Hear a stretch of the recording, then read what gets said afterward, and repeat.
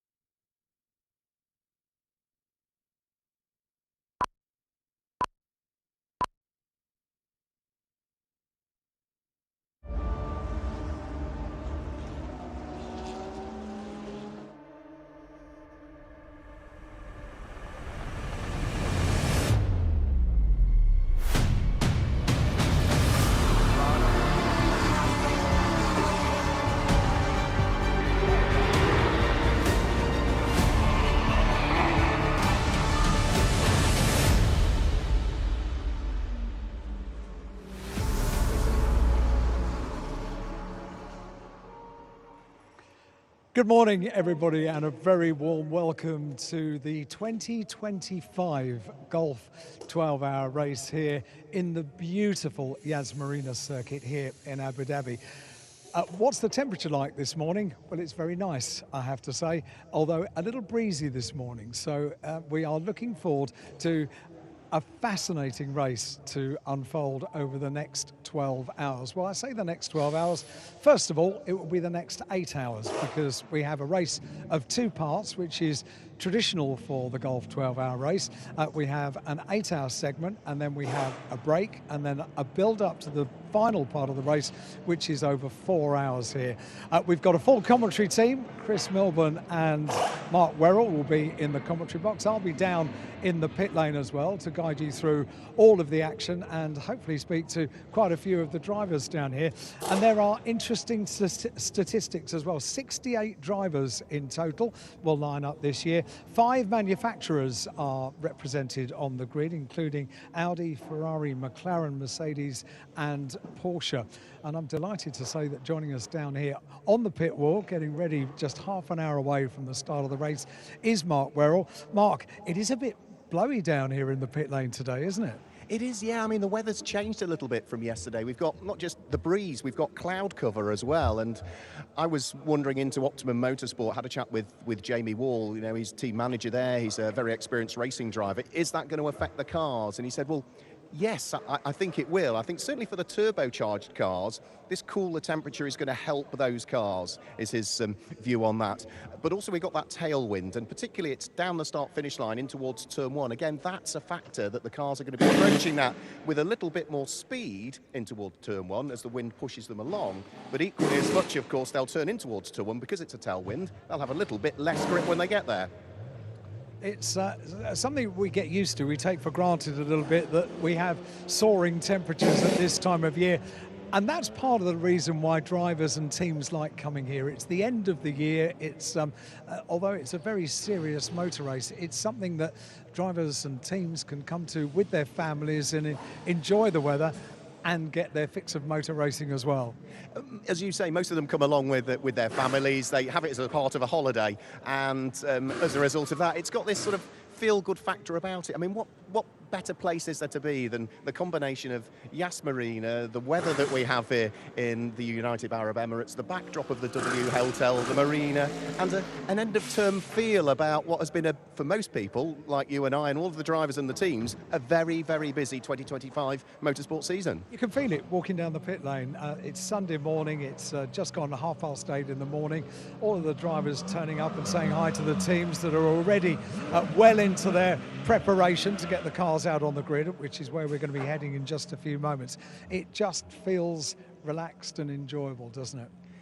It is, but you can also feel the nervousness about it as well. The pressure's starting to build that little bit. You know, all of the talking, all of the bravado is over now. We've been through 5 free practice sessions. We've been through the qualifying sessions, and 4 of those, because of course the grid is set based on the average time that each driver set in the qualifying session that took place yesterday. So all the talking's done now. The only final bit of talking is going to be on the track for the next 8 hours for part 1 and 4 hours for part 2. You make a really good point as well about free practice, because this event, for as long as we've been coming here, I remember it being said to us that this is about track time for the drivers, the opportunity to drive on this circuit that just 1 week ago, let's not forget, this was host to the final round of the Formula One World Championship.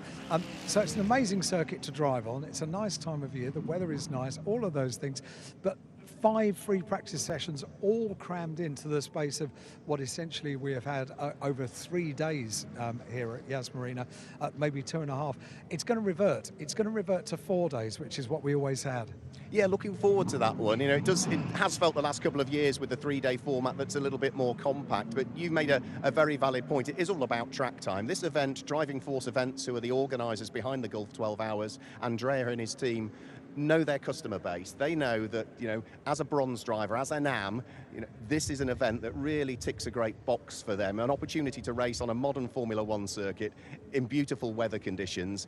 They get lots of track time out there and get very well looked after. You know, we all, yesterday evening, were sat on the marina having a barbecue, mingling with the drivers, the teams, the families, the team managers.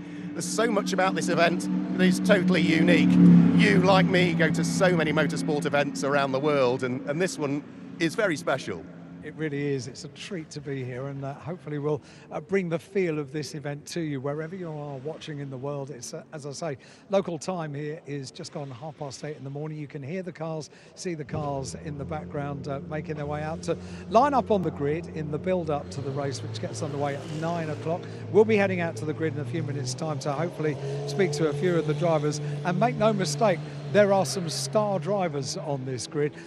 The quality of driver lineup, very impressive this year, Mark. Yeah, when you've got people like Jules Gounon on the grid, Mauro Engel on the grid, factory drivers for Mercedes, you know you're in a fantastic place. But you know, I've got to say, I'm really impressed with the way the Ferraris went in qualifying. You look through free practice, the Mercedes seem to have the edge in free practice sessions. You don't know how much sandbagging is going on though in free practice, but you know, a Ferrari front row of the grid, the 296 GT3 looking good. And I've got to say, for Inception Racing, who make their debut, let's not forget, in the Gulf 12 Hours, I think this is the first time they've raced that 296 outside of Northern America. So they're not only making their debut here, it's the first time they've raced that car on this continent. It's fascinating because in qualifying last night, which is in 4 segments, so 4 quarter-of-an-hour sessions, so each of drivers going to a maximum of 4 drivers per car has their own moment in qualifying.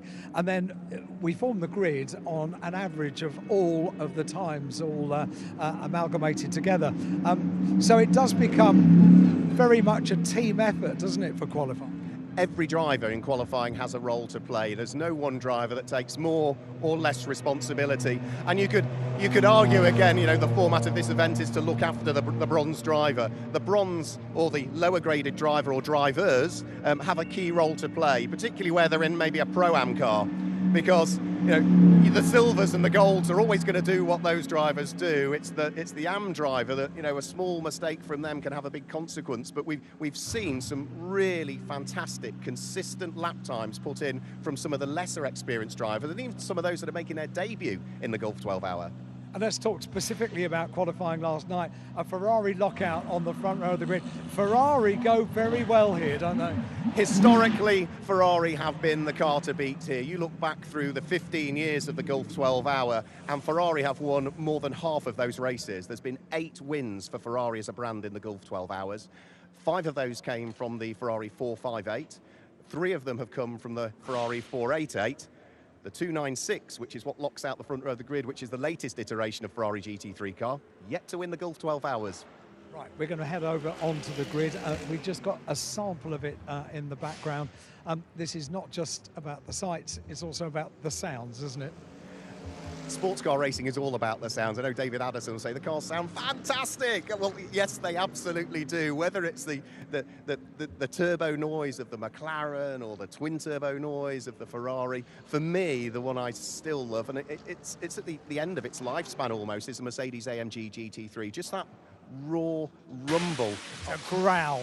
It is absolutely. It's earth shattering, isn't it? I think I said in commentary yesterday, you know, for me the GT3 cars that make the best noise have always been either the Mercedes or the Bentley. You know, we don't have the Bentley anymore, but wow, that Merc still sounds good, and they're still quick. You know, it's an old car now, but it's still competitive. Well, Mark, you're bright-eyed and bushy-tailed. I'm going to send you off to the commentary box now to get ready for, first of all, an 8-hour race. It's a 12-hour race in 2 parts, and 8 hours first of all, then a break, which is also another unique event, isn't it? It is, yeah, because you know, there aren't any sports car races that have this gap in the middle. And the one fantastic thing that the organisers have always done is, when we finish and see the checkered flag for part 1, the first 8 hours of the race, the cars spend about 15 minutes in Parc Fermé. But for the rest of that time, before the build-up to part 2, the cars can be worked on. So if the teams have a problem, they can get it back out for part 2. And the way the grid is formed for part 2 is based on part 1. So if you are on the lead lap at the end of the first 8 hours when the checkered flag falls, you start part 2 on the lead lap. If you're a lap down, you carry that lap down forward to part 2. It's so unique. Mark, thank you very much indeed for joining us down here on the pit wall. That's Mark Werrell, who is one half of the commentary team. He'll head off to the commentary box now. He's going to be joining Chris Milbourne in the com box, and they'll be talking about the first 8 hours and the second 4 hours as well. All of the action here, and it will be live for you, streamed around the world from the Golf 12 Hours. Interestingly, it is the 15th running of this race and the 14th time that we've been here at Yas Marina Circuit. It really is a fan's favourite, a driver's favourite, and a team's favourite as well. We're going to head down to the grid, so it gives us opportunity for the first time today to say a very good morning in the commentary box to Chris Milbourne. Good morning and good afternoon, good morning and good evening from wherever you're watching around the world. Thank you so much for your company here for what is the final endurance race of the calendar year here in Abu Dhabi and in the United Arab Emirates. It is a star-studded lineup and there are some incredible cars on the grid. For those of you who are watching within the region and looking for drivers to support here, we do have one driver hailing from about 4 hours down the road in Oman, based in Muscat. We have Al-Faisal Al-Zubair, who is, well, he started a new partnership here for this weekend between himself and Dragon Racing for the Al Mana by Dragon. And he will be one of those cars that will start on the front row of the grid, as Alan and Mark said earlier today as well. It was a Ferrari lockout with a 296 GT3. And, well, one of them has slotted into position. That is the Inception Racing, the very vibrantly shade yellow 296 there. Now, on our timing screens, it says that Brendan Arib will be the one to start the car. However, we do know that it's Marvin Kirchhofer who will start that car. And alongside him, looks to be Christopher Frogger at the moment. But wait for official confirmation, of course, when Alan goes down on the grid to have a quick chat with everybody who's down there. There is Marvin Kirchhofer, who we spoke to briefly yesterday after their very interesting strategy call during qualifying, because what the team had done was, instead of doing the full session, they'd only run about 3 laps to get that time in, because as the two suggested before, it's based on an average time of where they will start this Golf 12 Hours here in Abu Dhabi. So what they did was they did 3 laps apiece in each of the qualifying sessions that they were taking part in, and well, as you said, it's an interesting strategy. No one else really did that, but then that played in their favor for the first 2, but then when it came to the third and final session, then it became a little bit of a problem because they really still had to pick up the pace further through the field as well. So there was a last lap effort from Ollie Milroy to put that car on pole position on a fresh set of Pirelli rubber. This year marks the 10th edition of Pirelli tyres as well. The first race with them was all the way back in 2016 here in the Golf 12 Hours. Every single event bar one has been held here in Abu Dhabi. The only one that wasn't was back in 2021, which is held in Bahrain, which is only a short flight away. And I'm glad to say that Mark Werrell has made the jump up here as well.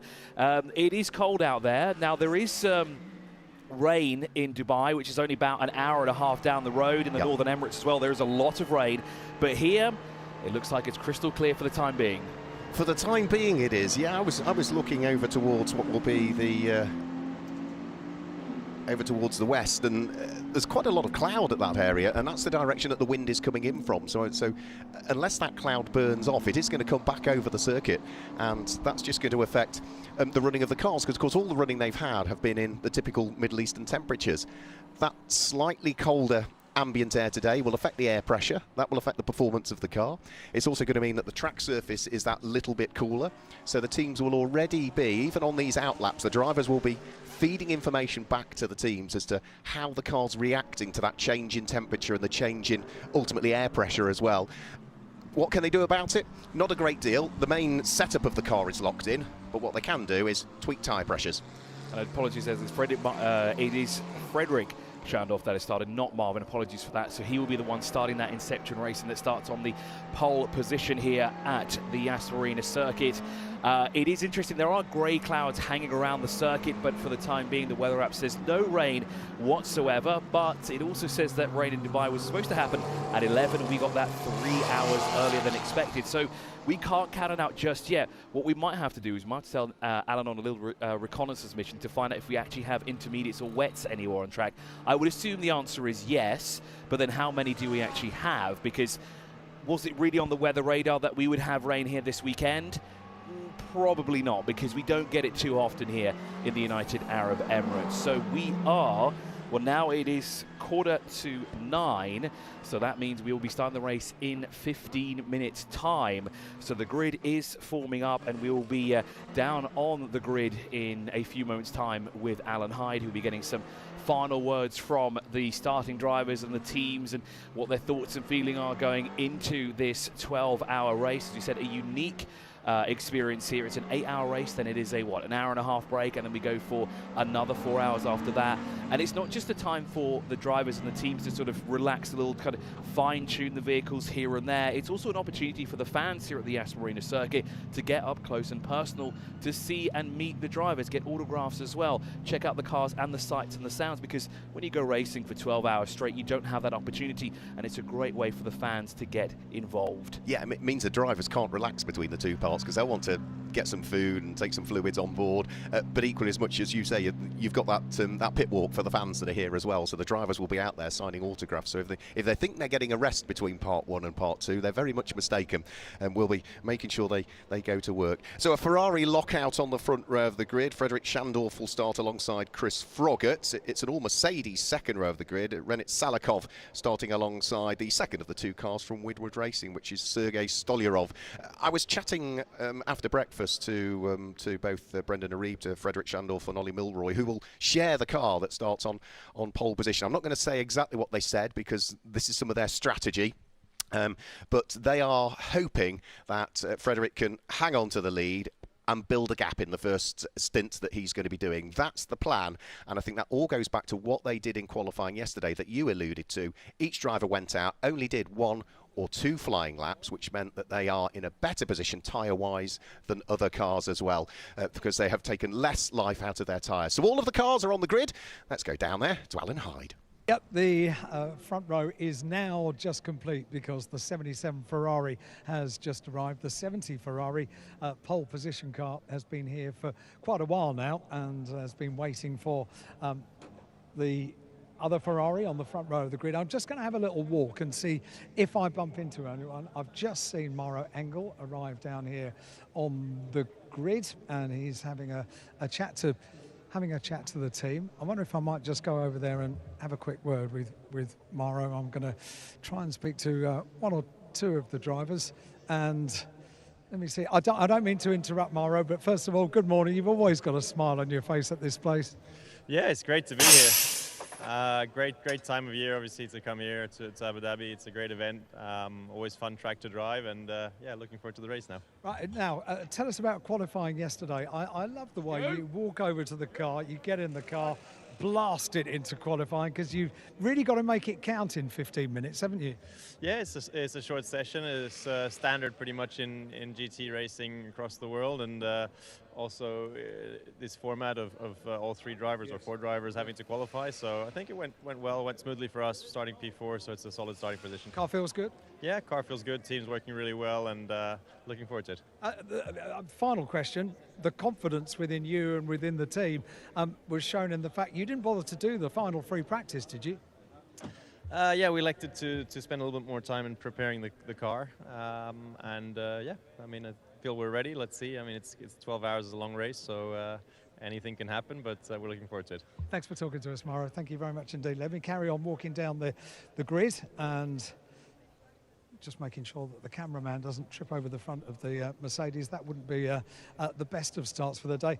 We have talked quite a bit about the liveries on the cars, because they are done very much with a thought to how they look once the floodlights are on here at Yas Marina Circuit, and the liveries absolutely come alive when the floodlights are looking down on them.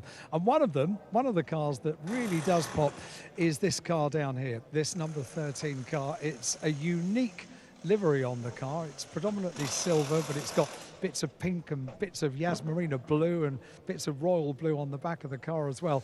And I mentioned this to a friend of mine that's working in race control over the weekend, and he said, yeah, I agree, it's a really good livery. It's very easy to identify when we're looking for something that might have gone not according to plan. So there are plus sides to being uniquely identifiable on the grid, and there are downsides as well. Easy to pick out in race control. Now, where is everybody? A couple of moments ago, I saw Adam Christodoulou down here, but he's not here, so we'll carry on walking, and if we do bump into anybody else, we'll have a quick chat to them. I might be able to speak to Jules Gounon because he's over here chatting to the team. Hang on, let me see if I can.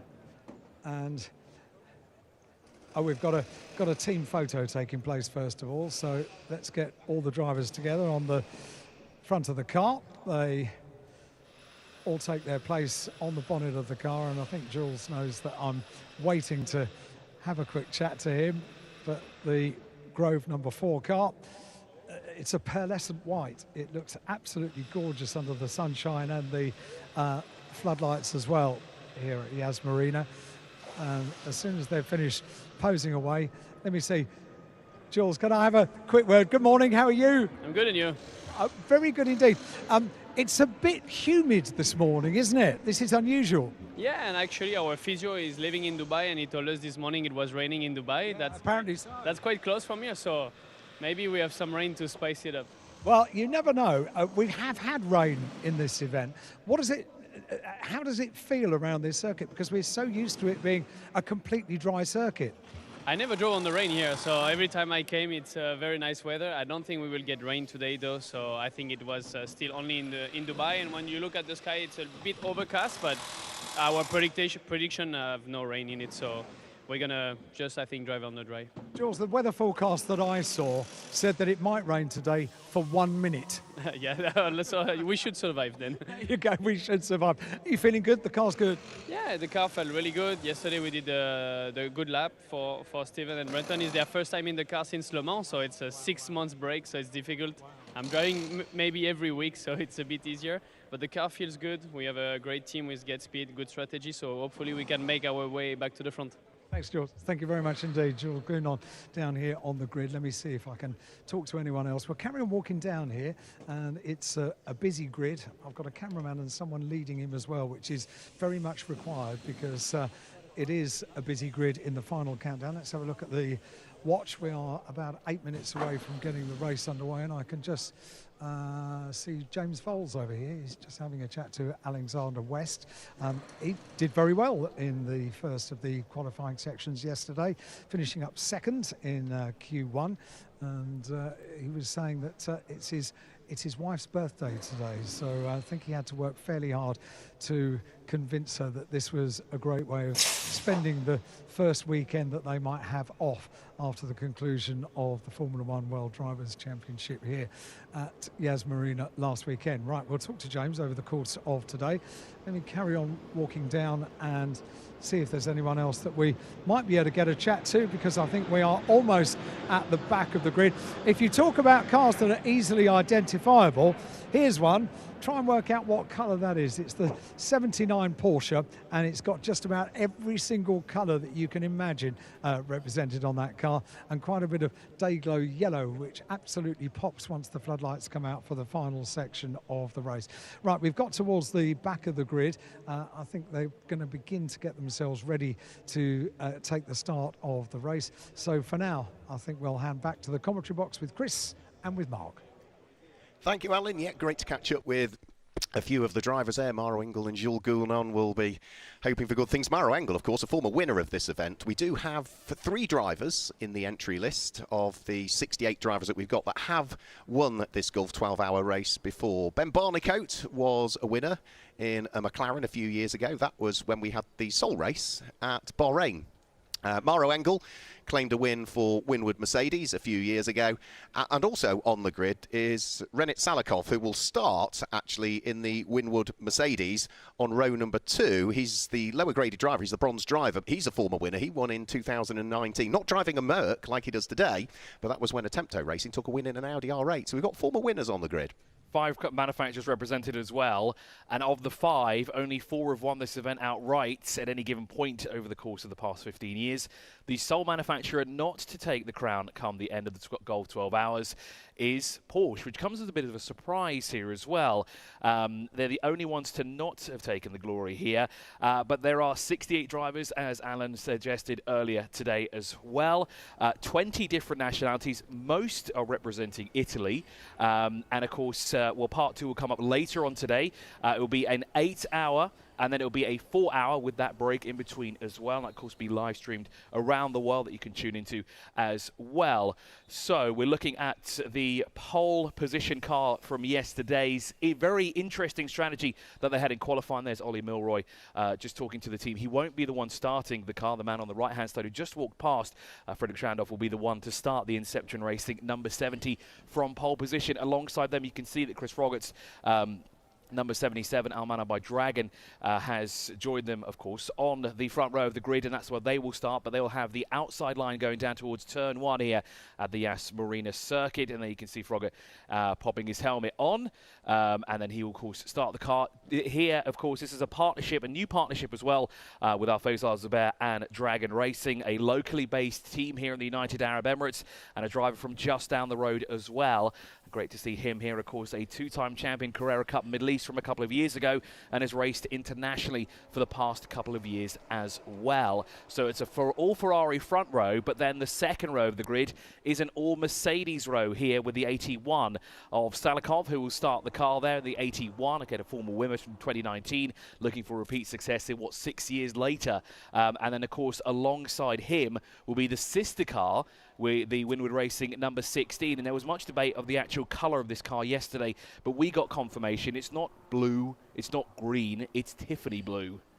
Absolutely, yeah. It's one of those that depends on the light that you're looking at. It looks slightly green in some lights. It looks blue in others as well. So we'll wait and see. On the then the outside of the second row of the grid, it's the second of the Winwood Racing cars, and that is going to be Sergei Stolyarov, who will start behind the wheel of that car. So you can see he's just strapping himself in and is getting ready to go. So it's an all Ferrari front row of the grid. It's an all Mercedes second row of the grid, and then as we head on to the third row of the grid, we'll give you the full grid when the cars head out there. It's another Mercedes that's going to line up in what will be 5th position on the grid. It's the Capital RT by Motor Park Mercedes, and that will have Michaela Lashin behind the wheel of it. That's the car that Alan was talking about, that is very easy for race control to spot. Michaela Lashin, a former champion of the World Series by Renault, and so he's a driver that, like so many of them, started his career in single-seaters and then moved over to sports cars and has been doing some very good things in sports car racing for the last few years. So that Mercedes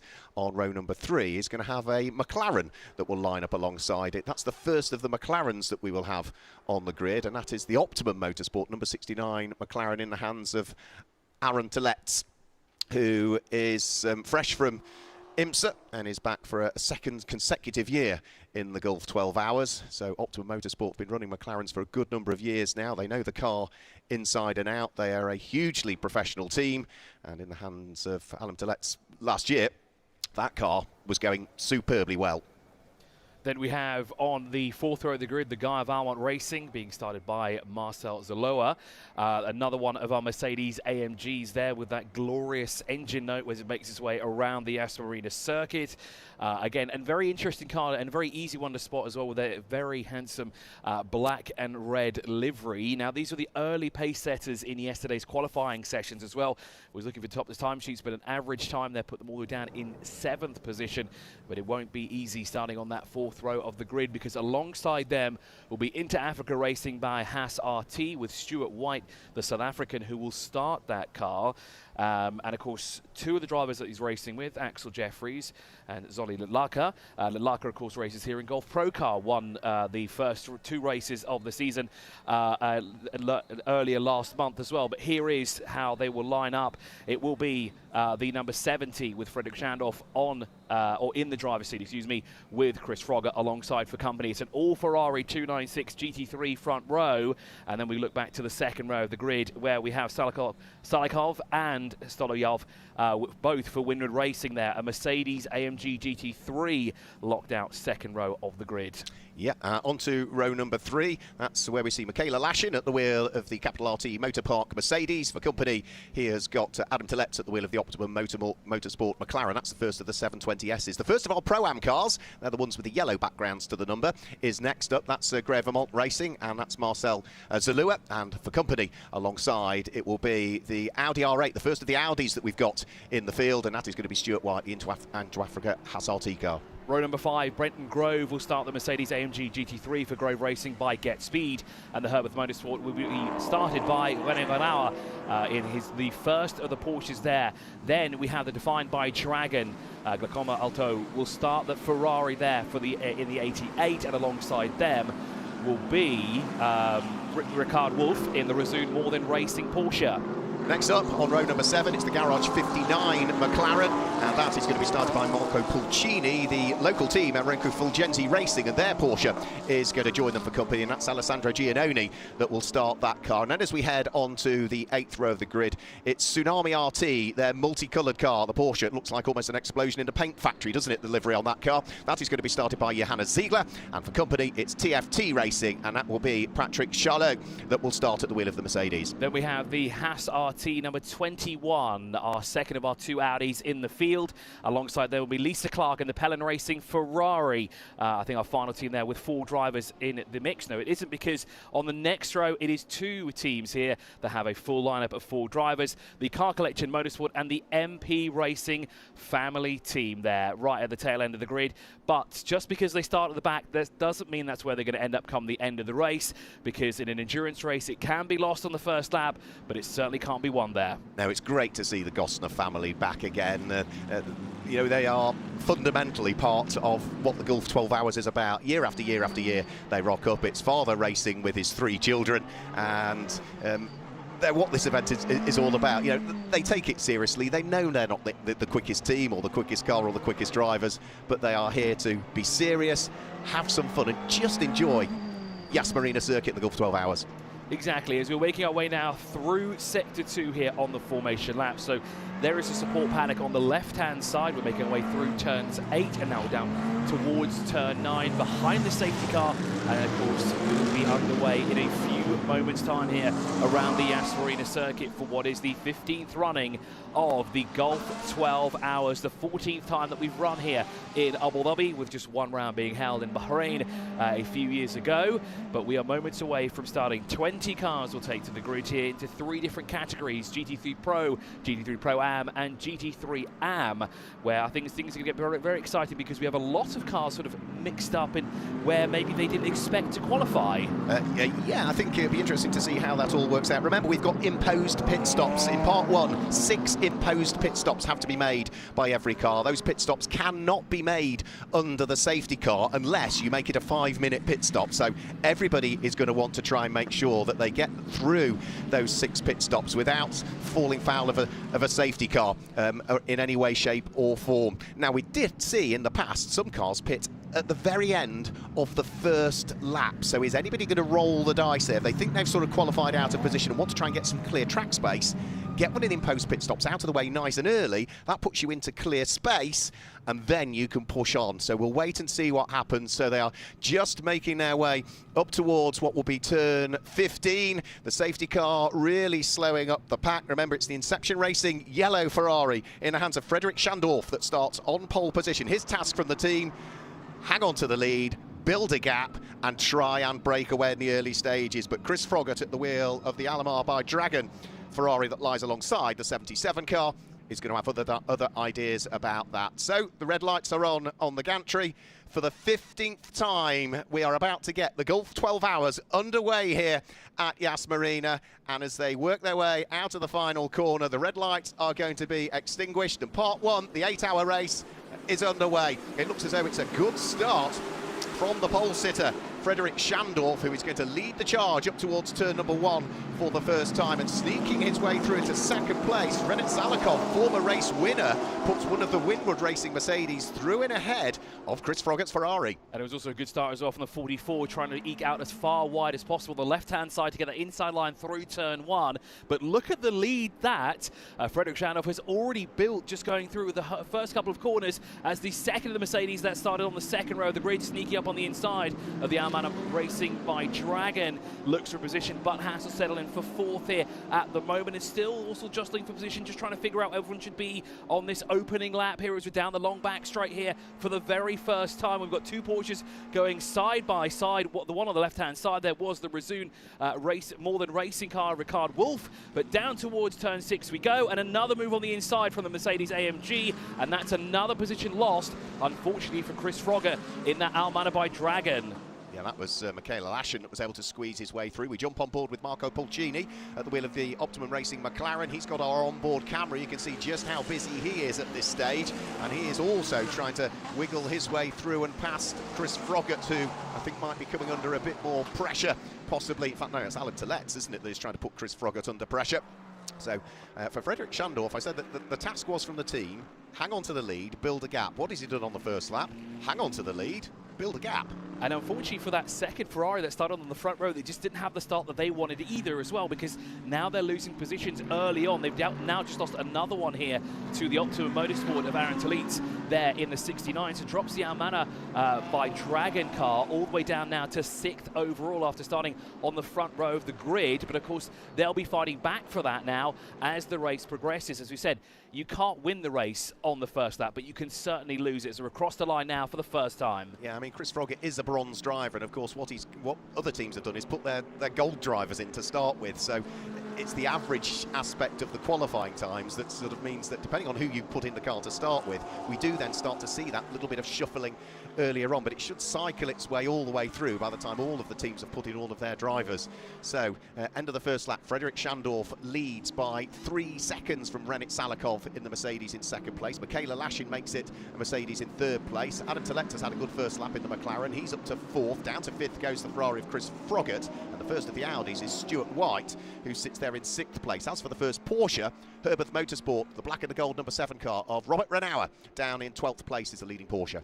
And that's unfortunate as well, because those are positions lost when we started this race, all the way down to 11th position. And we now have a gaggle of Porsches all together, 4 of them running in the same space. Herbert Motorsport, Resume More Than Racing, Enrico Fulgenzi Racing, and the Tsunami RT car there, the 7, 14, 17 and 79. As we work our way past the support paddocks here for the second time, the run towards turn number 9, and now Haas RT looking for the way on the inside of Al Manab by Dragon, working their way through turn 9. Now will this be another position lost here, unfortunately, for Christopher Froggatt, but Stuart White is all over the back of him, but he has to be careful because tucked in behind them is one of the other Dragon cars who've come in with a 3-car assault and now under pressure from that Define by Dragon of Guillermo Alto behind them at the moment. Now this obviously gives the Christopher Froggatt driven Ferrari a little bit of breathing room here as well, because that Haas RT is being attacked from behind. Giacomo Altway leading Pro-Am at this stage at the wheel of the Defined by Dragon number 88 car. So if he does overtake the Audi that's ahead of him, that's a Pro-Am car overtaking a Pro car. Giacomo Altway will want to try and crack on with it. So he leads Pro-Am. Second in Pro-Am is Grey Vermont Racing, who are down in 12th place at the moment. The leading Am car, just to pick up on that one, is running in 9th at the moment. That's the Garage 59 McLaren in the hands of Marco Pulcini. So those are your class leaders in the early stages of this one. The lead advantage that was 3 seconds after lap 1 for Frederick Schandorf is now 5 seconds after lap 2 at this stage. So he is putting in some blistering times. 1 minute 53.059. He's already nearly under race conditions into the 1 minute 52s. And an incident between cars 7 and 14 has been noted at turn 6. Now, we didn't see when that happened. Now, that is, it just popped up on our screen now as well. The Herbert Motorsport and the Resume More Than Racing Porsches coming together. The Herbert Motorsport of Robert Renauer has now moved up to 11th overall, moving past the 44 as the pressure applied once again from the Defined by Dragon Ferrari on the back of the Haas RT Audi. Stuart White has not got through yet, but now, of course, is under pressure from that 88, and this allows Al Manab by Dragon to sort of stretch out a little bit more. But then if we look further back, we have a bit of a battle brewing here with Garage 59, Grove Racing by Get Speed, and also the Herbert Motorsport Porsche as well in that mix. So a 3-manufacturer battle for 10th position. Brenton Grove currently leading that battle at the moment, with those 3 cars being separated by just under a second. But now we're back with a 3-car battle a little bit further up the road here, being led by the Al Manabai Dragon, number 77, with Stuart White tucked in just behind, but of course under pressure from the sister car there for that 77 as Fredrik Schandorf across the line, and I wonder how much that gap is going to extend to this time round. Now, is this early coming of the pace that Inception Racing has? Are they just stretching it out to kind of gain that lead advantage as much as they can? Because if they do want to come in the pit lane and not have to do a 5-minute pit stop during the safety car, do they want to build up enough of a gap so they have enough time to not fall back? It is now up to 6.4 seconds as Razun More Than Racing moves past the 44, moving themselves up into 12th position as we ride on board with the 9th placed McLaren. This is the Garage 59 car, leader in GT3 AM at the moment. We have to look a ways down the running order here to find the next car in GT3 AM. That is the MP Racing number 58 Mercedes AMG, currently being driven by Manuela Gosner.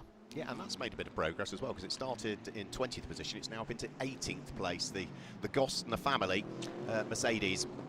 So we are on lap number 4 at the moment. The lead advantage has climbed yet further. It's up to 6.4 seconds now from Fredrik Schandorf back to Renat Salakov in the Mercedes that sits there in 2nd place.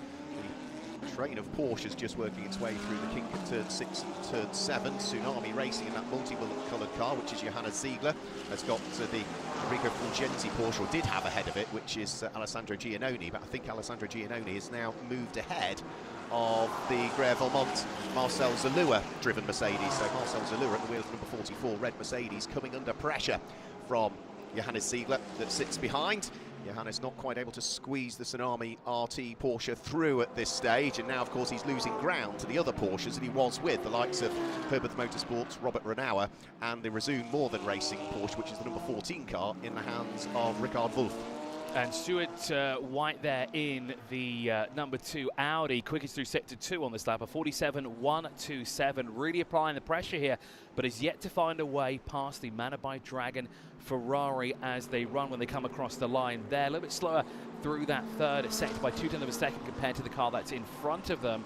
And it's the car behind that. It's just fractions of a second quicker on that lap, but still in control of this 3-way battle here for what is 5th position overall. Chris Frogger still leads that trio of cars. Then we look a little bit further back to the 2nd of the Haas RT Audis. Now that is 16th overall, locked in a battle as well. In front of them is the Tsunami RT car, the 79, which now that you mention it is, and we talked about the paint scheme on it, it seems to be a Tsunami ran into a paint factory when painting that car, and that's the effect of the vehicle now. But a very stunning livery, very eye-catching as it makes its way around the Yas Marina Circuit here. Now, we are looking at, once again, the Define by Dragon all over the back through turn 6 and 7 into sector 2 they go here of that Inter-Africa Racing by Haas RT, the Stuart White driven machine, and now they've also both closed in on that Christopher Frogger driven Al Manabai Dragon number 77 as well. But again, defined by Dragon this time was the quickest of the 3 working their way through sector 2 this time round, and sort of a slight opportunity there for the Audi to sneak on through the inside through turn 9, but just not close enough to make a move on the leading Ferrari in this pack here. And those two are definitely now closing in, and that Haas RT is becoming the meat of the essential Dragon Racing sandwich. See whether he might be able to squeeze his way through Stuart White, who is a silver-graded driver trying to hunt down the bronze, whilst right behind him is Giacomo Altway at the wheel of the number 88 car. Giacomo's been doing good things racing in GT World Challenge in the last year or so, and he is a gold-rated driver, so it's a bronze holding up a silver, holding up a gold at this stage. So all 3 of them work their way through turn number 1. Ferrari from Audi from Ferrari, and as they then thread their way slightly uphill through turn number 2, you continue climbing up through turn number 3, and then you reach the crest, and then you start to come back down the hill through turn 4. It's the end of turn 4, just at this point here where we see the first sector completed. Michaela Lashin is looking as though he's coming under pressure as well now for 3rd place, because Aaron Tillet's at the wheel of the Optimum Motorsport McLaren has looks as though he's got a good run on him here, heading out of turn 4 and down the straight. The McLaren draws itself almost alongside the Mercedes. I think Michaela Lashin is just about going to hang on to the spot, but is Adam Tillet's going to try anything as they head into the heavy braking area for turn number 6 and turn number 7? no, thinks better of it at this stage, and the squabble behind still remains in the same order as well. It certainly does, but that is defined by Dragon a lot closer than they have been to the Haas RT. Now, that Optimum Motorsport number 69 had the better run into the braking zone at turn 5, but thought better of it when it came turn 6, but he's going to try again now. Down towards turn 9. Is an opportunity on the inside? Yes, there is. Is the door wide enough to squeeze a 720S in between? It seems so the case. So that's another position gain there for the number 69, moving them up into 3rd overall. But that Winward Racing Mercedes is going to fight back all the way through Sector 3 now when they come across the line, because he wants that position back to be at the optimal position when it comes the end of the race, albeit it is still quite far away. But that battle still rages on as defined by Dragon goes around the outside of Stuart White there in the Haas RT, the Into Africa Racing by Haas RT Audi there. And that was not a corner where we see a lot of moves being made, but that was a very clean maneuver, and especially that corner can be quite problematic as well, because it does seem wide enough to fit 2 cars through in, but usually when we see that, it doesn't work out for either of the 2 drivers. Yeah, great stuff by Giacomo Altway, the 25-year-old Italian who's a former champion in Ferrari racing in Europe. He won the Ferrari European Championship back in 2024, last year. He's been a former champion in International GT Open. He's won in the Lamborghini Super Trofeo World Finals. He was runner-up in the European Championship back in 2018, but won the World Finals. So, lots of experience, but more latterly, largely in Ferrari 296s, albeit to challenge spec, less so GT3, but he has done a good number of laps in a GT3 this year. That change also for 3rd place, with Michaela Laschen dropping down into 4th. That now means we've got 3 different manufacturers inside the top 3. Ferrari, lead Mercedes, lead McLaren at this stage. Into the braking area at turn number 6 and turn number 7. Giacomo Altway, I don't think he's done as yet with his progress through the order. The defined by Dragon number 88 car leads Pro-Am and is now closing in on the 5th place car, which is Chris Froggatt, who of course started on the front row of the grid. And interesting to see now the defined by Dragon all over the back bumper of the Almana by Dragon car as well. The gap between them was a second at the line last time round, and contact, I'm afraid, and that was Marco Pulcini, I think, getting into the back of Sergei Stolyarov. So the number 16 Winward Racing Mercedes that started on the 2nd row of the grid tapped into a spin. And let's just have a quick look at exactly what happened there. So they come down the straight. You can see the McLaren closing in on the Mercedes, and as they get towards the braking area, onto the brakes, and all of a sudden the gap that was there starts to close, and I'm afraid that's just trying to prise the door open when it was pretty much locked and bolted, wasn't it? And it doesn't look like too much damage to the side. There's a bit of the bodywork that's come off the left rear of the car, but of course the team will be looking at that car, analysing the data, keeping a very close eye on that rear end of it as well, in case there is any further damage, that they'll bring the car in. The good news is they've got it done early. I guess they have got it in the early stages here, so they have the time to figure it out if there is something that we can do to make sure that it's back up to its optimal speeds and everything like that. But it's never a good thing to have, is it? You don't want to have something like this so early on, and both drivers, it's a good thing the car got going again, and it looks like another car's actually spun through turn 7 as well, which would be car number 17, so maybe further contact there as well. And that's unfortunately the Enrico Fulgenzi racing car being driven by Alex G that has spun through 7, but has continued on, dropping them down all the way now to 17th overall. They were a lot further up the order. They were more or less just outside of the 10th position, and now this is... Well, that's the number 16 as well. That looks like body rub, and that could cause a puncture. Yeah, they're going to have to bring that car in, I'm sure, because there's a little bit of damage to the undertray on the car. You can see a bit of carbon fibre flapping around on the left rear of the car. And of course, if that drops off the car and heads onto the circuit, then everybody will need to make sure that they avoid running over those carbon fibre shards. So I think there's little choice but to bring that car in, and that's such a shame for the car that started on the 2nd row of the grid. No fault of their own. Just a small mistake from Marco Pulcini. I'm sure he'll hold his hand up and say, just misjudged that one, but unfortunately he's got away with it. The car that he tagged hasn't. All the way down now into 11, there's that Winward Racing number 16, and as Mark said, they will have to bring that car in because that is a lot of bodywork that's being rubbed up on that left rear, and that can lead to a puncture, and that would slow them right down. But I mean, the one thing is, they bring that car in, use it as one of your enforced pit stops. You know, you've got 6 to get through. You've got to get through them in the first 7 hours and 15 minutes, those 6 pit stops. You can't do it for the final 15 minutes of part 1. You've got to tick them off 45 minutes before. So yes, it's dropped them down through the order, but they can deal with that as part of an imposed pit stop. Now, also, the Defined by Dragon 88 car is dropping down the order as well, now down to 10th position. Remember, that car was tucked in behind Almana by Dragging not too long ago. So what has happened there to that number 88? So we have a look through the sector times there. It was a slow sector 3, a 53.527. So was there a quick spin there, or was he held up at any point, maybe ran a bit wide, or is there something more at play here? Is there a bit of contact from those behind him? Because it didn't look like the Inter-Africa racing by Haas RT Stuart White Audi was not close enough at that time, but that actually drops the car out of that battle that we have there. The other thing we need to keep an eye on is what's going on for 2nd and 3rd now, because last time through, the Optum Motorsport McLaren of the American driver Adam Tilletz did a 153.7. That was 3/10 of a second quicker than Renit Salikov, who runs in 2nd place. So those two are closing up now. There's not huge amounts of daylight between them all. Up towards the braking area at turn 6, turn 7 goes the Garage 59 Marco Pulcini McLaren. He's now feeling the pinch from the Aussie Brenton Grove that sits behind at the wheel of the Grove Racing by Get Speed Mercedes. Just off those is the lead Porsche that we've still got in the order at this stage, which is Herbert Motorsport and Robert Renauer. So those three have all found themselves together. They are squabbling over 7th, 8th and 9th places at this stage. Guys, can I give you a quick update on the Garage 59 McLaren, because they essentially have an unliveried McLaren in the garage next door. So if you like, a donor car which has a number of bits of bodywork, one of which is not even on the donor car, it's on the garage floor.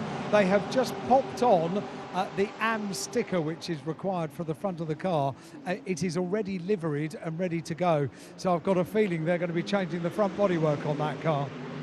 Right, now thanks for that, Alan. That's very, very useful to know. I did spot they'd got a spare McLaren. I've also spotted one of the teams has got a spare 296 as well sitting at the back of their garage, but I can't recall what team that was. We haven't really mentioned Frederick Schandorf much now. He still leads. 11 seconds is the gap now, Chris. So the car that you mentioned was Dragon Racing. They have the spare Ferrari. With that said, the Defined by Dragon 88 is tumbling down the order, now shown as 18th overall. So not all is well there with that number 88, and they're into the pit lane. Yeah. A 1:12.248. Nothing is going the way of that car at the moment, is it? No, that's our first pit stop, and there's clearly some problems for Giacomo Altuve at the wheel of the Defined by Dragon number 88 Ferrari. Alan will be hot-footing his way down there to give us an update. In the meantime, we hop back on board the number 8 Garage 59 McLaren, the onboard camera car that we've got. He's running in 7th place at the moment. We're starting to get the track limits warnings come in. So here's the Ferrari. So off comes the front bodywork. Mechanic busy beavering away inside, which suggests, Chris, the way they've gone straight to that part of the car, they know what the problem is already. And it's something they're going to have to keep a close eye on now as well, because the team is running Ferraris throughout the race weekend here is Dragon Racing. And, well, they will be relaying information to those who are on track as well, their other drivers, to say, do you have the same problem? Because if so, we need to sort it out ASAP, get it sorted out here at the beginning. And Mark, have you spotted something on the feed there that they might be checking out there and kind of just adjusting?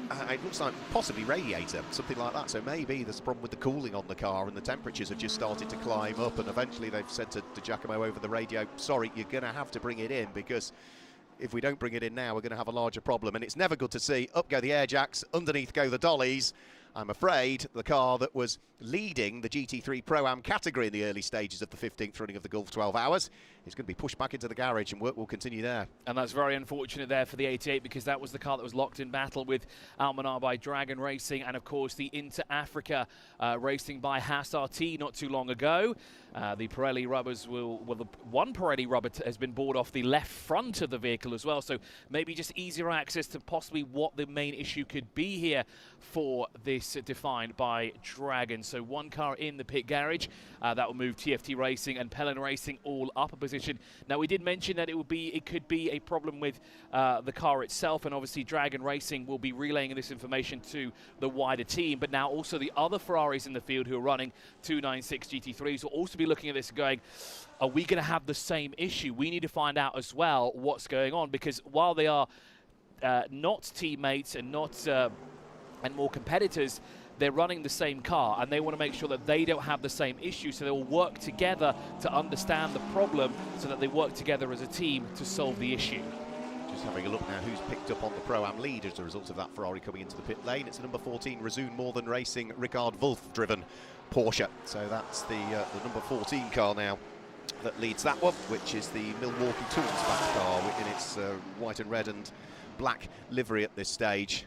More squabbles going on track, and there might be an overtake here. Alexei Denisov is almost picked off by the Alessandro Giannoni Porsche that sits behind. They are both bottled up the Audi, behind the Audi at this stage, which is the number 44 car in the hands of the Belgian driver, I think, that started. Is the 44 car that they're bottled up behind? No, it's not. It'd be the 21 car that they are bottled up behind, which is going to be Petit Lanx.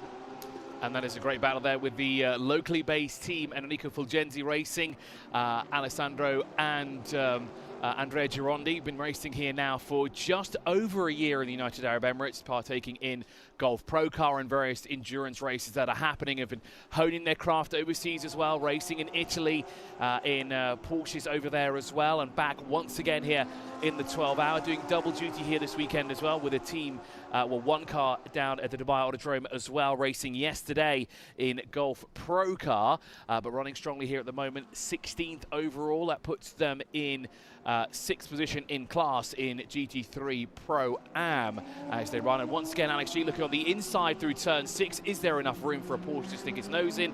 Not quite there as number 3 shuts the door, working its way through the 6th corner there at the Yas Marina Circuit. Now these two will try and work together to latch onto the back of that Haas RT number 21. The Garage 59 number 8 McLaren we'll come to in a moment, because I'm just going to see whether we can see Tsunumi RT completing the move, and yes, that is another place gain. So that is Johannes Ziegler now losing the lead of Pro-Am. That overtake there from Johannes Ziegler over Ricard Wolf means that he now goes through to pick up the lead in the GT3 Pro-Am category. So two Porsches fighting over the lead of Pro-Am at this stage, albeit they're down in what is 11th and 12th places overall. I was going to talk about car number 8, Garage 59, Marco Pulcini McLaren. He's had a busy race so far, because the incident between himself and Sergei Stolyarov was noted by race control. Marco Pulcini then got a black and white flag for track limits. The incident then is now under investigation, and also under investigation for Marco Pulcini is exceeding track limits. So there's lots going on. Did I hear you in the pit lane, Alan? You certainly did, yeah. The 88 Ferrari update on that story. Power steering is the problem. I asked the team if it's a fixable problem, and he pointed my eyes in the direction of a cardboard box. Yes, it is. A new system is going to be fitted, but it's going to be at least 20 laps down, they think, by the time they get that power steering problem rectified. Oh, God, it's such a shame. You lose 20 laps so early on, that's going to take a lot of trying to get any of those laps back. I do go for the positives. I go for the positives every time, and I said to the team, it's a very early stage in the race, you know. Anything can happen. It's to get the issue out early on, isn't it? And as you said before, the rest of the Ferrari 296 teams will be looking at that as well and asking the drivers, do you feel anything wrong with the power steering? Do we need to bring it in? Do we need to check this out? Because we have one car where already that it's happened to. But we'll wait and see, as a penalty has been applied to that McLaren that you were talking there, but not for the contact, instead for exceeding track limits. Yeah, so that was clearly an easier thing to investigate in race control. The incident where the contact was made between McLaren and Sergei Stolyarov's Mercedes is still under investigation, so there could be a further penalty, possibly, if that's deemed appropriate by race control. Also under investigation now for exceeding track limits, Brenton Grove at the wheel of the number 4 Mercedes that we're looking at on screen at the moment is also possibly going to pick up a similar problem. And currently locked in a battle, just tucked in behind that car the number 8. Now, that's not the McLaren that has, oh wait, yes, it is the McLaren that has that 5-second penalty here. So you can sort of back off a little bit here with that penalty in place at the moment. He's going to try and look around the outside through turn 16. Not exactly where you want to be through that corner, but it certainly give him a better run when it comes to the front straightaway. Dives to the inside to see if there's an opportunity, but not close enough. But he has to be careful of that Herbert Motorsport car, that number 7 in 9th place, with Robert Guanau behind him, because while he's attacking, he also has to keep his eyes in the rearview mirror to defend at the same time. And any opportunity for Robert, he's going to sneak up and take that position away. And now he's just going to bide his time, wait for something to happen here between the two, as again, look on the inside from the young Brendan Grove, and he will take that position away, and he will now lead this trio of cars through turn 6. Yeah, great move by Brendan Grove, 3 times a winner of the Bathurst 12 Hours in his particular class, but gains the place, but that's on the run out of a tight corner and down the straight. So straight away, Marco Pulcini is back in full attack mode. He draws the McLaren alongside, but that's going to be the outside line when they get towards turn number 6, and so Brendan Grove is still able to hang on to it. And then the difficult thing for Marco Pulcini was making sure he chopped across the nose of the Robert Renauer Porsche. So Marco Pulcini will have another little nibble this time as they head through the small kink at turn number 8 and into the braking area for the reprofiled turn number 9, as it was a few years ago. And he's going to go back through, you know, so gain the place. Brendan Grove, he loses it again, and is he going to try and gain it again coming out of what is turn number 9? He's having a go, but I think the McLaren might just hang on to it. It looks like a little tiny bit possibly of contact there on that right front to the left rear of the McLaren, but they've kept it nice and clean through there. That is not an easy way to get through with 2 cars sharing the same amount of real estate there as they work their way underneath the W Hotel. And of course, that Herbert Motorsport Porsche is just waiting. And Mark, there is a full course yellow coming in 20 seconds, but for what? We haven't seen any messages pop up on screen. No, not as yet. There was a couple of apps that I could hang on to, but I haven't got Wi-Fi in the commentary box, so I need to try and sort that out, and I might be able to shed a bit more light in it. But there is a full course yellow coming in less than 10 seconds now, which means that everybody will slow down to the requisite speed. We hit full course yellow, which means that everybody then in reality is now on the pit lane speed limiters trundling round. I can only imagine there might be a little bit of debris on track somewhere. Now, whether that debris is either from a car, we did see a little bit of carbon fibre hanging off the left rear of the Winward Racing Mercedes, so maybe if we could pick up a rear view of the number 16 car, and there it is, look, exactly that bit of bodywork has come off. Now, what does that come off? That looked as though it got a bit of blue on it, and there's also a bollard, or green, yes, well done. I wondered when that might surface. A bollard as well, so I suspect what it is, it might not be off the Winward Racing Mercedes. Somebody has clonked one of the bollards, and that's taken a bit of bodywork off. 17 into pit lane, by the way. And that is the Enrico Fulgenzi car being driven by Alex G in the pit lane. More debris being picked off the track as well. Fuel going into that Porsche. No driver chain by the looks of it for the time being, because there's no driver in close proximity that is ready to get behind the wheel. So Alex G will stay behind the wheel for the time being. Now, this doesn't mean they have to sit in the pit lane for 5 minutes, do they? Because it's not a safety car, it's a full course yellow. No, full course yellow, exactly the same. So that's why they've just topped it up with a bit of fuel now, because that opens up the strategy for later on. So let's top the fuel up a little bit more, get you back out, and then you can maybe run longer in your stint. The way the regulations state is any pit stop made during full course yellow or safety car period do not count towards the imposed pit stop total, and therefore are not subject to minimum time unless the car is in pit lane for 5 minutes. So it would still have to be a 5-minute stop under full course yellow. And the debris, the full course yellow is to remove debris on the track, not just through what looks to be turn 9, but possibly other corners as well, where there might be some debris lying around. And of course, running over it, while it might be very, very small, it can cause a puncture, because those carbon fiber shards are very, very jagged, and they can really puncture and really do a serious amount of damage. Now, the good news is here for Divine by Dragon, yes, they might lose 20 laps, but now we're at the pit lane speed. This means less lap times lost. But they're just about to go green again, because at 9:33 and 30 seconds, that's when we are going to go back to full course green flag racing once more. So here we go. We get the race back underway again. That short full course yellow dealt with. All of the gaps remained exactly the same because, of course, everybody was travelling around the circuit at exactly the same speed. That will all be checked into as well by race control to ensure that no advantage was gained. So we can get the squabbles back underway, and the first of those squabbles sideways coming out of the final corner and over the start-finish line. Michaela Lashin trying to crack on with it at the wheel of the number 13 Mercedes to see whether he can begin to close in again on the McLaren that lies ahead in the hands of Adam Tilletz. And Adam Tilletz, of course, at the wheel of his McLaren is now tucked up right behind Rennet Salikov. So second, third, fourth, fifth, all within sight of each other. The only person they can't see is the race leader, Frederick Schandorf. We haven't seen much of him, and that's because he is 25 seconds ahead of these cars fighting over second, third, fourth and fifth. And the battle behind them as well is only a second separating the two of them as well. Actually, it's less than a second between Windward Racing and Optimum Motorsports number 81 and 69. We did see some movement on the restart there, but that, of course, was back marker traffic moving out of the way to let the leaders through. A 5-second penalty to be applied to car number 8. I think that is an old message because we're already aware of that penalty. Robert Ronauer found a way past Brenton Grove, hopefully when the green flags are waving, not while we were under the full course yellow. Car Collection Motorsport moves up as well, thanks to Enrico Fulgenzi Racing being in the pit lane and getting some more fuel. But now we're looking down towards turn 9, the battle between Windward Racing and Optimum Motorsport. Aaron Talid's looking for a way around the inside and outside. Wherever there's an opportunity that he can find, he would like to get past this Windward Racing number 81 and try and bring that deficit down of 25 plus seconds on Inception Racing. As Mark said before, we haven't even seen Frederick Schandorf at all so far. He's that far ahead. He might even be racing at a different racetrack at this point. It looks as though Brenton Grove has now picked up a 5-second penalty for track limits. That was under investigation and a penalty has subsequently followed. And also now just picking up a warning for track limits is the car that's running in 5th place, which is Almanar by Dragon and Chris Froggatt.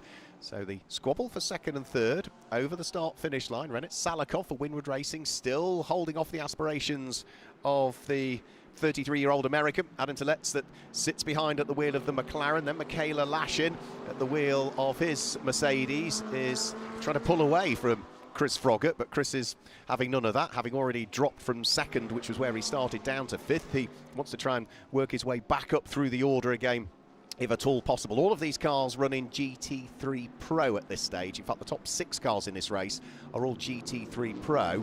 Then actually, ahead in 7th place is a GT3 AM car. The first of the Pro-Am cars is down in 11th place. So going to show that is a good performance from Marco Pulcini, despite all of the strife and all of the problems and potential investigations still hanging over him. The car's running in 7th place ahead of all of the Pro-Am cars. So as we continue on here, fast laps here for Car Collection Motorsport there. Denisov behind the wheel with a 156.320, going quickest through sector 3, a personal best with a 43.521. Also for Lisa Clark, a personal best as well, a 203.523 for Pelling Racing in her Ferrari 296 GT3 in that number 27. As I think she is one of 2 cars that are currently shown as a lap down. I think Enrico Fulgenzi Racing are almost a lap down because of that trip to the pit lane.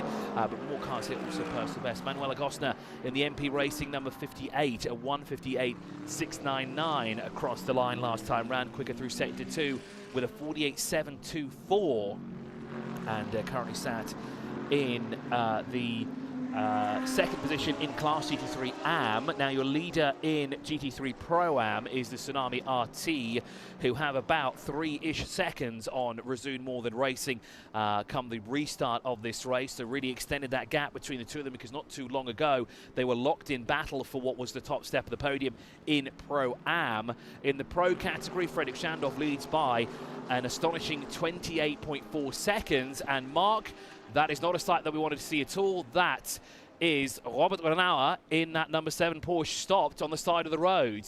Yeah, so Robert Ronauer out of the car and indicating to the marshals as to what the problem is. He's looking around the back end of the car, but that's such a shame for Herbeth Motorsport, who were running inside the top 10 and are now going to drop like a stone through the order. That is turn 3, is it? No, it's turn 10. Right. And looking at the right rear of the vehicle, he was also pointing to his hand as well, so maybe that's a coded message somewhere as well. But really having a look there at the back of the vehicle, Now, this should be another full course yellow, because that is, while it looks like it's behind the wall, it's still actually just off on the right-hand side of the racetrack there. So for the safety, there should be yellow flags waving in due time. We also have the 44 now in the pit lane. Yeah, that is because they are preempting the fact that there might be either a full course yellow or a safety car. Because if you can get into the pit lane before that is called, you can then have this as an imposed pit stop. So starting to see the 44 car into the pit lane. And can I hear you, Alan, in the background? Yeah, you can. Only to say that I think also preempting the pit stop is the race leader. So down in the Inception garage, they have begun to get ready for a pit stop. And are they still? Well, maybe they're stood down now. I don't know. There was a bit of activity inside that garage, and I'm just opposite the 44 car. Just for information, it's far more difficult here when your microphone is open today than it was yesterday, so you might have to just sort of give us a little click every now and again so we're aware when you want to come in. Okay, I shall click away. So 2 cars currently in the pit lane. We saw Valmont Racing in the pit lane, and then also defined by Dragon, who are sorting out that power steering issue at the moment. We are still green flag racing, so maybe that number 7 is just offline enough to not cause any further harm. Now, car number 8 receives a stop and go penalty for causing a collision. Well, there's no doubt about it. We saw exactly what happened. Absolutely, yeah. It's taken a while for that to be investigated, and race control have deemed that Marco Pulcini was the culprit, which I think at the time I said, you know, he wouldn't have done it on purpose. It would have been a genuine mistake. But yeah, he just got into the back of Sergei Solyarov, and nothing he could do. So a stop-go penalty. Now they can't come into the pits and serve one of their imposed pit stops and serve the stop-go penalty. They're going to have to do those 2 things separately. So get one out of the way, and then they can come in and serve an imposed pit stop should they wish. Remember, there are 6 imposed pit stops that need to be completed in part 1 of the 15th running of the Gulf 12 Hours. They all need to be completed between the start of the race. At the end of the first lap, it's the first time you could come in. Nobody did. But all 6 need to be completed, which is by the 7th hour and 15th minute of the race. And the imposed pit stop times, if you're wondering what it is, there is a minimum amount of time that the cars need to be in the pits. For an imposed pit stop to be the minimum time, including refueling time, is 100 seconds from pit in to pit out. So the reason we don't have the safety car of full course yellow is because of where that number 7 had stopped. It was right in front of an entry point to go behind the barrier, and in the brief shot that we saw as the pan went through turn 10, you could just make out that that number 7 Herbert Motorsport car has been put behind the wall there. Now it's greyed out on our screen. Now, Mark, does that mean, unfortunately, we have to wave goodbye for the time being, or will they be able to bring the car all the way around to pit lane, get it fixed, and get back out there? They will, yeah. They'll put it on one of the flatbed recovery units. They'll bring it back into the garage, and Herbert Motorsport will be all over that car as soon as it arrives. The first thing is investigate what the problem is. The second thing is, now we know what it is, have we got the parts? And the third thing will be, if we have, let's crack on. So they will be there.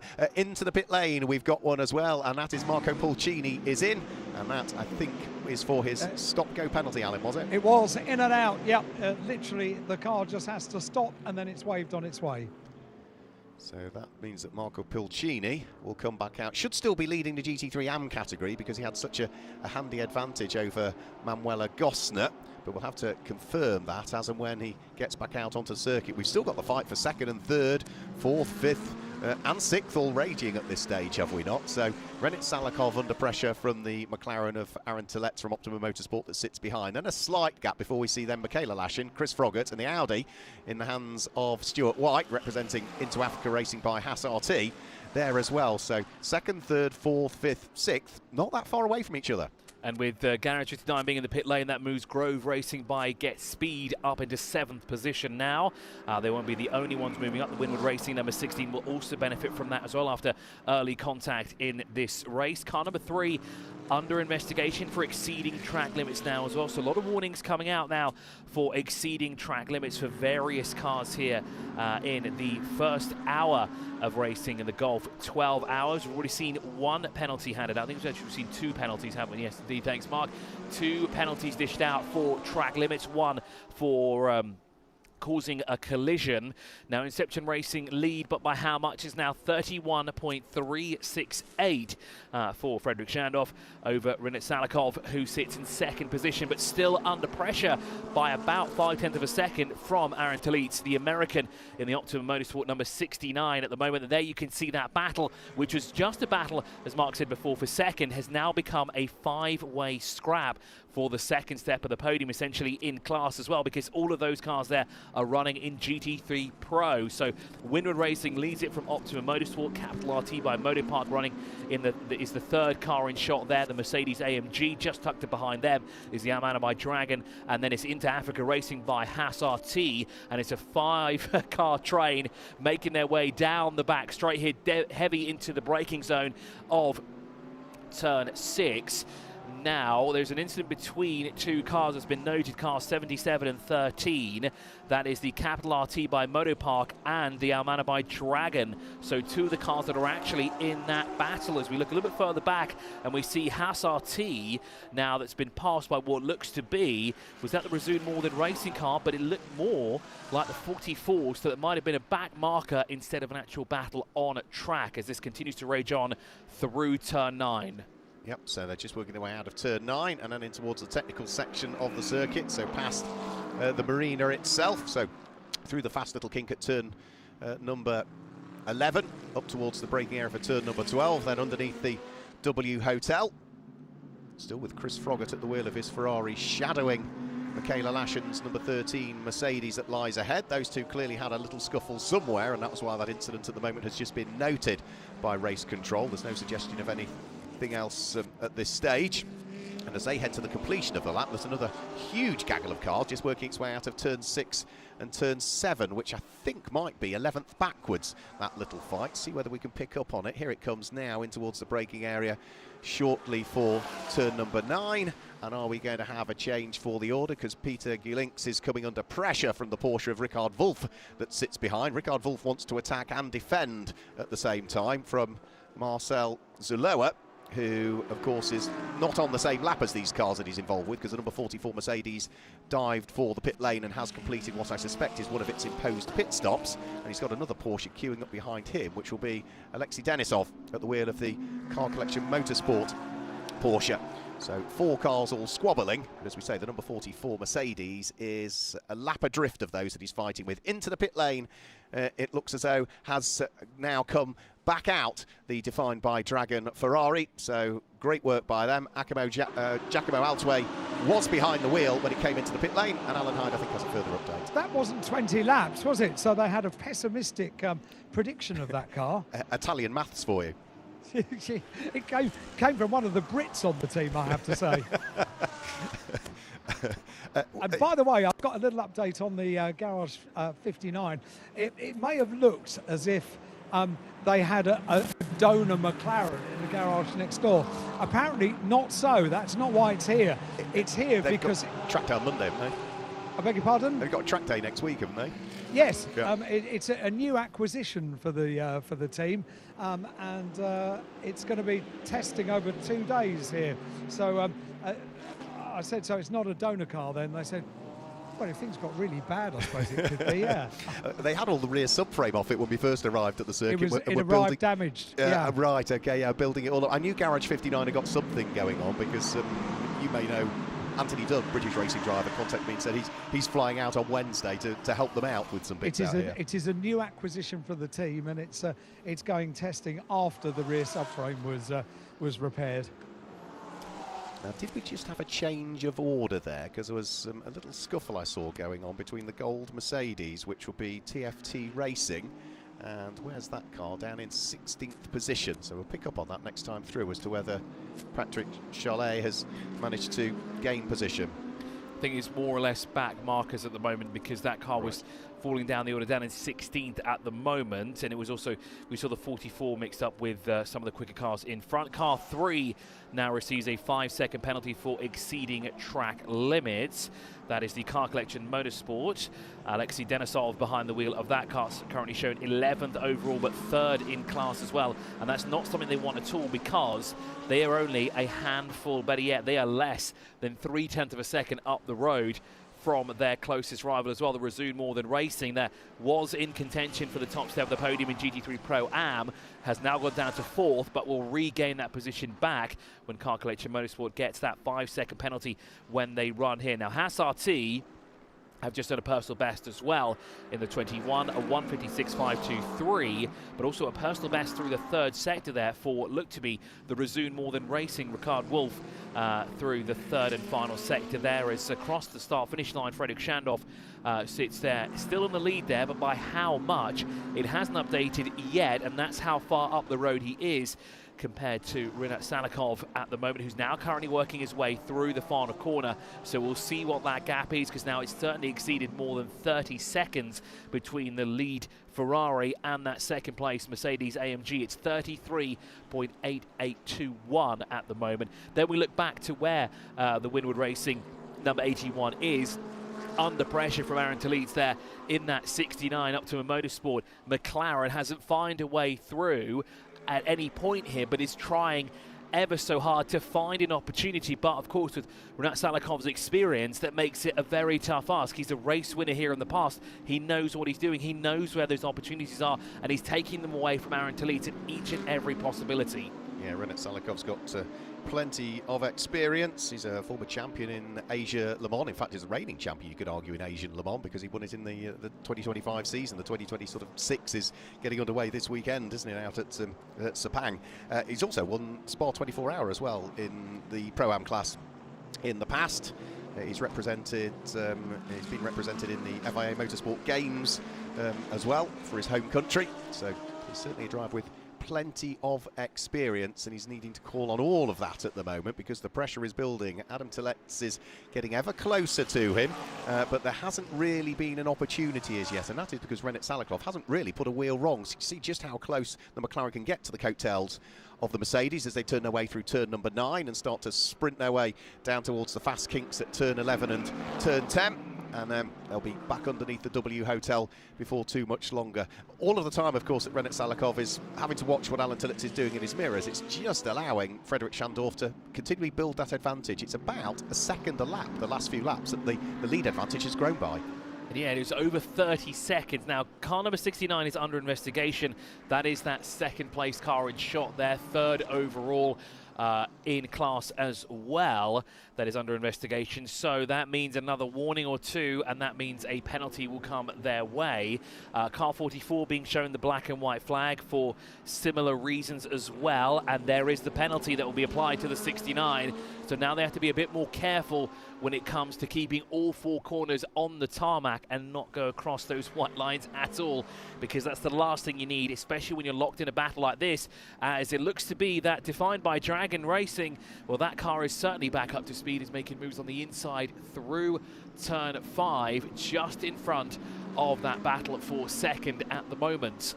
Yep, so that was Giacomo Altway that is still showing as being the driver behind the wheel of that car. So we know it went well in his hands in the earlier part of the race when he brought that car up to the lead of Pro-Am and was running right at the sharp end before the power steering problems with it.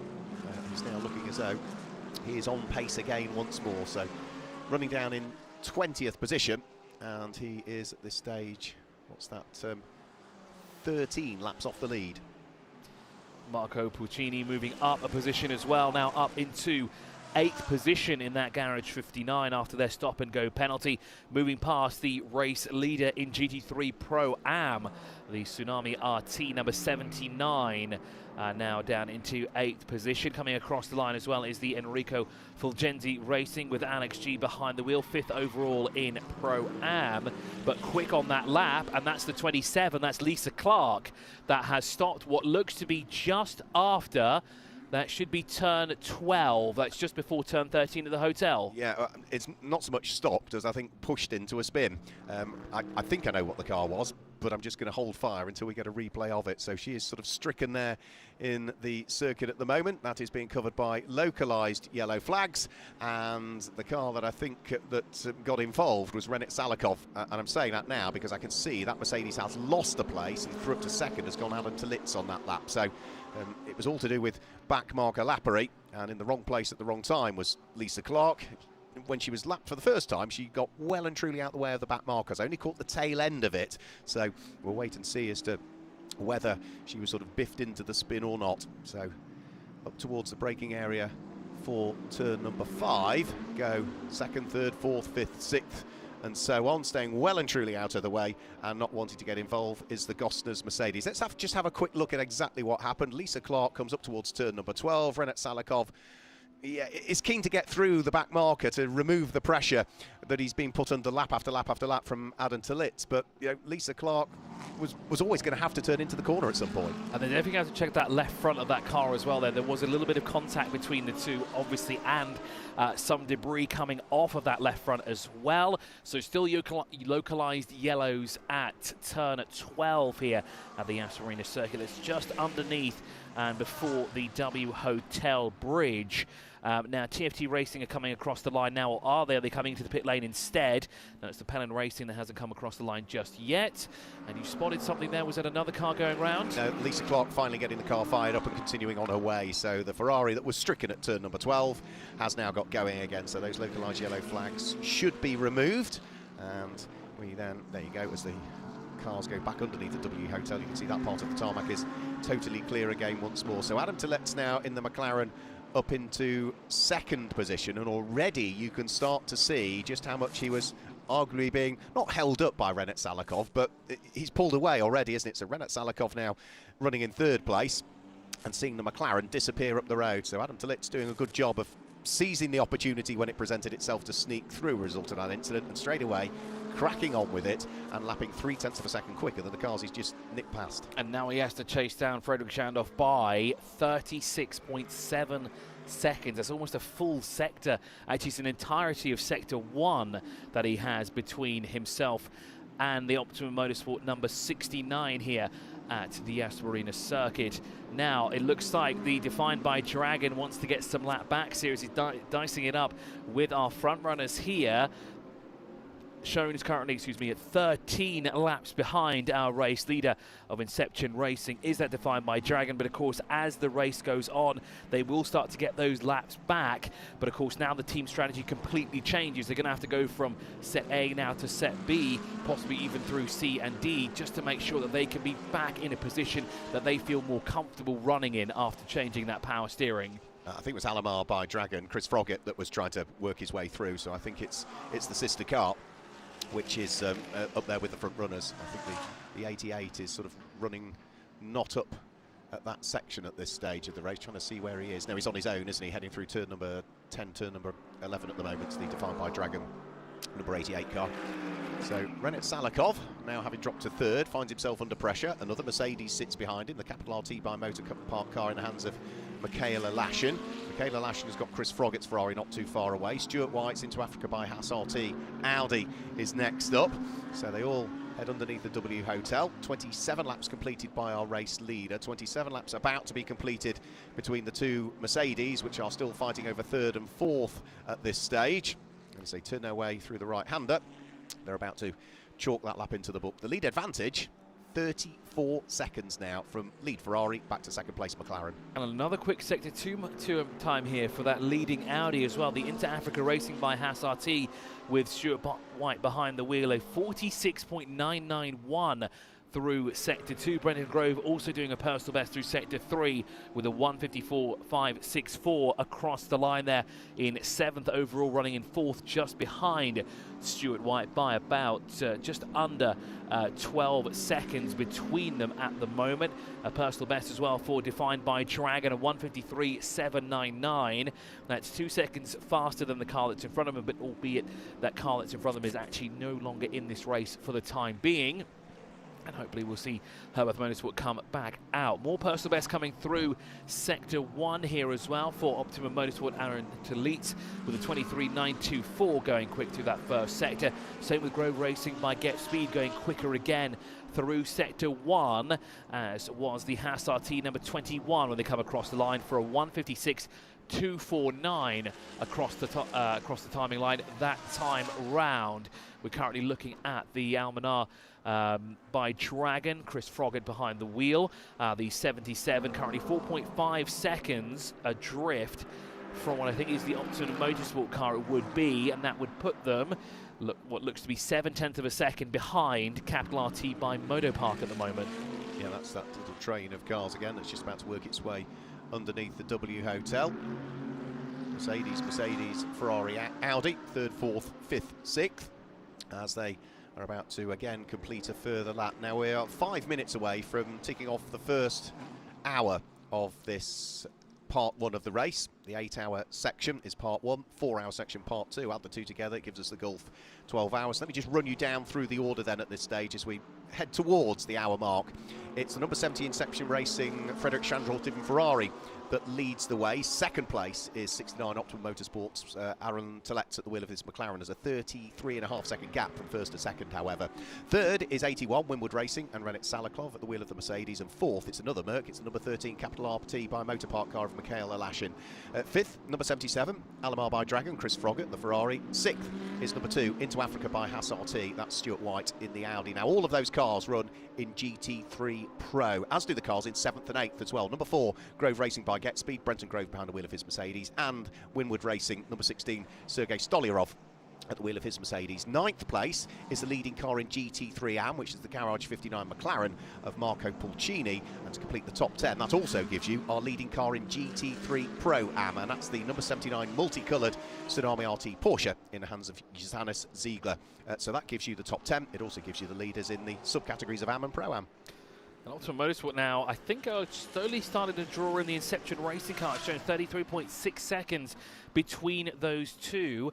And it appears that Aaron Tilletz is on some quick laps here once he's been released from the clutches of the Mercedes that are now behind him. Because once again, through sector 1, green again, a 23.924. That was 0.2 of a second faster compared to Frederick Chandra through that first sector as well. And that gap has come down to, we'll have a confirmation for that in around about 12-ish seconds time. We'll see if that gap does come down, because on the previous lap it was 0.1 of a second between Inception and Optimum that was brought back between the gap. Now he comes across the line and it's gone up to 34.065, but he is keeping him honest and sort of in that 33 to 34 second threshold for the time being. Yeah, I mean, since Adam Tilletz moved up to second and ahead of Rennet Salakov, he's pulled away by 5 seconds, so you can just see the fact that, you know, the McLaren was there. He was probably very frustrated, Aaron Tilletz, because he thought he'd got the pace but just couldn't get by because Rennet didn't make the mistake. And as soon as there was that small mistake, whilst they were trying to lap Lisa Clark's Ferrari, Alan Tilletz then can fully crack on and show what his true pace is at the wheel of the second place Optimum Motorsport McLaren. So we've still got 3 different manufacturers inside the top 3. Ferrari lead McLaren, lead Mercedes, and you can see as they head out of turn number 4 and down the back straight that Rennet Salakov is probably the man who's had the busiest race so far. That sort of Tiffany blue coloured, that teal coloured car that sits there in 3rd place has always had somebody looming large in his mirrors, and at the moment right behind him is Mikhail Alashin. And also, once again, Optimum Motorsport's Aaron Tilletz quicks through sector 1 with a 23.878, so really nailing it down through that first sector, trying to gain more time on the leader in front, but unfortunately loses 0.1 of a second, so evens it out through sector 2. But what about through the 3rd sector? Will there be a change again? Will Aaron Tilletz pick up the pace and try and close that gap up as under pressure from the Capital RT by Motopark is that Winwood Racing, number 81, the 2 Mercedes AMGs here, but still it's the Almanar Almanar by Dragon, car number 77 behind them, and Into Africa Racing by Haas RT is staying within close proximity as well. And as Mark said before, the Aaron Tilletz driven number 69, once it was released from the clutches of the 2 Mercedes, it allowed him to escape up the road and put a gap of 5 seconds between them and left these 4 to squabble it out for the 3rd step of the podium overall and in class as well. So all 4 of them there across the line, separated by just over 2 seconds between the 4 of them there. And now, of course, Grove Racing by Getspeed, who was a little closer to the back bumper of the Inter Africa by Racing RT, excuse me, of Stuart White, was a lot closer than they were before, has now dropped back. Now, another penalty to be applied here for exceeding track limits. That goes the way of Chris Froggatt in that 77. Almanar by Dragon, unfortunately. And Defined by Dragon move up a position as well on the time sheets now into 19th. Overall, as they get that lap on the Herbert Motorsport of Robert Renauer, which you saw stopped on the side of the road, with the driver checking the rear end of the vehicle. We'll have to find out exactly what the issue was there, and if the team have got it back into the garage and are working on to having that car back out here in the Gulf 12 Hours. Robert Renauer was behind the wheel of the car. I think it's his twin brother, isn't it? Alfred Renauer and Ralph Boone are the three drivers that are in that car that now has dropped to the tail end of the order. No update as yet as to what the problem was with that car. Chris Froggatt here coming under real pressure from the Audi of Stuart White, the Inter Africa Racing by Haas RT machine, trying to pick its way through and past the 296 Ferrari, but still, despite the very best efforts, just cannot manage to do so. So we've ticked off the first hour of part one of the 8 hours that we've got, and it wouldn't surprise me now, bearing in mind that they've got 6 enforced pit stops to do, and they all have to be done within the first 7 hours and 15 minutes of the 8 hours that form part one of the Gulf 12. Now, we might see some cars come in maybe in the next few moments, because if you're going to sort of almost equalise those imposed pit stops over the 7 hours and 15 minutes, now's about the time you'd start to tick the first one off. Teams and drivers are definitely standing by, that's for sure. Thanks, Alan. So that means we will get to see some pit stops in the not-so-distant future. We have elapsed 1 hour of racing of our first 8-hour segment here of the Gulf 12 Hour at the Yas Marina Circuit here in Abu Dhabi. The 15th running of this event, the 14th time that it's been held here in Abu Dhabi, as it looks like the second-placed car they're making or putting a lap back on the TFT Racing Mercedes AMG as well. That's the Winward Racing, sorry, that's the third-place car now, isn't it? Because Optimum Motorsport has gone through, and Aratalit is chasing down our race leader. The gap is 33.618 out in front at the moment. Now, if we look at the lap times between the two of them, it was a 1:54.590 for Optimum Motorsports, number 69. It was a 1:55.356 for the race leader. So that's 0.8 of a second quicker on that previous lap was that second place Optimum Motorsport car. This is also the 10th year that Pirelli have joined us here for the Gulf 12 Hours. And first in the pit lane is Lisa Clark from Pellon Racing in the Ferrari number 27. Yep, the team was standing by. The car has come to a leisurely stop down here in pit lane, and that's very much the nature of these pit stops. They can take their time. Lisa climbs out the car. We'll see if we can get a word with Lisa and find out about not a completely stress-free first into the race. Oh, Alan, I think you might possibly have an incident out on circuit. There is a very damaged Winward Racing Mercedes, Sergei Stolyarov, with damage to the front end. Looks like there's damage to the back end of his car. That's the exit of turn number 4, but we may well have certainly full course caution or safety car, Alan, coming up. And a number of cars elect to come into the pit lane at that point. The 27 Ferrari is being worked on. In comes the 81, the 13, the 77, and it's a busy time down in pit lane now at the end of 1 hour. 28 Mercedes comes to a stop now, and also the number 4 Grove Mercedes comes to a stop. So quite a few electing to come into pit lane. And they need to, because we're going to go full course yellow in a matter of seconds. Because they're in the pit lane, this will count as an imposed pit stop. As soon as we go full course yellow, if you cross the pit lane line at that point, you can't count it as one of the imposed pit stops unless you're in there for 5 minutes. And I think it might be a fairly long delay, Alan, as well. You could talk us through the pit stops, because there is barrier damage, and it looks so Sergei Stolyarov, we don't know what's caused it, but he's clogged the barriers on the inside coming out of turn number 4, and there's a big dint in the barriers that need sorting. So Winward Racing there, driver change underway, a fresh set of Pirelli boots on each corner as well.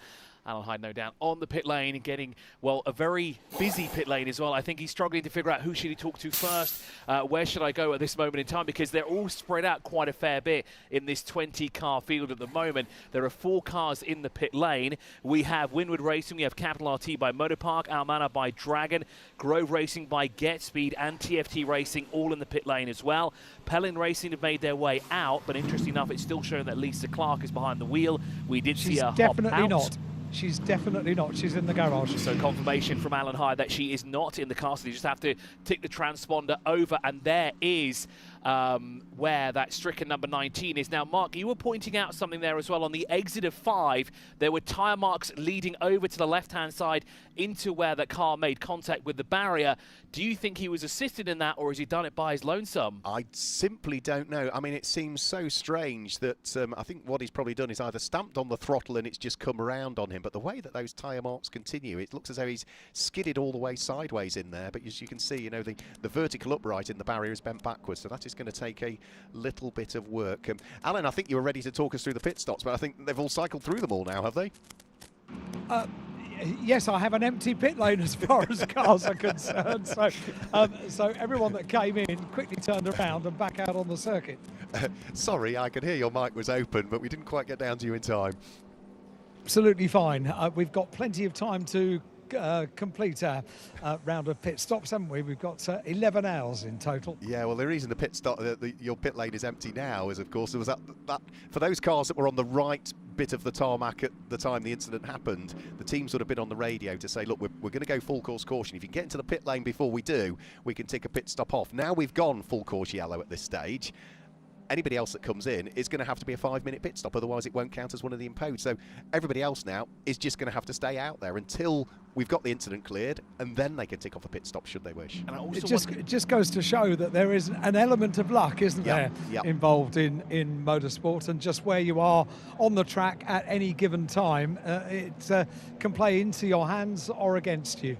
Now, I was going to ask Alan if you could confirm what I saw on the shot before, right at the tail end of the pit lane, was the number 7 Herbert Motorsport car, but there is confirmation that the car is indeed back in the pit lane.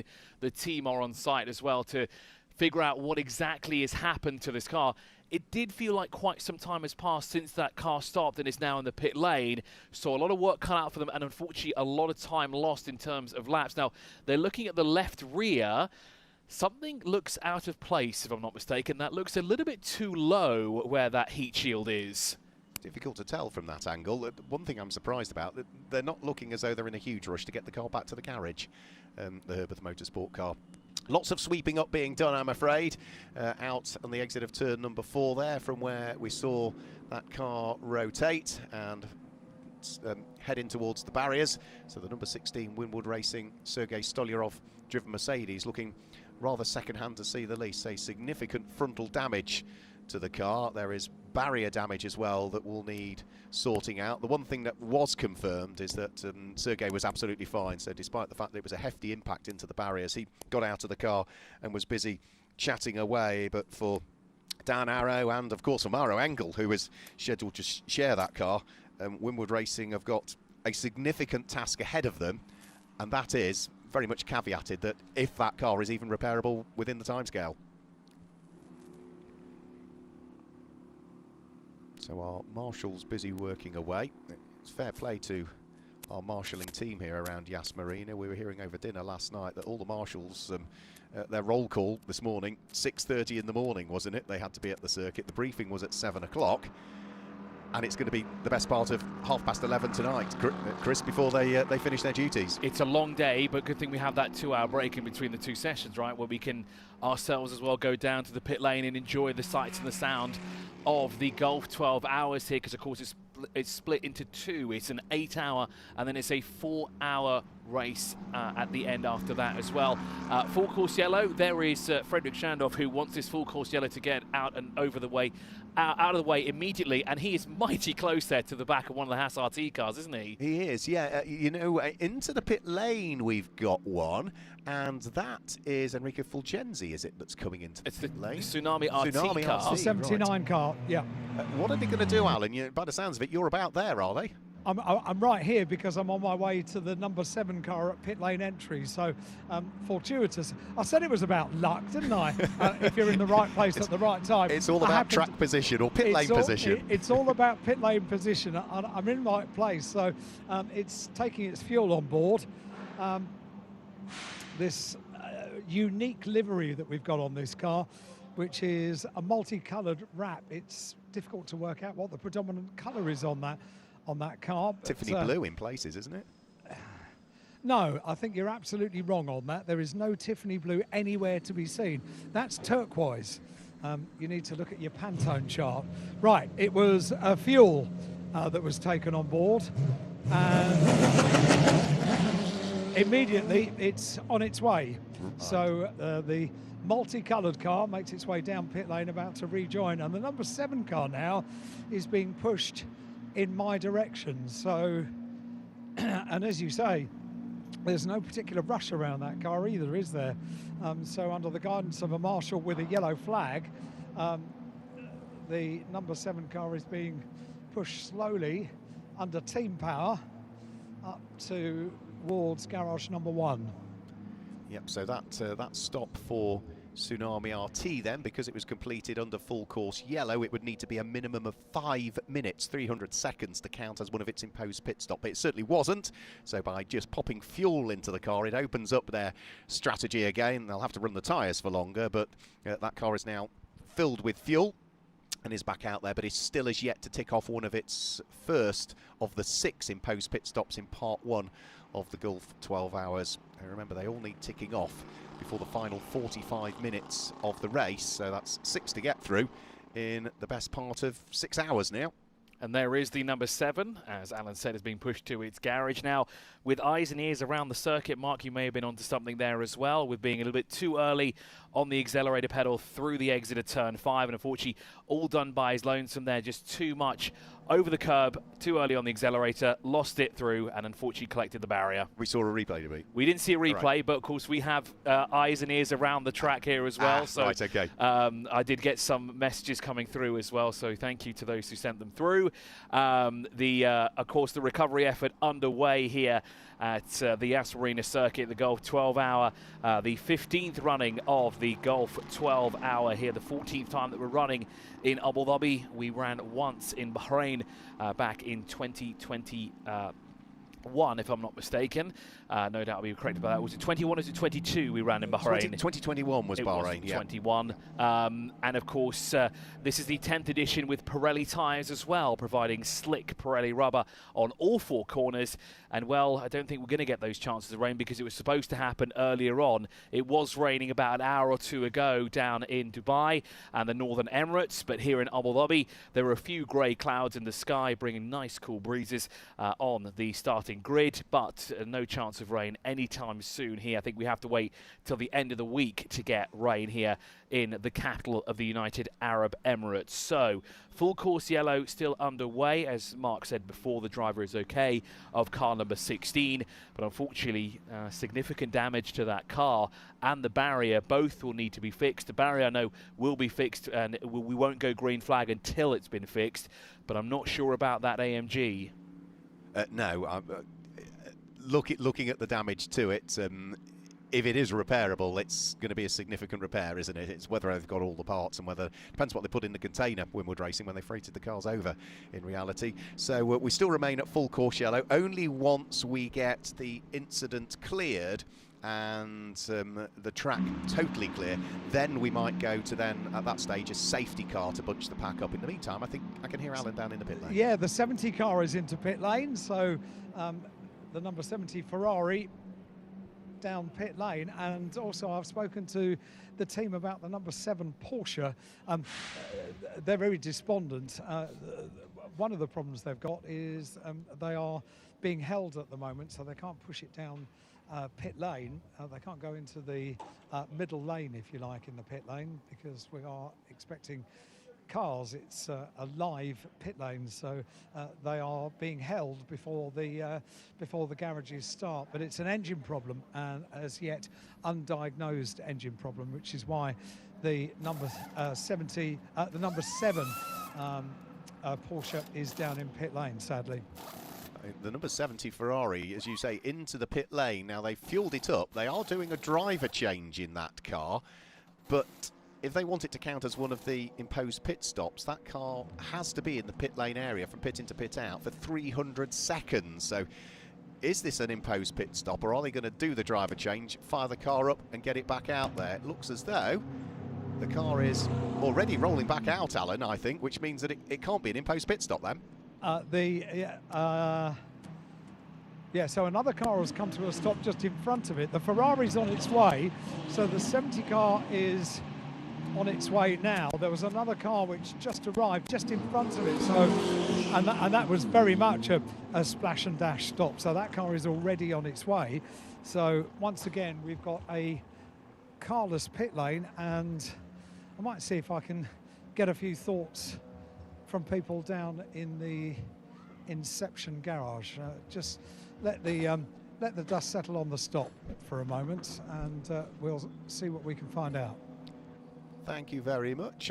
And looking at when that Ferrari arrived in the pit lane to when it went back out of the pit lane, I think that they are probably then going to have lost a little bit of their advantage. Let's look back at what's happened so far in the 15th running of the Gulf 12 Hours. Well, it was two Ferraris that started on the front row of the grid, and as the lights went out, it was a brilliant start from Frederick Schandorf, who was all tasked by Inception Racing with hanging on to the lead and trying to build an advantage. Renat Salikov was able to squeeze his Winwood Racing Mercedes through and ahead of Chris Froggatt on the run up towards turn number 1 and take up second position, and he would look to see whether he could then close in on the race leader at that stage. There's some great onboard shots. Marco Pulcini was having a busy race at the wheel of his McLaren, and for Sergei Stolyarov, he was finding himself under pressure from the McLaren that was sitting behind him. Marco Pulcini made a small amount of contact with the tail end of the Mercedes and pitched Sergei Stolyarov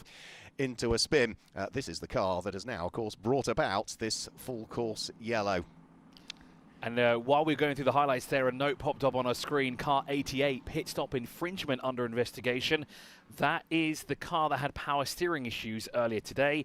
That's the Define by Dragon car, now being shown as 19th position overall. 22 laps completed, 17 laps, sorry, not 17 laps, yes, 13 laps behind the race leader. And let's go down to Alan Hyde in the pit lane. With fresh out of the car, and you do look remarkably fresh, Frederick. Goodness me, you wouldn't think you've just done an hour in the lead of the Gulf 12 Hours. But we also had 10 minutes of just blowing air conditioning on my face, so that's helped a little. It's a nice way of cooling down, isn't it? It is quite humid today, isn't it? It's good. I mean, obviously, it's such a nice time of year to race here. I'm glad we're not racing during the summer, so this is a good time. Yeah, it's really good fun out there, and so far the car is in one piece and everything is going as planned. Unfortunately, we didn't really want that safety car, but that's how things is. So much of luck comes into these things when the safety car comes out, whereabouts you are on the track. Yeah, I mean, we're quite unlucky now because I think we're about to also gap some of the pro cars that had their bronze driver in, so that was a little bit unlucky that we didn't really gain that lap. So now we're pretty much back to square. But so far, the car is really awesome. The team have done a fantastic job. The car is so nice to drive, so I'm just looking forward to get back in. Isn't it a treat when you've got a beautiful circuit, lovely weather, and the car is working perfectly? It is, but I mean, this whole event with the Gulf 12 Hours is just a treat for everyone here because it's just lovely being here. Obviously we're not on holiday, but we just all of it enjoying, and the mechanics also staying at the hotel here, so we all are just having a really good time here. There is a bit of a holiday feel to it, though, isn't there? It is, but when we are racing, we are max attack anyway. So. Exactly right. Well done, Frederick. Thank you for having a chat to me. You can see it's a bit of a holiday atmosphere. Look at all the youngsters that are down in the garage as well, all enjoying the Gulf 12 Hours. And there we go, straight from the leader's mouth, if you like. Let's go, Brendan, says the support from the family. Absolutely superb. Oh, brilliant as well. Yeah, lovely to see, holding up his little banner of support there. And we'll see as to whether that comes true at the end of the race. A few more cars coming into the pits as well. Garage 59, Marco Pulcini is just completed a pit stop. He's on an outlap. Haas RT in the pit lane at the moment as well. And that looks as though that is Peter Galinks that's going to get out of the car. and a driver change taking place in the number 21 Audi. Update for you, Alan, because you won't be able to see it. The Sergei Stolyarov Mercedes is now on a flatbed recovery unit. It's not just the front of it that's damaged, it's the back of it that's damaged as well. So he must have slid frontwards into the barriers and then it's spun around and clonked the back end. So that's going to take a chunk of work to do. We are still in the process, though, Alan, of rebuilding barriers out there at this stage. I thought you might be, and it's opportunity for me to maybe find a few other people down in pit lane to have a chat to. Having a look down in the garage for the Winward Racing team, and they have unique seating for the team. They look jolly comfy as well, sort of racing seat type. That's what they look like, but they're actually bean bags, and they do look terribly comfy. Really nice idea. There are in total, I think, 6 of them, 7 of them.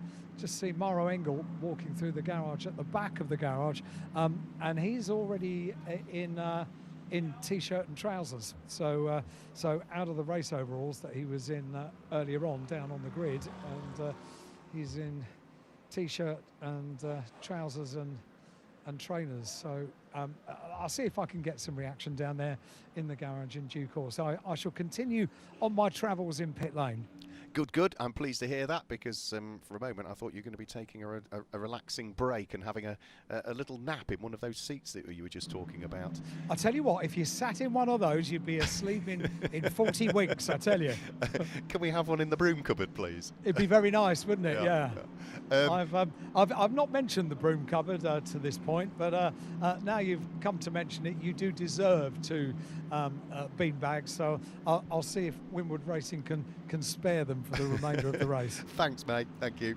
Herbert Motorsport, by the way, it looked as though Chris have finally got the car back, pushing the Porsche into the garage. Yep, and we're looking at the efforts for the repairing of the barrier there. Just on the left-hand side, it's just gone out of shot now. That'll be done in a few moments' time. We will not be going racing until the race officials have give us the all-clear to go racing once that has been completed. So we will stay behind, or the yellow flags, the full course yellow, will still be out there for the foreseeable future. It's good news for Herbert Motorsport to get that car into the garage so they can work on it and get that car back out, as they'll be losing less time now that the full course yellow is back out here at the Yas Marina Circuit. So we've had 2 full course yellows. We're still currently under our second one here, excuse me. We've only had 2 different leaders so far, and that's come during the full course yellow. The leader from the very get-go was Inception Racing with Frederick Schandorf, and our second race leader came on lap 36 and is still shown as the race leader for the time being, is Inter Africa Racing by Haas RT, with Zoli Litlaka behind the wheel, who has already run a race here at the Yas Marina Circuit this year. Actually won 2 races in Golf Pro Car behind the wheel of an Aston Martin GT3 about a month or so ago, but didn't take part in the second race for Golf Pro Car, just getting a bit more track time in before his campaign here in the Golf 12 Hour. Another locally based team here with drivers who competed in Golf Pro Car there in that number 17, the Enrico Fulgenzi racing car, Alex G and Andrea Girondi. Now behind the wheel is still Alex G, and back to the top of the timesheets goes Inception Racing's Brandon Arib, who is behind the wheel of that number 70. Now the Inter Africa Racing by Haas RT will tumble down the order due to the full course yellow being out. So Optimum Motorsport with Aaron Talitz behind the wheel. He has stayed behind the wheel of that car as well, will now be in second position. Now, of course, it's a long way round this 5.3 kilometre circuit, 16 corners in total, especially when you're used to going around at 200 plus kilometers an hour and you're currently circulating at 60. It feels like an absolute eternity, but this is 100% necessary because safety is top priority. Yeah, I think they've just about finished the barrier repairs now, so whether full course yellow then turns into safety car and then we go green, or whether we just go from full course yellow back to green, is a decision that race control will be prevaricating over at the moment. So yes, as you say, because Inter Africa Racing by RT and the change of driver took place, Stuart White handed over to Zoli Litlaka. They were the last ones to pit, so that was why they took the lead. But they've now dropped back down through the order because Zoli Litlaka is on an outlap, having only just overtaken and jumped into that car.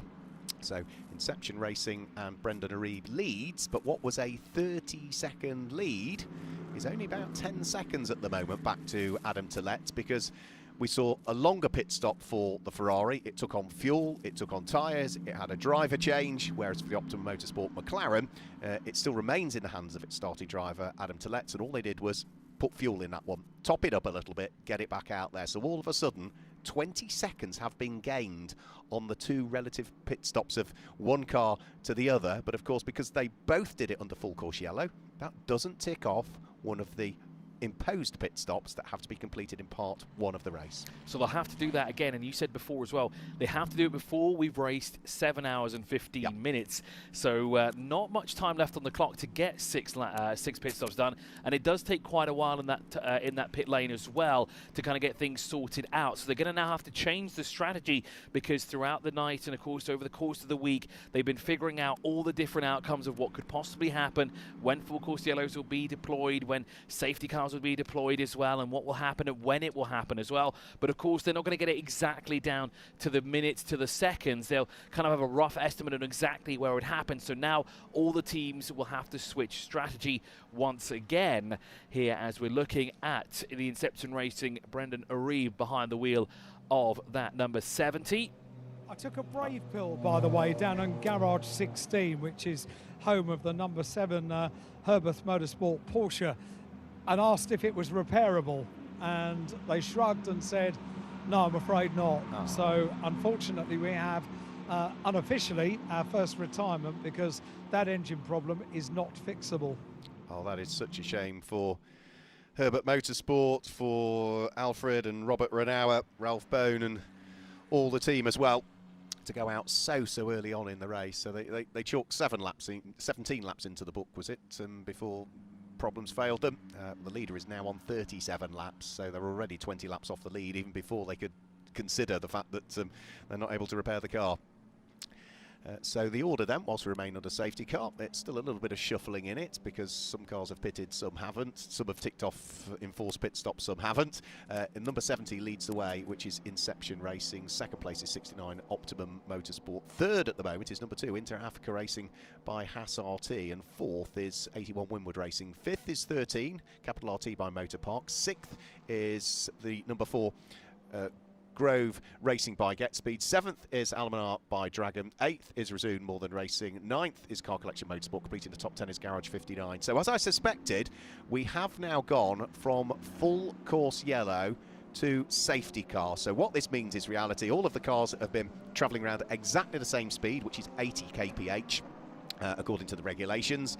Now we've gone from full course yellow to safety car. It means the safety car is out on circuit, and you can see there is our safety car. It now means that everybody can speed up, and usual safety car procedure takes place, that we form a big train of cars behind the safety car, and then we will at some stage go green flag racing. More cars coming into the pits. So Adam Tillett is in, and it's another top up of fuel by Optimum Motorsport for that McLaren. So again, because it's been done under safety car, that still will not count as one of their imposed pit stops, because for it to count as an imposed pit stop if we're under full course yellow or safety car, it has to be a 5-minute stop.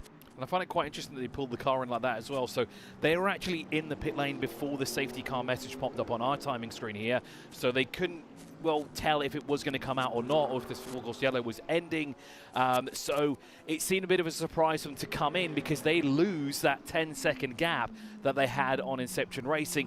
That gap doesn't come down, it goes up, and they now might even be behind the Inter Africa Racing by Haas RT, Winwood Racing, and a few other cars in front of them, because the safety car would of course bunch the field up, and then there'll be a single line of cars working their way around at 80 kilometers an hour or less. Well, hopefully not less, because we want a nice tidy line when it comes to the restart here, with 6.5 hours left to go on the clock. Yeah, I'll be really intrigued to know as to when Optimum Motorsport made the call to bring that McLaren into the pit lane. Were they expecting it was still going to be full course yellow? Because what they did was bring the car in under full course yellow. It then converted to safety car, which means all of a sudden everybody else speeds up, which means that by the time that McLaren gets back out of the pit lane, it's going to have shuffled the order, and they'll find themselves mid-pack behind the safety car rather than right on the coattails of the race leader, potentially. They've got more cars now, which will be further down the order for them to overtake once we get back racing. And it looks like Inception Racing and Inter Africa Racing by Haas RT have been collected by the safety car. However, there are lapped cars between them and their closest rivals. One of them is the MP Racing of Manuel Gostner, the 58. The other one there is the Pelin Racing number 27 Ferrari 296. There's also the TFT Racing Mercedes AMG as well in there. The Grove Racing by Get Speed is behind Winwood Racing, Capital RT by Monopark, but unfortunately for them, there are cars behind. Now, there is a McLaren behind that Ferrari 269 GT3, but is that the 69? It is the 69, so they did manage to get it out. They've lost one position then. They've only lost out to Inter Africa by Racing, because that's the car that will be 2 cars in front of them, because those are the back markers, but they managed to stay ahead of the Winwood Racing number 81. Yeah, so they've got a couple of lapped cars to overtake before they can get right up onto the coattails of Solly Letlaka and try and squeeze their way through and past the South African, who's largely been completing in things like Gulf 12 Hours. We've seen him a chunk of in the past, International GT Open 24-hour series. He's one of the older drivers in the field, I would have thought. I don't know who the oldest driver is, but Solly Letlaka's sort of mid-50s now, something like that.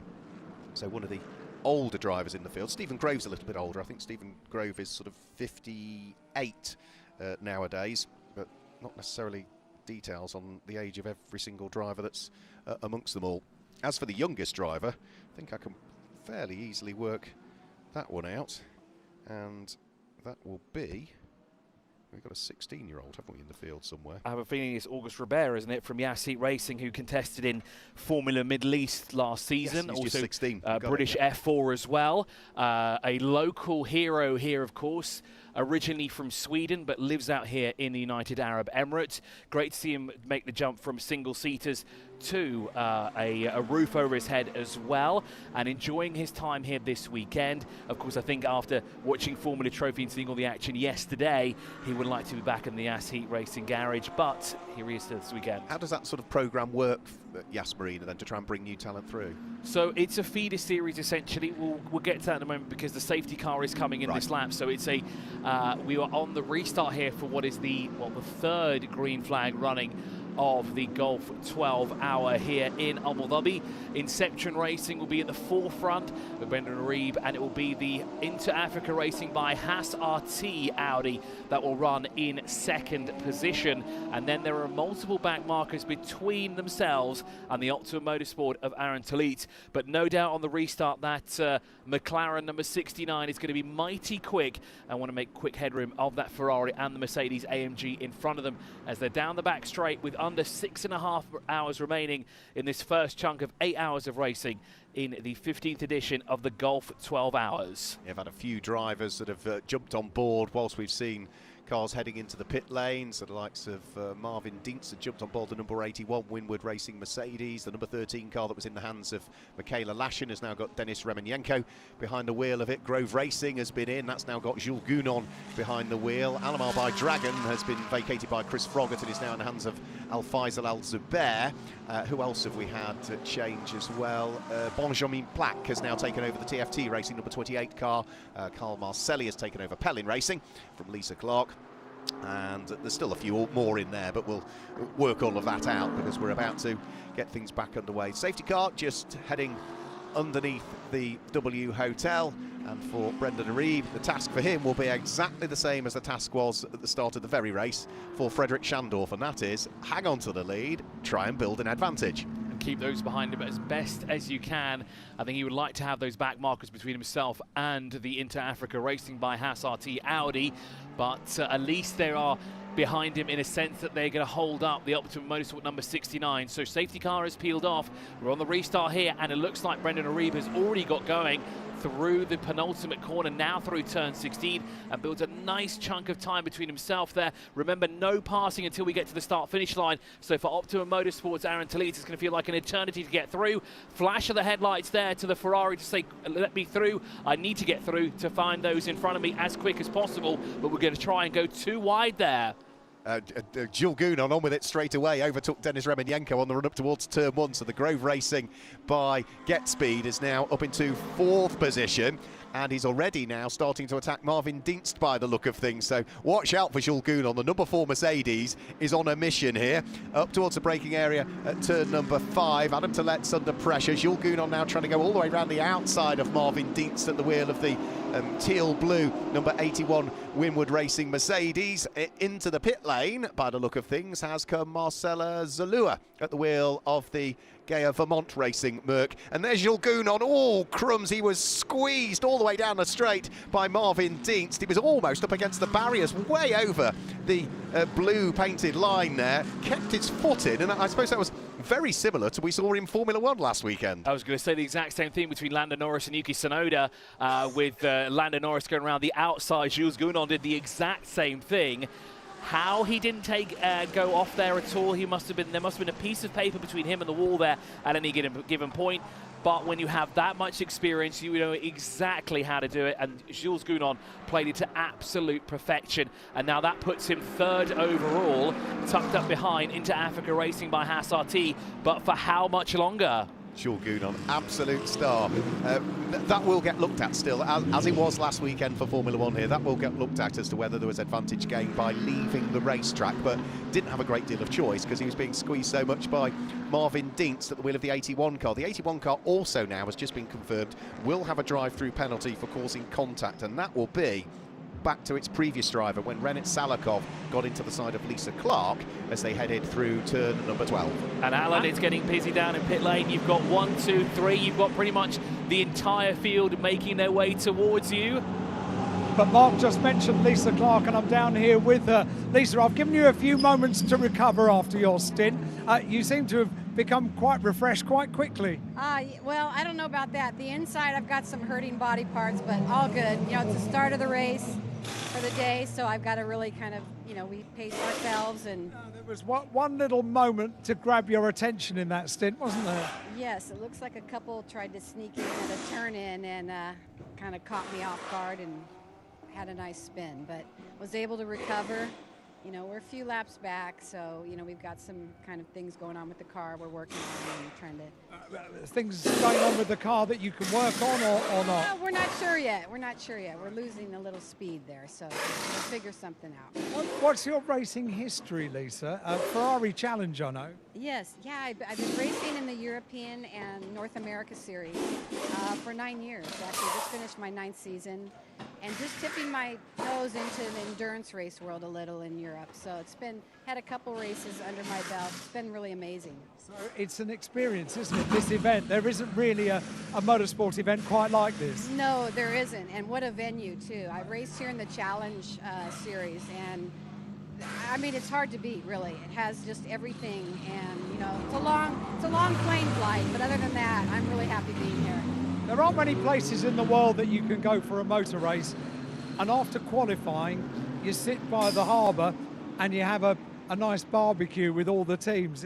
It was amazing, yeah. Last night, under the lights, we're staring at the water and the beautiful boats and the hotel, you know. I mean, it's great. You don't need a car. It's just like you can live here and just enjoy it. Lisa, it's great to have you here. Thank you very much indeed. Thank you so much. Thank you. Lisa Clark down here, Pellin Racing down in the garage, and it is a very busy pit lane.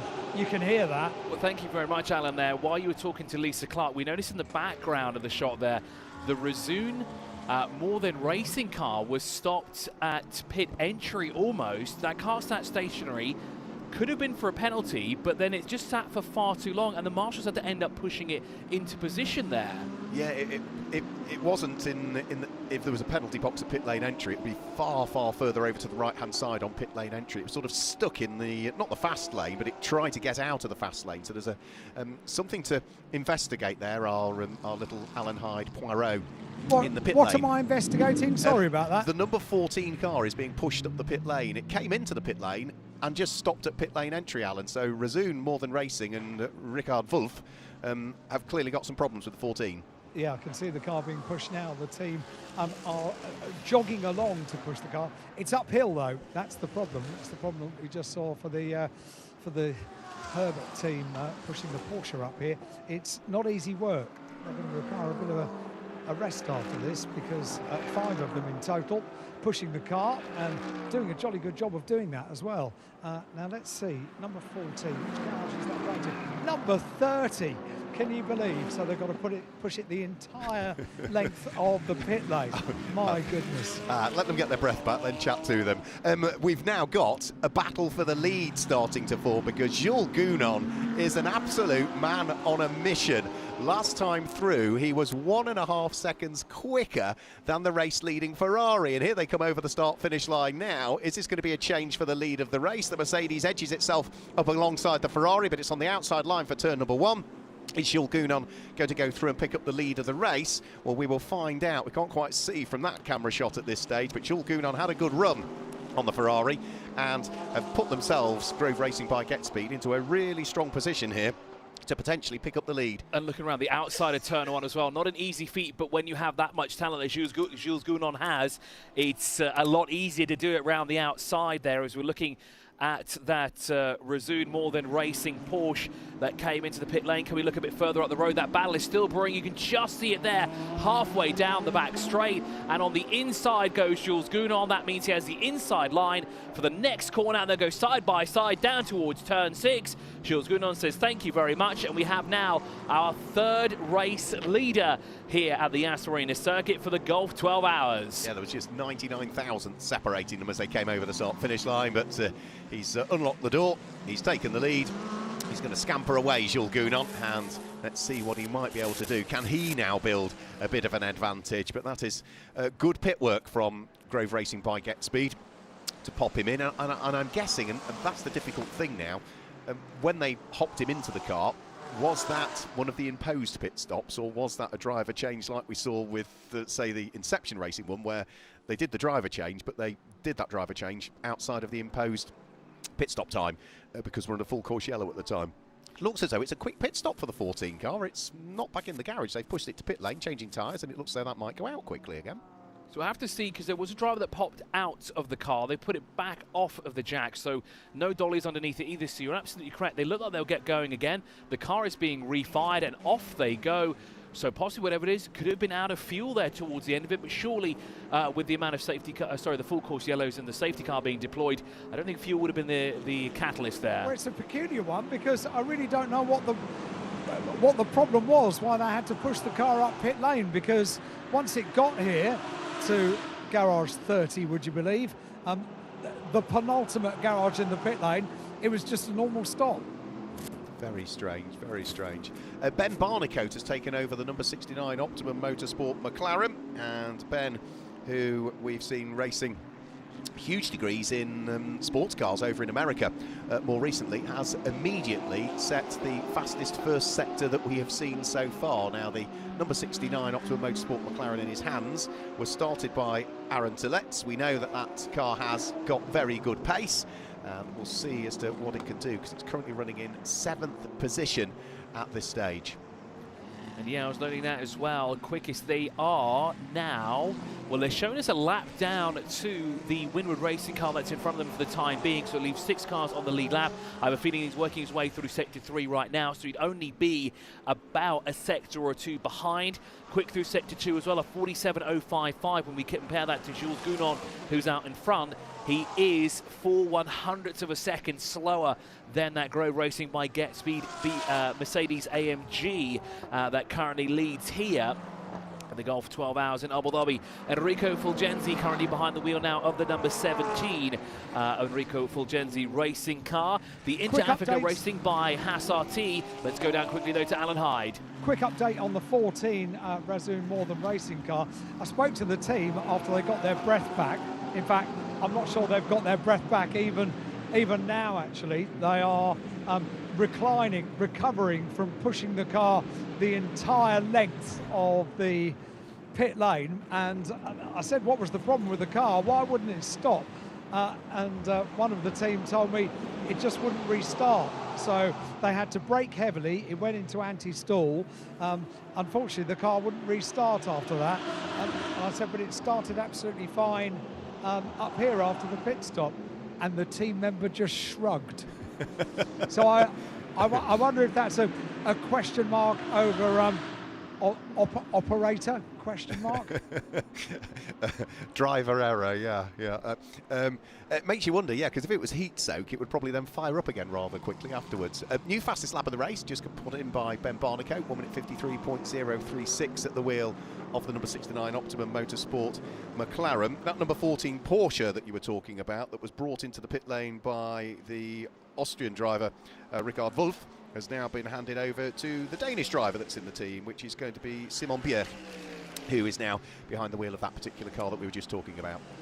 So Jules Gounon leads here by 4.1 seconds. That lap time that Ben Barnicoat put in was just about 10 100ths of a second quicker.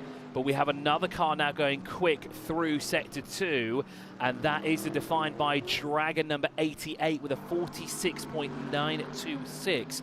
I also noted there that Inter Africa Racing by Haas RT drops from second place on the restart all the way down into 10th position, just showing how competitive now that top 10 is, with some very rapid drivers of a mix of gold and silver drivers now behind the wheel of various race cars here. There is our race leader, Jules Gounon, here at the moment. And I must admit, it is looking a little bit gloomy out there at the moment. There's not a lot of sunshine there at the moment. It's very evident when the cars come through, but there does look like a little bit more cloud coverage, or at least a little bit more gloomier than it was earlier today. Now, the chances of rain here in Abu Dhabi are still very slim compared to what it was in Dubai earlier this morning and the Northern Emirates, but we can't discount it just yet as more penalties coming in. Car number 8 receives a 10-second penalty for exceeding track limits, and also car 44 as into the pit lane comes Tsunami RT. That's our Pro-Am leader into the pit lane, so Johannes Ziegler behind the wheel of it. And are we going to see a driver change for this particular car? That should hand the lead of Pro-Am to Enrico Fulgenzi Racing, and Enrico himself behind the wheel. Yes, so it is a driver change for Tsunami RT at the wheel of the number 69 Porsche. So that is Johannes Ziegler getting out. Now, they've got 4 drivers in that car, so Fabio Babini, they've got Daniel Gaunt, they've also got Davide Scanicchio, who are the 3 possibilities for the incoming driver. And because they are doing this without any interruption of full course yellows and safety cars, this one is easily going to be one of their imposed pit stops, providing, of course, that the car from pit in to pit out is 100 seconds. Now, you can have one pit stop that's slightly shorter. I think it's called a joker pit stop that you can utilise. It's up to 0.999 seconds or shorter is considered a joker stop without penalty. You only get one of those for the entire 12-hour race. So as long as you are within less than a second of the minimum time, you get away without a penalty. But you can only do it once. Speaking of quick times as well, 2 of them have just come in, a 1:52.904 for Grove Racing by Get Speed, but Ben Barnicoat answered immediately with a 1:52.858, almost 5/10 of a second quicker, sorry, 5 100ths of a second quicker compared to Jules Gounon.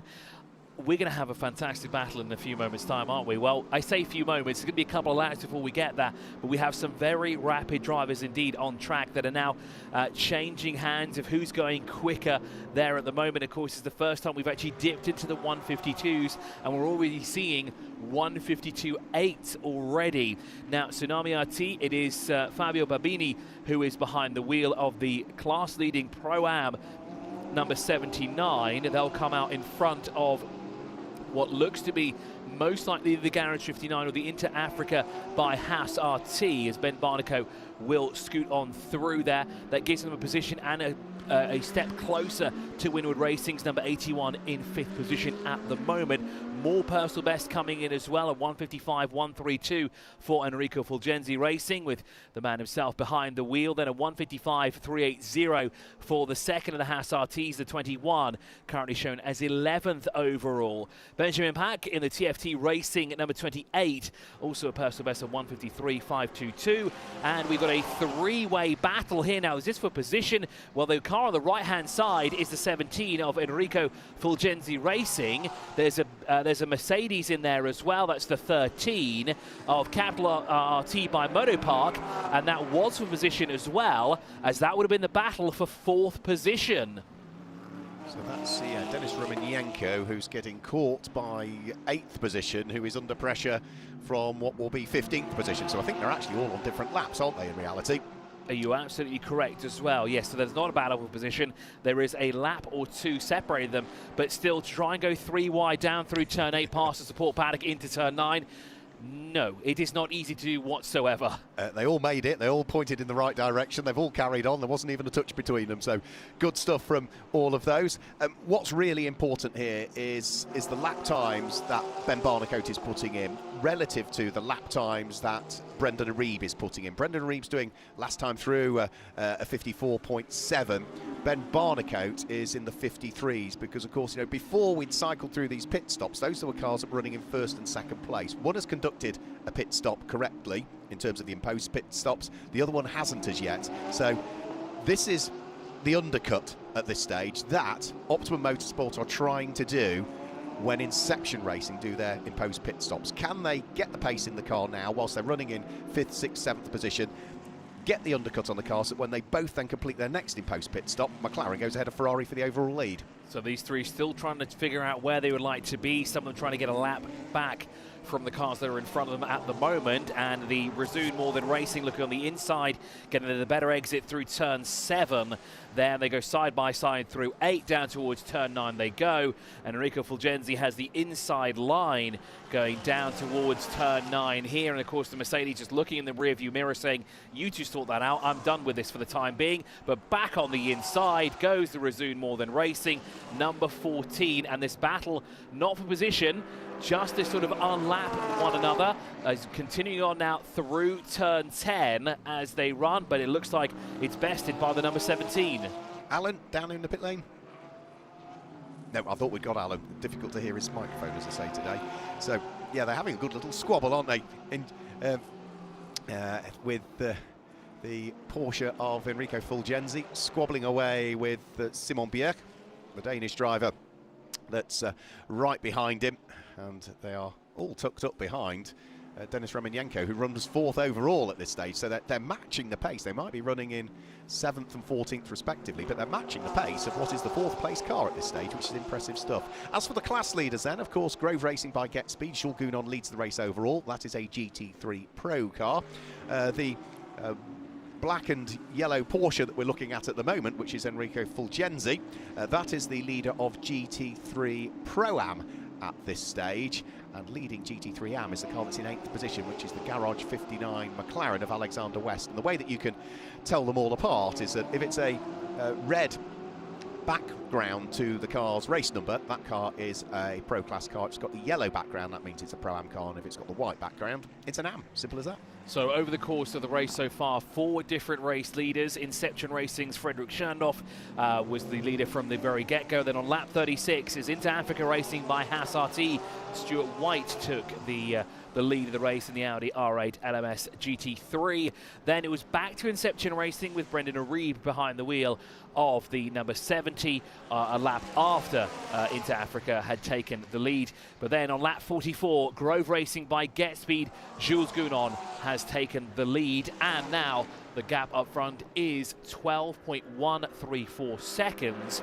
Now, with almost 2 hours of racing completed, 25 minutes of the race so far have been completed behind the full course yellow, and at 6 minutes, or just actually under 7 minutes of racing, has been behind the safety car here. So almost, well, actually over half an hour of yellow flags being waved around the track. So it's only about an hour and a half of green flag running that we've had here, give or take, at the Yas Marina Circuit for the 15th edition of the Golf 12 Hours, the 14th time that we've held it here in the capital of the United Arab Emirates in Abu Dhabi, and once we raced in Bahrain in 2021. Now, Mark, have you spotted something interesting? I was just looking to see what the record is in the Golf 12 Hours for the amount of time spent behind safety car or full course yellow since it was introduced. And you have to go back to 2017, when in the first part of the race there was a significant, we only had 2 safety car periods, but one of them was significant.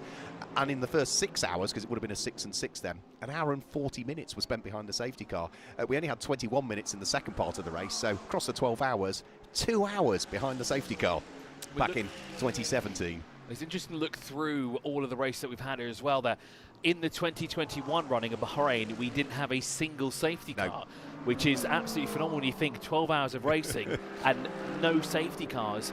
That just shows the talent of the field that we have in the Gulf 12 hours. Well, we had less cars at Bahrain, A, because it was sort of, you know, a different venue, but also the world was in a different place in 2021, and therefore travel was very much restricted. The best safety car period, we had a 0 there, but the best here at Yas Marina was in 2013, one of the earlier runnings of it, where first part of the race, first 6 hours, just under 9 minutes of safety car. Second 6 hours, no safety car, 8 minutes across the 12 hours. Well, you say less cars mean no safety cars. We've had a race here that was 2 cars and we had a safety car that brought it down to 1. That was last year at some point as well, which made for a very interesting safety car procedure because you just had 1 car circulating behind.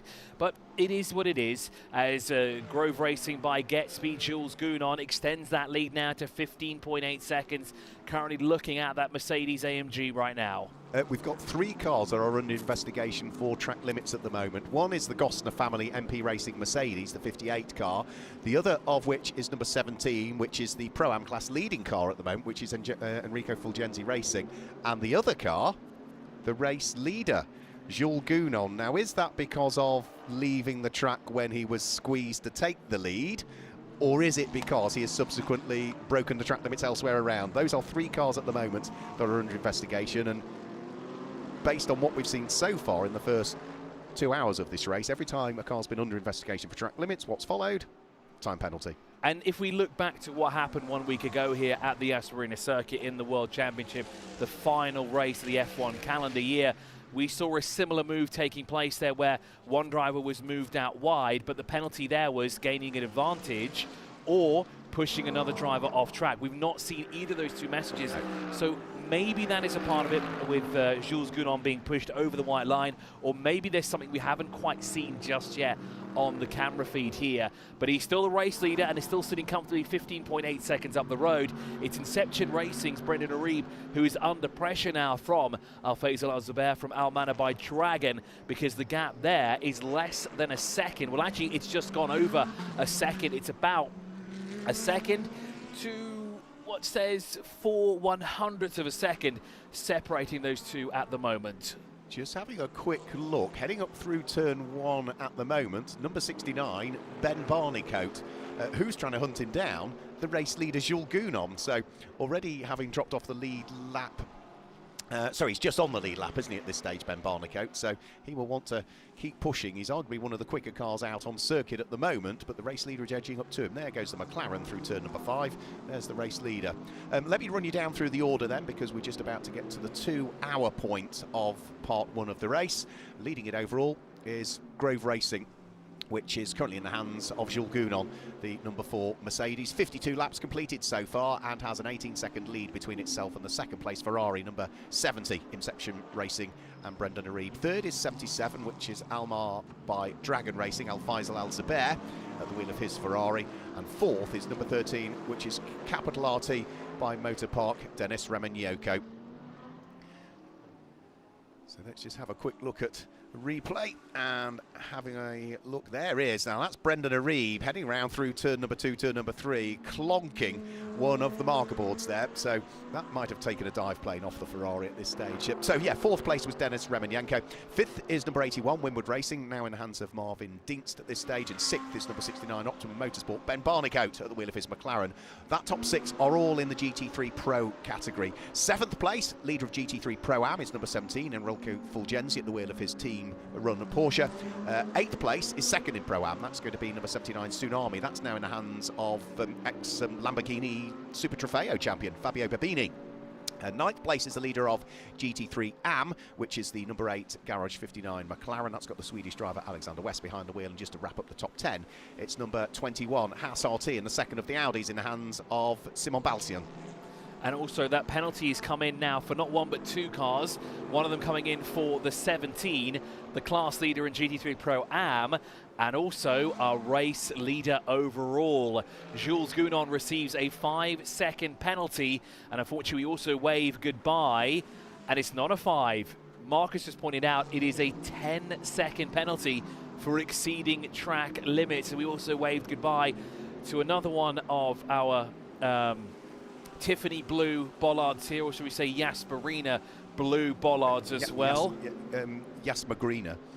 Yas Marina bollards that we saw being taken out by Brendan O'Reilly, but not exactly something the race leader wants to have to deal with now. A 10-second penalty for exceeding track limits, and that's quite a hefty one as well, because usually the first one is 5, so it must have been repeat infringements over a very long period of time, and that is going to be quite costly when it comes, when it's to be handed out to them. I think Brenton Grove picked one up when he was first behind the wheel, so that was the first 5-second penalty, and now the subsequent one means it's gone to a 10. I'm sure he picked one up in the early stages of the race. But there's been so much going on, it's been rather difficult to keep track of it all and continually make either mental notes or written notes about everything that's been going on in this 15th running of the Gulf 12 Hours. So the clock is ticking down. Remember, part 1 of the race is 8 hours. There's a short gap, and then part 2 a further 4 hours to make it the 12. Well, we are 6 hours to go in part 1 at this stage. And we have now got 53 laps completed. Heading down in towards the braking area, we could just see a squabble there. That was Denis Romanenko that was coming under pressure. And our car that had been leading earlier on, the number 70 Inception Racing Brendan O'Reilly driven Ferrari, is now under pressure from Almanar by Dragon. Al Faisal Al Zubair going beautifully well and pushing hard at a circuit that Al Faisal knows well. So you're absolutely right.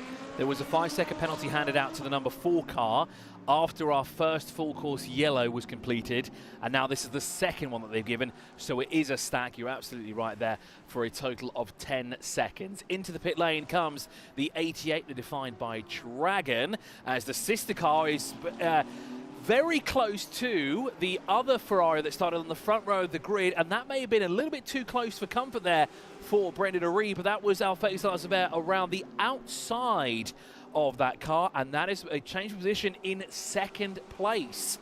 Yep, so that's, he's Omani, isn't he, Al Faisal Al Zubair? So he goes through, man who was runner-up in the GT World Challenge Europe this year, as Chris alluded to early on, a champion in the Porsche Middle Eastern Championship. That was in 2018 and 2019.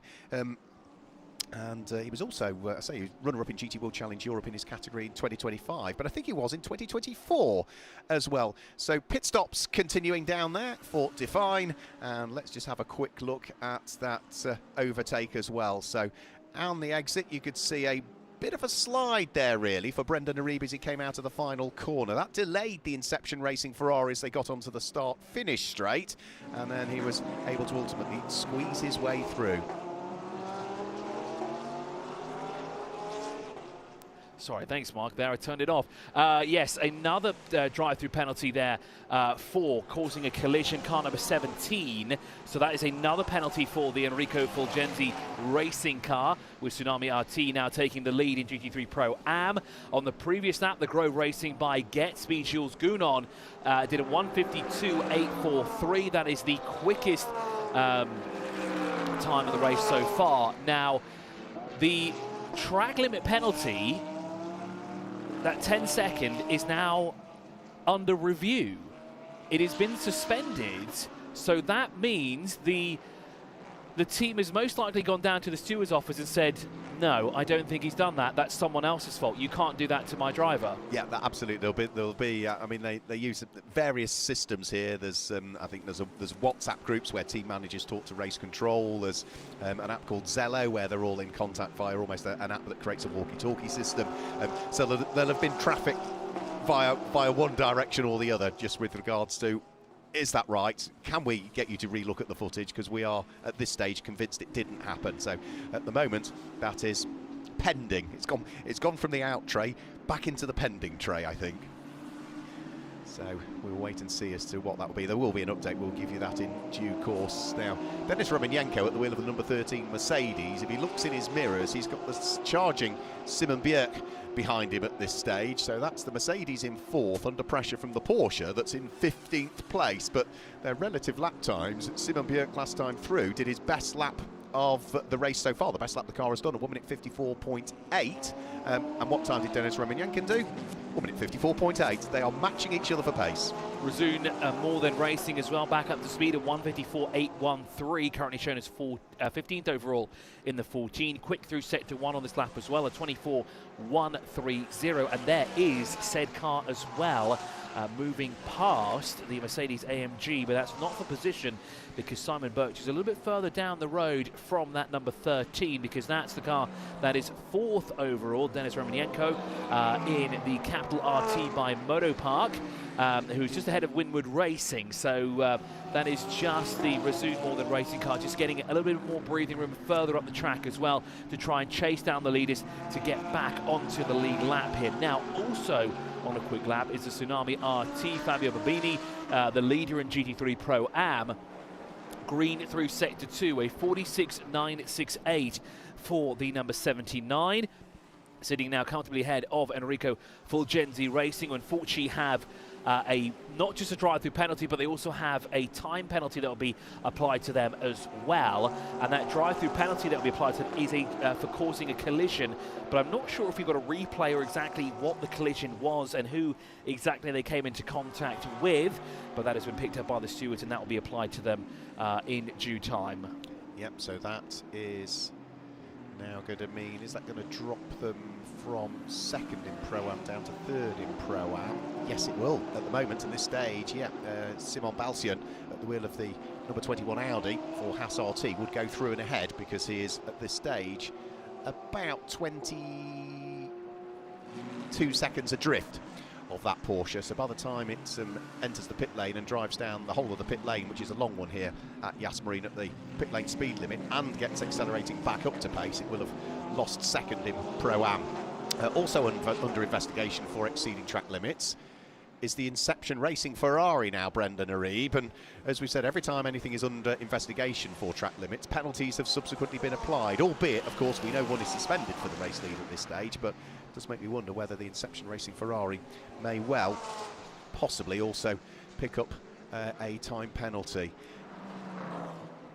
Denis Remenyenko, having been passed by Simon Bierk a while ago, now finds that there is another car queuing up behind him, and that is the Pro-Am class leading Porsche at this stage, which is Fabio Babini.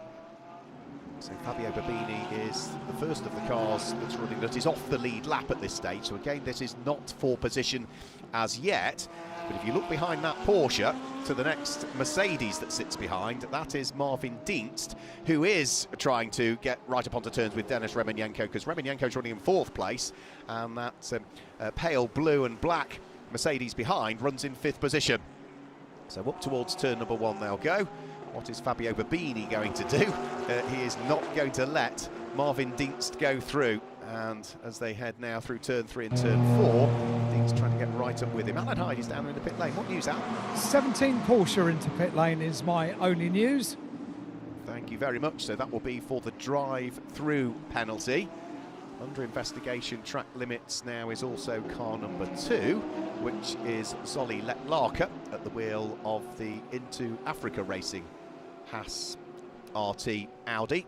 That runs just outside of the top 10 in 11th position at the moment. That was a car that briefly led the race, but only because of where it had not pitted relative to other people that were coming in at the time. But it will subsequently be shown as a race leader.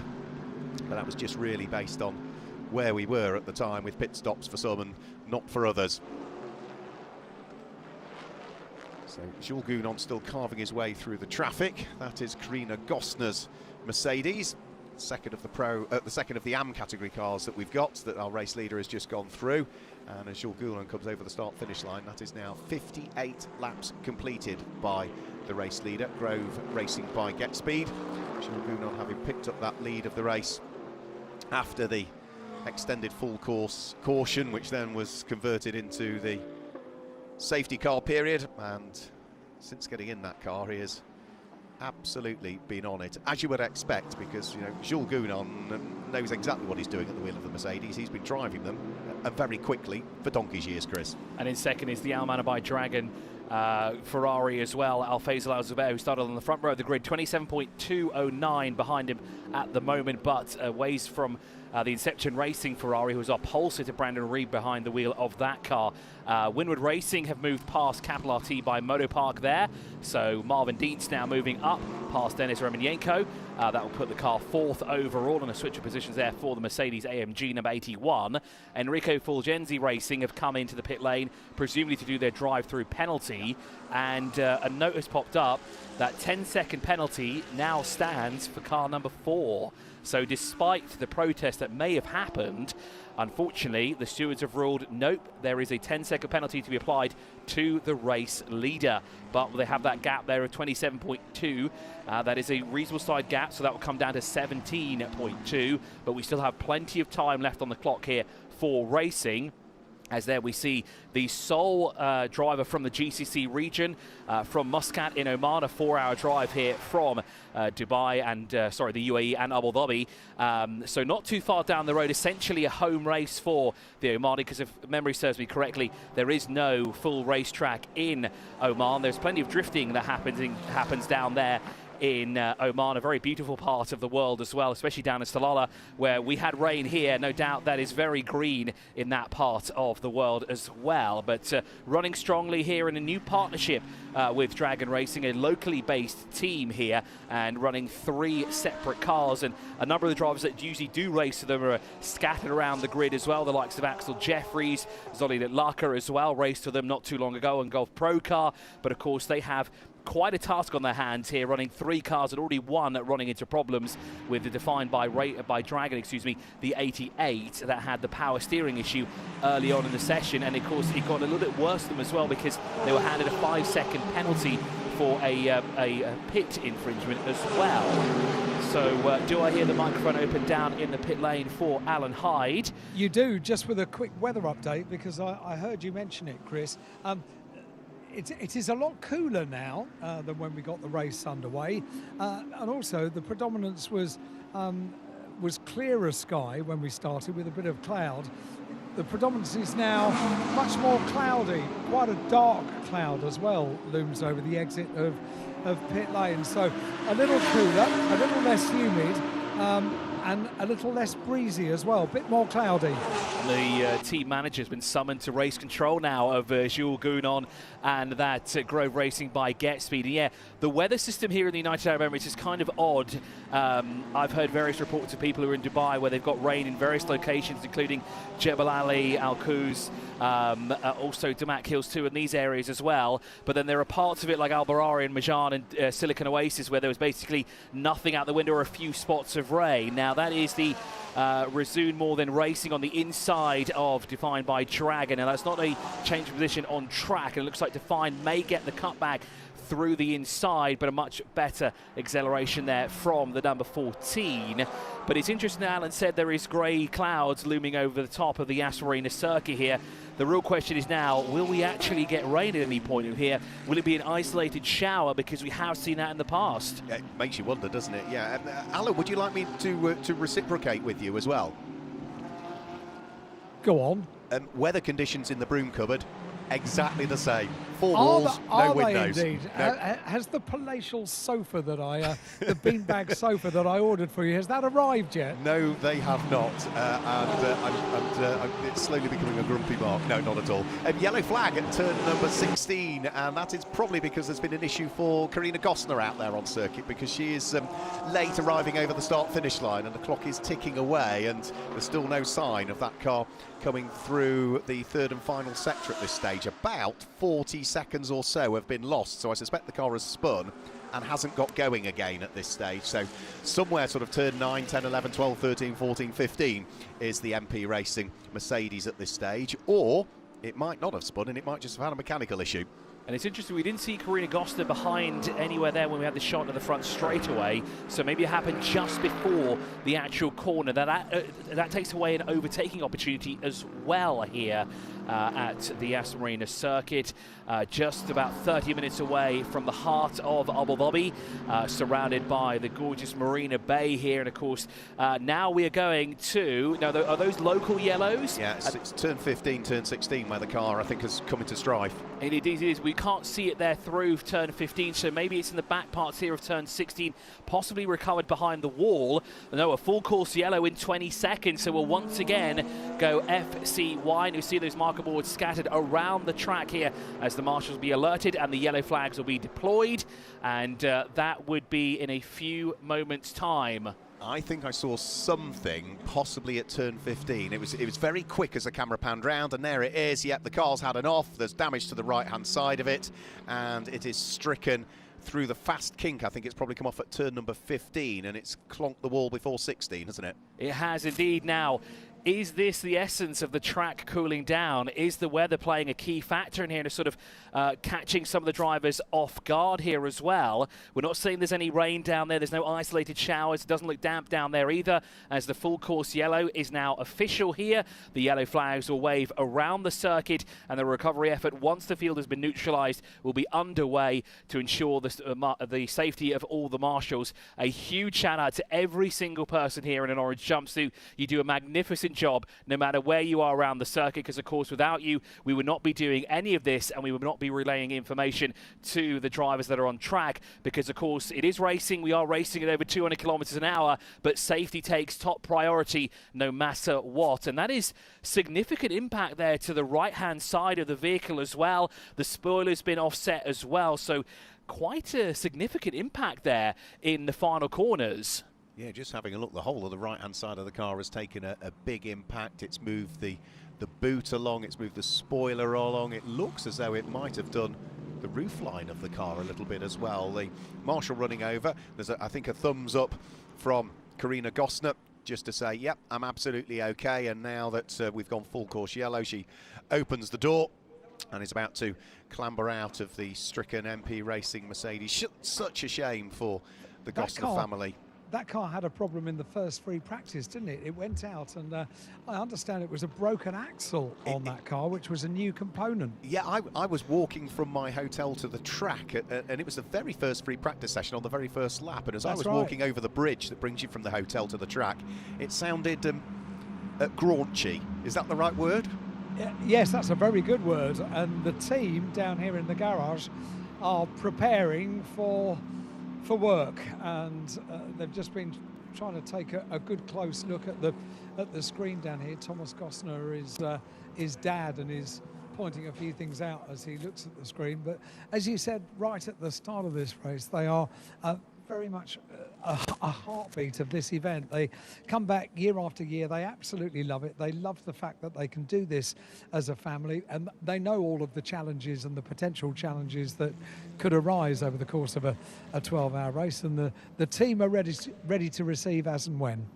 And that is quite a significant amount of damage there, and thank you, Alan Hyde, there for the update as well, for the sort of softer barriers to do that kind of damage to it. It's through turn 15, Mark. You're absolutely correct on where exactly it happened. Wonder if there are any barriers that are damaged here, but good to see that the young Gosner there is in high spirits, even though what happened there as well, which is always good to see as well come any of these points in time. It's also interesting to see how much of a road car actually gets implemented and carries over to the race car as well. You can tell by the door handle, it's a very traditional door handle to open it up there on a race car. There is the pulley system as well to make it a bit easier to close the door when you're strapped in, but it's very interesting to see how a lot of the parts do carry over from the road-going variant of the vehicle to the race car.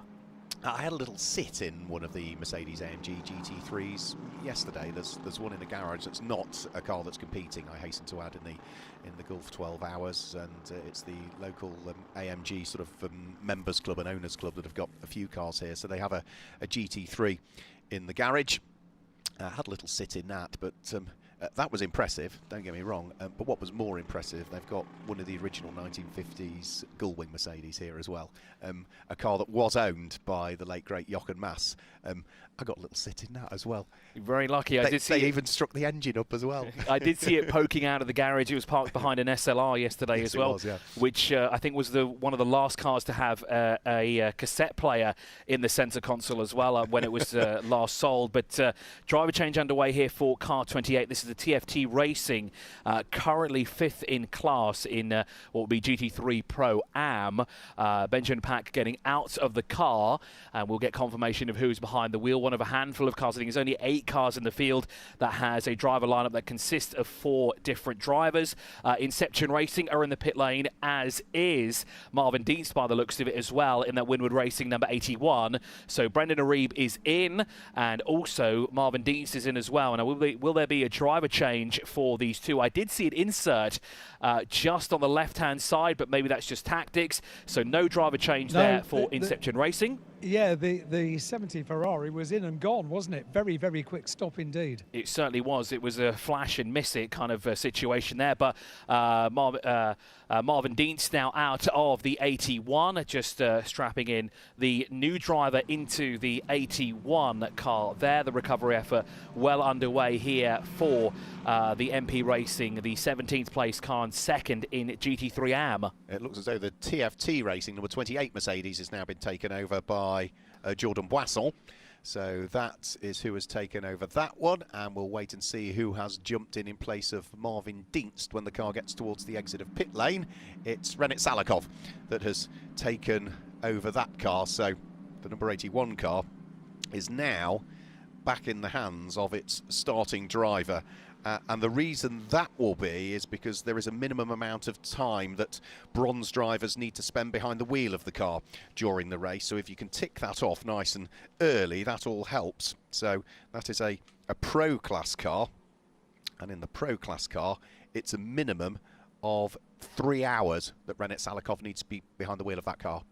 And Gross Racing by Get Speed, your race leader still here with the full course yellow in full effect here around the Yas Marina Circuit, of course home to Formula One and the championship decider 1 week ago, but now this weekend plays host to the 15th running of the Gulf 12 Hours, the 14th time that it has visited the Yas Marina Circuit. And I like there as well, we noticed this yesterday actually in Formula Trophy, a lot of the marshals here in the spirit of the season as well. I've seen a number of Santa hats being worn by marshals, makes them a little bit more visible, doesn't it?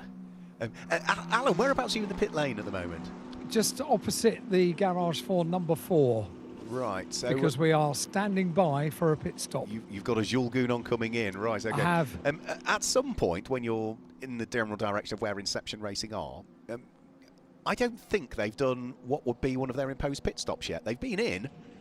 But they've done 2 speedy stops. But they haven't done an imposed one yet. No, you're right with me then, right? So we don't need to double check that. I was trying to think back because they've now got, in reality, 5 hours to get in 6 pit stops. And you've got, by the look of things, a Jules Gounon on him. I most certainly have, yeah. He squeals to a stop now, and they are popping the fuel in. He's got the straps off. We'll have a chat to Jules when he gets back to the garage and gets his breath back, although these guys, when they are competing at the level that they are, doesn't take long to get their breath back, does it? It's quite incredible how athletic these guys are. And we are standing by. They can't do anything until all of the fuel has gone in. It's gone in now. So running over for the driver change. Jules will assist with that by pushing on the helmet, squeeze into the cockpit, does up the straps as well. And, you know, we talk about these drivers assisting in pit stops. It's not the work of a moment, you know. They've still got their race gloves on. So to do a sort of quite a nimble operation to do up straps and whatnot is fairly difficult, but it's finished. The car fires up, door is closed, and the number 4 car is on its way. Thank you very much. Wait for confirmation as to who the incoming driver is. I suspect it's Stephen Grove again, because Stephen is the bronze-graded driver. And again, they need to start to get to the 3 hours that he will need to do. Absolutely, that is Stephen Grove. And you're talking there, Alan, also about the Jules Gounon assisting. Again, the regulations state that there's a maximum number of 6 crew members permitted in the working lane during the pit stops. Now, that is one who acts as the car controller. That person is the lollipop person in reality. They are not permitted to work on the car. There is one that's identified as the driver change assistant. That can be the previous driver. Again, they are not permitted to work on the car other than install the new driver. And you've got 4 mechanics. So in reality, that is the 6 personnel that can deal with the driver change, tyre change aspect of the pit stop. Subtly different when it's identified for the refueling stage of it, but again, it's very specific in the regulations how many people can touch the car at any point. So Alexander West there we were riding on board with. Now, did that look like he was coming into the pit lane, or was he being directed that way through turn 16? No, he is coming into the pit lane as well. Now, I want to touch up on something as well that Alan Hyde mentioned, and that was the physical performance of these drivers, because it's not just simply sitting behind the wheel of a car like we do every day when we commute to work or going out to the grocery store or anything like that. You have to be in peak physical performance here, because you have to really wrestle these cars around, whether it be a 45-minute race, a 30-minute race, or an endurance race. You need to be in top physical performance, and the seasoned veterans of here who are over 50 years of age, they are still in a peak physical performance. The way they can leap and jump around the pit lane and in and out of the cars is nothing short of impressive at their ages there, and it's incredible to see their regimes that they go through as well, just to make sure that they're in the area that they would like to be in for a performance like they put on here during endurance racing. So, and nothing short of incredible. You look at Alexander West, case in point, you know, he's 60 years of age now, Alexander West, but you look at him, he's trim, he's fit, he's athletic, and he needs to be, because Alex is a driver. Yes, he's racing a McLaren this weekend, but I've seen him out in F1 Clienti events when he's been driving what will be an ex-Formula 1 car, you know, and when I say an ex-Formula 1 car, I'm not saying one that had a DFV engine and was back in the 1960s and 70s. I'm talking about a Michael Schumacher, Rubens Barrichello, Eddie Irvine period of Ferrari. So for that kind of thing, you've got to be fit. So going back now to the Grove Racing by Get Speed situation. Now, there was the 10-second penalty that was applied. Then it was under further review from the stewards. Then it was reinstated, but now it has been rescinded. So after further stewards review, so the 10-second penalty will no longer apply to them.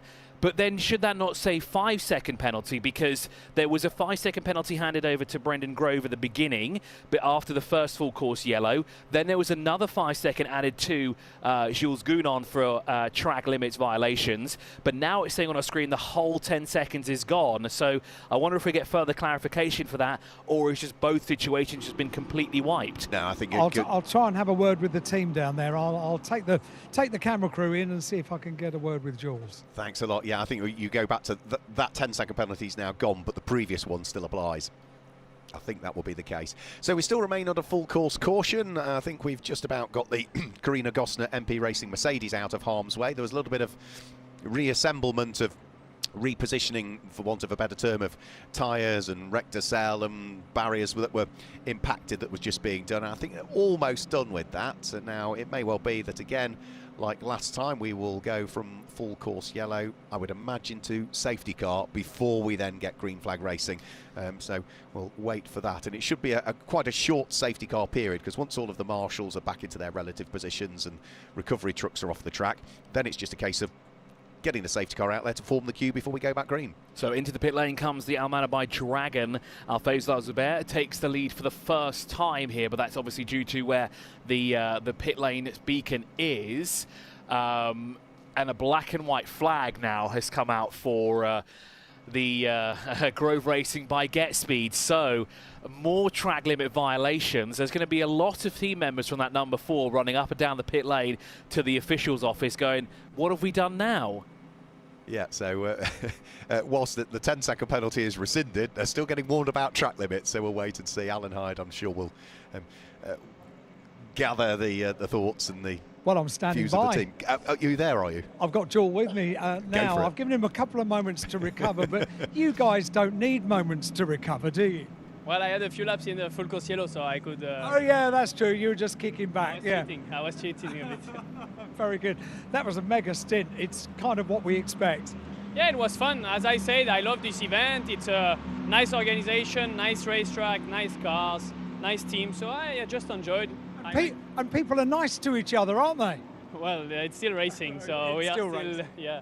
But yeah, I had fun. Good restart, fighting a bit was fun, and yeah, just good fun. Now, one of the interesting parts about that, apart from your pace, was there was a penalty for track limits, which was rescinded, and then we thought it had come back, but now it's been rescinded. Well, so when I was passing Brenton, I was around the outside in T1, Brandon, sorry, and I backed off to not do a track limit, and I got a track limit from it, but I have nowhere to go because there's a car on the inside. So I just say to my team, I say, ask the steward to review it because I can't do anything else than moving out of the way. So yeah, they have been quite hard on track limits, and it wasn't really the same during the practice, so we need a few laps to adapt, and I think it's the same for everyone. You see a lot of penalties, which was not there in practice, so we will get our head around it. Yeah. As far as the conditions are concerned, it's changeable today, isn't it? We talked about it being quite humid before the race got underway, quite sticky. It then got a little bit cooler, didn't it, and quite cloud covered. Yeah, actually that's true. At one point when I was driving alone, you have time to look around. So I was looking at the sky and I saw some few dark clouds a bit further away from the track. So I was thinking, if the rain comes now, it will be even more fun. So let's see later. I was thinking that as well. As a driver, do you actually think? I mean, I don't know when the last time it rained here at Yas Marina Circuit, but doesn't that make it incredibly treacherous if you've had a really dry circuit for quite some time and then the first sprinkle of rain? Yeah, I think it would be nice. My dad always told me in my life, every time you go in a car, you need to learn something every kilometer you do out of it. So if it would rain and you're on slicks, you will still learn something, and maybe you can reuse it in DTM, GT World Challenge, WEC. So anywhere in the world when you jump into a car, and that's a good advice for amateurs, semi-pros, the more you can drive, the more you learn. And our sport is quite difficult because you can only experience it by doing it. Let's say you can't train much, so the more you drive, the better it is. See, our dad's advice, it's always to stick to. It's important advice. Now, there was a bit of an incident down the back straight. I didn't see. Who was it with, Mark? Jules was heading down the back straight trying to pick up the lead of the race, and a bit like Formula One last weekend, I think it was Marvin Dienst, wasn't it, that squeezed him right away towards the edge of the track of the barriers. You were squeezed, apparently, on the back straight. I didn't see it, but Mark is telling me from the commentary box, there's a little light that's come up over your head. There was still, I think, 20, 30 centimeters to the guardrail, so it was okay, but I saw Lando did it last week, didn't get a penalty, so I think, why not? You know, they made that point in the commentary as well. Yeah, exactly. So if it works, it works. So you make a really good point, actually. Part of the joy of this event is the fact that we saw a new world champion crowned here on this tarmac 7 days ago. Yeah, exactly. It was fantastic. I was cheering for Max, to be honest, but it was a fantastic comeback from him, and to watch it all the way until the end was amazing. So yeah, we do our stuff, but of course we look up to the big boys. Yeah, of course you do. Jules, thank you very much indeed. Jules Gounon down here in front of the garage for the number 4 car. Thank you, Alan. You could see the light come on there when he finally... Ding!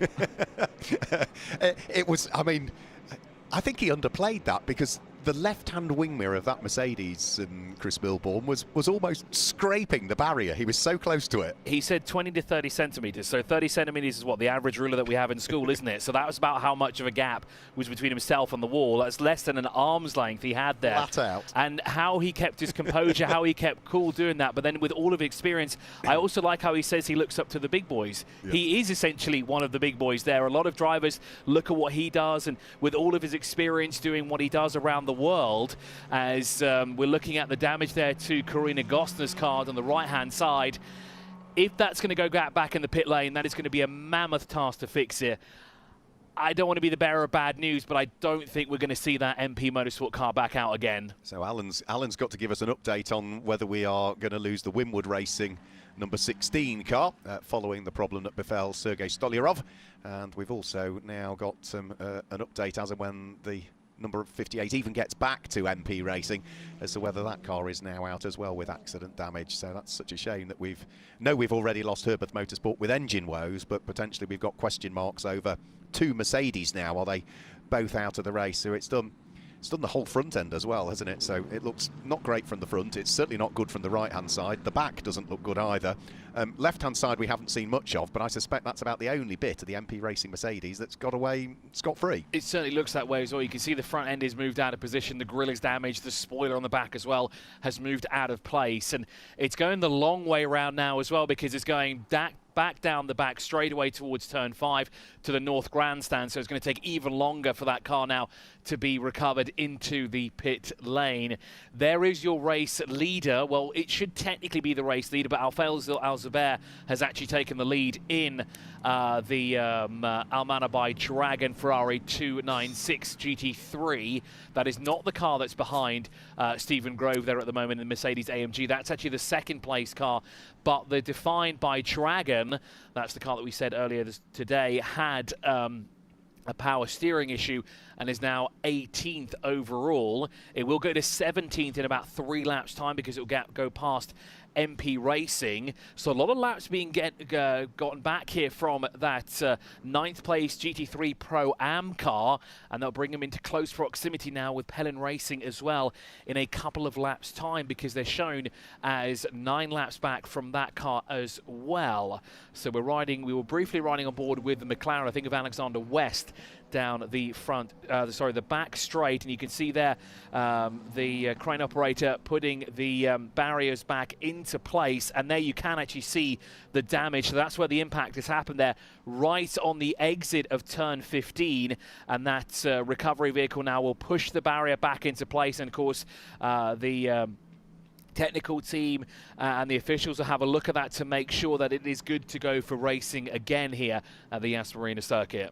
Yeah, we need to make sure all the barriers in an absolutely vertical position, and as the barrier was just moved slightly backwards, so that is going to just need tweaking, and we can see that that is in the process of being done. So whilst we're under full course yellow, we can look back at a few of the highlights, what we've seen in the Golf 12 Hours, and also some slow-mos. We'll leave you that whilst we're under full course yellow.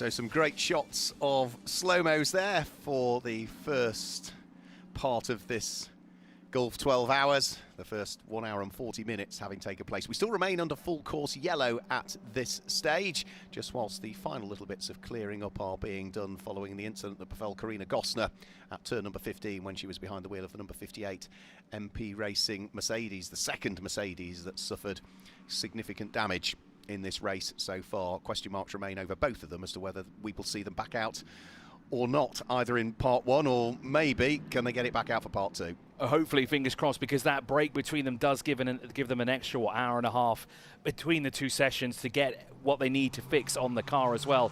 And what I really like about the slow-mo is you get an up-close view of where the driver's focus is when they're going through the corners. It's a blink and you'll miss it moment. You don't see it very often, but you can see them turning their head ever so slightly to see where the corner is and where the apex is, and then they'll crank their head back up into a central position to, of course, focus on the line and the exit that they want to get through there as well. So, Al-Faisal Al-Zubair for Al Manabah Dragon, the Omani team out in front here. And I was trying to think, have we had a team from the GCC win before? I think we have, because 2Cs ran under the Bahraini banner, didn't they? They did. And they've won 2 races, if I'm not mistaken. They won in 2021 when we were at Bahrain, and they also won in 2022. And that was different cars, wasn't it, on both occasions, because they won in the McLaren in Bahrain, but they won in a Mercedes here. So if Al-Faisal Al-Zubair can do it, he will put Oman back on the map here as well in terms of racing, not just as a driver, but as a team as well. Now, this is a car that had issues earlier on when it came into the pit lane. It was sort of a control-alt-delete situation,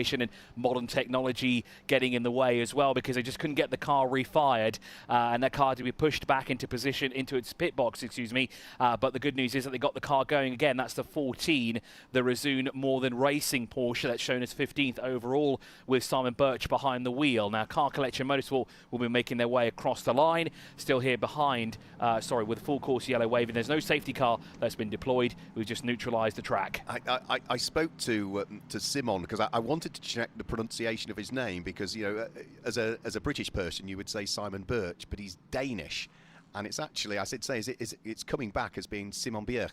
And he said, absolutely. I said, so do you want that? He said, I'm happy with Simon Birch. I'm happy with Simon Birch, whichever way you want to do it. It was one of those that I thought I need to check the pronunciation of that one.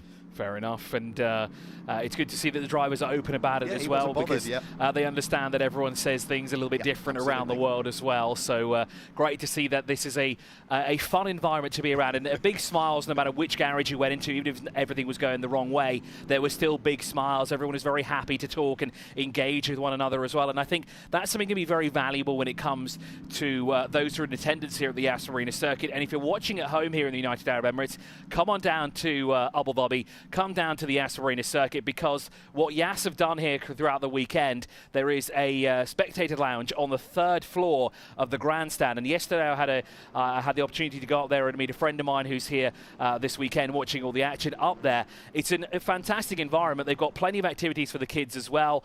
They've got merch on sale as well. They've even got activities where you can race around a sort of a scale electric track up there, and of course you get fantastic views of not just the straightaway, but turn 16, the back straight as well, turn 1 if you crank your head to the right hand side, and it's a fantastic atmosphere there, and it's really buzzing. And what I really want to say here as well is when it comes to that break that we have between the two of them, during that time anyone who's in attendance here can go down to the grid and go down to the pit lane as well and meet the drivers and get some stuff autographed. Absolutely. And I do like what Driving Force Events and Golf 12 Hours have done as we go from full course yellow to safety car. By the way, in the last few years we've moved from that format of being 6-hour race, break, 6-hour race, to now 8-hour race, break, 4 hours.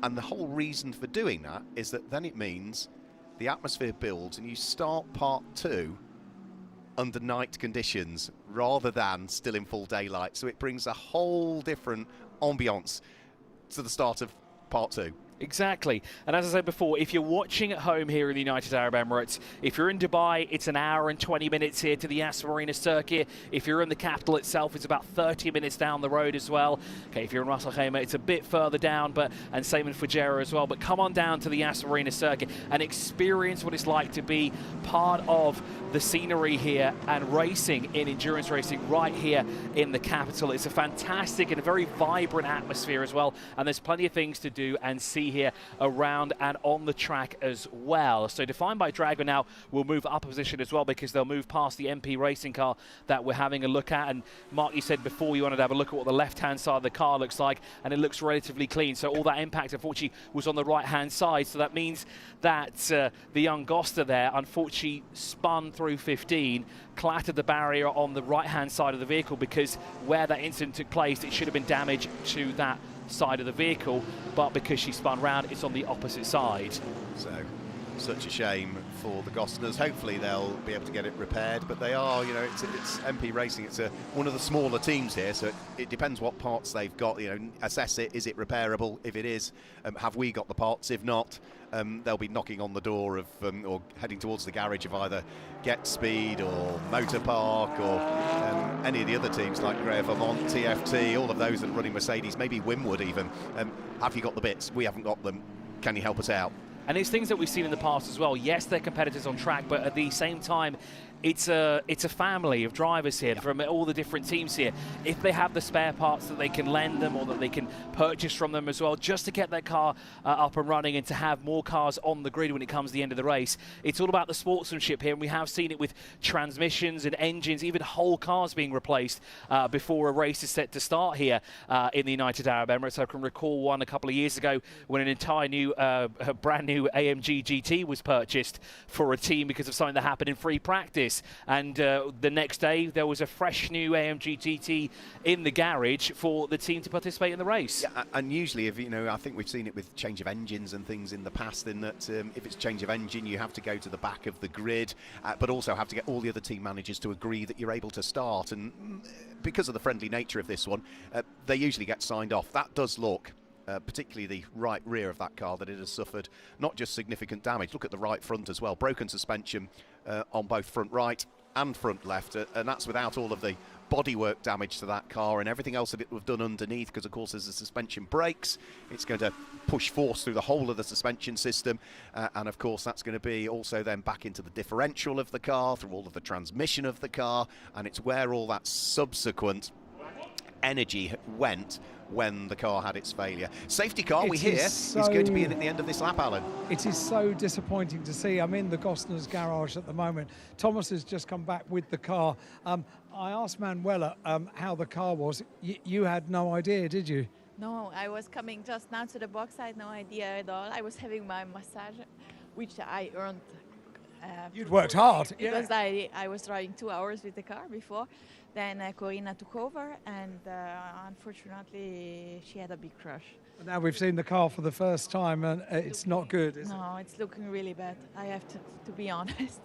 It's really looking not very good. I mean, you didn't start the Golf 12 Hours brilliantly, did you? There was a problem after one lap of free practice. Yeah, it's true. It was a great start, and the race was a good stint. For myself, the car was running very well. I was super happy. But now it's not looking too bad, too good. I'm sorry for you. Let me talk to Thomas as well, because you've just come back with the car. You've not driven yet in the race, have you? No, it was Corina what was driven. We have not driven, but let's see what our mechanics can do, if we can put it in service again or not. I don't know. There's a lot to be done, but we have this 1 hour break in between. We've got a 4 hour part of the race at the end, so all is not lost, is it? All is not lost. No, absolutely not. Let's see. I'm always hopeful. We're always hopeful for you as well. Can we just say thank you so much for coming back every year, because you're a fabulous family. To do this as a family every lead up to Christmas is just a great thing. Now it's a great thing for us to come here. We enjoy it very, very, very much every year. Maybe we come even the next time, for sure. And he's still smiling as well, which is quite incredible. Thank you, Manuela. Thomas Gostner down in the garage. And yep, there is quite a mountain to climb down here in the garage. There is. We're about to get the race back underway, though, because the safety car has peeled its way into the pit lane, and Al Faisal Al Zubair is on with it straight away, trying to build a little bit of a gap between himself and the car that's in second place, which is the Mercedes that's now in the hands of Stephen Grove, of course. So out of turn one goes the race-leading Ferrari. It's not the car that's right behind.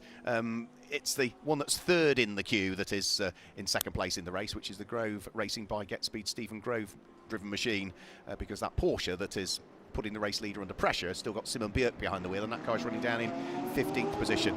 It's all getting quite tight though as they head up towards turn 5. Everybody looking for an opportunity as we get the race back underway. And yeah, 53 minutes now behind full course yellow, 13 minutes behind the safety car, so over an hour of racing where we've seen the yellow flags. And this is the Resoon More Than Racing trying to unlap itself from the race leader. Goes deep into turn 6 there and says thank you very much. I've gotten at least one lap back from where I'd like to be, down in 15th at the moment, currently shown as 7th overall in GT3 Pro-Am. And that is the race leader, the pole sitter, excuse me, that has come together with the 13 through the exit of turn 7, and that was the battle for third, Mark. It was, yeah, that was Brendan Aribe, seeing that he thought he had an opportunity to sneak past Denis Remenyenko, and unfortunately they make contact with each other. Brendan Aribe gets into the back of the number 13 car, so second and third place both having spun. If there is damage to them, it should hopefully only be light damage, but they've got to get the car and engine fired back up again, and that means they will drop down through the order, because I think 81 Renat Salakov now will have gained a place, and I think Ben Barnicoat at the wheel of number 69 Optimum Motorsport McLaren will also have gained a position, so that will shuffle those two cars up through the order.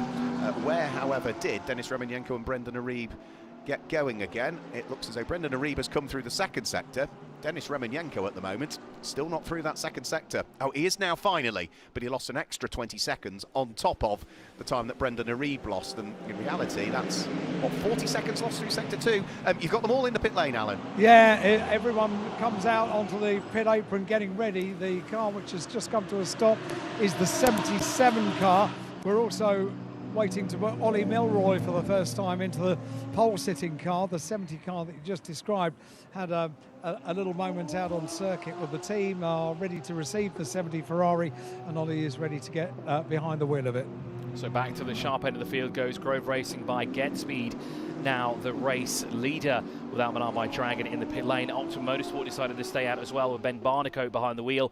And I think just at the tail end of those 5 cars that we saw exiting turn 5 was that McLaren of Ben Barnicoat, so he's ever so closer now to being on the sharp end of the field here. So now this will be our 6th different lead change here, and our 6th different race leader as well. And I say that, and unfortunately off of the runoff area at turn 6. I think that was the Greve Vermont racing car in the hands of Sergio Perez that made very light contact with the tail end of Stephen Grove and pitched him into the spin. It was a really light touch, but I'm convinced there was contact between that number 44 Mercedes when he was trying to work his way through. So that gives the lead now of the race to Ben Barnicoat in that number 69, new race leader.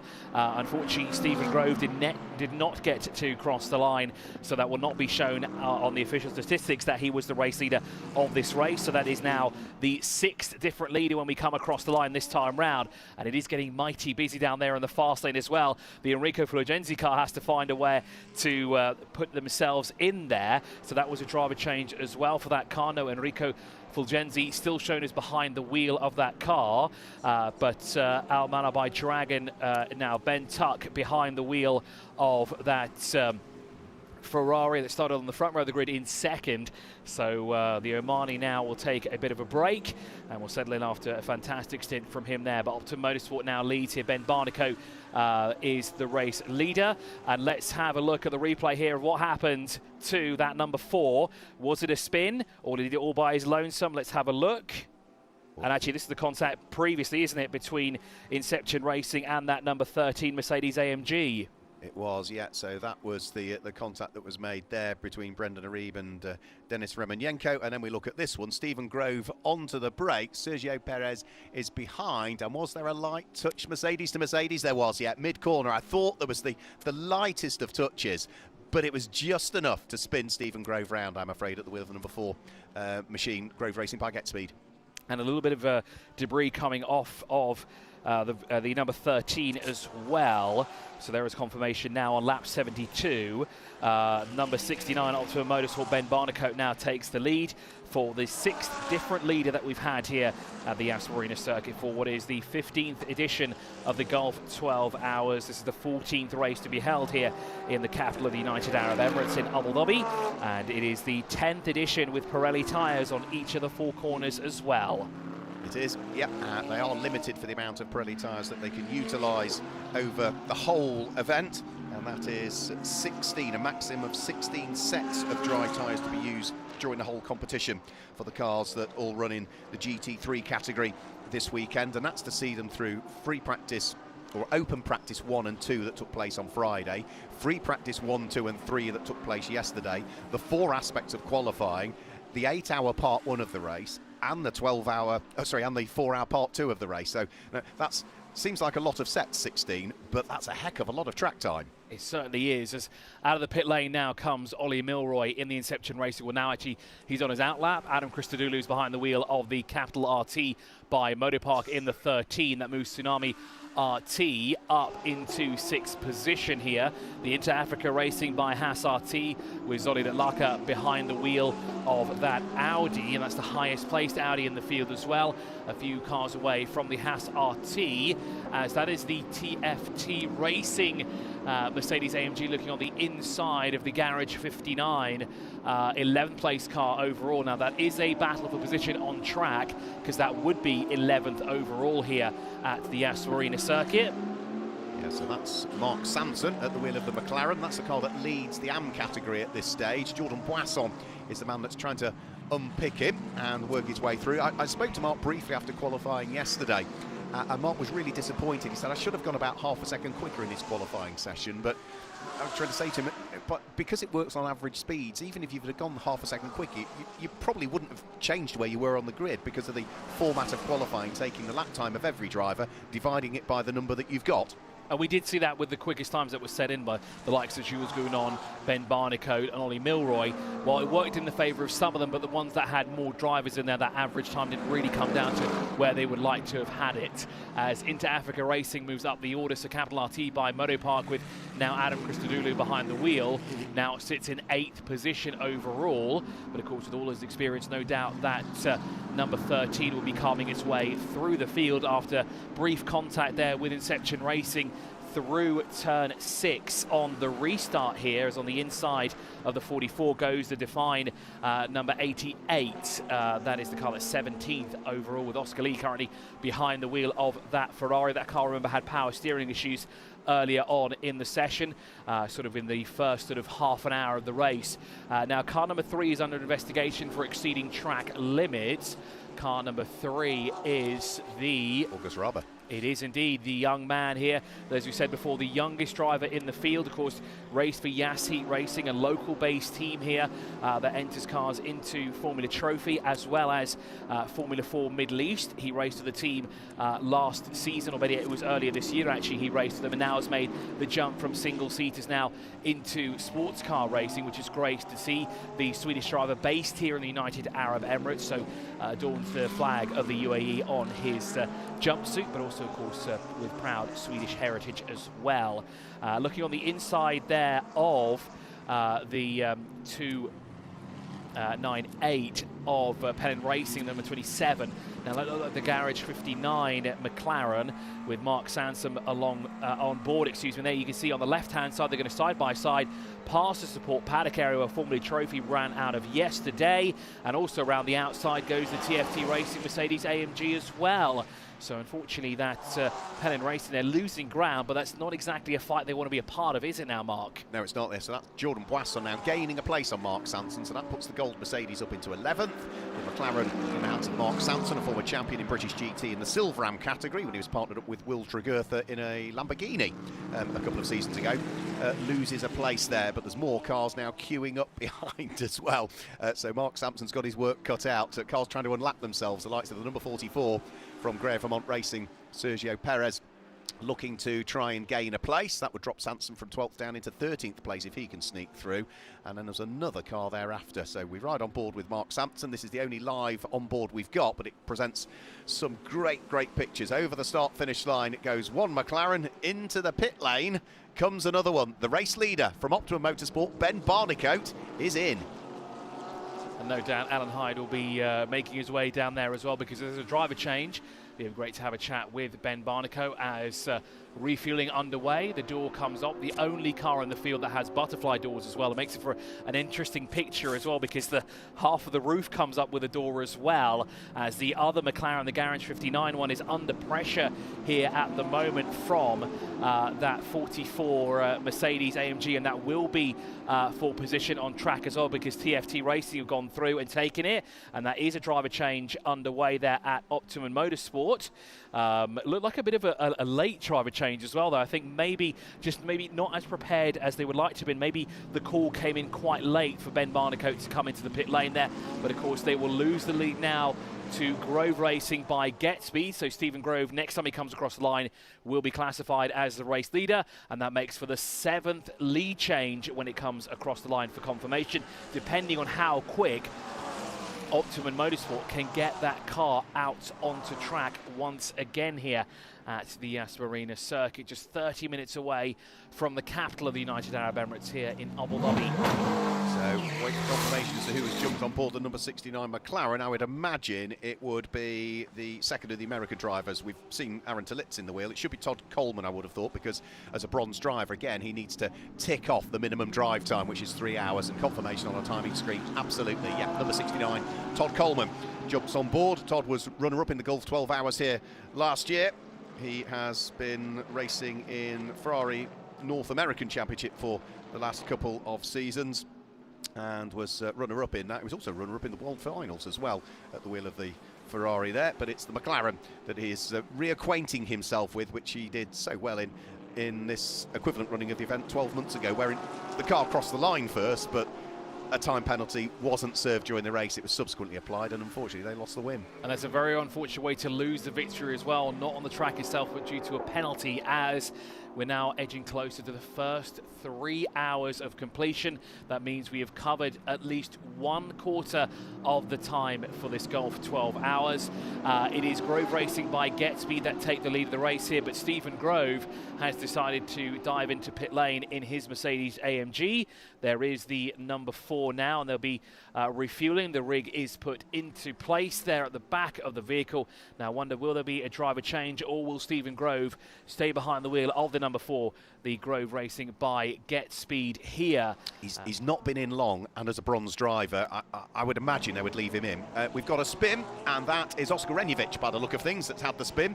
That is down in the approach towards turn number 6, turn number 7.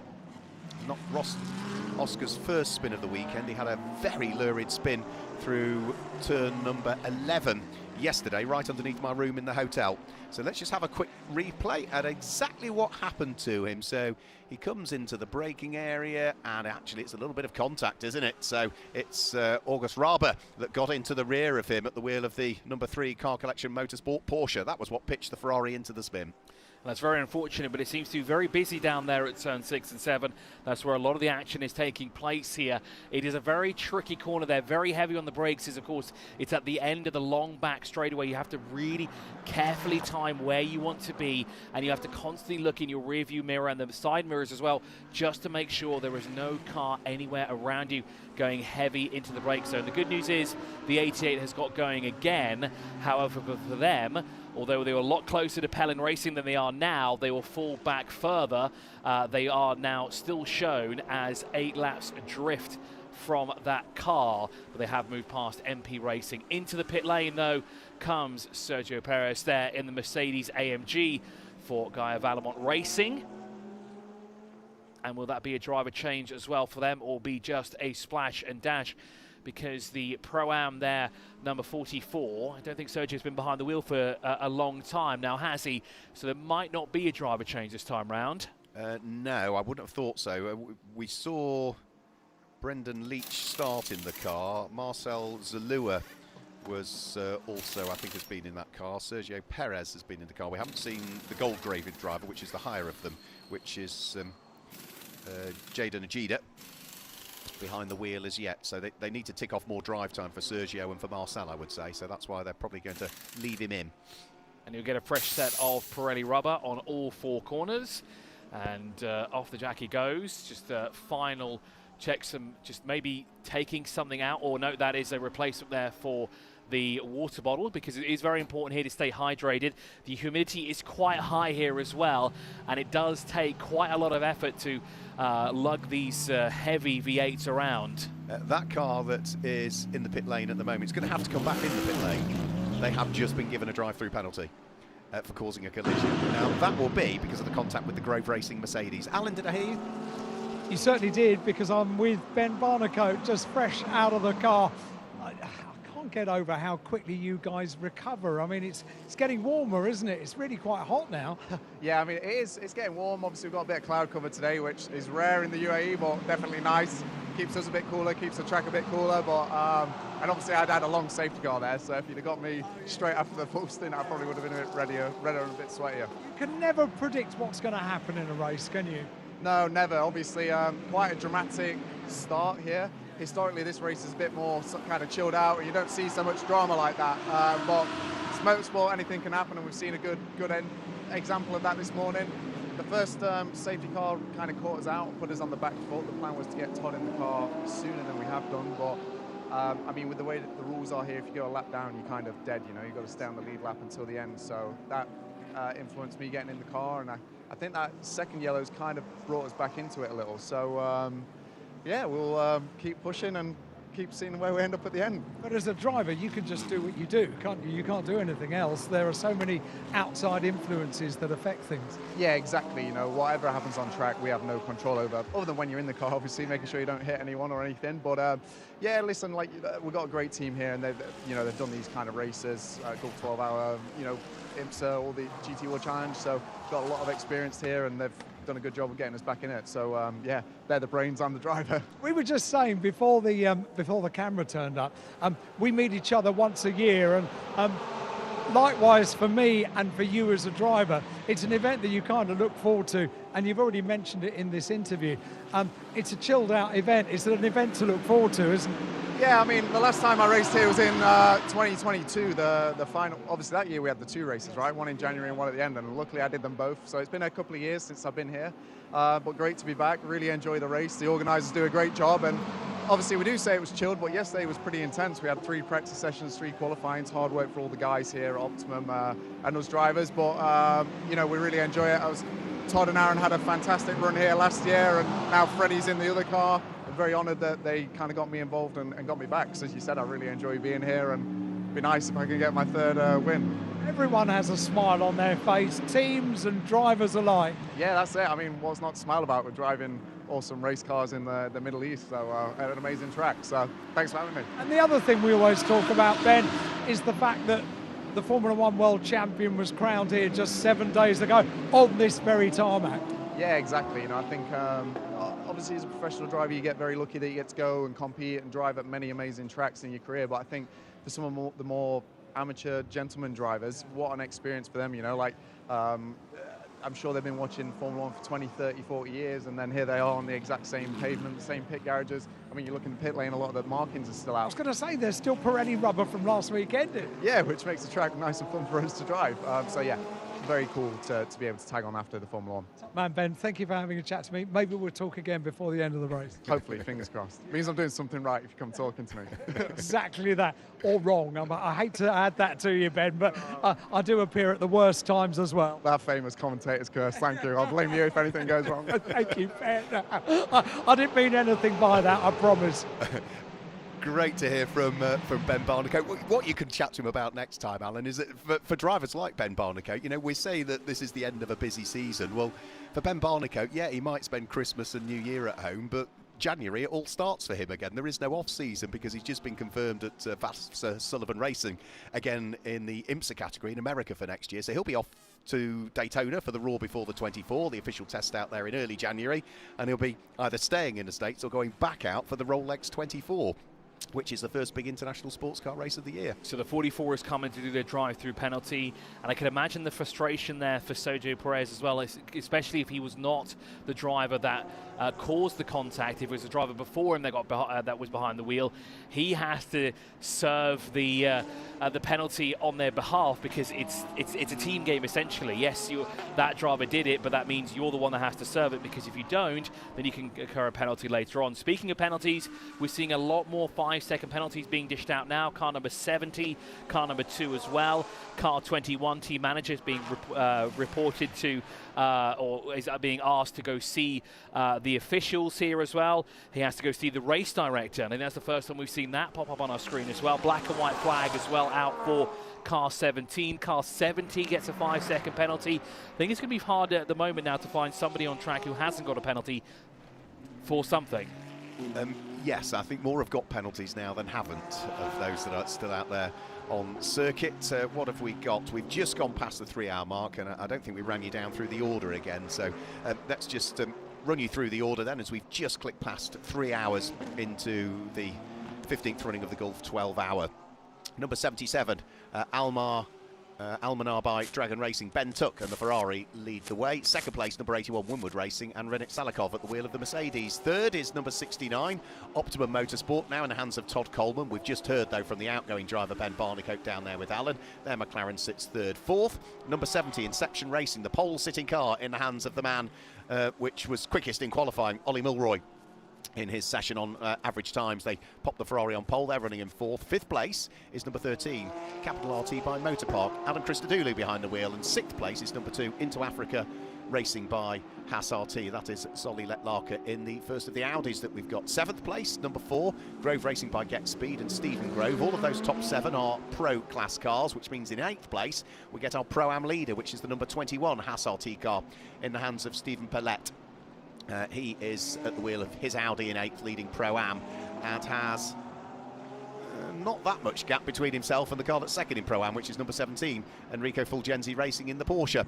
And completing the top 10 is the car that's third in Pro-Am, which is number 28, TFT Racing, and Jordan Poisson at the wheel of the Mercedes. That's the top 10, which means we just go outside of the top 10 now to get our leader of the AM category, and leading GT3 AM is in 11th, number 8, Garage 59, Mark Sampson, the McLaren. And there's a number of drivers in the field as well, and teams that have received penalties, drive-through penalties, or be it time penalties as well, who have slowly worked their way back up the order as well. Well, we haven't noticed it. For example, Enrico Fulgenzi Racing back now in contention for the top step of the podium in GT3 Pro-Am, as you ride on board with the Garage 59 McLaren, all over the back bumper there of Jordan Poisson, making their way through turn 6 and 7. Now that is for position on track, not position in class. It'll be TFT Racing, who is third overall in class, and Garage 59, the leader in GT3 AM. But that is the battle for the 10th position. The just outside of the top 10, of course, is that Garage 59. Now, remember that Inception Racing was tapped into a spin as well, as was the Capital RT by Motor Park. They actually came together through the exit of turn 7, still running in 4th and 5th position respectively. The Grove Racing by Get Speed has been in a number of instances as well, still circulating inside the top 7 as well. It's actually hard to find a driver or a team that also not just hasn't had a penalty applied to them or gone to see the race director, but someone that hasn't been tapped into some sort of spin or contact. As into the pit lane comes the TFT Racing number 28, Jordan Poisson, 3rd place overall in GT3 Pro-Am. Now, I don't think Jordan's been behind the wheel that long of this car, has the Frenchman, so I don't think there'll be a driver change here for a very nice livery here on that Mercedes AMG. Very captivating from wherever you see it around the track. Yeah, so that's the car that was running 3rd in Pro-Am as it comes into the pit lane. It will drop further down in Pro-Am because I think Davide Scanicchio at the wheel of the number 79 Tsunami RT Porsche should go through and ahead of it, so it will drop out of what is a podium spot in GT3 Pro-Am at this stage. So refuelling about to be concluded. You can see everybody else has to hang off, and then only once we have got refuelling completed, then can the 6 people, as is allowed, go to work on changing tyres and changing drivers, as the case may be. Our race leader, Ben Tuck, is just threading his way up towards the end of the lap. This is going to be lap number 82 that is completed. The Ferrari leading by about 10 seconds at this stage, as also into the pit lane now comes Resoon More Than Racing, and that is the Porsche in the hands of Simon Bjerg.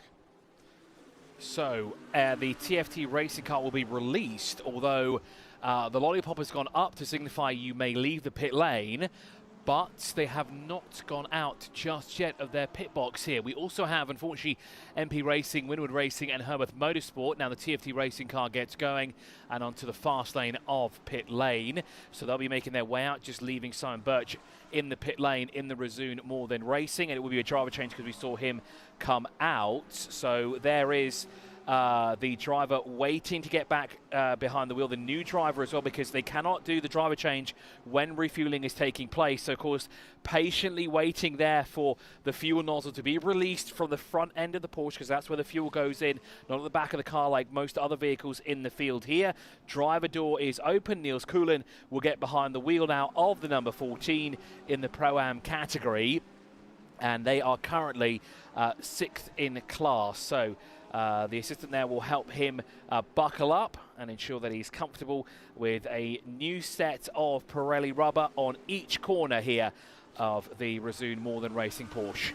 Yeah, so Niels Koolen, just 24 years of age, the Dutchman, has been largely racing this year in the Indy Next category out in the States. And interesting there, they cannot get the air jack out of the side of the vehicle there. They really struggled to get that out. They've got to be careful because, of course, they don't want to rip that system out at all, because then getting that car up and down within the next pit stops, well, that's going to be a very tough ask. And you saw the team just checking out where the air jack went into place there just to make sure that everything is okay, because, of course, that is something that you don't want to fail on the car at all, because if that car has to go in and onto the dollies at any point, getting that car up, you're going to have to get out the manual jack to jack it up and then put it into the pit garage. So they're going to have to keep a very close eye on that now.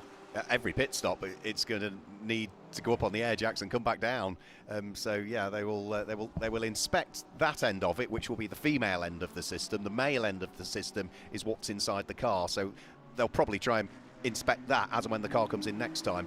The one good thing is that, you know, they didn't lose any time as a result of that. They got the air line back out again before they'd reached minimum pit time, so they could only then release it when the clock had ticked over, so no time lost as a result of that. Jordan Boisson is showing us staying behind the wheel of the number 28 car, and Resoon More Than Racing still showing us Simon Bjerg at this stage.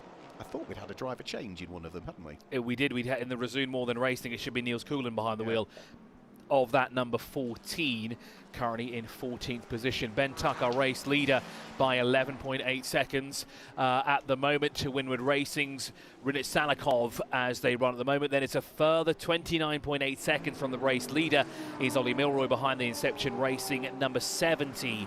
Then Optimum Motorsports' Todd Coleman, who did a 152.858 as their best, but last time round was a 157.549 for the American driver, circulating in 4th place. Now, Rinat Salikov, quickest through set to 1, a personal best there, a 23.931. That was 4/100ths of a second faster than our race leader Ben Tuck, but through set to 2, losing 0.2 of a second. But what about through set to 3? The Car Collection Motorsport number 3 moves up a position. Does the Porsche with August Robert currently behind the wheel, the man that raced for Yas Heat Racing last season in Formula 4 Middle East, and of course raced in British F4 as well last season in earlier this year as well. So there we are looking at the 2nd place car of Rinat Salikov, a former winner in 2019 with Attento Racing in the Audi R8 all those years ago. About 6 years ago was his last victory outright here in the Golf 12 Hours, but would like for repeat success here, and to do it once again would Rinat Salikov, who currently sits 12.5 seconds drift and trying to get around the Resoon More Than Racing that has Niels Koolen currently behind the wheel. But that Resume More Than Racing wants to really stay with the leaders here and get some laps back after some issues earlier on in the race here, as we fast approach the halfway point of this 8-hour part of the Gulf 12 hours. Here, remember, it's split up into two sections. We've got the 8-hour part, and we have a break for about an hour and a half, and then of course we have the 4-hour session, which will be the final 4 hours under the lights here of the Yas Marina Circuit. Car number 79 is under investigation now for exceeding track limits. That's the Tsunami RT car with Davide behind the wheel. The Italian currently running third in GT3 Pro-Am. There's a car between himself and his closest rival and compatriot Enrico Fulgenzi, who's currently sat in second in GT3 Pro-Am, just 1.4 seconds off the back bumper of the Haas RT Audi. Now, not that, it actually is that Haas RT Audi that we just saw in our picture there. A little bit further back will be a black and yellow Porsche. Now, this is not for position on track between these two, but the two cars that are there, the Haas RT and the Enrico Fulgenzi racing car, that is a battle for position and, of course, for the top step of the podium in GT3 Pro-Am. A black and white flag now being shown for track limits to car number 3. That is the Car Collection Motorsport down in 12th position. And, of course, why that 21 Haas RT Audi is trying to find a way past that 81 Winwood racing car is to put a car between himself and his closest rival, and that'll make Enrico Fulgenzi his job a little bit more difficult. But now dropping back is that Audi from the Mercedes, and that means Enrico is starting to close up more here in this Gulf 12 hours. The 15th edition of the Gulf 12 hours, the 14th time that we've run here in Abu Dhabi. One event held in Bahrain at the CET International Circuit back in 2021, as that Winwood Racing Mercedes gets ever so close now to the back bumper of that 14. Now, Capital RT by Motopark has got past Optimum Motorsport, putting Adam Christodoulou now in 4th position overall, moving past Todd Coleman in that McLaren, sitting, and that was a change of position in class as well for 4th overall in GT3 Pro.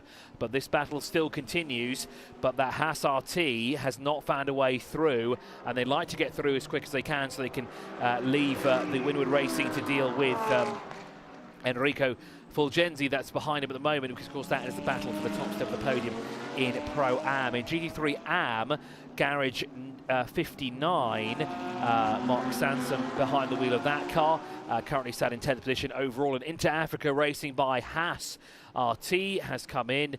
Zoli Detlaka behind the wheel of this Audi at the moment. Just the two Audis being run both by Haas RT. And now will the South African get out of the car? Indeed he will, so there will be a driver change.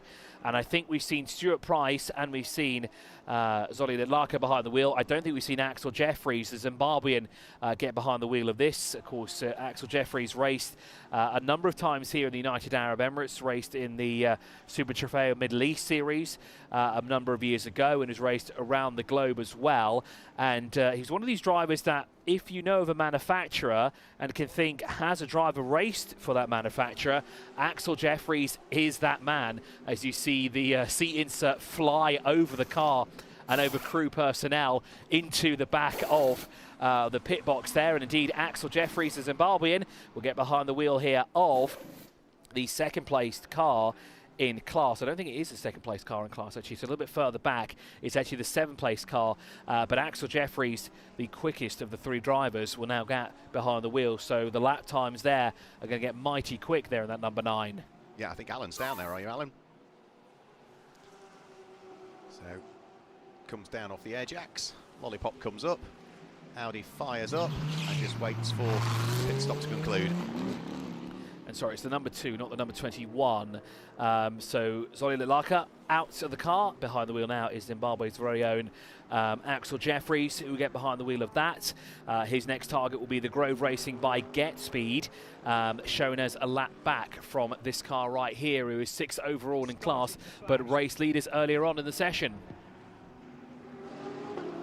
Yeah, Axel Jeffries, you were saying he was raced in Super Trofeo in the Middle East. He was a double champion, wasn't he? 17 and 18 he claimed the championship. He was also a champion in the European Le Mans Series in the GT3 category back in 2024. So he's a successful driver and silver graded by the FIA at this stage. We've seen him racing in GT1 Challenge, we've seen him racing in European Le Mans. Alan? No, sorry, it's just the ambient that's coming in.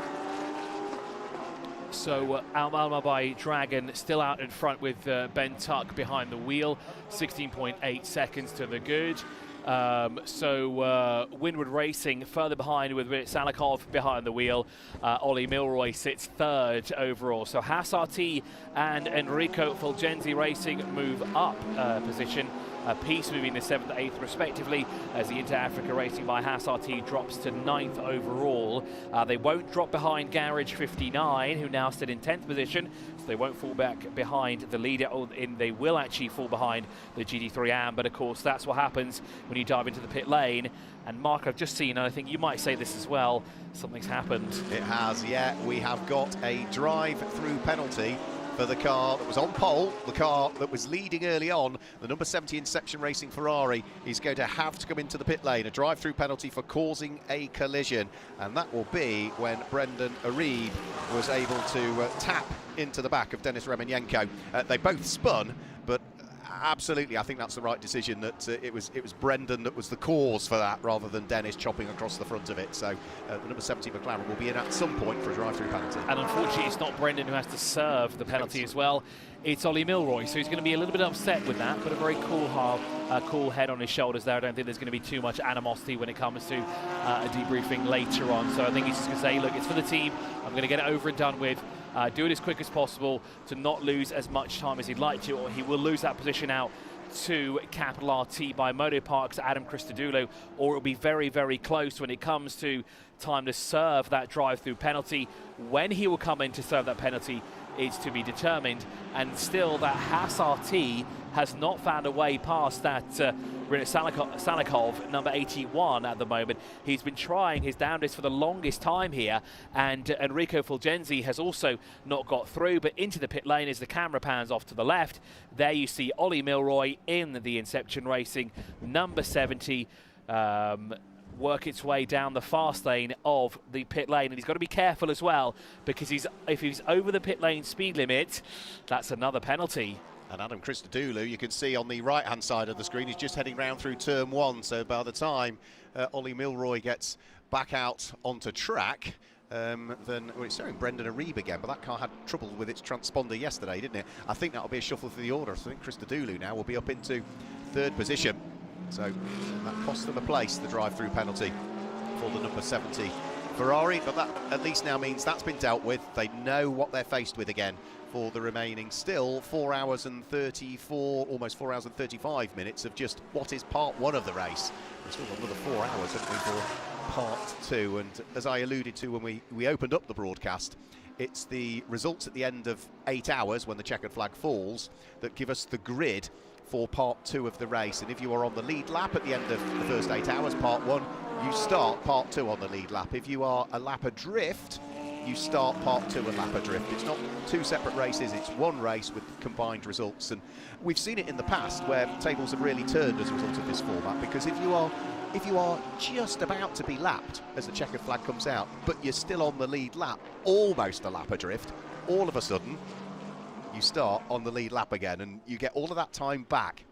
And it can really play in the hands of a driver who is, like you said, just about to go a lap down, because think there's only a couple of corners, the checker flag's not coming out yet. If you lose that lap, unfortunately, you have to carve your way through the field, not to just get to the sharper end of the field, but then back around the 5.3 kilometer configuration here of the Yas Marina Circuit. And that's a lot more time that you will lose if the checkered flag comes out at the right time. You don't lose that at all, as the team manager for car 17 is being summoned to the race director. We've seen that message pop up a number of times for various different teams here. So we've had 7 lead changes. Al-Manabai Dragon, Ben Tuck behind the wheel of that Ferrari 296 GT3 sits in the race lead. There is confirmation that Capital RT by Motopark now into 3rd position overall, with Adam Christodoulou behind the wheel. Ollie Milroy behind the wheel of Inception Racing, because you cannot do a driver change during a drive-through penalty. You cannot stop in your pit box either, so that is not a driver change. Brendan Ariba is not behind the wheel. It's Ollie Milroy who's behind the wheel of that 70. And Todd Coleman rounds out the top 5. There was a brief message, or it's still actually showing on our screen, car 88 has spun and continued to turn 12, so possibly a brief yellow flag being shown down there. And for Defined by Dragon, it's just not their day today, is it at all? No, that's Oscar Redjevic, who has had the spin at turn number 12. So he had a massive spin in free practice yesterday, coming out of the fast kinks at turn 10 and turn 11, which is where you can see now. You see those tyre marks going off onto the blue painted tarmac. That was Oscar Redjevic yesterday when he had a big moment. He's, I think, got to turn 12 and had a moment. He's kept going again by the look of things. Yes, he has by the look of things, but has come into the pits. No, he hasn't. No, he just had a slower lap as a result of that spin. Oscar, who I don't think have seen in the Gulf 12 Hour before, but I have seen him racing sporadically in Ferrari Challenge UK in 2025. So, over the start-finish line, up towards turn number 1. Renat Salikov at the wheel of the 2nd place, number 81 Mercedes. Still pushing hard, still trying to keep other cars that are further down through the order behind him at this stage.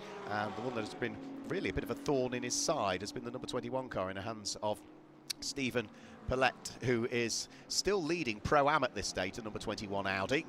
Lap time from Stephen Pellett last time through, 1 minute 58.8. Lap time from Renat Salikov was about 0.2 of a second quicker. That's why the gap has just opened up between the Merc and the Audi at the moment. We'll keep a close eye on the Inter-Africa Racing by Haas RT times. A 1:53.591 from Axel Jeffries. That was almost a second faster compared to the Al-Manabai Dragon Ben Tuck, number 77, although down in 11th position. That's the fastest lap for that team so far. Green through sector 1 again here with a 24.116. It's interesting that you said that he's a silver rated driver, according to the FIA. With all the experience that Axel has, I would have thought he would be gold by now, but that's just how the rankings work, isn't it? But he'll be one to keep a close eye on here. He's 20 seconds adrift from the Tsunami RT, currently shown as 7th overall in GT3 Pro, so a lot of work cut out for him there as he works his way through the order. Now then, an update has come through. Thank you so much, Alistair, as well, for the update. The Herberth Motorsport team are trying to fix the car and rejoin the race as soon as they can. Brilliant. So they have found out what the issue is and they can fix it, and they're going to get going again, which will be phenomenal there, because we thought that it was done and dusted. We won't see Herberth Motorsport back out their way, and Alan Hyde is sprinting down the pit lane to go and have a chat with them and see the progress on them working on that car to get it back going again. Unfortunately, it will be a number of laps down. We've completed 91 laps. They've only completed 16, so quite a ways away is that car. But still, having a car back on the grid after what we thought would be, well, issue, no resolution whatsoever, done and dusted. Good news is on the horizon. Good news for them. Still no real news regarding Winwood Racing and MP Racing and the 2 accident-damaged Mercedes as to whether we're going to see either one of those back out. I suspect with the Winwood Racing car, I know the answer. As for MP Racing, well, it certainly looks very sad, and it's going to be a long delay before we see that one back out, but I'm sure Alan will ferret out the information and feed that back to us. We're closing in on 100 laps going to be completed soon, because 91 have been already ticked off by the race leading number 77 Ferrari 296 GT3. It is now getting close to placing a lap on the 6th place car, but as you can see, Grove Racing by Get Speed, the number 4 Mercedes in the hands of Stephen Grove, is just clinging on to the lead lap at this stage. But I think the inevitable is going to happen, because Ben Tuck is a very, very quick driver indeed, and is still only silver rated, I think, by the FIA. He was runner-up in the GT World Challenge Europe this year, but I think the Grove Racing Mercedes is going to have its work cut out to try and stay on the lead lap here. As Al-Manabai Dragon, Ben Tuck's across the line there. 92 laps now in the books. And as you said, the Grove Racing by Get Speed has that Ferrari all over the back of them as they work their way through turn 1, up through the fast sweepings, turn 2 and 3. And now looking on the inside of the next corner goes Ben Tuck. He will put that number 4 a lap down when they come now through turn 5. So that means we only have 5 cars now left on the lead lap. It'll be Almana by Dragon, Winwood Racing, Capital RT by Motopark, Inception Racing and Optimum Motorsport are the only cars now left on the lead lap, unless now through turn 6 and 7 Stephen Grove sees an opportunity but is not close enough to make a move. So just 5 cars remain here on the lead lap with under 4.5 minutes remaining. Sorry, 4.5 minutes? We're not that close, are we? It's 4.5 hours we have left here in this first chunk of the Golf 12 hours as the Ferrari 296 of Pelin Racing moves offline. Now then, did I hear Alan Hyde's mic down there in the pit lane? Yes. I think we did. Yes, you did, Chris, because I came down to have a look inside the Herberth Racing garage, and I just said to one of the team who was rushing to the back of the garage to get some bits and pieces, I said, so things might be okay. And he gave me the universal wiggling of the palm of the hand to say, maybe yes, maybe no, we'll wait and see. So I'll keep a keen eye. It's Garage 16, and I'll keep my eye on the garage and the work that they're doing. As we say here in the UAE, inshallah it will happen. So inshallah we will see the Herberth Motorsport back out later on, and hopefully we do as well, to bring the field back up to 18 cars in total. Yep, with 20 having started the race, and those 2 accident-damaged Mercedes still either being worked on or otherwise, as the case may be. Under investigation again for track limits is car number 3. That's August Raber, that's behind the wheel of the Car Collection Motorsport Porsche. That runs 12th overall, 4th in GT3 Pro-Am.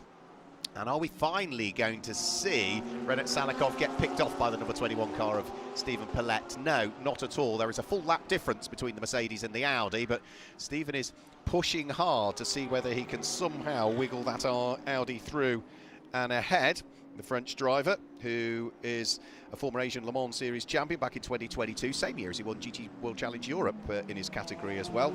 He's had a win in his class in the Nürburgring 24-hour, and he is at the moment sitting there in 7th position, the leader of GT3 Pro-Am, trying to get past the car that runs 2nd overall in the race, whilst he's down there in 7th place. Not for want of trying, but a bit like we saw earlier on, where Adam Toulette's was sort of bottled up behind a car, couldn't find his way through, and when he finally did, he was able to break away, wasn't he? And it's the same case for Stephen Pellett. He's probably the quicker of the 2, but he just can't get past that, rather frustratingly, number 81 Mercedes that just sits ahead of him. And he's got to make sure that frustration doesn't settle in as well, because frustration will lead to errors, and unfortunately that's not what we want to do. As he dives to the inside, going down towards turn 9, and is that the move done and dusted on the inside of Winwood Racing's number 81? It certainly looks the part, but unfortunately for Enrico Fulgenzi, not enough room for him to squeak on through either, and now there is a car between himself and the top step of the podium in GT3 Pro-Am. Now Axel Jeffries has just done a 153.417, and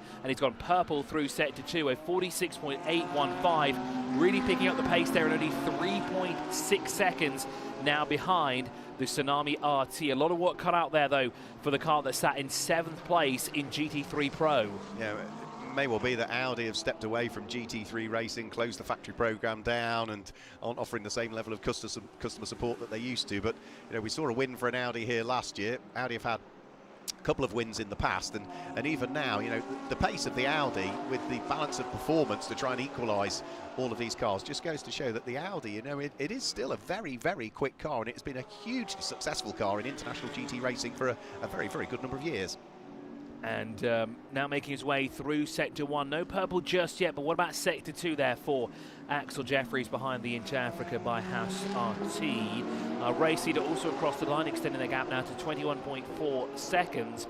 And Capital RT by Motopark with Adam Christodoulou behind the wheel of that, 48.6 seconds adrift from the race leader, having completed 94 laps here around the Yas Marina Circuit. So no purple this time round for Inter Africa Racing, and Axel Jeffries as Garage 59's Mark Sampson across the line. Now it looks like, as you said before, the Haas RT car got past Winward Racing. Now that's not for a position on track, but he hasn't been able to escape the clutches of that Mercedes AMG just yet, as Renat Salikov, a former winner in the Golf 12 Hours, still in close proximity and still applying the pressure to that back bumper of that Haas RT. This allows Enrico Fulgenzi also to close up a little bit as well and see if he can get through and challenge once again for the top step of the podium in GT3 Pro-Am. As for manufacturers at this stage, Ferrari leads, Mercedes second, Mercedes third, Ferrari fourth. The first of the McLarens is there in fifth place. It's Mercedes in sixth. The first of the Audis is in seventh.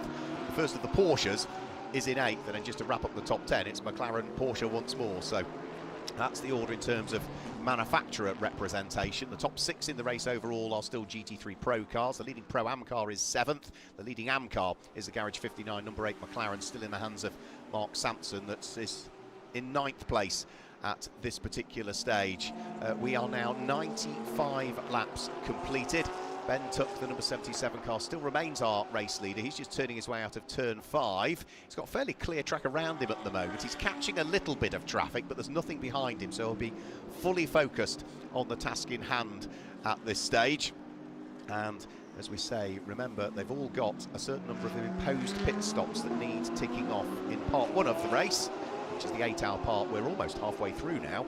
You've got to tick off 6 imposed pit stops of a minimum time of 100 seconds. If you decide to do those under either a full course yellow or a safety car, then it then becomes a 300-second minimum pit stop time for it to count towards the 6. And you've got to get through all of those 6 pit stops in part 1 of the race. After 7 hours and 15 minutes, you cannot have an imposed pit stop in the final 45 minutes of this section of the race. And just going back to Ferrari being out in front, Ferrari have the most wins here with 8 in the Golf 12 Hours. Interesting to note as well that no team that has won this race before is here with us this weekend. That's right. So we will have a new team on the top step. We may have a new manufacturer because Porsche have never won this. Audi have won. The Mercedes have won as well, and McLaren has won as well. But it's only Porsche that have not walked away with a victory, which comes as quite a surprise with Porsche's pedigree when it comes to racing. But unfortunately, just no team has been able to get it there at the line. But at the moment, we do have a Porsche running in the top 10, currently 8th position overall in the likes of GT3 Pro-Am. But I think if we look through GT Pro, which is most likely who we're going to see on the top step of the podium, there aren't any Porsches in that category. While it wouldn't be uncommon for a GT3 Pro-Am to win, it has happened in various series around the world before. It's going to be a very tough ask with some very quick drivers in that Pro category. We're looking at Oscar Lee now in that defined by Dragon, the Ferrari 296 that's had its fair share of issues throughout the race, whether it be a spin, being tapped into a spin, or even power steering earlier on in the race as well, as now the Haas RT number 21 all over the back bumper of the number 14 Porsche, and it looks like a set of Pirellis going on the number 88. They don't necessarily look like a new set of Pirellis either. They actually look like a used set going on.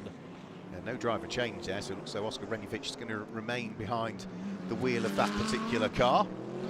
Now, Stephen Palat, who'd gone through and ahead of Renat Salikov a few laps ago at the wheel of the Audi, has now got another car that he's trying to work his way past, which is going to be the Resoon Northern Racing Niels Coulan-driven Porsche that is 7th in Pro-Am at the moment and 15th overall. Is he going to be able to pick it off on the run down in towards turn 9? He's having a nibble, he's up the inside, and the Audi goes through. So that's the traffic dealt with now. And now the next thing for that 7th place Audi will be to see what he can do about closing in on the next car that's just up the road, actually. About 8 seconds up the road is the next car, which is the 6th place car, Grove Racing by Get Speed, in the hands of Stephen Grove, the Mercedes. 8 seconds up the road, but Stephen was 3 seconds quicker on the previous lap.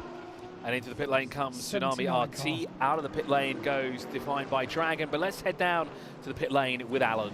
Yeah, it just so happens that I'm just by the 79 pit stop, so the car has come to a stop. The fuel is going in, and I don't think there is going to be. Yes, there is. There is going to be a driver change. It looked for a minute like there wasn't about to be, but the fuel finished and driver change is just being completed now. They're standing by with tyres. These tyres, different to the pit stop you just described, they do look like new tyres that are going on. So new Pirelli rubber on all four corners of the 79 car.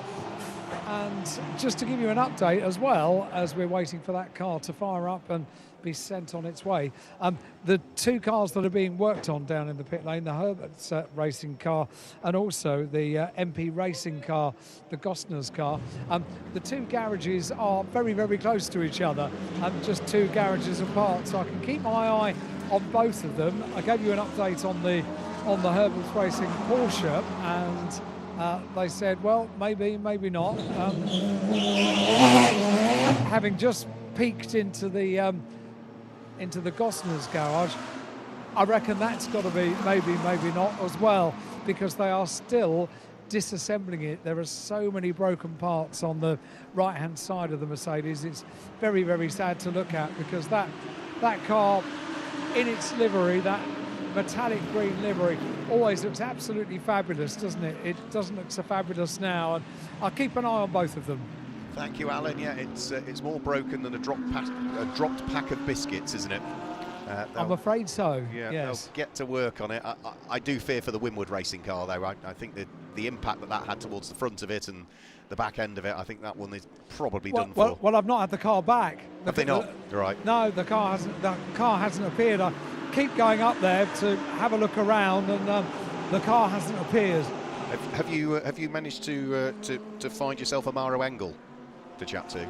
So just after the accident happened, he appeared in the garage wearing his T-shirt and trainers, and I've not seen him since. Right, okay. It's interesting that Alan says that, because the car is shown as being in the pit lane, so it must be hidden somewhere behind the paddock area away from plain sight. So I reckon you're right. Yeah, the car certainly isn't in the garage. We'll crack on Poirot.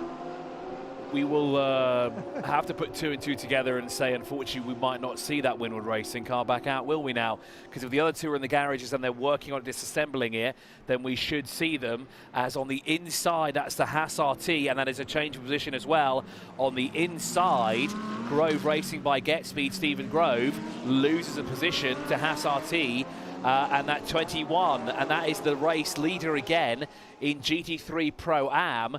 That is putting not one, not two, but three cars in between himself and the next closest driver in that Enrico Fulgenzi Porsche at the moment. And what a run so far from that 21 Haas as well, carving its way now through the GT3 Pro field. Yeah, he's doing a really good job, is Stephen Paulette at the wheel of that particular car. And for Enrico Fulgenzi, he is still sort of bottled up behind Niels Coulin at this stage. So Niels Coulin is in the largely white and red Porsche. Enrico Fulgenzi thought there was a little bit of a gap there that he could try and sneak his way through. Then he gets a little bit of a wiggle on as the car squirms around underneath him, coming out of turn number 12, underneath the W Hotel through turn number 14. There we'll go, brushing almost the wall with the wing mirrors as they come out of that section of it. It's a fantastic section to watch from, but Enrico Fulgenzi will know now he's losing time if he wants to get himself back into the lead of Pro-Am, and he's losing it behind a car that at this stage is running down in 7th position in Pro-Am, but he just cannot work his way through and past. And at least the Winwood Racing Mercedes-AMG managed to find a way past Niels Coulin there. So now that's another car that Enrico has to deal with. And that's unfortunate because he's losing more and more ground to the man that currently sits in the lead of the Pro-Am category. Flash of the lights there to try and get through. And Stephen Grove losing positions as well here at the moment. That Winwood Racing of Renat Salikov gets through. And our race leader is into the pit lane, Ben Tuck. And there is a driver change going on. And is it Chris Froggatt getting behind the wheel, or is it Al Faisal Al Zubair that will get behind the wheel of the race leading Almana by Dragon here? That's 77.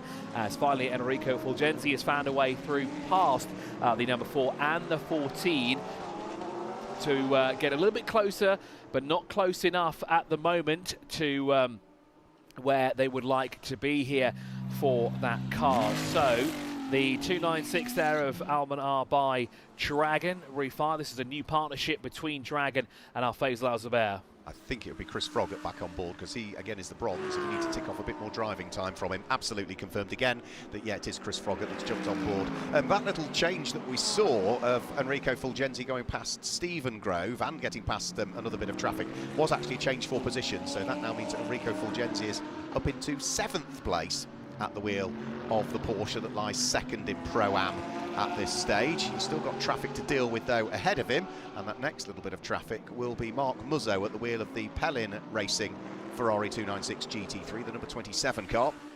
It's almost traditional, isn't it, to have at least one car that's done in Gulf livery almost, with the light blue and the orange stripe down the centre. That car is running in 16th position at the moment, 8th in Pro-Am, and it's about to have the second place car in Pro-Am go past it.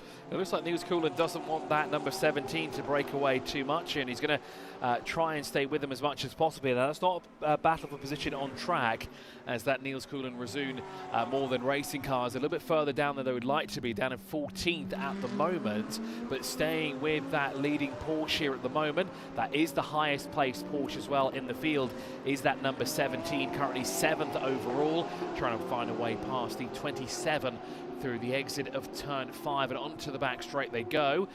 Brakes out of the toe, and they'll make the long drive down that back straight towards turn 6. Now that's not position on track, that's just getting back past the back markers. So Al-Manar by Dragon drops down the order to 4th overall. Winwood Racing now will take the lead. I think that's for the first time Winwood Racing will take the lead here as well. Indeed it is. So that means now we have the 9th driver change here at the Yas Marina Circuit. And yes, confirmation that Rinat Salikov has taken the lead for the first time here on lap number 100 in the 81 from Ben Tuck. It moves Capital RT by Motopark Adam Christodoulou up into 2nd, and Inception Racing now into 3rd place, as the 77 drops now back behind Optimum Motorsport and will be the last car on the lead lap, because that Haas RT that now sits in 6th position is now the lead car 1 lap down. Car number 14 will receive a 5-second penalty for track limits. That unfortunately is the Resoon more than racing car, with Niels Coughlan currently behind the wheel. 7th overall in GT3 Pro-Am, 15th overall here at the Yas Marina Circuit. So Enrico Fulgenzi racing across the line with the boss behind the wheel at the moment. Still sat in 2nd behind in class and 9 seconds back. The car that had picked up the lead of the race, which was Rinat Salikov at the wheel of the Winwood Racing Mercedes, heads in towards the pit lane this time through. So that's the number 81 car. The Tiffany blue and black coloured machine is in the pit lane with Alan. You can say to a driver, that looked to go pretty much absolutely according to plan, but Ben Tuck, I think it did, didn't it? Yeah, it pretty much did. 1 or 2 little moments with overtaking traffic, but luckily I had a track limits that was removed because I was a bit forced off. But yeah, it was a good stint. I think that's going to be the story of this race. We've seen it for a few of the teams. It's the way motorsport is nowadays, isn't it? Track limits are going to be a feature wherever we go. Yeah, exactly, and it's been the same for a good few years now, so we all know the rules and we all need to try and respect them as best we can. I mean, it's hard once you put the helmet on and you're pushing, but yeah, we know the rules. It's been an interesting race this, you know, because having done quite a few of these Golf 12-hour races, by this time, very often you know that it might be 2 or maybe 3 cars that are going to be on the top step of the podium. Today, I have absolutely no idea. It's really difficult to work out, so this is my first Golf 12 hours, but luckily I'm with an experienced team, Dragon, Al-Manar, and they've worked out the rules really well with the pit stops. I think there's a couple cars that have got to do an extra stop because they pitted under safety car. Luckily we managed to stay out of the safety cars and pitted under green, which in a normal race would be bad. But here, that means it's good because we're ticking off the mandatory pit stops. So actually, I think we're in a good position. Is there one person in the team responsible for dissecting the rules and working out the strategy? Oh no, we've got a good team of people behind that wall there. There's a good few people that are all working together. Because the point you make is really important. This is a unique event, isn't it? Exactly. It's got its own rules. It's a standalone event. It's not part of a championship. So you have to read up on the rules before you start the race. Are you enjoying it? Yeah, I'm loving it. Top man, thank you very much indeed. Ben Tuck down here in the garage. If there's any team to be racing with here in the United Arab Emirates, it's Dragon Racing, a wealth of experience throughout the entire team down there as well. Also racing in Europe this season as well. They're going to have a number of cars in a number of endurance races next year, here in the United Arab Emirates, coming down here with 3 cars that they are working with here, including the Al Manar by Dragon team. Of course, they've got the Defined by Dragon as well here at the Yas Marina Circuit in the Gulf 12 hours. So Salikov was into the pit lane now. Who has taken control of the AT1? Gabriele Piana will take control of that now second place car. Brendan Reeve is shown as now behind the wheel of the Inception racing car, which we saw in the pit lane while Alan was talking to Ben Tuck. Now that means the Capital RT by Motopark, Adam Christodoulou, is now our newest race leader. That is the 10th new leader, or the 10th lead change, here, and a number of cars picking up penalties. Car 88 receives a 5-second penalty for exceeding track limits. There are a few more that have popped up on the screen as well. Car 28, a 5-second penalty for exceeding track limits here as well. So car 88 is defined by Dragon. Car 28 is TFT Racing. And actually looking through it, I think Dragon might only have 2 cars here. The Al Manar by Dragon, and of course the Defined by Dragon. There is a 3rd Dragon car in the garage that we have seen as well, but that might pop up later on, not in this session or in this race, maybe just later on this week. So Enrico Fulgenzi Racing is in the pit lane. Haas RT is now up into 4th position, running 4th overall behind obviously Chris Froggatt in the Al Manar by Dragon. As pit lane now gets busy, into the pit lane also comes Stephen Grove from 7th overall in the Grove Racing by Get Speed. Will there be a driver change or Stephen get out? He has been behind the wheel for quite some time here. There is a driver, by the looks of it, ready to go just in the background there. And is that Alan Hyde that I hear in my earpiece as well? Yeah, just to confirm, it is a driver change. Thank you, Alan, there for the confirmation. So it is a driver change here for Grove. Do you know who the driver is, Alan? The other Grove. It is the other, so it's Brendan Grove, the man who started the race here. Thank you, Alan, there for the update down in pit lane, as a new set of Pirelli rubber will be applied to each of the corners here of the Mercedes AMG. And of course Stephen Grove will help Brendan into position there as well. A driver change underway for Enrico Fulgenzi Racing as well. I have a feeling that's Andrea Girondi. Indeed it is. You can see Girondi written on the back of his jumpsuit there. He's getting now behind the wheel because he was one of the only 3 drivers in the team not to get behind the wheel of the UAB squad here.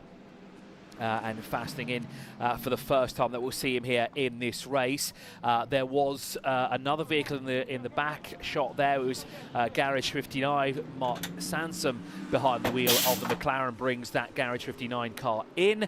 Brendan Grove has been released and is now on the fast lane and making his way towards pit exit. Andrea Girondi is also making his way down to the end of the pit lane. The driver's side door is up on the number 8 Garage 59, so should be a driver change as well for Mark Sansom, and will be the first time that we see team boss at Williams F1 behind the wheel of that Garage 59, James Vowles. As there you can see the onboard of the windscreen being cleared. You can see debris in the middle of the windscreen there.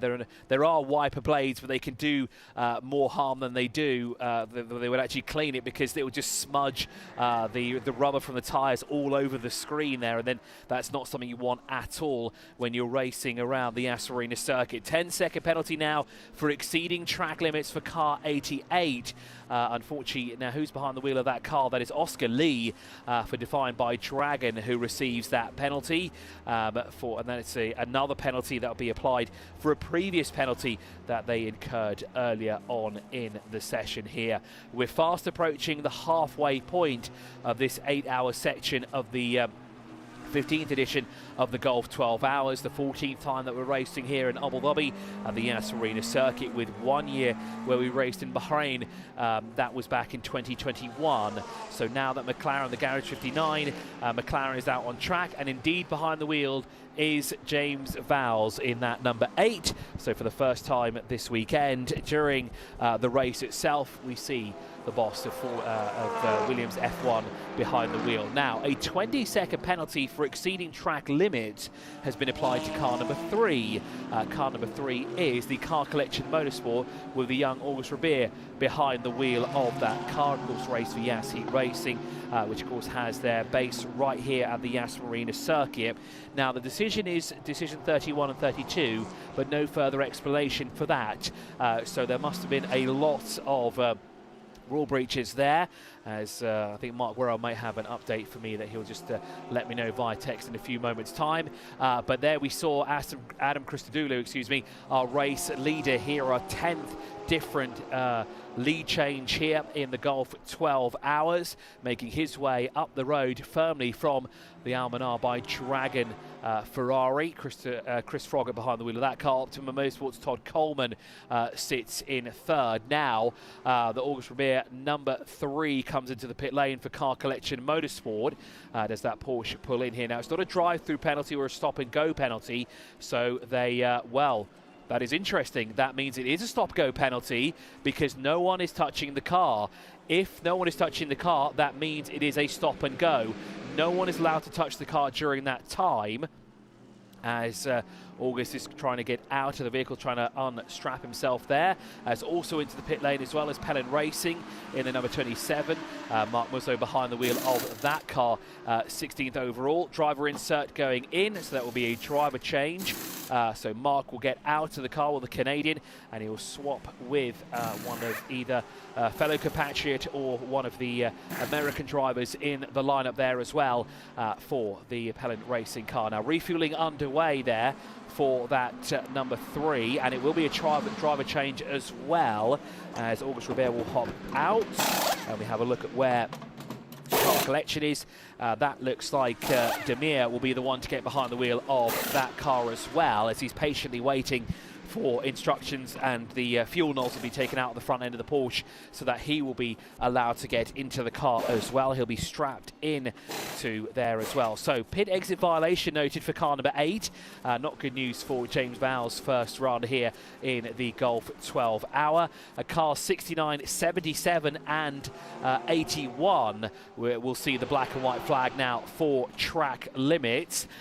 They don't want to do that anymore because they can incur a penalty. We've seen a lot of penalties being handed out to various drivers. It's very tough to find someone who may not have received a penalty or a track limit violation. I think the only car off the top of my head that I can think of might be the number 7 of Herberth Motorsport that has not received an infringement of any sort so far, who are currently hard at work trying to get that Porsche back up and running, and we'll hopefully see them back out on track. Now, Adam Christodoulou from the race lead has come in the Mercedes AMG, so does that mean now the lead will be relinquished once again to the Al Manar by Dragon, with Chris Froggatt behind the wheel of that car, as TFT Racing moves up the order. Jordan Bosson now moving up into 3rd position in GT3 Pro-Am, as that car is now released from pit lane as well. Now then, is Alan down there in the pit lane with an update? No, it's just the ambient noise that I can hear there through our headpiece up here, but Adam Christodoulou will get out of the race leading Mercedes-Benz AMG, or Mercedes AMG, excuse me, as it should be, for Capital RT by Motopark. This would, of course, give the lead back to the Ferrari that started in 2nd position, 4 hours ago, and now Optimum Motorsport of Todd Coleman is also coming in. So now, with 4 hours of racing elapsed here at the Yas Marina Circuit, as you just see in the back of your shot there, the Haas RT number 21 comes into the pit lane as well. Your top 3 are shown as Capital RT by Motopark, but it should be Chris Froggatt. Adam Christodoulou shown as the race leader, as that car is now making its way out of the pit lane. So the Al Manar by Dragon, number 77, in 2nd position, and Todd Coleman, who has got out of the McLaren, and he'll hand it back over to his compatriot now, who will take the wheel of that McLaren once again, is third overall and in class as well in GT3 Pro. In Pro-Am, it's the Haas RT in the number 21, with quite a number of cars between themselves and their closest rival of now Andrea Girondi behind the wheel of the Enrico Fulgenzi racing car, and it's TFT Racing, who are now third overall in GT3 Pro-Am. In GT3 Am, it is the number 8 Garage 59 with James Vowles behind the wheel in that McLaren, and then all the way down to 18th position we see the Mercedes AMG of MP Racing, Corina Gosner, but that car unfortunately out earlier on in the race here, and was one of the reasons why we had full course yellow here around the Yas Marina Circuit. So car 17 will now receive a 10-second penalty for exceeding track limits. That is the Enrico Fulgenzi racing car, and Andrea Girondi has only just got behind the wheel, and it's not the right time to be picking up a violation there, a 10-second penalty either. As you've just gotten in the wheel, behind the wheel, excuse me, you're fresh, you're ready to go, you haven't been behind the wheel at all, and probably not the best thing to do right away to grab a penalty there. So we are officially halfway through this part of the race here, this portion of 8 hours. That means we are 1/3 of the way through, and their unfortunately mark is the 88 that's gone off once again with Oscar Lee behind the wheel, and that looks to be through turn 1, and he's spun it again, trying to unspin it essentially. That's exactly what he did in free practice yesterday. He had a spin, he tried to get the car fired back up again, and then had subsequently another spin. So Oscar Renjevic carries on his way. Chris is going to take a little bit of a break whilst he just gets some food. Thank you for allowing me to do that as well. Because we've reached the first 4 hours, what that now means is that track limits have been reset again. So track limit counter has been reset, so we're back to 0 again. Alan, did I hear you in the background? You certainly can. Thank you very much indeed, Mark. Yeah, I've got our youngest driver with me, August Raber, who is fresh out of the car. Yeah, Yas heat is quite right. It's getting warmer out there, isn't it? It is. It's really warm in the car, especially doing these long stints, but I'm managing it well. Right, now, can you tell everybody how old you are? 16. Right, you're 16 years old. When did you find out the opportunity of doing this? Because although you race under a license in Europe, you're local to here, aren't you? Yeah, I live in Dubai. Only found out I was doing this like last week, a few days. Oh, really? Yeah, I'm serious. I did a test with the team. It went really well, so they asked me to do the 12-hour because one of their drivers dropped out, and I said, why not? Well, why not indeed? What an opportunity. Presumably you can stay at home as well, can you? Yeah, it's really nice. I've been having to travel to Europe 7-8 hour flights the whole year, so it's good to just have an hour drive for once. We've seen you racing in the UK. Were you travelling from over here to every race weekend? Yeah, I was doing British F4, so I had to travel for every test day and every race weekend. That's a lot of air miles, isn't it? What about your schoolwork at the age of 16? How does that work? So I'm still in regular school here in Dubai. My school is just an hour away from here. I just keep up, message my teachers when I'm gone, and they give me work to do. It's amazing. And when we talk about education in motorsport has come for you in this region as well, hasn't it? Yeah, it has. It's really cool to see. I know there's Yas in schools, which I'm trying to get involved in, especially having graduated from Yas Heat. So that's really cool to see, especially here at Yas Marina. It's a really great place, and to not be driving formulas for once is a change. It's so cool. Right, tell me what prepares you. We've seen you racing in the UK in British F4. What prepares you for the difference between a British F4 car and a GT3 car? Yeah, you've got the smile on your face. I don't think there's anything that can prepare you besides sim and everything, but it's a huge difference. I mean, the car is so much heavier, got a lot more power, ABS, traction control. It's completely different. Is it a bit like a dream when you first get into it, or a bit of a scare, bit of a nightmare? It was a bit of a shock. It moves around a lot. Obviously, it's got a bit more suspension and everything. It rolls in the corners a bit more, and then the ABS you get in your foot when you're braking was a bit of a shock. Not just seeing tire smoke whenever you press the brake too hard. But no, it's cool. For me, it's a bit like a go-kart. You can mount the curbs a bit more than Formula, so it's really cool to. Quite a powerful go-kart though, isn't it? It is. It's got, I think, 500 something horsepower. So the first time leaving the pit lane was I bet. I'll tell you what, I bet.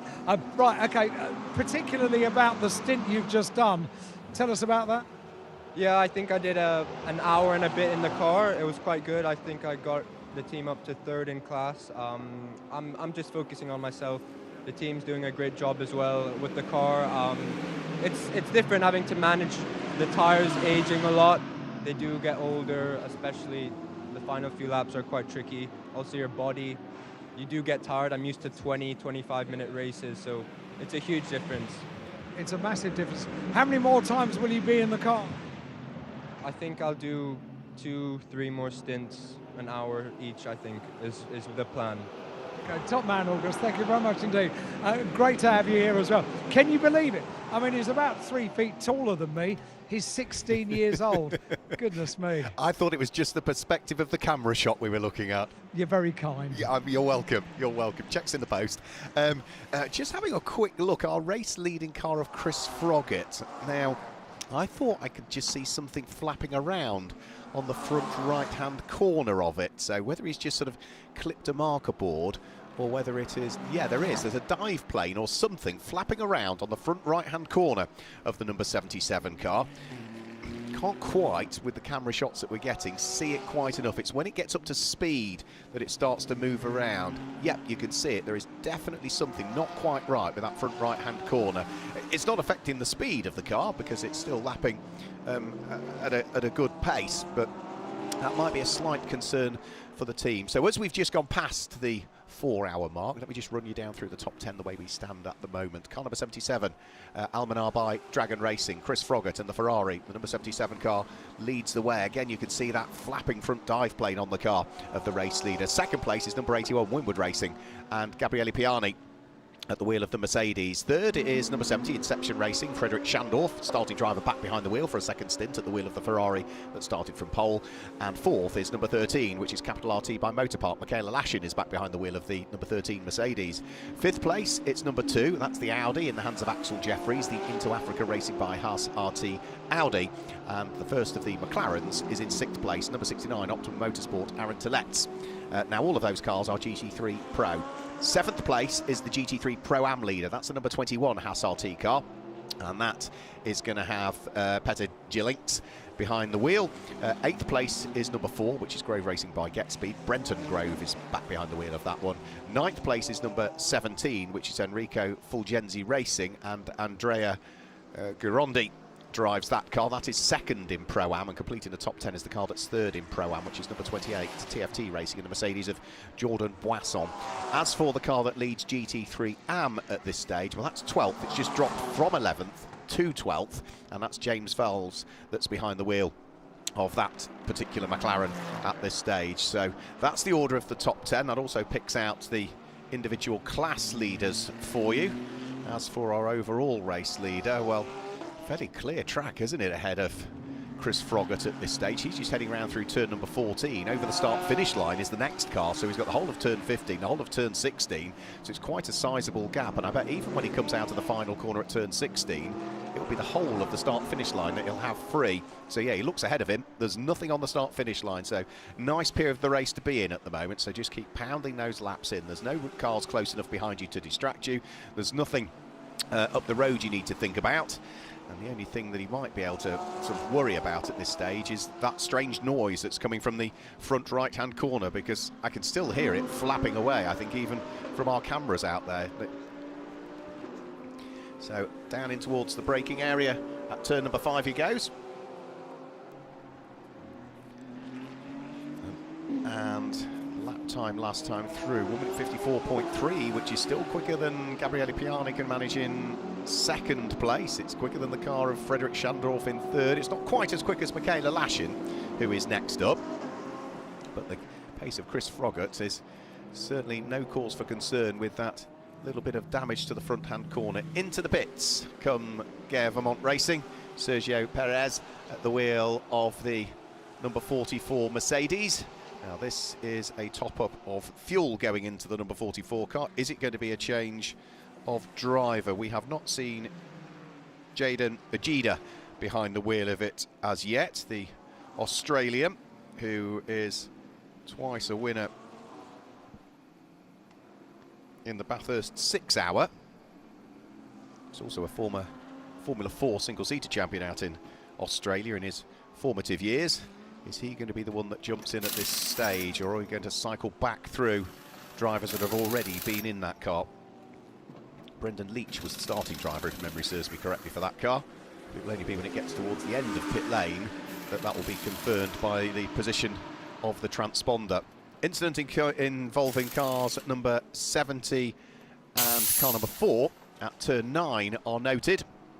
So that is just noted at this stage. Investigations will then subsequently take place by race control, and if needs be again, drive-through penalties or stop-goes will be issued. Our race leader, though, is now safely onto lap number 112. Thunderous noise of the normally aspirated Mercedes as it strikes up and heads down pit lane. Who is going to jump on board that car for this particular stint now that we've had the driver change? Well, it is still showing as the outgoing driver, Sergio Perez, at this stage, but I'm sure I saw a driver change, so we'll await confirmation that the transponder is going to be flicked into the right position for that car. We ride on board in the meantime with James Vowles, who is driving the number 8 McLaren, the team principal at Lassian Williams F1. Now, James has not driven in a race for a couple of years, really, when we last saw him out in the Asian Le Mans Series back in 2022. So he first cut his teeth racing things like classic touring cars in the UK, and you can see the speeds these cars get up to as they head down in towards the braking area for turn 6 and turn 7. Very, very heavy braking area as you'll pitch the car in towards the left-hand aspect at turn 6, and then you'll turn right at turn number 7. So good to have that onboard camera, albeit it seemed to freeze a little bit there, so we'll look back at exactly what James is doing as he now heads down in towards almost a banked corner now, which was reprofiled a few years ago, turn number 9. So again, you can see sort of take a strange line in, try and cut back such a late apex at turn 9 now to try and carry the speed out of the corner, and then up towards what is a flat-out kink at turn 10, and then as you come through 11, you need to be on the brakes almost as you apex at 11 to get the car over to the left, turn in. Some of the cars go up a gear at this point, the Porsches particularly do, others leave it in the same gear depending on the gearing that they've got, and at this point here, use all of the exits, so you're almost brushing that Armco barrier over to the right-hand side there. And then up towards turn number 15, one more corner to go, which will be turn number 16. Use all of the curbs that you can, get a good line through 16 and try and fire the car back off the corner again. So that's James Vowles that's giving us the onboard footage there. And he is at the moment running down in 12th position overall, but more importantly, that is the car that leads GT3 AM at this stage. And if you're wondering about the categorisations, well, if it's a car in GT3 Pro, then you can either have 2 or 3 drivers in the car. All cars for this weekend have a minimum of 3 drivers, 3 or 4 drivers. So if it's GT3 Pro car, you can have golds and platinums and silvers in it, but you must still have 1 bronze driver. Even if it's a GT3 Pro, you've got to have 1 bronze. If it's a GT3 Pro-Am car, then in reality, you've got to have 2 bronzes in that car. So it can be a platinum or a gold or a silver, and depending on the combinations, you know, you could have 2 platinum stroke golds, but you've still got to have 2 bronzes in it. But so and for a GT3 AM car, well, you've got to either have 3 or 4 bronzes in that, depending on what you're running. So all of your drivers must be bronze to be in the AM category. That's the different categorisations. So Chris Froggatt still leading the way. Lap 113 was completed last time through. He still leads by a handsome margin. 22.6 seconds is the lead advantage at this stage for the Almanar by Dragon Ferrari 296 GT3. Gabriele Piani in his number 81 Mercedes is in 2nd position. So as Chris Froggatt comes over the start-finish line now to complete the lap, the number 81 Mercedes is only just going underneath the W Hotel, so that's the relative distance between them all at this stage. And for Chris Froggatt, as I say, he's just in that ideal spot of the race. He's got nothing behind him, he's got nothing ahead of him, he's closing in on a bit more traffic up the road, and that will be the number 28 car, which is Jordan Poisson, who runs inside the top 10, but Jordan is already part of the way down the straight on the exit of turn number 5, and Chris Froggatt is only just coming into it, so you might just about see in the distance a car down the straight, but Chris could just fully focus on everything that he's got around him at this stage and not be concerned about any traffic he's catching, any cars that are beginning to close in on him. He'll continually be getting the updates from the team about what the gaps might look like. Frederick Schandorf over the start-finish line at the wheel of the yellow Ferrari from Inception Racing. He still runs in third place currently.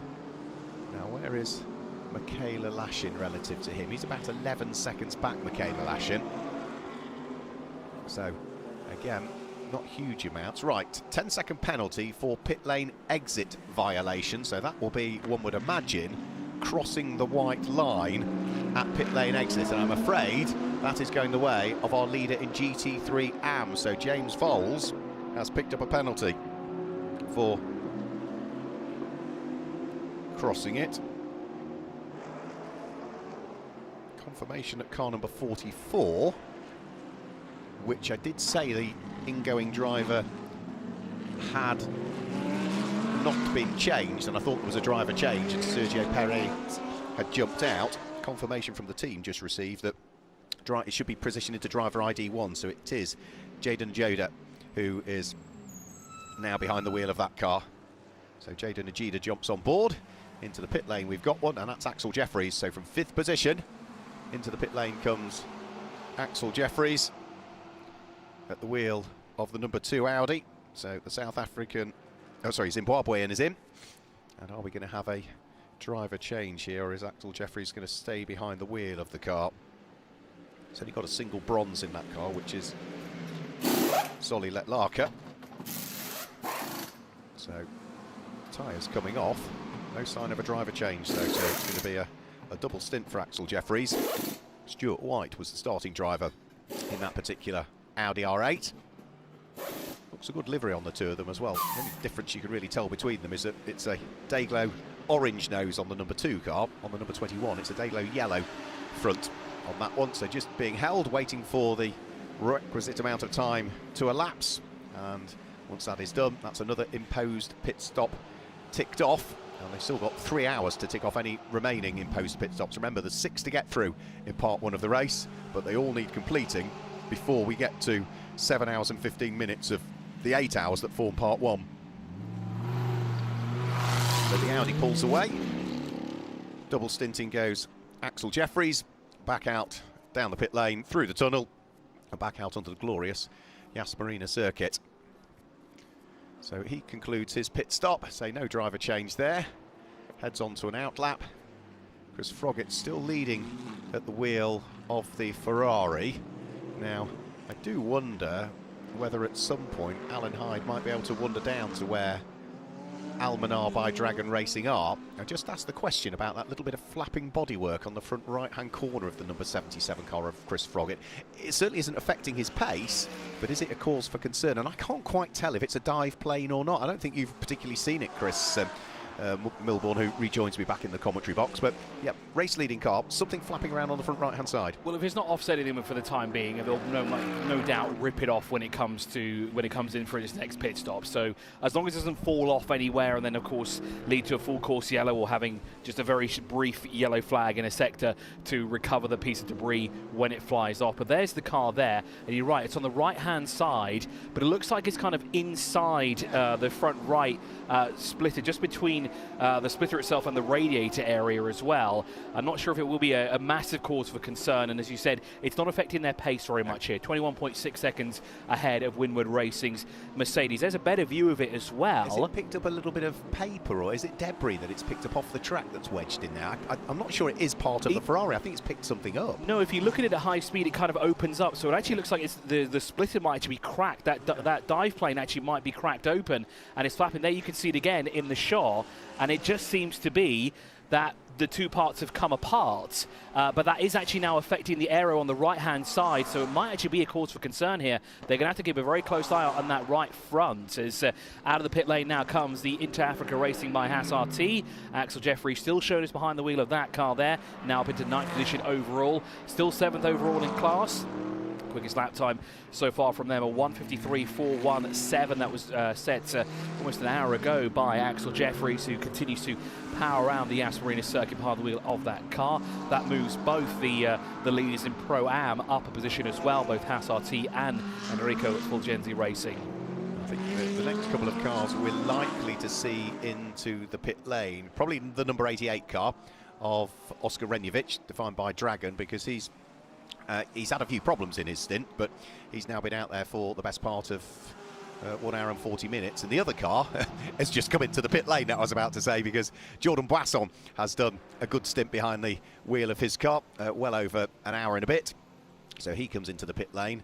And what are they going to do with Jordan Boisson? It is being held for the moment so that no work can take place, just while the 5-10 second penalty is being served, and now they can start to refuel the car. There is a driver ready to hop on board the number 88 Mercedes, and sorry, the number 28 Mercedes, I should say. And who would that be? And we haven't seen Nico Bastian in as yet. Trying to have a look at the well, there's a German Nico. flag. Correct, it is Nico. You can tell by the helmet as well there, because it clearly says Nico on the side there. So the German driver will get behind the wheel of the TFT Racing number 28. Fastest lap out there by Jaden Ojeda, a 1:58.622, the V8 Supercar Star, excuse me, now going quickest of all the way down there, and 14th overall in GT3 Pro-Am. He's 6th overall at the moment, behind the Razoon More Than Racing, number 14, who is 13th overall. So this is the only car that's currently in the pit lane. As you said, Inter Africa Racing by Haas RT have made their way out of pit lane as a tear-off comes off of the windscreen. And it's interesting to note that when you have to serve these penalties in the pit lane of 5 or 10 seconds, you have to make sure you get that exactly right. Go over the time, it's okay. Obviously, don't go too much over time. But if you go under 5 or 10 seconds, depending on how much time that penalty is, you could incur another penalty. And that means you have to do it all over again. And you don't have to just do that one penalty again. You'll have to serve the additional penalty for going too quick as well, wouldn't you? Yeah, absolutely. Yeah, I mean, the one good thing is at least these sort of time penalties get served during a pit stop. It's not though we then need to top them all up and then amend the results when they've all come over the start-finish line. So it's nice that they all get served during the pit stop, with no work being able to be done on the car until that time has clicked away, similar to you see in Formula One in reality when you get those sort of time penalties there. Alan? By the way, Mark, I did come down to the Dragon garage, and there are 5 members of the team sitting on little camp chairs just at the exit of the garage. I think the phrase that applies to worrying about the front bodywork is, do I look bothered? They don't seem to be worried. Well, let's say, looking at the pace that Chris Froggatt has been setting, I would tend to agree. Yeah, I'm not sure. They're not worried. Yeah. So they'll inspect it and see exactly what it is. But yeah, it's certainly an unusual thing to see flying. It must be making a real racket. By the way, it certainly wouldn't be any litter that was being picked up at the front of the car, because one of the most incredible things about coming to this part of the world, there is no such thing as litter. No. I mean, wherever you look, I saw a lady this morning when I came into the circuit, one of the circuit staff, and she certainly was not part of the cleaning team or anything like that, but she spotted a cigarette end on the floor, and she about turned and went and picked it up and popped it in the bin. Everyone is sort of self-cleansing here. It is, yeah. It is It's absolutely superb. Immaculate, isn't it? Yeah. It is. Immaculate. It is. So that is the 27 Ferrari on the inside of the 17. Now this is the position on track. That car's just trying to get a little bit further up the road, closer to the race leaders, to try and unlap the Pelin Racing number 27 down in 16th at the moment. That 17 car with Andrea Girondi behind the wheel is 8th overall, and that's going to go side by side now down towards turn 6. Andrea Girondi will take that position back. Now remember, it's not on track, as Nico Bastien now behind the wheel of the TFT Racing number 28. That car has gone on its outlap around the Yas Marina Circuit here, and is now on its flying laps around the track as well. It's the first time we've we see the German driver as well behind the wheel. Up front though, 19.8 seconds. So actually that gap is coming down now. That's now 2 seconds it's come down in 2 laps. So maybe this is just Chris Froggatt now maybe coming to the end of the stint here and thinking, right, I need to just slow it down a bit here, conserve some of the tyres and the fuel before I have to come in to give the next driver, if I'm doing a driver change, a little bit more when it comes to their stint time behind the wheel. Yeah, well, Chris has only been behind the wheel for about 40 minutes at the moment, so he's maybe midway through his stint, something like that. I think probably the next of the cars that we'll see come in will probably be Niels Coulen, because he's been behind the wheel of the number 14 Porsche for over 70 minutes now. And in fact, I say that, what happens? Niels Coulen comes into the pit lane. As soon as I said it, the Porsche dives for the pit lane. So into the pit lane comes a 14. Interesting, if we look at stint times, one driver's done 1 hour and 2 minutes behind the wheel. That is Axel Jeffries. But one driver's done 2 hours and 22 minutes so far. That's defined by Dragon. That's Oscar Lee, who has done 2 hours, almost 2.5 hours behind the wheel. That's an incredibly long time. And he'll, no doubt, that number 88 will be coming to the pit lane soon enough. Yeah, so that's Oscar Renjevic. Giacomo Altway was behind the wheel to start with. I don't think we've seen Giovanni Altway behind the wheel of that car. So driver change going on. Niels Coulen out of the number 14 car. Incoming driver for me, that's Terry Vermeulen, that's going to jump on board. And that car will really come alive in the hands of the double GT World Challenge champion from this year, because Thierry Vermeulen won not just the GT World Challenge Europe Sprint Cup this year, he also won the Endurance Cup as well. So he's a double champion this year.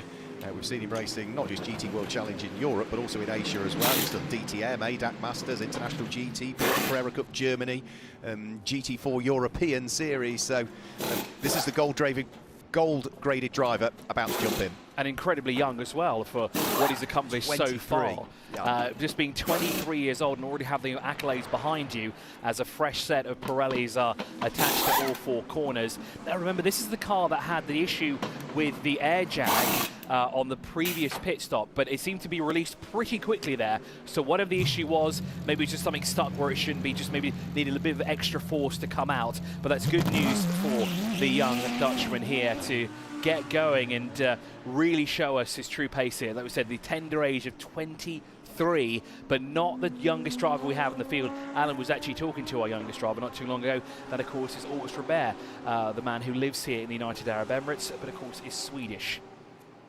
So there's Oscar Renjevic at the wheel of the defined by Dragon number 88 car. So he'll be ready for a lie down in a darkened room at the end of this one. His stint time now is showing us just about to click over to 2 hours and 25 minutes he's been behind the wheel of the number 88 Ferrari. So surely he'll be destined for the pit lane before too much longer. When he does come in, I suspect it will be Giovanni Altway that will take over that car. Giovanni is, for this weekend, graded as bronze driver. I think he's one of about 4 drivers we've got in the field where they're not running to their FIA grading for this weekend, I think.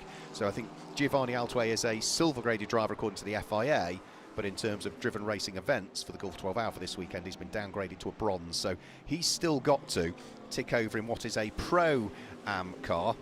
The bronzes must do a minimum of 6 hours of the 12. And when you do a long stint, it's probably worth pointing out at this stage that we have blue skies here at Yas Marina now, and proper sunshine as well. So much more the kind of weather conditions that we expect here for the Gulf 12 Hours. It's sunny, very, very hot when you're out of the shade of the pit lane. When you go to the back of the garages and go into the paddock, extremely hot. So they're dealing with normal Gulf 12 Hour race conditions now, as opposed to the much cooler conditions that we had at the start of the day. I won't bother giving you a further update regarding how things are here. Well, I'd like to think the conditions were as they were. They are. You'd be surprised. Yeah, good, yeah. So car number 3 now receives a drive-through penalty for causing a collision, what we saw earlier today. Now, unfortunately for Demir, he was not the one that caused that collision, but he'll have to come in and do that drive-through penalty, so that will put him in the back foot there. Currently shown as 15th overall, and that's the car in question, just ahead of the number 17, being driven by Andrea Girondi at the moment. Now that's not for position on track. And also, good to see Pelin Racing now running strongly here in that 27, really keeping it up now with the car that's in second place in GT3 Pro-Am, excuse me, and actually looking on the inside through turn 5 and takes the position away. But remember, that's not a battle that Andrea Girondi really needs to get involved in, so he just kind of let him through. But great racecraft here from the driver behind the wheel of the number 27 to help move them up the order. But now Girondi's going to attack once again on the inside, down the back straightaway, flash of the headlights as well to the Car Collection Motorsport Porsche as well, to inform him that I'm coming through. I am quicker than you, let me in, as he has the inside but the outside line now for 7. And again, sneaky up on the inside is that Ferrari 296 GT3 of Pelin Racing, really sticking its neck out here and vying with those who are in contention for a podium finishing position or even the top step in their respective category. And these three are going to battle it hard all the way through turn 9 as well. Yeah, Jeffrey Westphal is the driver of the Ferrari at this stage. The American is the highest of the graded drivers, I think, along with Kyle Marcelli, who's gold as well in that car. And Jeffrey is again very, very experienced sports car racer, so he's able to sneak back through it again ahead of Andrea Girondi at the wheel of the Enrico Fulgenzi Racing Porsche. Jeffrey is 39 years of age. He's a former champion in the Michelin Pilote Challenge, as it is over in America. He's won his class in the Nürburgring 24-hour. He also was a champion in the Pacific 2000 Championship, Formula 2000 Championship over in America. So plenty of championships on his CV. Now he just needs to pick off the next car, which is just ahead of him, and that is going to be Dimar Satov, who still at some point needs to come in and serve a penalty, wasn't it, that you said he'd got? Exactly, and now another car being warned about track limits is car number 81. That's the second place car overall, Winwood Racing, with Gabriele Piani behind the wheel. The Italian now 21.3 seconds adrift from the Yamaha by Dragon. And again, this battle ensues 3 wide. They're trying to go through turn 5, and they keep jostling for position. These three have traded places a number of times over the course of, what, a lap and a half? Absolutely, and the amazing thing is, none of it's for position, is it? They're all on different laps, or are they? Yes, they're all on different laps, aren't they? Because the highest place of the three here is the Andrea Girondi car, the black and yellow, the one that's on the left-hand side of your pictures here for Enrico Fulgenzi. And that 27 is not going to make it easy for him to get through, because, of course, Fulgenzi's, the team car there, wants to get through. It doesn't need to be caught up with this at all. They need to catch that Haas RT. That sits now, what, 7 seconds up the road from them, and they're losing valuable time getting stuck in a battle that they don't need to be a part of at all. 17 seconds, isn't it? So, yeah, they'll be losing even more time whilst they're involved in this titanic squabble between them all. So, looks as though for the moment Jeffrey Westphal has just managed to build a little bit of daylight between himself and Andrea Girondi. So the Porsche taking a little bit of a breather at this stage, and Andrea's another driver that's well used to racing Porsches, having raced in the Porsche Carrera Cup Middle Eastern Championship, in the 992 Cup. He's done Porsche Carrera Cup Italy, I think, in the past as well as Andrea Girondi. So lots and lots and lots of Porsche experience, and he needs to draw on it all, doesn't he, to try and keep up with that rather troublesome Ferrari that he's got ahead of him. And of course, now that Ferrari is breaking away, so a little bit of frustration relieved there from Andrea, but of course he'd like to be the car in front, not the car behind that Ferrari at the moment, to get closer, as into the pit lane comes the Car Collection Motorsport.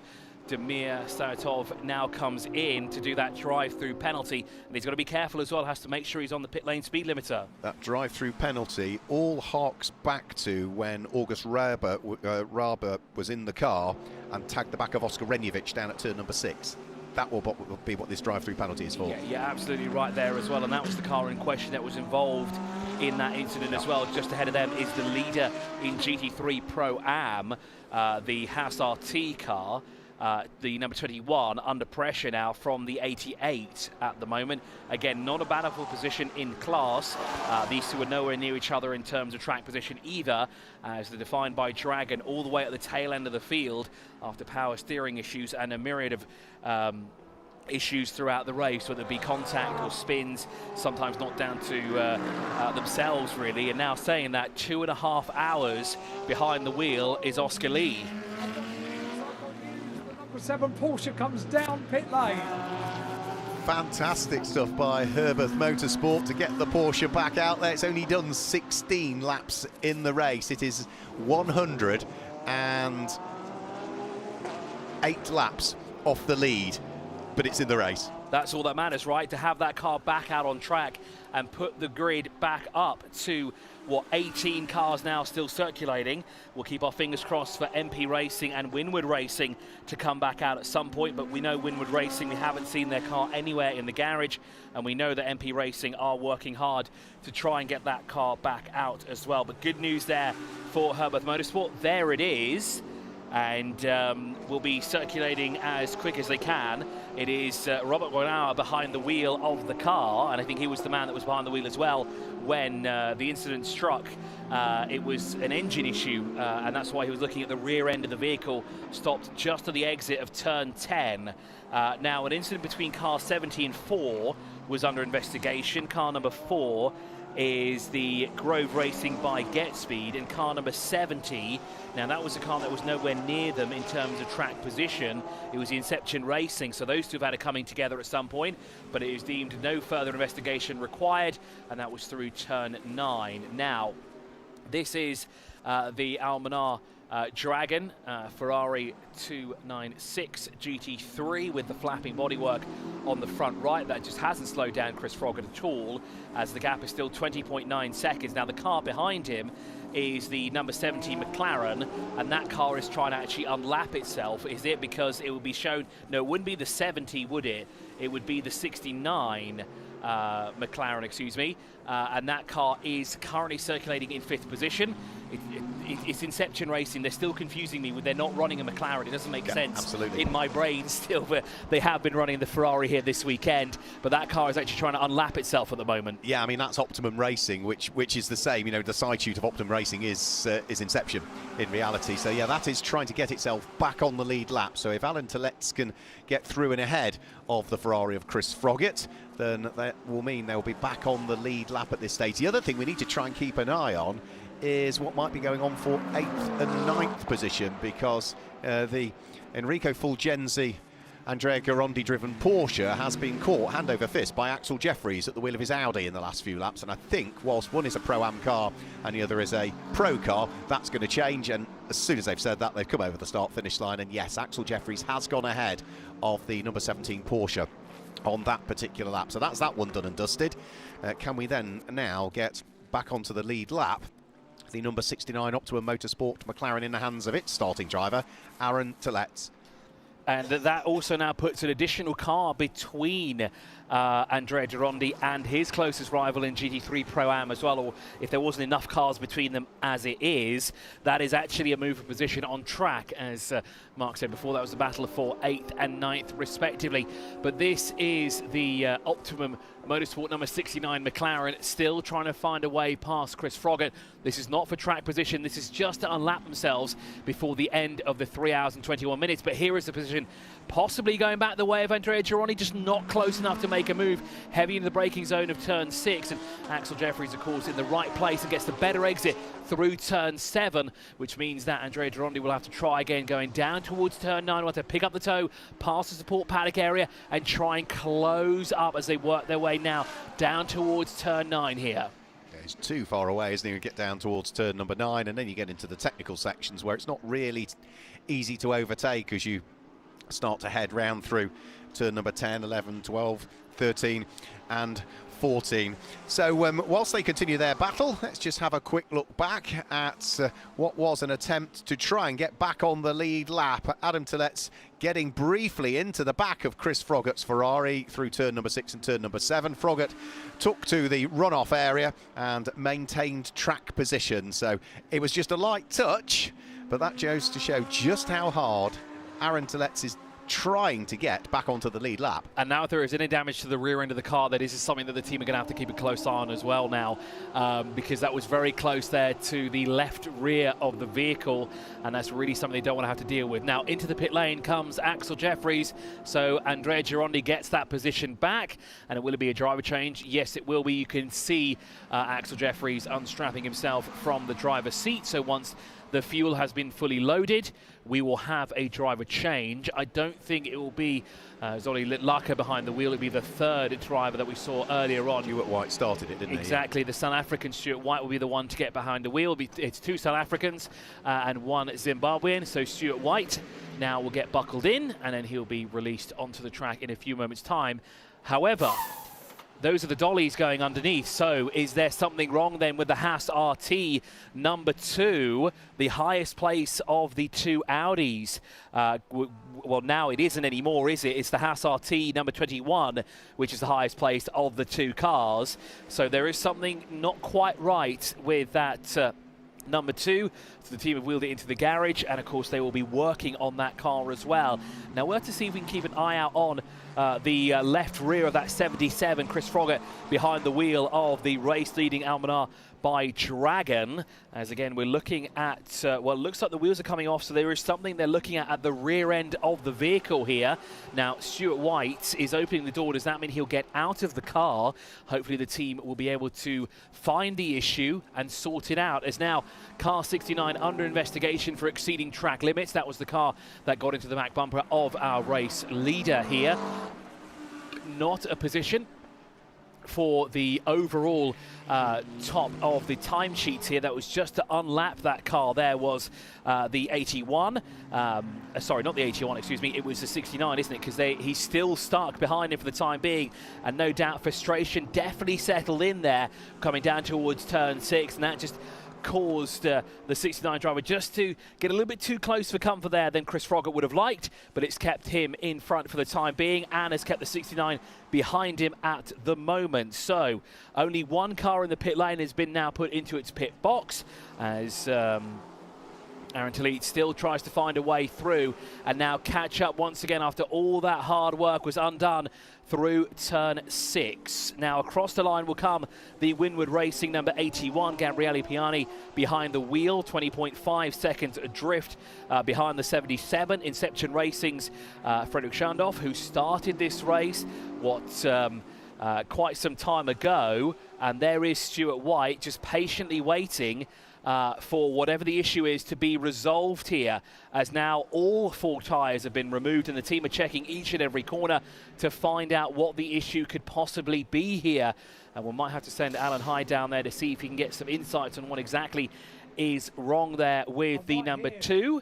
And Alan is already Chris. there. Yeah, so, I'm in the garage. I've watched Axel get out of the car. He went straight to the back of the car, and that's where all the attention is at the moment. And as they are just investigating at the moment, they're not doing any work. I wonder if I can go to the back of the garage and just ask him. He's explaining now to the team exactly what it's doing, almost suggesting that it's something about the handling at the rear of the car. But hang on, I'll just dive in. Axel, can you tell me what the problem is? Not actually quite sure. Everything was going well, and then yeah, something felt weird on the rear. We've come in and it looks like the diffuser's hanging off, but for me there's something else. So the guys are having a look at it, and hopefully we can get back out. It's a shame. What about the stint up until that point? No, I think the pace was really strong, especially the first stint. The second stint we started to feel something, but yeah, it's been a strong race. Let's just try and get back out there. By the way, a friend of mine sent me a text last night and he said, if you get a chance to see Axel, can you say hi? From Pat Blakeney from Thruxton Circuit. Amazing. Pat was one of my first instructors in Formula BMW. Great guy, and definitely a guy I learned a lot from. I think he views you fairly highly as well. Axel, thank you very much indeed. Yeah, a very quick driver indeed is Axel Jeffries there. So hopefully the team can sort out what the issue is potentially at the rear end of the vehicle. Of course, they will do some necessary changes there to the rear diffuser as well. Now, going quick through Sector 1 on this lap is the 44 driver, Jay Nojida, the Australian in his Mercedes AMG, does a 23.764. But let's focus our attention real quick to the Herbert Motorsport car as well, the Robert Wagner, a 153.325 last time round. Green through sector 1 and green through sector 2 as well. So picking up the pace here. So it looks to be the car is in the exact shape and stature that they would like it to be in, and they're going quick here around the Yas Marina Circuit, albeit a handful of laps back behind. I think we calculated it's about 106 laps behind the race leading Almanar by Dragon. But it's great to see that the Herbert Motorsport team have found the issue, they've sorted it out and got that number 7 back out on track. Now still under pressure to get that lap back is the Almanar by Dragon Chris Froggatt, and it is still Aaron Talitz who is still applying the pressure to try and find a way through here at any opportunity that he can, but he doesn't want frustration to settle in like it did last time, because that cost him valuable time, and well, it could have cost him a little bit more if there was more to the story. But both of these drivers, ultra professional, kept all 4 wheels on the tarmac to ensure that nothing went wrong there completely, and Chris Froggatt's done a fantastic job. And it seems to be whatever contact there was there, Mark, on the left rear, it doesn't really seem to have affected the car at all, but it also doesn't seem to be there's any damage whatsoever. I can't see anything on the back end of the Ferrari. I can't see anything on the front end of the McLaren, so it'll only be a very light graze if there's anything at all. Into Africa Racing Haas RT Audi you were talking about, it's making its way back out onto circuit now. Axel Jeffries had done a double stint in that particular car. It's now Stuart White, as we know, that's now going to hop on board for the next part of it. So he's in for his second stint in this 15th running of the Gulf 12 Hours, for which in part 1, where we've got the 8-hour segment to it, we're ticking down towards 5 hours being completed before too much longer. So still 3 hours and 13 minutes plus a bit of change of part 1 of the race to go. Then we'll have the pause and then we reset and do it all again for another 4 hours. And if this battle continues on all the way here, Aaron Talitz has got to make sure that he gets past the Almanar by Dragon car before that comes to an end here, because of course, as you mentioned before, when the race stops at that 8-hour mark, if you are a lap down, you are a lap down. But if you're on the lead lap, you won't have to go all the way round. You will start behind that car still. So he'll be 5th position if it were to end now, and that means he'll line up on the 3rd row of the grid. If you're on the lead lap, but only by 1/1000th of a second away from being lapped, you start getting almost the whole of that lap back. So yeah, it's so critical. Yes, there's still another 3 hours to go, but if this were literally the final moments of the first 8 hours, Adam Talitz would be maybe a little bit more aggressive to try and ensure that he could get through. I think he's the quicker of the two, but a bit like we've seen a couple of times, he just cannot find his way past. And whilst Chris Froggatt isn't making a mistake and is driving perfect lines, it does make it an impossible task, doesn't it? It certainly does as well. And as you said, a 154.415 for Chris Froggatt, and for Aaron Talitz it was a 154.582. So only about just over a 1/10 of a second separating the two there when they came across the line. And now next up for them is second in GT3 Pro Am, which is the Enrico Fulgenzi racing car. Now hopefully for the Optimum Motorsport team, this will play in their hands, because when it comes to traffic, specifically in corners, this will slow Chris Froggatt down. And if he catches him in the wrong place and they sniff an opportunity to sneak on the inside or possibly go around the outside, they will take that position away. They get that lap back, but it also could work against them as well, because if Chris Froggatt gets through and finds him at the right place, that means, unfortunately, Optimum Motorsport may find them in the wrong place going through the corner, and that will be worse, because then they'll have another car between themselves and going back on the lead lap here. So they head down towards turn number 9 at the moment. Chris Froggatt pushing hard at the wheel of the Ferrari 296. Remember, we've had more wins from Ferraris here in the 15 runnings of the Gulf 12 Hours than any other manufacturer. 8 wins have been chalked up by Ferrari over the years.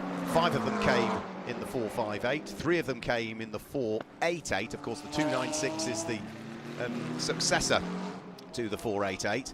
And as for the teams that have won with Ferrari, well, it's 4 apiece. 4 for AF Corsa, who aren't here this weekend. 4 for Kessel Racing. Are we going to see another Ferrari win? And regardless of what happens, we're going to see another team win for the first ever time.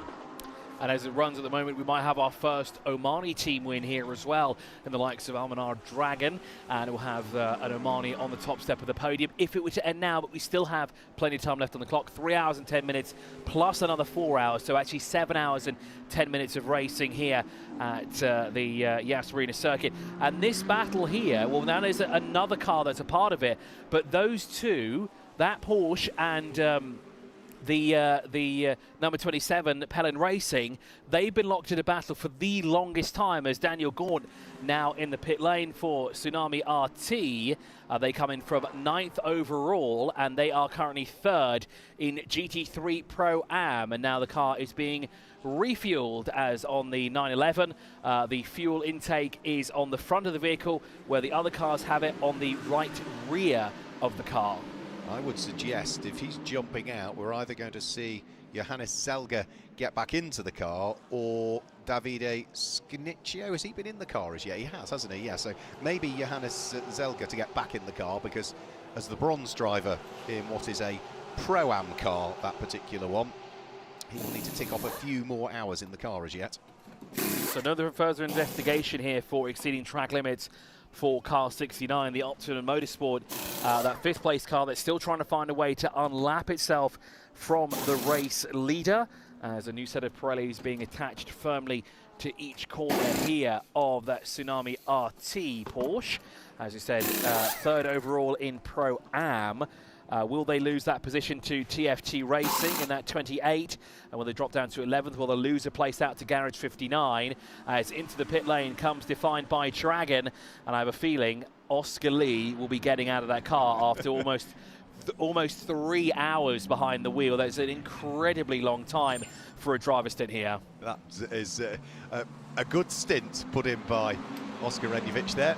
And he will be ready for a lie down and a good old rehydration, a drink, a rest, a massage, all of those sorts of things. In is the race leader as well, so Chris Froggatt comes in. So that now means that Aaron Tillett doesn't have to worry about overtaking that car anymore. He is back on the lead lap. Exactly. So you saw there the team weren't allowed to touch the Defined by Dragon car, because of course they had that penalty that needed to be applied, so they sat stationary there for 5 seconds. Then once those 5 seconds were up, they attached the fuel nozzle, refueling underway, and there will be a driver change here for Oscar Lee, who will take a very well-deserved break. Now, we did see a driver here for Inception Racing getting ready, so there will be a driver change as well, along with a new set of Pirelli rubber. Frederick Schandorf will get out of the car. Didn't quite see who it will be. It will be either Brendan Reed or it will be Ollie Milroy. I think it will be Ollie Milroy who gets behind the wheel, because I think before Frederick got behind the wheel, it was Brendan Reed behind that car. And there is the driver change. And for Oscar Lee, I could imagine he's dead tired. The last thing he wants to do is be helping a teammate out there. But of course, it is a team game here in the end of the day, and he's got to do what you have to do before you take that break. But definitely a big lie down there. So it looks like a driver change as well for the Grove Racing by Get Speed as well here. Now, will that be Jules Gounon getting behind the wheel of this car? It does look to be the case here. So the quicker of the three, as a very rapid exit there from Al-Manar Racing.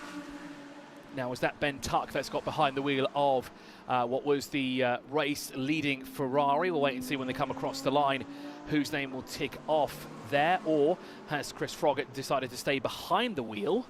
Herbert Motorsport back into the pit lane. The car's just been put on the dollies and wheeled back into the garage, I'm afraid.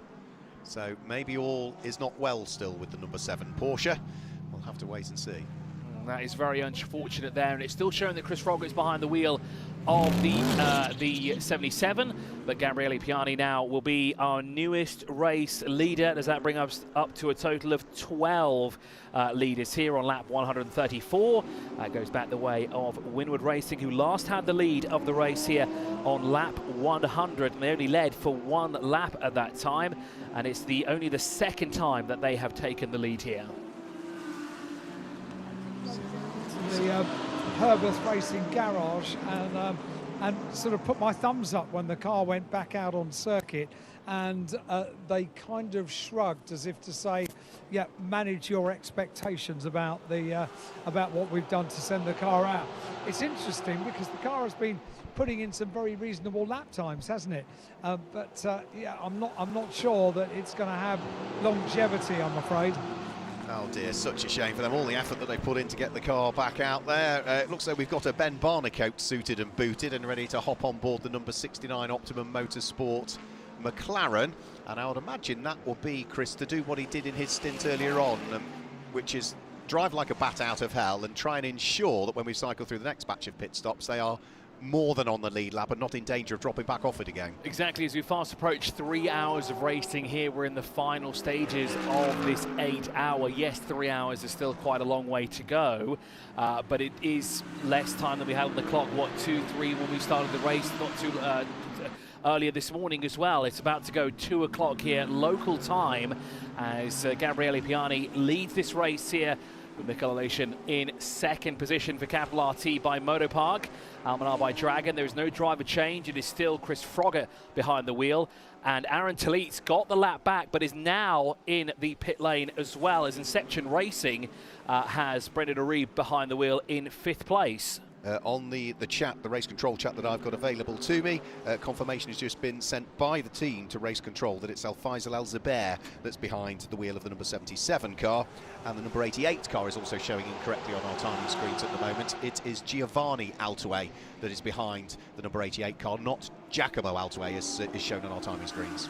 So there's confirmation for the two there. So the Omani back behind the wheel of the Omani team of Almanar by Dragon, and it was a very tight stop there because of course all the Ferraris kind of stacked up together and there's not a lot of room for any of them to really get out, as a new set of tyres there being put on for Ben Barnicoat, who will get behind the wheel of that Optimum Motorsport number 69.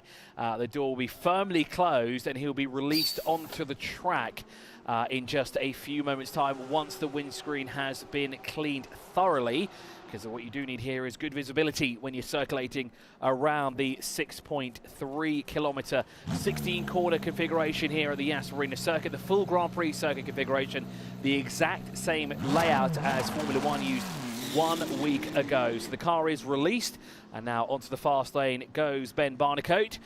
He will be in 4th position. Now, with this lead pack coming into the pit lane, it looks like maybe a number of cars have managed to get back on the lead lap by the looks of it, quite possibly, or at least at the tail end of it. As we know, there's a driver change coming up here for Garage 59. The Haas RT car also coming in. That should be the 21, not the 2. And indeed it is the 21, the leader in GT3 Pro-Am. And also we have the leader from GT3 Am in the pit lane as well. So into the pit lane comes the number 8 Garage 59 McLaren. Marco Pulcini will jump on board that particular car, the 34-year-old monogas driver. Double former champion in International GT Open, runner-up in Ferrari Challenge Europe, about to hop on board the McLaren. He was suited and booted and ready to go. And also now we have in the car that has just taken over the race lead, which is Gabriele Piani, is into the pit lane for Winwood Racing. Alan, can I hear you in the background? Chat to a recovering Oscar. Thank you, Alan. Your mic, I'm not sure what's happening, but you've come in really low and then the sound level comes up, so whether that's back in the OB truck or at your end, I'm not sure. Don't blame me. Sorry, I was just letting you know that when you start speaking, it takes a couple of seconds before we can hear you. So that is Gabriele Piani waiting patiently there for the car to be refueled until the driver's side door will open.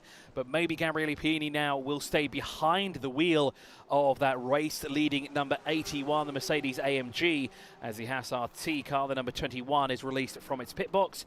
New tyres being put on, and the Haas RT car has stopped. Why has that car stopped? Now, could have been a stall, most likely. So just a slip of the clutch there on the release exiting the pit box there, but will be released, but loses a little bit of time that they probably didn't want to lose at all, as Gabriele waiting to be released from his pit box as well. He will lose the lead of the race. I think to Capital RT by Motorpark it will be very, very close, although he's 40 seconds adrift, so it will be the 81 that retains the lead here, exiting the pit lane. Now a driver change underway here as well for the 27 when it comes in. That Chris, is... can I just come in and have a quick chat to Oscar? Of because course. he's been waiting around for me. What a mighty stint that was. Yeah, I didn't actually realise how long it was until the end. How long was it? Do you know? Over 2 hours, yeah. Okay. Yeah. Yeah, I think because at the beginning, after we basically got spun out, and we had a problem with the, quite tired after this, with the steering wheel, and we were so far behind. We thought, let's practice double stint for me, first time doing a long race like this. Let's give it a go. But it's quite nice, isn't it, when you get back and everyone appreciates actually what you've been able to achieve. Yeah, no, it is really lovely. I mean, I think I'm knackered after. Oh, no, it really takes it out of you. Oh no, I'm absolutely sure it does, and also the dehydration is now. Unlike when we started the race, it's got proper sunny, it's got proper Abu Dhabi weather, hasn't it? Yeah, I feel like you don't really notice in the car because it's hot the whole time anyway. Yeah, it's always going to be hot. Obviously, you can't really prepare for that kind of stint, can you? You don't know you're going to be doing it, so. No, can't prepare at all. Just they asked me on the radio. I was feeling good, and then about 10 minutes into the second stint, I was like, oh, yeah, this is tough. Yeah, and can I just ask, are there occasions on which you think, right, I'm going to have a bit of a breather this lap and then get back up to it, or is it literally one lap after another? No, it's just one lap after another. I think you start to realise when you're getting a bit tired, you make mistakes, and try not to hit track limits at the same time, so maybe a lap is a little bit slower, but it's trying to go fast, one after the other.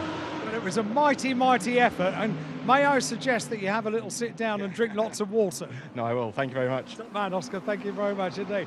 Wow, what a mighty stint that was. I don't think a sit down is what he requires. I think he needs a rest. I think he needs to go back to the hotel and just sleep the rest of the day here, because that was a mega stint from Oscar Lee there. To do over 2.5 hours, I think it was closer to the 3 hour mark, is nothing short of impressive here. And of course, enduring himself for some upcoming endurance races next year. Lisa Clark now will get behind the wheel of that 27. We also have the Andrea Girondi car in the pit lane waiting patiently, because of course they have that penalty that's been applied to them. So of course no work can be done on that car at all. Yeah, so are we going to see Alessandro Giannoni back into the car? Are we going to see Enrico Fulgenzi back into the car? We'll find out in that Porsche. We know it's Lisa Clark that's about to head on board the number 27 Ferrari, and those are the two cars that are sitting in the pit lane at the moment. The race lead has been picked up by Capital RT by Motorpark, so Mikhail Alashin at the wheel of the number 13 Mercedes now leads the way. He's been driving for just over an hour at this stage, so he will be probably heading towards the end of his particular stint. I don't think we saw a change of driver in the 81 Winwood racing car. It's still showing as being Gabriele Piana that's behind the wheel of that car. So it came in, it did one of its mandatory pit stops in reality, or enforced pit stops as they are called, and he has now been driving for an hour and 10 minutes in terms of stint time. And just having a quick look through, car number 4 showing as being Stephen Grove, so that has been corrected because it wasn't correct on our timing screens. And I think all the others have been done appropriately. Yes, Giovanni Altue is now showing as the driver of the number 88 car. What was the other car that was giving us a bit of grief? Number 77 is now showing as Alfaisal Al-Zubair. Yep, so all of the driver IDs have now been corrected, or timekeepers have made the amendments that the teams have requested. So timing screen is now showing things correctly. So then we've just ticked past 5 hours of part 1. Let me run you back down through the top 10. We'll also pick out the class leaders. Leading overall at this stage, number 13, Capital RT by Motorpark, Mikhail Alashin in the Mercedes. Second is number 77, which is Almanar by Dragon, Al Faisal Al Zubair in the Ferrari, the number 77 car. Third is 81, that's Winwood Racing. Gabriele Piani still showing us behind the wheel of the third place Mercedes. And fourth is number 70, the pole sitting in Section Racing, Ollie Milroy driven Ferrari. Fifth place is 69, Optimum Motorsport, now safely back in the hands of Ben Barnicoat, and the top 6 is completed by the first car that runs in Pro-Am. It's on an outlap at the moment, isn't it, because we've just seen it in the pit lane, so it might not be 6th by the end of the lap. It's a number 17, Enrico Fulgenzi driven Ferrari. In fact, they have just dropped down to 7th, actually, as I've said it, so up to 6th now comes number 4, Grove Racing by Get Speed and Stephen Grove, which means that the Pro-Am leader is in 7th, and hopefully will still be that Porsche. 8th is number 44, which is Gear Valmont and Jada Najida at the wheel of the number 44 Mercedes. 9th is 21 Haas Racing, and Simon Balsian is back behind the wheel of the Audi, and the top 10 is completed by 28 TFT Racing and the rather rapid Nico Bastian, who's on board for his first stint. So top 6 are all pro cars, 7th through to 12th are all Pro-Am cars, and the leading Am car is now in 13th place. Garage 59, the number 8, Marco Pulcini, driven McLaren. And I think unfortunately for now who are the GT3 Pro-Am leaders, Enrico Fulgenzi Racing, indeed as I thought they would drop down the order behind Haas RT, TFT Racing. Now they're 4th overall. They may even lose out on 5th overall in class to Tsunami RT, depending on where they currently are on track. And they're working their way through turn 15, so they will stay in 10th position overall, but that would be 4th in GT3 Pro-Am. That's not where they would like to be. They would prefer to be a lot further up the order, but better yet, no, they wouldn't be, because that would be based on where they were running before the pit, before they came into the pit lane. So where are, well, no, they've come back into the pit lane. Has Andrea Girondi for Enrico Fulgenzi Racing. It was only a few minutes ago, and they got a puncture. Left front puncture. Oh no, sorry, left rear puncture. How has he picked that up? There must be debris somewhere on track or a bit of bodywork rub, but that is very, very unfortunate, and that explains why they've come into the pit lane.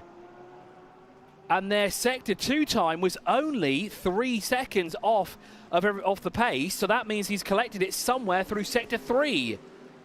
And he's done a very good job to bring that car in as well and not allow the Pirelli rubber to explode and rip apart the bodywork as he's brought it back in.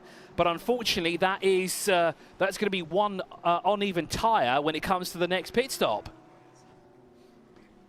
Yeah, it's such a shame for them, isn't it? We saw a puncture for a Porsche on the opening lap of the race last year. We've seen a puncture for a Porsche 5 hours into this one. It's only puncture I think we've seen all weekend, if memory serves me correctly, but that has had a big impact and implication on their aspirations for a Pro-Am win, and possibly even in terms of getting a Pro-Am podium. Still a long, long way to go, so, but they are going to have to pedal the car now as quickly as they possibly can, as though they weren't doing so anyway. They'll almost lose a full lap now to TFT and Haas RT. But as Haas RT come through, yes, they have, but they lose out on 2nd in class in GT3 Pro-Am to the TFT Racing number 28. Nico Bastian moves up now into 8th position overall, and now that means Enrico Fulgenzi Racing will lose out to Tsunami RT and possibly to Thierry Vuillemin in that Resume More Than Racing number 14. Car Collection Motorsport also have made their way out of the pit lane. August Robert behind the wheel. The youngest driver that we have in the field here as well is August, the Swedish driver who lives here in the United Arab Emirates, as Stuart White makes his way up the order into 14th position.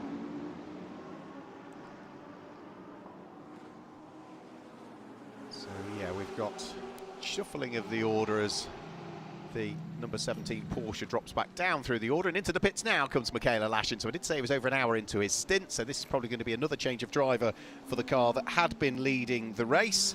We've seen Adam Christodoulou behind the wheel of the car. Michaela Lashin, are we going to cycle back to Denis Remenyenko? Because that car is a pro class car, it means we've got a platinum and a gold by Michaela Lashin and Adam Christodoulou. The bronze is Denis Remenyenko, and of course he's got to tick off driving that car for a minimum of 3 hours across the 12 hours of this particular race. So depending on where he is on drive time, they might opt to pop him back in. So that means race leader is in. The Almanar by Dragon will now retake the lead here in the 77. Winwood Racing in the 81 would go second with Gabriele Piani behind the wheel. And with that move, Inception Racing up the order as well with Ollie Milroy. And it looks like you were absolutely right, Mark. It is Denis Remenienko who will get behind the wheel now of this. Now, was the race leader. The race lead will be handed over now to the Omani team and the Omani himself, Al Faisal Al Zubair. Then we have Winwood Racing, who have indeed come across the line. They'll also lose out third to Inception Racing. But remember, out of the top 5, this was the final car to actually come into the pit lane and do its pit stop. So they'll be now behind Inception Racing's number 70 and go 4th overall next time they come across the line here. Car 81 under investigation now for exceeding track limits, and that is the Winwood Racing now shown as 3rd, but they will be 2nd when they come across the line next time round. 2 hours and 50 minutes left on the clock. Here is now the race leader, the Almanar Racing 296 GT3. The first time we're seeing Al Faisal Al Zubair racing here in the United Arab Emirates behind the wheel of the Ferrari. And of course, this is a partnership now, the start of a new partnership actually between himself and Dragon Racing, and a form team here in the United Arab Emirates. Have been doing this a very, very long time. Well over a decade of experience, if not more, for the Dragon Racing camp. And now the number 8 receives the black and white flag for track limits. That is, if we look through the order, Garage 59 with Marco Polnucci behind the wheel of that car at the moment, all the way down in 13th position. Yeah, so just needs to stay within the confines of the circuit. Now, just picking up again on a couple of bits that are going on in driver chat at this stage, or team chat back to race control. I think there might be some comms issues with the radio on board the number 88, defined by Dragon Ferrari. Giovanni Altue is behind the wheel of it, who is the elder of the 2 brothers, I'm going to say, in that car. I'm going to double check my fact on that in a moment. Yes, he is. He's the elder of the 2 by a couple of years. But I think they've lost pit car radio, car number 88, so that is going to make things slightly difficult for the rest of the race, unless they can resurrect it at one of the pit stops. The car that had been leading, of course, in the hands of Michaela Lashin, has come into the pits, and now it's in the hands of Denis Remenienko. It has dropped outside of the top 3. I think it's dropped down to 4th at the moment. Whether Ben Barnicoat can also work his way through, we will wait and see, as we now head towards the point where any remaining enforced pit stops, Chris, will need to be ticked off in the next 2 hours. You're absolutely right, because we're getting closer now to 8 hours of racing time elapsed. It's now under 3 hours, 2 hours and 48 minutes. That means there's only about, what, 2 hours to go before you have to kind of get all your pit stops done, and that's a total of 6 for the teams and drivers that haven't done as many as, say, the others have, where they're closer to that 6 pit stop mark. Then, of course, they have a lot of catching up to do. And if you look through how many teams have done 6 pit stops, there are a handful. There are 2 within the top 3, which are Winwood Racing and Inception Racing. But our leader, for example, Almanar by Dragon, have only done 4. Now, I'm not sure 100% if this counts all of the pit stops that they come in and out of, including all the fuel stops that they've done. But it seems to be, if that is the case, Almanar have definitely been in and out more times than that, because they've done 4 driver changes, and a lot of them didn't do driver changes when they were getting that splash and dash. Yeah, there were a couple that did do driver changes, even though we're under full course yellow, so it was always difficult to try and work it all out. I remember one year the amount of pit stops being done all got very confusing, because we did have an incident heading up towards turn number 1 a few years ago, wasn't it, where a Porsche hit the barriers and all of the cars under safety car had to come through the pit lane for several laps, which really messed with our maths as to how many pit stops everybody had done, and of those, how many had done them as enforced stops, because every time a car comes through the pit lane, regardless of what happens, it registers that it's been in the pits, and therefore it adds to the tally. That got very confusing. So Al Faisal Al Zubair leading the way. Number 81 Mercedes from Winwood Racing of Gabriele Piana is there in 2nd position. He's flashing his lights as he begins to close in on Andrea Girondi, who is showing us behind the wheel still of the number 17 Porsche. I thought we'd had a driver change in that car. Was it Girondi was in there? That car was Girondi in there, and he came in because he had that left rear puncture as well. They didn't do a driver change. They didn't do the driver change, that was it. That part there. August Robert goes personal best at 1:53.673 for the youngest driver that we have here in the field. Back behind the wheel now of the number 3 for Car Collection Motorsport. There we see the 21 Haas RT. That's not the Haas RT Audi that had issues earlier on in the race. That was the, of course, Into Africa Racing by Haas RT with now Stuart White behind the wheel. That car has got going again, is still circulating, although a bit further away than they would like to be, down in 14th position at the moment. So the gap first to second is 13 seconds at the moment. That's Mercedes trying to chase Ferrari, and it's this Mercedes here which is held up behind the Enrico Fulgenzi Racing Porsche at this stage. So Gabriele Piani, who is now an hour and 20 minutes into his stint. Yes, he's come into the pits and they've done a little bit of refueling for the car, some new tyres on it, but he remained on board, so it's still adding to his stint time. He's trying to work his way through and past the Porsche that suffered that puncture earlier on. A flash of the lights as he heads up towards turn number 1, and he's going to sneak his way through there. So sensible driving by Andrea Girondi to let the second place car in the race overall go through, sit on its tail, see what you might be able to learn. Into the pits, we've got one sole car at this stage, and that's the number 44 Gaia Valmont Racing in the hands of Jaden Ojeda that is in. And is this going to be a driver change, do you think, for the 44? There was a driver standing on the right-hand side. Didn't quite see what the name said on the jumpsuit itself, but yes, indeed, it is a driver change here. Oh, and it's Brendan that's getting behind Leach, the wheel. Yep. The Kiwi will get behind the wheel of the Mercedes number 44 car here. Now, we've had 14 lead changes here. The current leader is Almanar by Dragon. Faisal Zubair is your race leader. The most amount of lead changes we've ever had in the Golf 12 Hours. Well, we are 20 off of that so far. 34 lead changes back in 2022. I wonder if we're going to get close to that mark here as well, because we've had some that haven't had that many lead changes. We've got some that only had 8. We had one that had 6 and 7, 10, 17, but we've already had 14, and we've still got plenty of time left on the clock. It sounds so knowledgeable that we've had 34 lead changes. From all that time ago, isn't it? But there's a blank all you're box doing around. is reading my notes. Of course, well, that's what they're here for, aren't they? That's why we've got the screens in front of us to tell us that we've also got 14. Do you think we're really sitting here writing down every piece of paper that he was here on that lap, that's taking me hours. One interesting thing, I know you'll be able to tell me, what's the total number of laps completed by everybody so far? Because that's always an interesting fact. So 2,515 laps completed by everybody so far, 97 total pit stops, 132 laps by the leader. Under safety car, only 2 laps.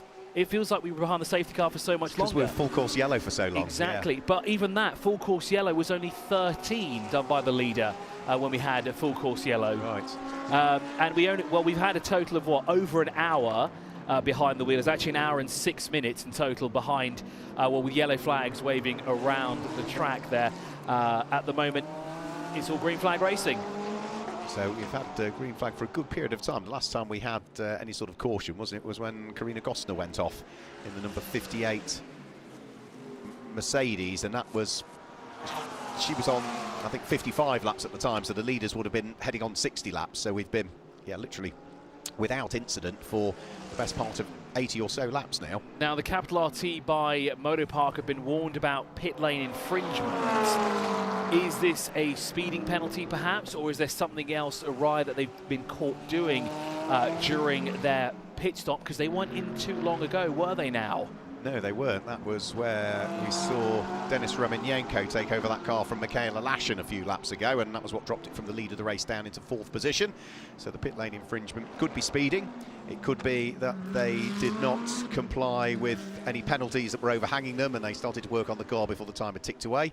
It could possibly be, Chris, that, you're limited to the amount of people that can deal with the pit stop at any one point, whether it be refueling or 6 as a maximum that can get involved in driver change and tyre change. Maybe it's something like that. Yeah, it's been looked into. It could even be just a 7th member just putting his toes over the line, and that would be classified as having a 7th member. Sure, it's just their toes, but that is still classified as having someone else over the wall here.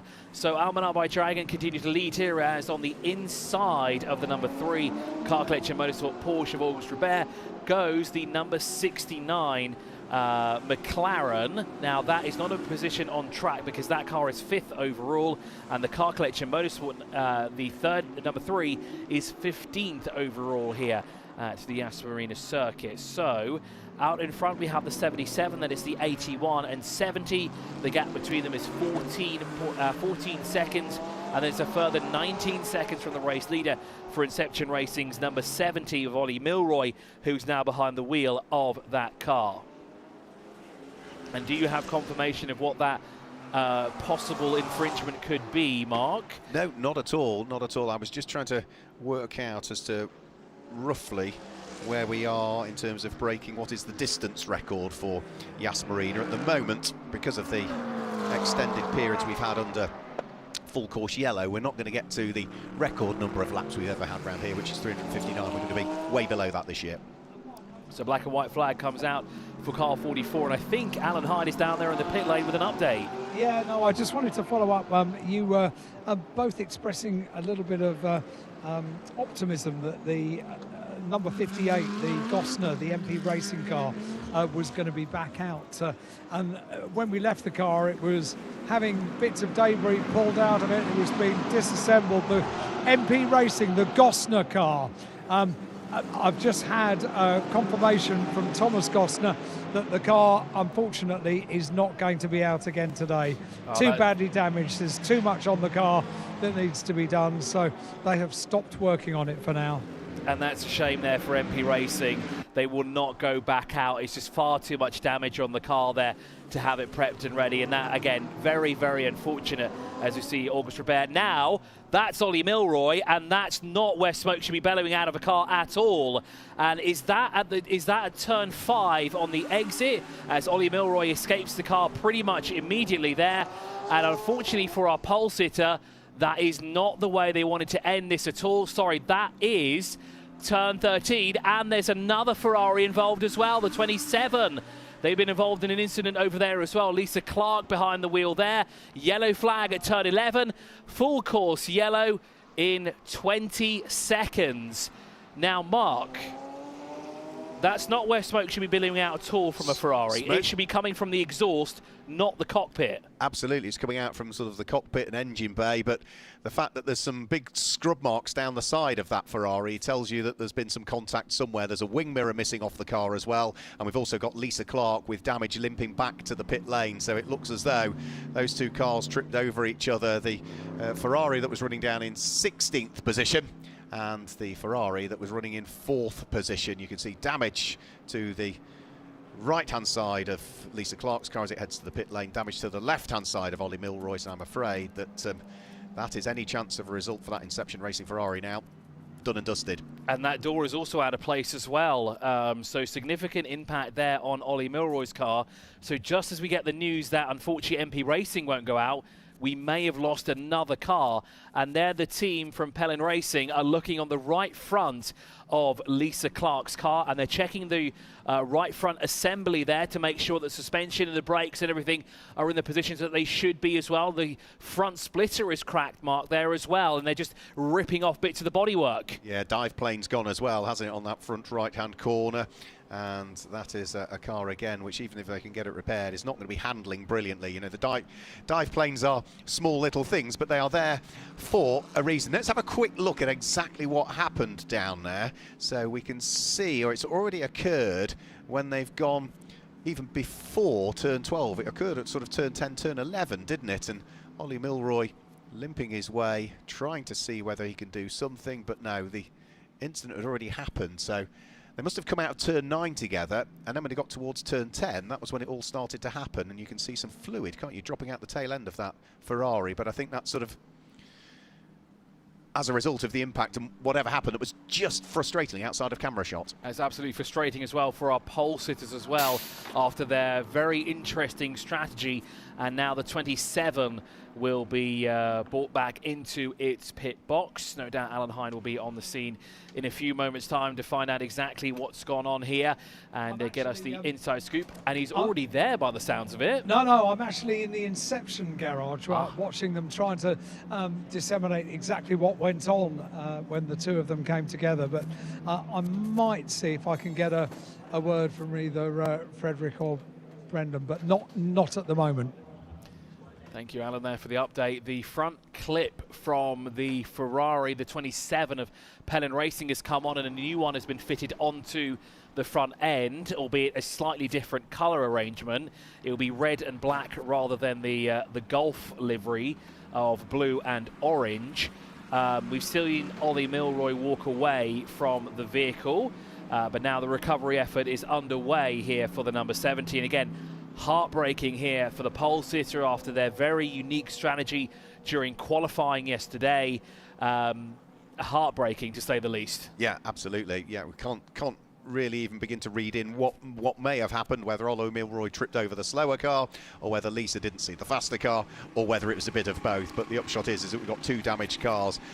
The number 27 Ferrari from Pelin Racing that was pushed into the garage for a new sort of nose to be put on it has already been wheeled back out on the dollies and is back in the pit lane area, and looks as though that car may well be able to get back into the race far sooner than the number 70 car will do. And I think for Ollie Milroy, you know, hopping out of the car with all of that, it wasn't smoke in the end. I think it was steam, looking at the fluid that had been deposited there. So I think the contact caused a broken radiator, and Ollie knew straight away, you know, can't drive it back to the pits when it's doing whatever it was doing. No, you're 100% right there as well. And you can actually see that the wheel, the right front wheel of Lisa Clark's car there is also curbed as well. So contact with the rim on that Ferrari as well. But yes, heartbreaking there for our pole sitter to go out like that. Hopefully the car will be recovered to the pit lane and they can get it going again. However, they will be significantly further down the order than they would like to be. A number of penalties have come through, by the way, as well. The 81, a 5-second penalty. Car number 14, a 5-second penalty. But let's go down to Alan Hyde, who's in the pit lane. Yeah, in the Inception garage, they are all shaking hands as if that is the end of the race for them. It's quite. I might see if not necessarily with the camera, but maybe just to have a chat and see if I can dive in and have a word with Brendan or Frederick, who is. So Brendan is currently talking to Fern, who is Ollie's wife. But see if I can get a thought or two. Brendan, could I possibly have a very quick word for you? No? Okay, he's putting Frederick in to do the chat. This is hugely disappointing. We haven't seen on the screen what happened, but have you heard on the radio what happened? We saw it from our own onboard. I think Ollie was trying to pass Lisa, but she didn't really see her in the first king in the wholesale section, and then they touched.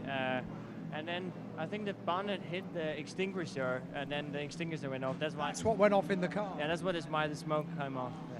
That's not nice. Inhaling extinguisher is not a nice thing. No, it's not. So that's really frustrating because we're still looking good. We have a little bit of damage in the front that cost us a bit of lap time, but we're still in the mix for the win. So it's quite disappointed to finish the race like this. Yeah, well, I've seen all the teams sort of shaking hands. The race is done. It's over, is it? I mean, we will recover the car, but we'll be too many laps down to continue. So. I'm sorry. Thank you for talking to me. So that's down in the Inception garage. It is effectively over for them. Thanks, Alan, there for the update. And very unfortunate there for our pole sitter. I do find it quite odd how they said, it'll be too much time for the car to come in and we'll go down too many laps come the end of the race. Sure, you won't be in contention for the top step of the podium, but we still have a long way to go in this race. It is still possible to at least be on the podium in some aspect. Okay, they might need a miracle to happen, but at the end of the day, motorsport is motorsport. Anything can happen as we are now full course yellow once again for what is the third time here around the Yas Marina Circuit in Abu Dhabi, and we're about to tick over 1 hour behind the full course yellow over the course of the 3 full course yellows that we've had so far in this race. But Alfaiz Al-Zubair is your race leader. Behind him is the 81, followed by the 13. So Almanar by Dragon, Winwood Racing and Capital RT by Motopark. Those are your top 3 overall and in GT3 Pro. In Pro-Am, TFT Racing takes the helm here ahead of Haas RT from Razoon More Than Racing. So Thierry Vermeulen has done a fantastic job to get that car back into contention here for a podium finishing position. And then in GT3 AM, it is the Garage 59, number 8 ahead of the MP Racing. And unfortunately, we heard from Alan before, we will not see MP Racing back out, which is heartbreaking to say the least. Yeah, heartbreaking for, you know, what is the whole family that come along to race. So the Gosner family, as we've said, are fundamentally a part of this event and have been for a very, very good number of years. And it must be so nice as well that as a family you can all come along and enjoy it. So, you know, father, 2 daughters, son, Thomas Gosner, Manuela Gosner, Karina Gosner, David Gosner, out so early on, with 2 of the family members not even getting the opportunity to drive. So, in terms of manufacturers, Ferrari lead Mercedes, Mercedes in 3rd, McLaren in 4th, and then it's Mercedes that completes the top 6. The leading Audi is now 7th at this stage, and the leading Porsche that we've got is down there in 9th currently. So that's in terms of manufacturers. I think the battle that we need to keep an eye on will be when we get things back underway again. Are we going to start to see then cars squabbling? Because of course what's going to happen when we've completed this full course yellow as we're under at the moment, then and have got the number 70 Ferrari recovered from Inception Racing onto the flatbed recovery unit, there'll be a little bit of residual sweeping up that needs doing. But once all of that is done, of course, we will then go back to what will be a safety car period. At least I would have thought 1 lap behind the safety car, maybe a couple, because of course, whilst it's a warm day still here at Yas Marina, we will have on board some of these cars drivers who maybe have lesser experience, really, the bronze graded drivers. And of course, whilst the tyres were warm, many laps under full course yellow means that all of that residual heat in the tyre dissipates, and if you don't get many laps back under safety car to try and build some more tyre and brake temperature, we could end up with a few cars sort of slipping and sliding and skittering around, and that's not really what we want. And that was a stop-go penalty, was it not, that was just served by Optimum Motorsport? I'm not sure where Alan Hyde was in the pit lane, but that seemed as though it was in and straight back out for Ben Barnicoat. But I would have thought if we're under full course yellow, you wouldn't be able to serve a penalty. Let's have a quick look through. Number 69 car. No, they must have just topped it with fuel. Must have just topped it with fuel. So 2.5 hours of part 1 still to go. If you're wondering when we get part 2 back underway, well, that's going to be 7 o'clock this evening, local time. So take 4 hours off that. That'll be 3 o'clock in the afternoon if you're watching in the UK. It'll be 4 o'clock if you're watching Central European time. And you can also just see, whilst the extinguisher went off in the car, is that more extinguisher than they're now putting into the Ferrari? Certainly looks like it. It looks like it is, isn't it? So, was there a bit more than just the extinguisher going off? Was it a little bit of residual, maybe electrical issues or something like that? So, whilst we still remain under full course yellow, it's going to take a while just to get everything cleared. We will try and look back at some of the highlights we've seen so far in the 15th running of the Gulf 12 Hours. So this was the start of it when we started this 8-hour part of our Gulf 12 Hours. Here was a great start there from Inception Racing, who we saw, unfortunately, may no longer take part in this race here. Sweeps around through turn 1, and it's a good start as well from Winwood Racing's number 81. Further through the field, on board with the McLaren there, the number 8 McLaren as well, as more exciting racing action took place throughout the day as well. But it hasn't had its fair share of incidents like this one we had earlier on in the session as well. well. A tap there for the number 16, and it won't be the end of the incidents there as well for the 16, as unfortunately that car is yet to come back out. Lisa Clark was involved with Windward Racing's number 81 in the hotel complex as well, and there was more drama working their way through turn 6 and 7, where unfortunately Brendan Areve, just too deep into the corner there, caused both the 13 and the 70 to spin, and they incurred a stop and go penalty for that. No, it was drive-through penalty, apologies. And then of course for the Get Speed Mercedes tapped into a spin through turn 6. We've seen plenty of action down through that corner as well, but did a good job to get that car moving again for no yellow flags in that sector. Just a brief yellow flag being waved down there. This was the incident between Oscar Robert and Oscar Lee earlier on today as well, where we saw that car spin a number of times, but after 2.5 hours behind the wheel, no doubt fatigue starts to settle in as well. But Oscar Lee did a fantastic job behind the wheel for so long here in the Gulf, 12 hours, almost 3 hours behind the wheel, and is now taking a well-deserved break here. I don't think we'll see him back behind the wheel, possibly later on when we have the final 4 hours later on today, because of course you can watch that all live here. Part 2 will be at 7 p.m. at Gulf Motorsport. And of course this is our most recent incident here, the reason why we are under the full course yellow here. Ollie Milroy, excuse me, and Lisa Clark coming together just before turn 11. We heard from Frederick Schandorf that it was the fire extinguisher going off, wasn't it, in the car. We do hope that car will be recovered back to the pit lane, and we do hope they can get that car going again, because it'll be a real shame there for the pole sitter to go out that way as well and not make it all the way to the end of the race. Yeah, it's going to take a lot of cleaning up, all that dry powder extinguishant all inside the car, and that'll work its way into every crack and crevice, and as soon as we get some air movement back through the car, it will all fill the driver's face.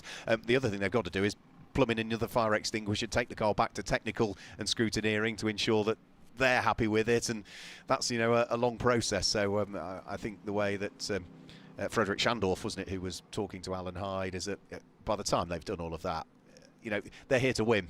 They're not going to win. Why carry on? And I get that mentality. Absolutely, I get that. They'll be bitterly disappointed. Go on, Alan. Sorry, it's so difficult here when your mic's live. I know. And I try to dive in when you take a breath. The unfortunate thing is that you are a unique human being, a unique pair of human beings that don't breathe an awful lot. So I don't get too much opportunity. But no, just judging on the Inception team and their body language and all of those kind of things, they know that this mountain is too hard to climb. Yeah. And I think you hit the nail on the head, because an extinguisher has gone off, and all of the work that's involved to clear things up and plumbing a new extinguisher and all of that. It is end of the day, I'm afraid. Oh dear, such a shame for them, because it just looked as though, with what Inception had done in qualifying, with being the fastest car on average times, they had done that whilst also taking so little life out of their Pirelli tyres that have been allocated to them for this weekend. It looked like the race was going to come to them at some point. Just today's not the day. It wasn't, and to add insult to injury, when that happened, we were full course yellow. We saw a message on our timing screen that was a penalty to be applied to number 70. So very unfortunate for them. I also noticed there's a bit of debris on the front straightaway. Now, it is just a plastic bag, and luckily it was on the racing line, but with all the cars rushing through, the plastic bag has been moved offline as well. Now, what would be devastating if that bag were to latch onto the front end of any cars and block any of the airflow. Now, there are two ways to get rid of it. One would be to come into the pit lane and remove the bag, or the other way would be to get as close as possible to a car in front of you and disrupt the airflow, and that kind of would just lift the bag off. But luckily enough, it has moved far enough, and I think one of the marshals will reach down and grab it. I actually originally thought it was a lens flare, but it was just a plastic bag blowing there in the wind. So under full course yellow here for the third time, and Mark, you've spotted something interesting, have you? No, it's just more news that's found us. We knew that MP Racing had retired. It's now just been confirmed that Herberth Racing have also pulled the plug and are not going to try and refix the number 7 Porsche that was already many laps adrift, and also confirmation, as if we really needed it based on the damage that was inflicted on the Windward Racing Sergei Stolyarov Mercedes, the number 16 car, is also out. So that is 3 for sure, and we suspect a 4th, Alan. I still haven't found the car, the number 16 car. I don't know where it is. I've had a good search in the paddock. I've had a good search in the garage, and I can't find it anywhere. Okay, well, it will be, I'm sure, probably right the way down at pit lane entry, probably covered over, or it might have even found its way back into the container already. It may have done, yeah. I don't know what's going on with your mic today, because it's just as though, yeah, your level is so low when you come in, and then finally 3 or 4 seconds later, it gets to where it needs to be. That sounds like an automatic compressor, but let's not get into the technicalities of this. There speaks a sound engineer, doesn't it? Yes. Looks as though Sergio Perez is getting ready to hop back on board his car. We have seen some good stints from him already, and are they going to wait until we go back to full green to do that so they can tick it off as one of their enforced stops, or are they going to bring him in and get the driver change done whilst we are under full course yellow? Remember, all of these enforced stops, 6 in part 1, there's a further 3 that need doing in part 2. They always have to be done 45 minutes before the end of that section of the race. So we are now an hour and 30 away from getting to that point where all of the mandatory pit stops, enforced pit stops, whatever you wish to call them, need to be ticked off. And the safety car will now be deployed. There it is, the Chevy Camaro that will take to the track. It will pick up the race leader, the number 77 of Almana by Dragon, of Alphonse Alzabert, who is currently in control of that car as well. 1 hour and 10 minutes and 56 seconds, making that now 1 hour and 11 minutes behind the yellow flags to full course yellow, and 13 minutes. And now, of course, that will go up behind the safety car as well here in the Gulf 12 Hours. The 15th edition of the Gulf 12 Hours here, the 14th running of it in Abu Dhabi. The next one will be in, well, actually, no, not the next one. We had one race in Bahrain all the way in 2021, but since then we've been running here at the Yas Marina Circuit. This is also the 10th edition with Pirelli tyres on all 4 corners of the cars, and of course plenty of slick rubber being applied to each corner of the cars throughout this race here. As there you can see some teams preparing for drivers to come in. You can see fuel rigs being prepared as well for, I think that's the 44 car, the Gaia Valmont Racing Mercedes AMG with Brendan Leach behind the wheel of that car, 10th overall. So will they be coming in to do a pit stop now? And as Mark said before, there are a few pit stops to get over and done with, isn't there? Yeah, Sergio Perez, we saw him, didn't we, getting ready. So that will be the 44 car that will be coming in. That car's actually, whilst it's badged this weekend as Gaia Valmont Racing, it's Tagani Motorsport, they're in the background of it, that are running it for this particular weekend. So, riding on board with our onboard camera car, which is the number 8 McLaren in the hands of Marco Pulcini, which has been the GT3 AM leader since the beginning, and as long as it gets to the checkered flag, Chris, it's going to be the GT3 AM winner, isn't it? Because the other car sadly is out. MP Racing has just been confirmed, so it's a one-horse race for GT3 AM, I'm afraid, this year now. Which is very, very unfortunate. And there is Brendan Leach into the pit lane from 10th overall, currently shown as 5th in GT3 Pro Am. As you said, Sergio Perez will get behind the wheel of this car now. Almanar by Dragon has been picked up by the safety car and now will lead the field around. It'll be interesting to see if there are any cars in between himself and the closest rival there of the number 81. Here they are, indeed there is. There is a Mercedes AMG in between, but of course the team at Winwood Racing will be on the phone to TFT Racing saying, when the lights go out on the safety car and when we're back to green flag racing, please get out of the way so we can go to the back bumper of that Ferrari in front of you immediately, because we're in that battle for the top step of the podium. Get out of the way, please. Yeah, and equally as much they won't want to get involved because they'll be focused on the fact that they want to secure victory in Pro-Am. So why try and hold up the Pro cars, because it's the Pro-Am win that the number 28 car will be after. So we'll get the race back underway very, very shortly.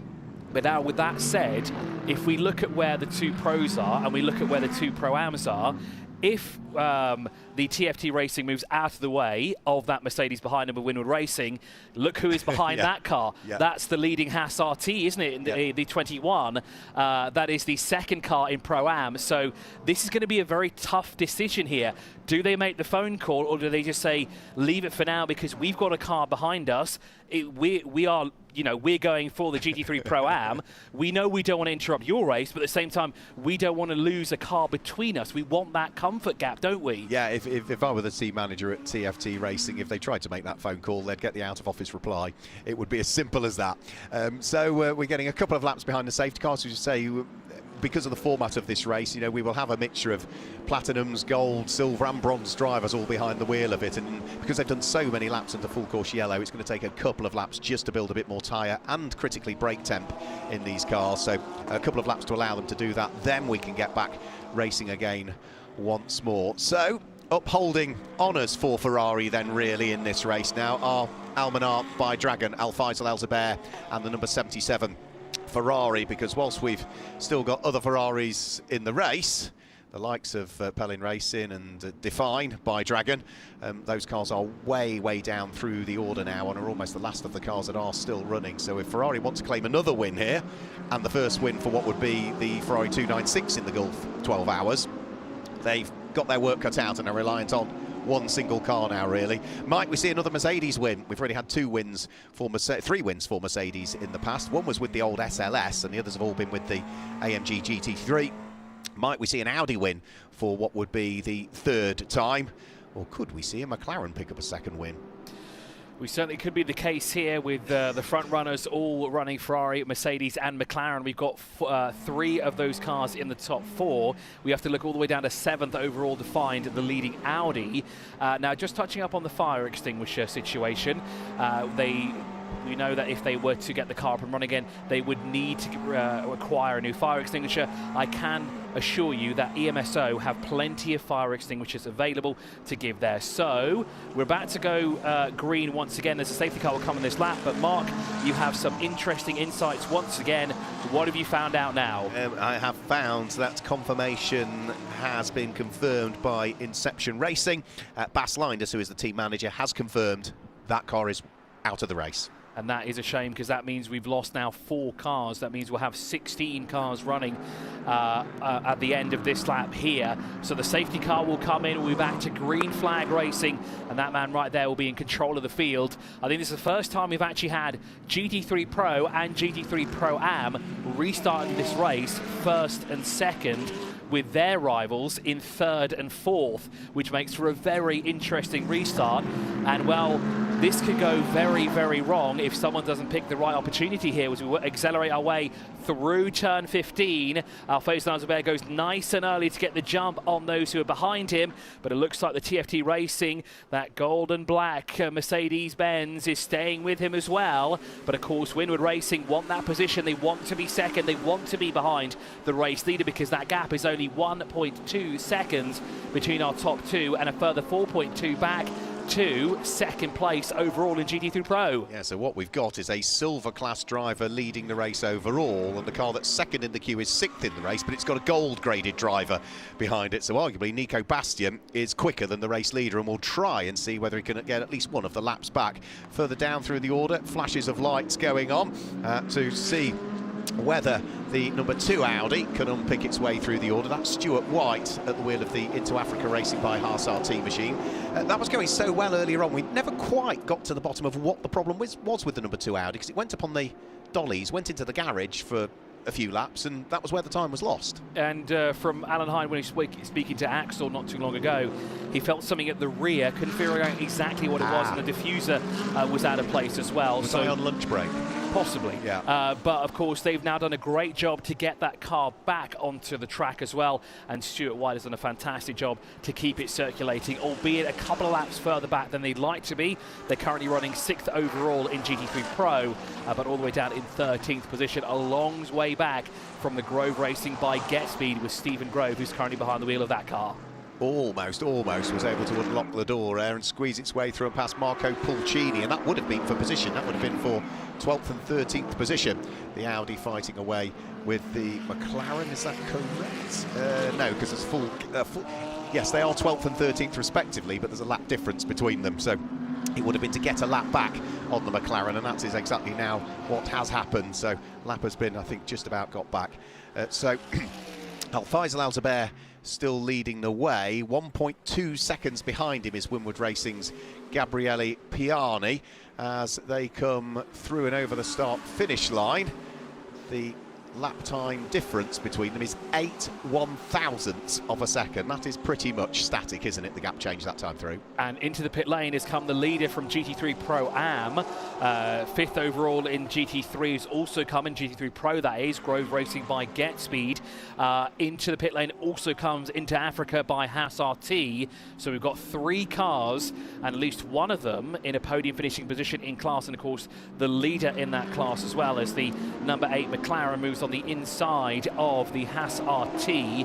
Now that is not a change of position, that's just moving up the order as well, trying to get a lap back at least on that car, but you really want to get a lap back on the race leader. Has got a nice train of cars now working their way down the back straight, about 6 cars in line just behind this trio as they make their way into turn 6 here, being led by the Garage 59 of Marco Palciuni in his McLaren number 8. Now, driver change underway here for the Grove team there, the Grove Racing by GetSpeed. Now, who is that that's getting behind the wheel? I think it was Brendan Grove that was behind it. Now, Stephen Grove is getting back behind the wheel, so that means we'll see Jules Gounon later on in this race, shall we?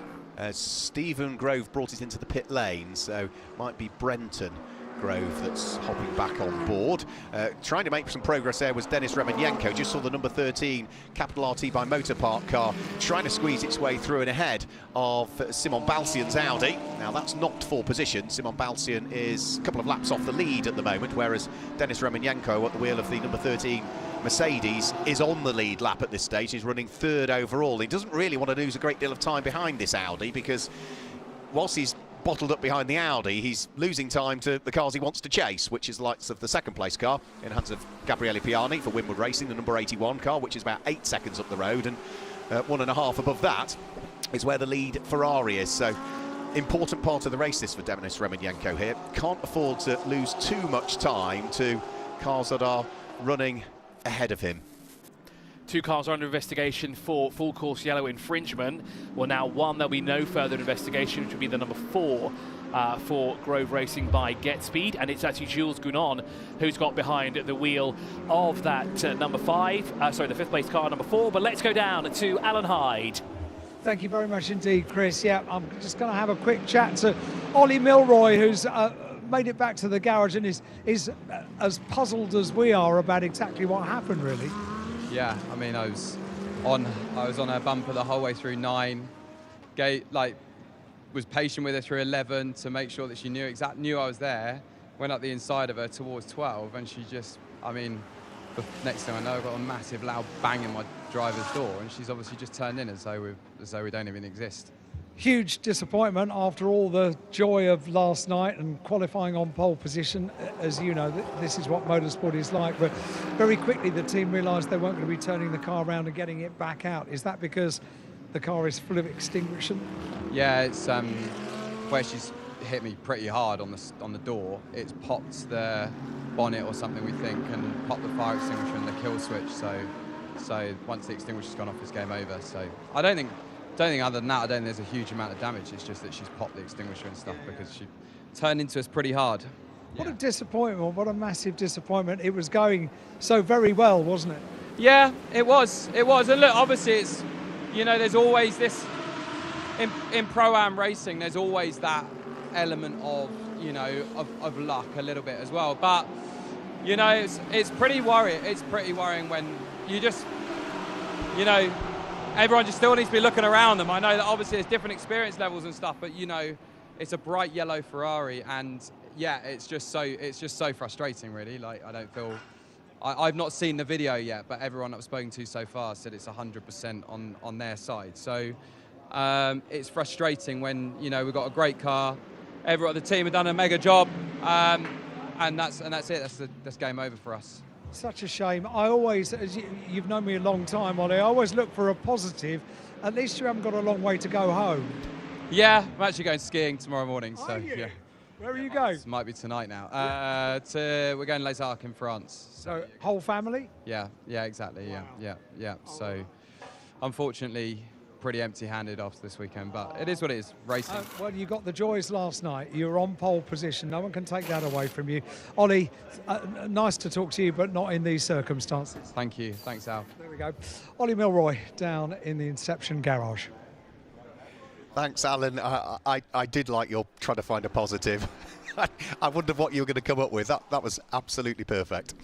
Now, there's been an incident out on circuit, and limping its way with a front left puncture back into the pit lane is the number 69, Ben Barnicoat, driven Optimum Motorsport McLaren. And the reason it's limping back with a front puncture is because there was contact between himself and Denis Remenyenko, I think it was. So that has shuffled the order. Dennis and Ben were heading up in towards turn number 16, Chris, and it was... I had a quick look at the replay. I didn't see it, I don't think, for as long as you did.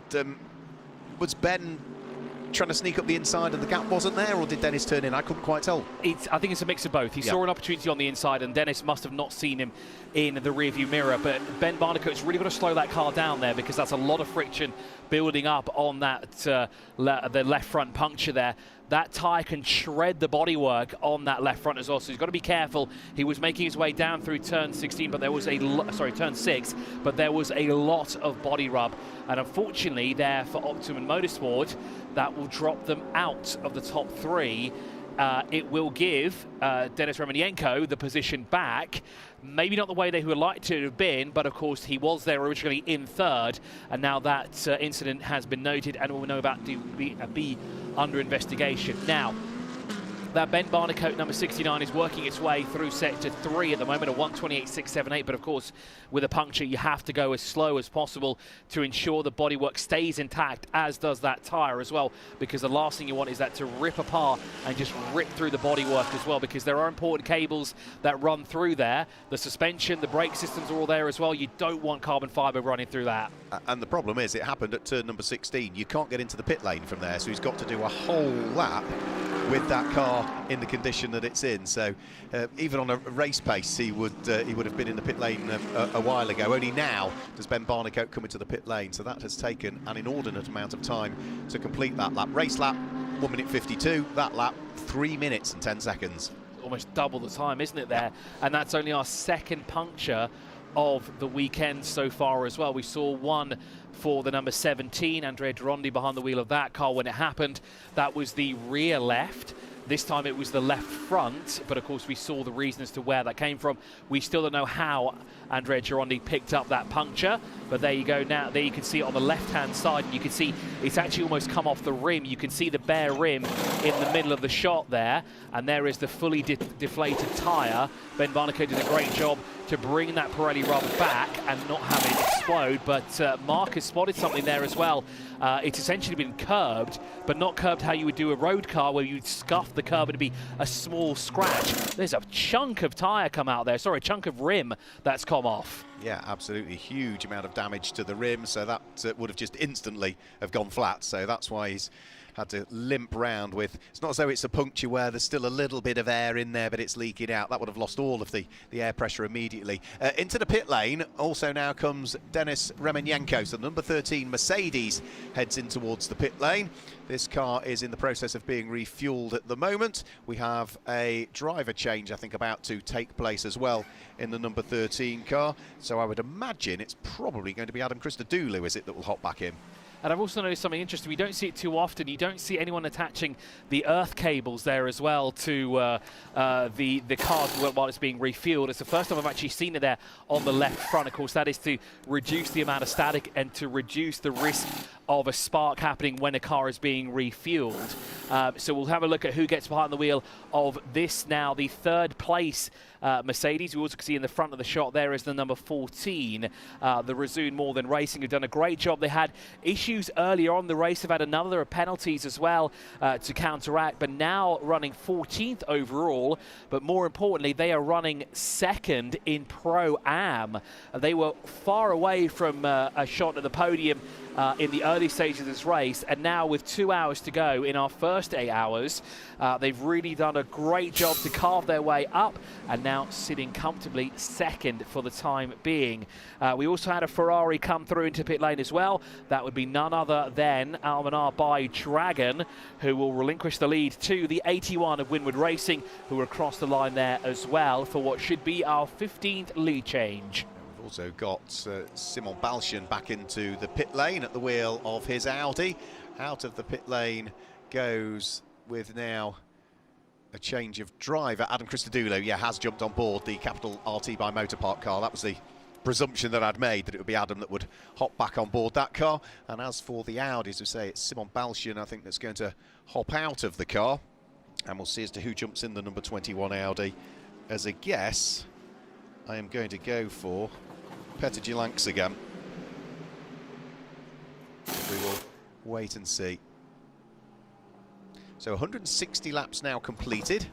We are now, for part one of the race, 2 hours away from the end of it, there or thereabouts. So we'll get through these pit stops and I'll guide you back through the top 10 again once more. Almanar by Dragon Racing in the pit lane. Alphonse Al-Zubair, did he hop out of the car? He may have done a driver change, and also you saw the team there working on that right front as well, checking that dive plane, because when Chris Froggatt was behind the wheel, that part was flapping quite a fair bit where it's split into two. We'll get a confirmation if it's Ben Tuck or Chris Froggatt behind the wheel once again. I'd assume it would be Ben Tuck if there was a driver change here for the 77 as they make their way onto the exit of pit lane. Indeed, it is Ben Tuck. There'll also be a driver change here for this, the 21 Audi. But something is not quite right with that car there. It hasn't refired just quite yet. And the driver signaling to the team, come over, I've got a bit of an issue, please help me out, because we need to get this car up and going again, because, of course, that was the leader in GT3 Pro-Am. Now that goes the way of the Tsunami RT team. Is that not the car that when Petr Jilanks took over it earlier on, it stalled when it came out the pit box and briefly fired back? So I wonder if there's a clutch issue with that car that's causing the problem. And maybe that's why, again, that car was a little bit slow away as it trundles its way down the pit lane. No, it's not gone anywhere as yet, so there clearly is an issue with that Audi. So I'm sure that was the car earlier on, didn't it? At one point, it sort of faltered as it got away and was refired and carried on, but more time being lost now than earlier. Well, he's just given it an absolute boot full of revs, and it didn't move. So I think you might be right about your guess, your estimated guess, that it might be something to do with the clutch, because there's no problem with the engine, that's for sure. It's firing up and it's giving loads of revs, it's just not moving. Thank you, Alan, there for the update. So Haas RT in 8th position at the moment, and they came into the pit lane in the lead of GT3 Pro-Am, but unfortunately now dropping out of contention so far as the 44 moves up into 2nd position now in GT3 Pro-Am, and the team still hard at work trying to diagnose the issue here and hopefully get that car back out, because it is highly competitive in that GT3 Pro-Am category for the time being. And the Almanar by Dragon team have gone back out, as you said, with Ben Tuck behind the wheel. Gabriele Piana still behind the wheel of the Winward Racing number 81, our 15th lead change now here at the Yas Marina Circuit. Indeed, it is number 15 on lap number 160, and he's led for 2 laps so far here around the meeting place of champions here in the United Arab Emirates. There is Ben Tuck ahead of Adam Christodoulou in his Mercedes AMG, so 2 Mercs in the top 3. We've got 4 different manufacturers in the top 4, with McLaren rounding out the top 4 in the 69, and then it's another Mercedes AMG, the Grove Racing by Getspeed, which is now being controlled by Jules Gounon, and that'll be a car to keep an eye on now as well, because last time round was a 1:52.958. A quickest time there though for Adam Christodoulou, a 1:53.554 for the Capital RT by Motopark in the 13 at the moment. And of course the Haas RT car still sat stationary in the pit lane. Listen to the car, listen to the car.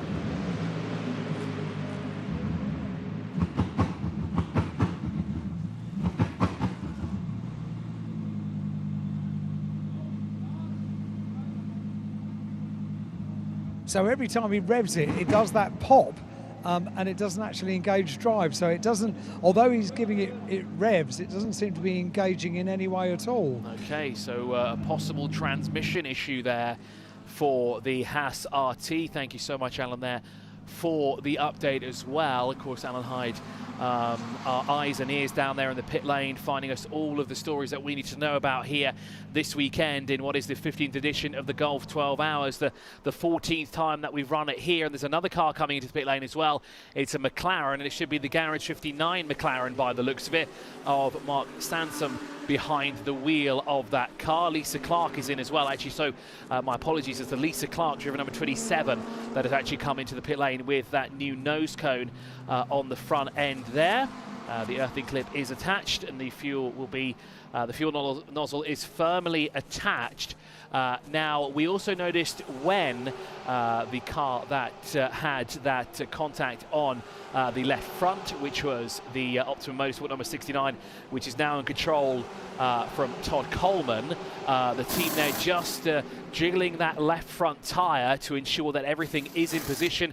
No brake lines or suspensions have been cut or any other important cables, and the wheel is firmly attached, because the last thing you want to do is have the car released from the pit lane and then you get a wheel coming off halfway through turn 2. That's something you don't want to have at all. So Haas RT still sat in the pit lane in 13th overall, and hopefully those issues will be sorted out in a few moments' time, although it does look like that car may have been put up on the dollies and put into the pit box, and the team will have more space to work on it and more personnel, more importantly, to work on that car as well. So just 2 cars in.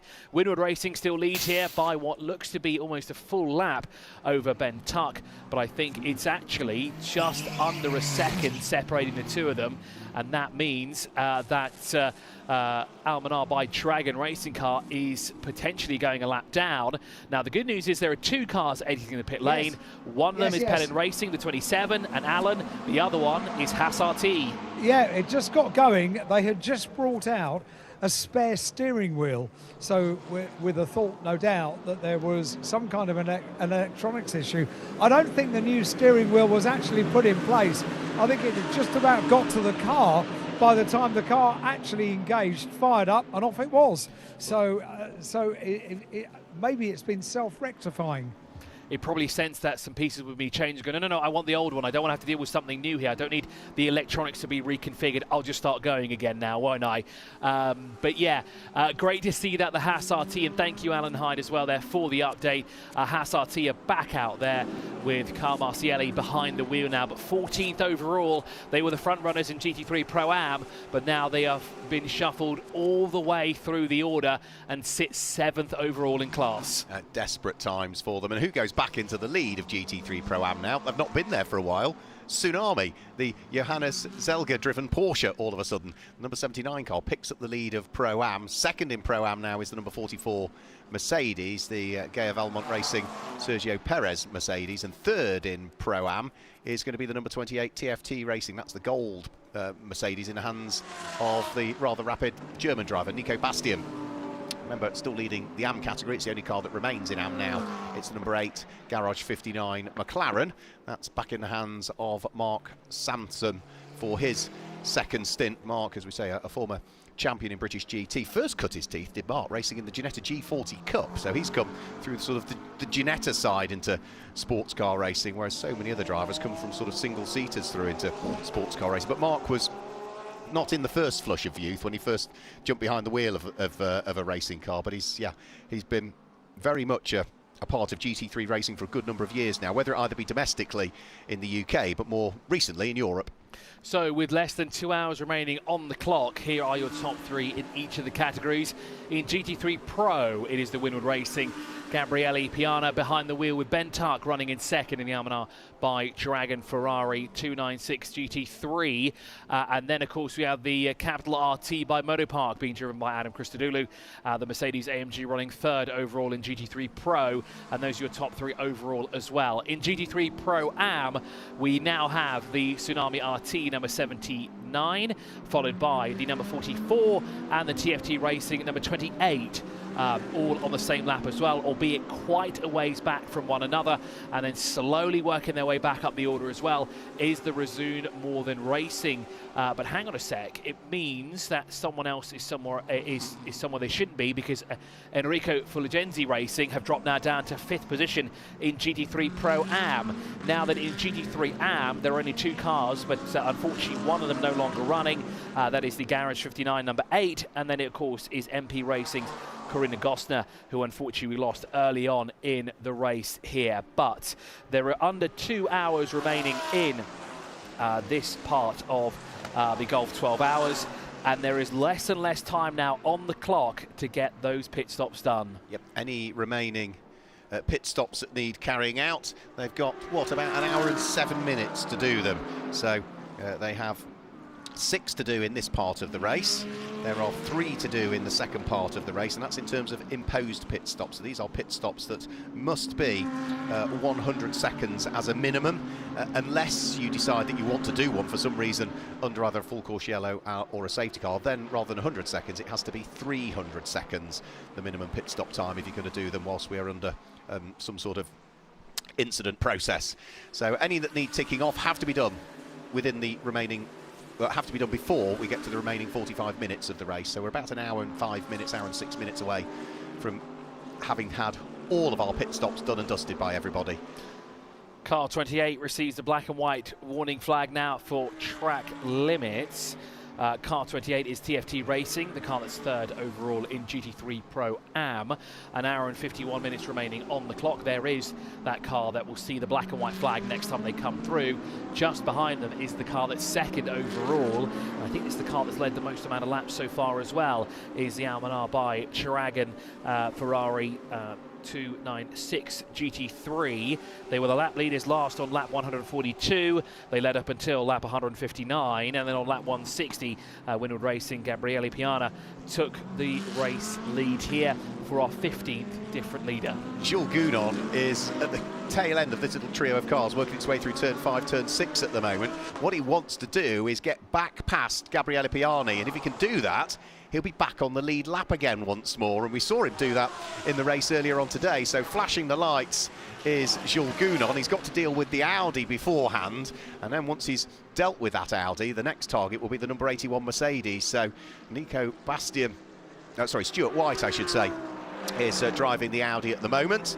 Jules Gounon is going to pick the Audi off on the run through turn number 10 and in towards turn number 11. You could see Gabriele Piani sliding the Winwood Racing leading car sideways as he came through turn number 11 and up towards turn number 12, and the reason being is that they will be well aware that that Mercedes that now sits directly behind them is a little bit of a threat still at this stage. If it can get itself back on the lead lap, depending on how much driving time needs to be done by the bronze driver that's behind the wheel of that car, which is Stephen Grove, then if he can tick off all of his minimum driving stints, then you've got the quicker 2 drivers that can do a larger chunk of driving in the second part of the race, the remaining 4 hours. Well, he's got that lap back because, of course, Winwood Racing have come into the pit lane, and I've got to say that was a fantastic move going on the exit of turn 10, and you could just see how much experience Jules Gounon has.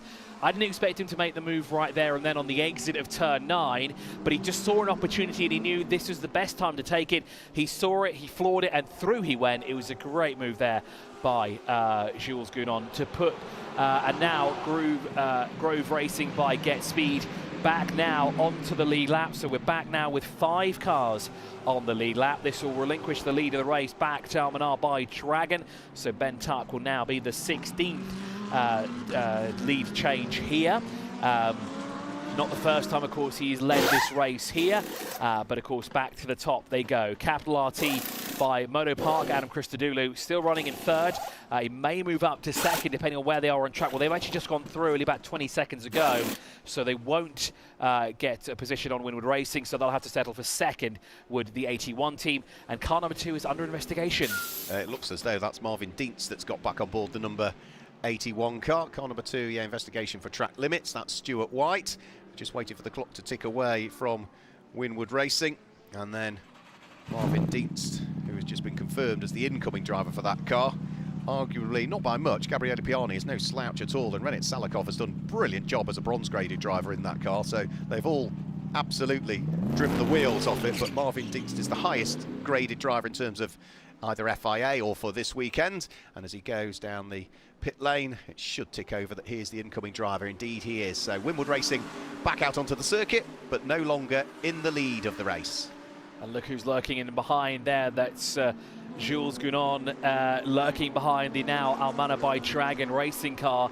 That is not a change of position, but that will be him trying to get a lap back, but he's going to be very careful because there's not 1 or 2 cars in front. There are 4 other cars from at least 2 different categories in front as well, and things could get very, very messy here as a Haas RT car looks on the inside of a McLaren, and Jules Gounon is going to try and go around the outside of the Pelin Racing at number 27. Yeah, well, Jules Gounon will now be fully focused on trying to catch Todd Coleman in the number 69 Optimum Motorsport McLaren. He's in this pack of cars as well that are just working their way out of turn 5 and down the long straight towards turn 6.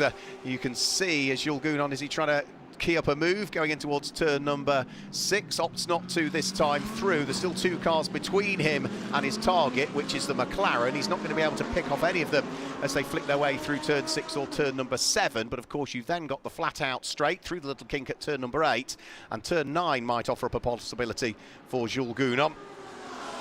So down towards turn number 9 they will go, and Jules Gounon I think was too far away there again yet to be able to do anything about it, so he looks in his mirrors and he can see that Marvin Dienst, who is now on board the number 81 Mercedes, is behind him. So this is going to be, is it not, 4th, 5th, 6th altogether for the position. And look who's there as well, as you said, Marvin Dienst in the 81, a great pit stop from the crew there to not lose a lot of time to Almana by Dragon, but now really in the thick of things here, not just for overall position, but stuck in between Pro-Am cars here. That makes things a little bit more tricky for him as well. But if you can stay within the clutches there of Jules Gounon, then it's a move made. Now, it looks like Todd Coleman has lost out to Jules Gounon on this lap. Indeed, he has. So that car moves up now, the number 4, into 4th position. But he's still trying to unlap himself here from the Almanar by Dragon number 77. And he needs to get that done within the next hour and 45 minutes. But I'm pretty sure it's Jules Gounon. He's going to do it in the next 1 minute and 45 seconds.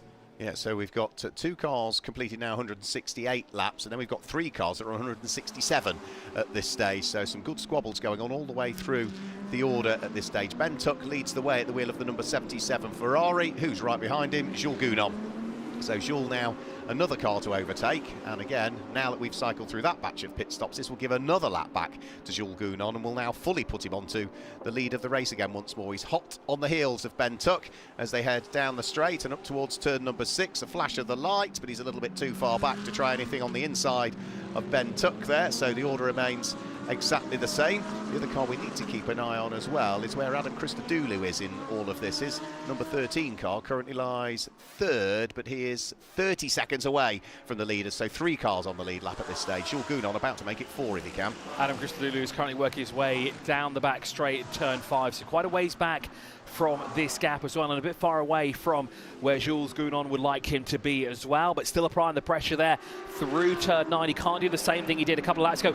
Better yet, yes he does. He tries the exact same thing he did to one of the back marker cars not too long ago, but unfortunately with Ben Tuck in the way this time round, he's not going to make it easy for him to sneak up through there either. So it's to fight through once again, and perhaps through turn 16 he will try to make a move, at least on the inside. We're going to be very, very careful as Ben Tuck will no doubt shut the door and try and make that Ferrari as wide as possible. But here, very late on the brakes, and you can see the braking difference between the guys such as Jules Gounon and the rest of the field. He brakes a lot later compared to everybody else going down into turn 16.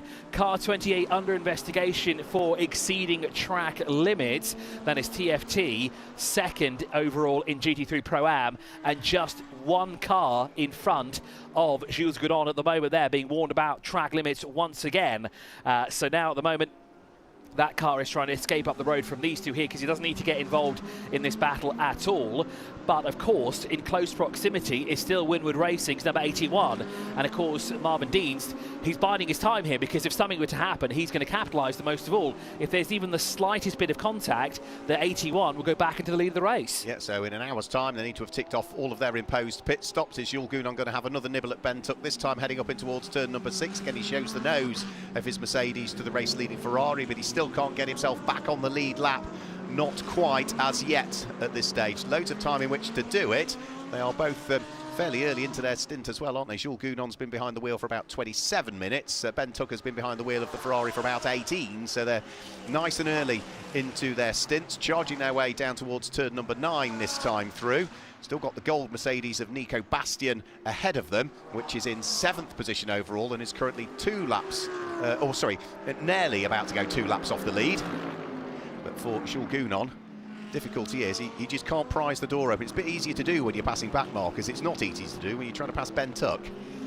Yeah, you're absolutely right there, and it seems to be his real sweet spot is the exit of turn 9. That's where he seems to be looking for any opportunity that he can, and Ben Tuck has picked that up and now makes that Ferrari as wide as possible going through the exit there of turn 9. It looked like a small puff of smoke there from the rear of the number 4 coming through turn 11, but not enough to unsettle the car whatsoever. But this battle has raged on for quite some time. It's been at least 2 laps that Jules Gounon has been trying to find a way through, but with all his experience, he knows how frustrating it can be to pass the race leader at any given point. It's not really a situation that he'd ever find himself in, but here he is at the Golf 12 Hour trying to find a way through, but he's patiently waiting. He's biding his time, but he's also attacking at the same time, and I don't think he's a man that will succumb to frustration at all. No, not at all. I mean, these are 2 very experienced sports car drivers nowadays. Jules Gounon, a former champion in the GT World Challenge Europe. Ben Tuck was the runner-up this year in GT World Challenge Europe.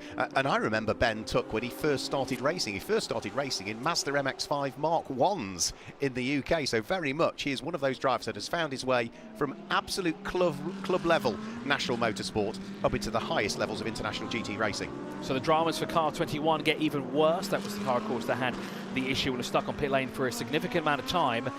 They've just been noted for a pit lane infringement, as into the pit lane comes Andrea Girondi in that number 17 for Enrico Fulgenzi Racing to do a pit stop, and no doubt a driver change as well, because he's been behind the wheel for quite some time there. Is there a driver? Is it Enrico or is it Alex G? That will relinquish Andrea Girondi here at this pit stop. We have to wait for the refueling to finalise before we see a driver pop into view. But this is a locally based team here, of course, doing a lot of work here this weekend, not just in Abu Dhabi, but also in Dubai as well, where they were running in Golf Pro Car. Just a single car there for Stanislav Minsky as he chased down a title in his respective category in 2 Cup over there. But of course, very busy here this weekend as well, with 1 car in the Golf 12 Hour with 3 very, very quick drivers indeed. So we saw the driver's side door open, and Andrea Girondi will get out of that car. Indeed, it is a driver change. Now, who is it? I can see an A, L, and I think an E and an X, so we'll put 2 and 2 together. That should be Alex G now, who gets back behind the wheel of the Enrico Fulgenzi Racing number 17. That car is currently shown as 5th overall in GT3 Pro-Am. And another interesting thing as well about this team, they do a lot of marketing on social media. If you're into racing or cars here, you will not escape their social media presence at all. I've got a lot of ads over the past couple of months of all the exciting things that they're doing and the recruitment drive that they have as well, just to build the team up and hopefully have more than just 1 car in the paddock at any given time. That'd be good to see, wouldn't it? It looks so Giovanni Altway brings his Ferrari in towards the pit lane. He's done an hour and 24 minutes as a stint, so one would imagine Defined by Dragon will replace him and pop a new driver into the number 88 car. Last time they did a driver swap, it didn't quite register. And if they are going to do a driver change, surely they can't be popping Oscar Renjevic back in just as yet. Surely they'll get Giacomo Altway, his younger brother, in for the next stint. Right, back towards the Nico Bastian, Ben Tuck and Jules Gounon battle. So the gold Mercedes, remember, is running in 7th position, but is under attack from cars behind. And did Ben Tuck prise the door open then? Yes, he did. Ben Tucker's gone through and ahead. And now Jules Gounon tries to attack as they come up towards a W Hotel. I thought Jules was going to stick his nose up the inside there going in towards turn number 13, but he thought better of it. He is still desperate to get past this Ferrari, because if he can, that will put the Grove Racing by Get Speed number 4 Mercedes back onto the lead lap. And that could have been very, very messy. But of course, when you've got Jules Gounon trying to do that, he knows exactly when to back out at the right time to ensure something doesn't happen. And Ben Tuck the same there as well. Two very experienced drivers. Now, just having a quick look, there's a flash of the lights there from the number 81 Marvin Dienst driven Mercedes, because of course now that we've seen Nico Bastian lose out and have Ben Tuck go through, then the gold Mercedes is now in reality holding up second place in the race. So pit stop done and dusted for the number 88, a huge rev of the engine, a squeal of tyres, and making his way down the pit lane. Thank you very much, Alan. So that will be then Giovanni Altway that still remains behind the wheel of the car.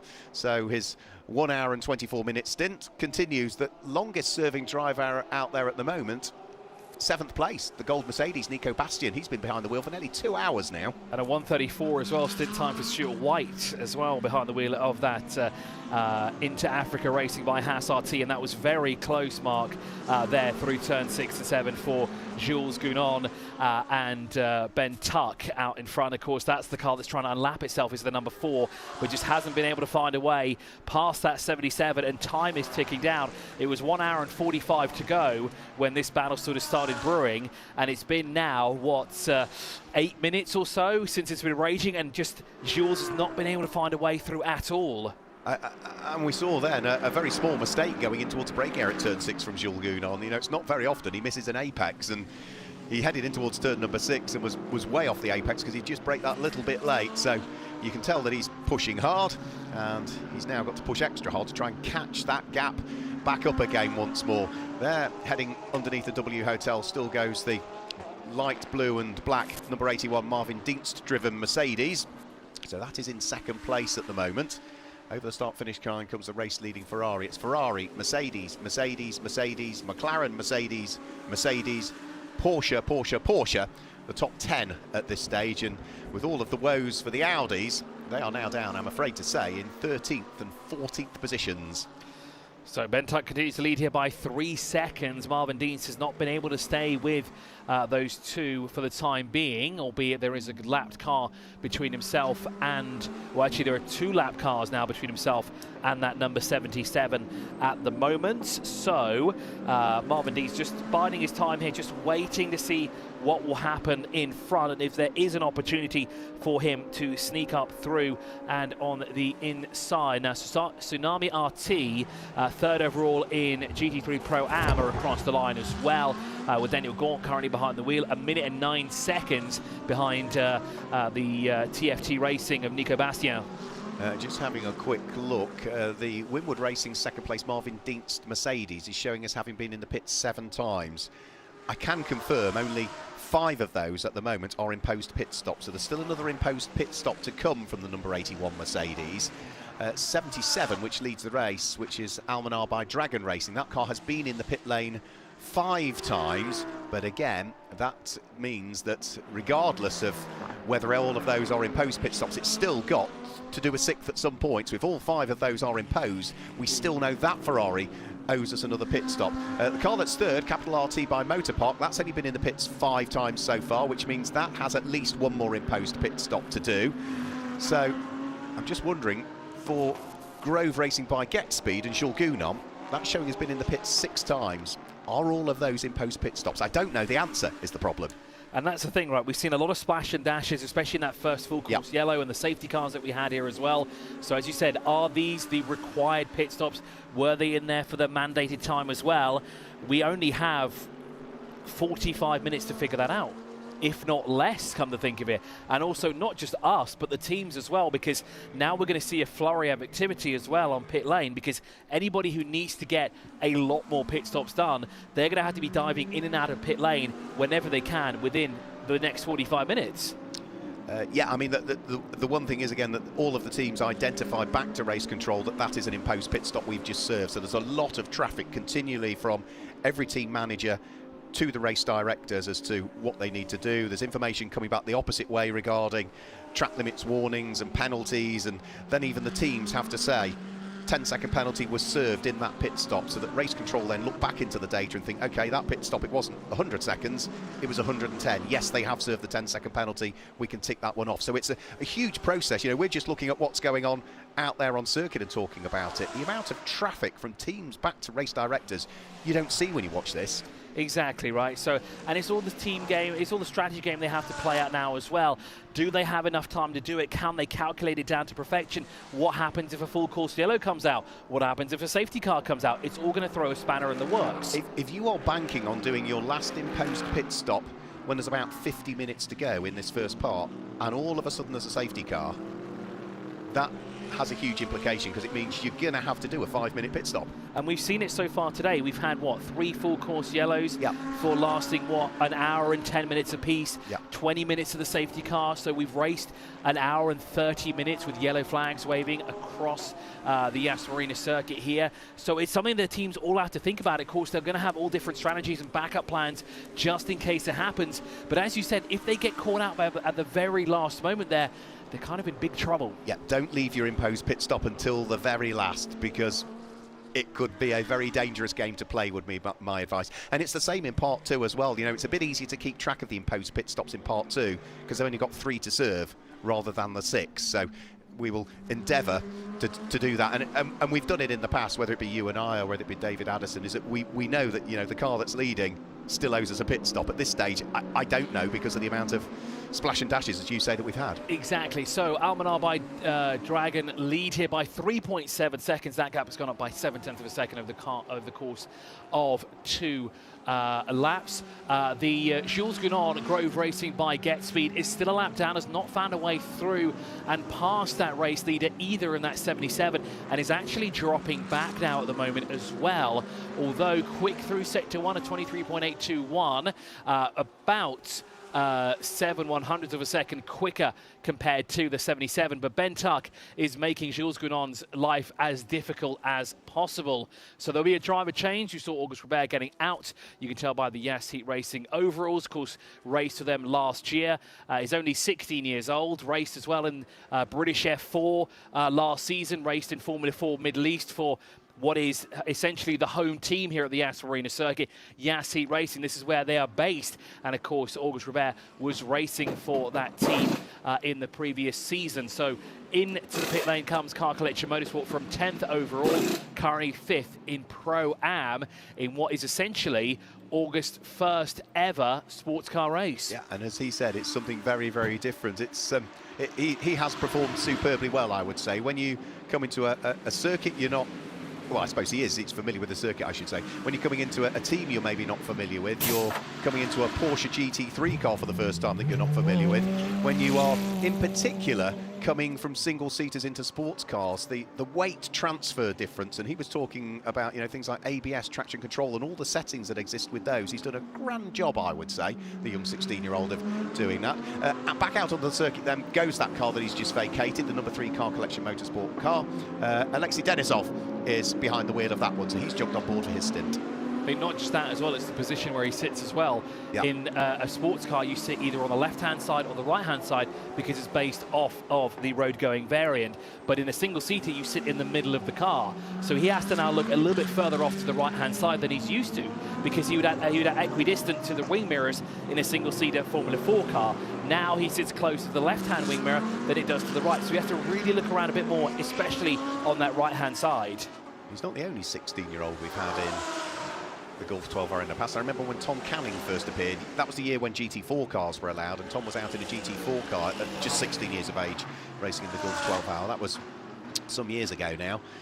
So what have we got at this stage? We have just seen the best lap come in so far for the Tsunami Porsche has just been popped in. Daniel Gaunt doing the best lap the car has done all race so far. So it's done 174 laps, but that was the quickest time that it's done. 1 minute 53.457 for the car that currently lies 3rd in GT3 Pro-Am. And it seems after that pit stop there, the Car Collection Motorsport car now dropping down to 12th place, but that's only natural when you're in the pit lane. Haas RT's number 21 still circulating, so whether the issue that they had with their car has now been resolved, but a lot further down they'd like to be, now shown as 8th overall in GT3 Pro-Am, as that car collection motorsport car sits just ahead of them. Into Africa Racing by Haas RT moves up the order as well, now into 12th position. They are currently 6th overall in GT3 Pro, a lot further back than they would like to be compared to the Optimum Motorsport number 69 that sits 5th overall and 5th in GT3 Pro as well. Now, in terms of where Jules Gounon is in terms of getting past and getting that lap back, it still hasn't happened in almost 15 minutes. And now he's starting to drop back from the tail end of the Almanar by Dragon Ferrari for the time being. Now, these two Mercs are not in the same category. One of them is in GT3 Pro, the other one is in GT3 Pro-Am. The TFT one, which is the lead of the two Mercedes here, is currently circulating in 2nd position with Nico Bastian behind the wheel at the moment. And then, of course, the car behind is a Winwood Racing. Marvin Dienst behind the wheel of that car, currently shown as 2nd, 5 seconds drift. So actually losing more time to the race leader. It's 3.7 seconds not too long ago. That has gone right up to 5 seconds so far. But on a quick lap here is the Grove Racing by Get Speed once again. Jules Gounon has closed that gap up through sector 2 on the back bumper of Ben Tuck in that leading number 77. Goes green through the 2nd sector with a 46.857, but still not close enough to make a move through turn 16. He'll have to try and brake as late as he dares down towards turn 1. Yep, so that's twin-turbo Ferrari against normally aspirated Mercedes. And of course, remember, this Mercedes is simply trying to get past the Ferrari to get back on to the lead lap at this stage. So that is now 178 laps completed for Ben Tuck, the race leader. Jules Gounon completes his 177th lap. And the relative gap between them, as you could say, yeah, came down on the previous lap, but is starting to maybe just have 4 or 5 car lengths in it still, which is just too far at this stage for Jules Gounon to fully mount another challenge to try and work his way through. Not for want of trying. Of course, the gap closes up a little bit as they head towards the tight turn number 5. A good exit off this will pick up a little bit of a tow from the car ahead. They're closing in on a bit more traffic up the road as well, which will be, I believe, the number 2 Audi, I think it is, that they are beginning to close in on. In fact, it's not. It's going to be the number 21 Audi that they're beginning to close in on, which will be Stephen Pillet's car, the Haas RT machine, which is 7th in Pro-Am at the moment and is running 14th overall in this race. So Jules Gounon has been knocking on that door, hasn't he, to try and get back on the lead lap, but at the moment, Ben Tuck has got it bolted, double bolted and locked. What I find still fascinating about the Mercedes AMG, it still runs the same 6.3-litre V8 from the SLS. Now, that engine has to be, what, knocking on at least 20 years old by now? Yeah, and it's still hyper-competitive to this day. There's no forced induction, there's no supercharger, there's no turbochargers. It's just a naturally aspirated V8 engine, 6.2 litres, or 6.3 litres actually, of absolute power. But interesting, the GT4 version actually uses the same engine as the road-going version, which is the 4-litre V8 with a turbocharger, but still so great to have that engine still racing around to this day, what, 20 years later? It's amazing, isn't it? Yeah, the new and the latest iteration of the Mercedes GT3 car are just in the process of being developed, ready for homologation as well, so we'll start to see that creep into racing shortly, and the familiar sight of that glorious looking and fabulous sounding AMG GT3 Mercedes will slowly become a little piece of history, but it has won internationally so many races. I don't think there's any big sports car race it hasn't won over the years, the Mercedes, whereas the car that he is trying to get past to get back on the lead lap, the Ferrari 296, is very much into its early stages, albeit, of course, we have now got the Evo version, haven't we, of the 296 coming through. And as you said before as well, there's no hybrid system on board that 296 either, because the hybrid system is a heavy sort of power unit. And obviously in racing, the lighter the car, the better, as on the inside goes the 13 on the 69. And is that a change of position? No. And that is, of course, the capital RT by Motopark, Adam Christodoulou, just getting past the number 69 of Optimum Motorsports, Todd Coleman, currently behind the wheel. So when you extract that hybrid system, it obviously reduces the weight quite a fair bit, which is optimal. And of course, it's got the twin turbocharged power unit there, which is a V6, which is very unusual because, of course, the 488 and 458, they were naturally aspirated V8s. So it's the first time they've really dropped a V6 engine into their cars, wasn't it, Ferrari? So Jules Gounon, I think, is taking another little breather again. He's just dropped a little bit further away from Ben Tuck again once more. Adam Christodoulou, as we say, we saw getting past Todd Coleman's Optimum Motorsport McLaren. So that was a car in third, going past the car that sits there in fifth position. We ought to mention that the number 44 Mercedes still leads Pro-Am at this stage in the hands of Sergio Perez. Second in Pro-Am is Nico Bastian for TFT Racing. And third in Pro-Am is Tsunami, which is the number 79 Porsche in the hands of Daniel Gaunt. We know who's going to be leading GT3 Am because there's only one car remaining in it that's still in the race, which is the Garage 59 number 8 McLaren in the hands of Mark Sansom. Now we are going to be, what's that, 40 minutes away from having to tick off all the pit stops. And into the pit lane comes Grove Racing by Get Speed. Jules Gounon has brought the number 4 in.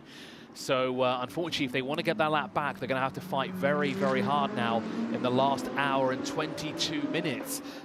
This will be their 7th pit stop by the looks of it on our screen, but does that include their 6 mandatory ones that they have to do, or are they just splashes and dashes that they did previously? There were quite a few in the early stages, so they may have to come in at least once or twice before the end, but now it's better to get it done now rather than later. Debris on track at turn 8, but Alan Hyde's got an update for us in the pit lane. Just to let you know, no driver change. So Jules Gounon will stay back behind the wheel here of the Grove Racing by Get Speed. And I wonder if Jules will take it all the way to the end of this hour and 22. Now, debris on track at turn 8, so that would be by the support paddock area.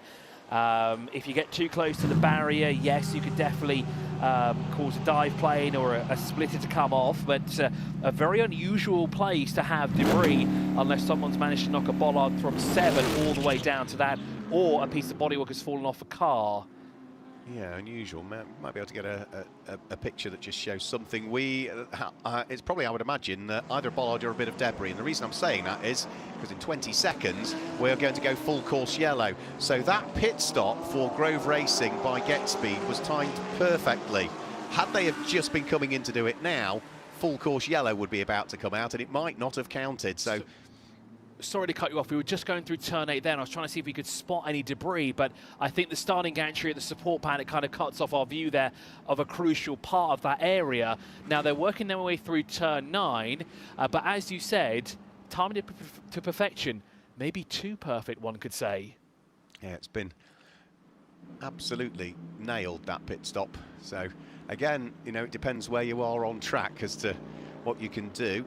Short full course yellow to recover debris is the information that we are receiving from race control. So this means, as it's only a short full course yellow, we won't be going then safety car thereafter. It will be full course yellow, then there'll be a countdown, and then we know that we're going to go green. There's the sorry sight, I'm afraid, of what was the pole sitting car from Inception Racing. That problem where Ollie Milroy, the team were waving, and kisses from the Inception guys there as well, who are clearly listening as they come down the pit lane. They're still smiling. Well done, guys. They can actually see themselves on the big screens that are in the grandstand. So, they probably weren't listening now. It's not necessarily a bad thing, is it, Alan?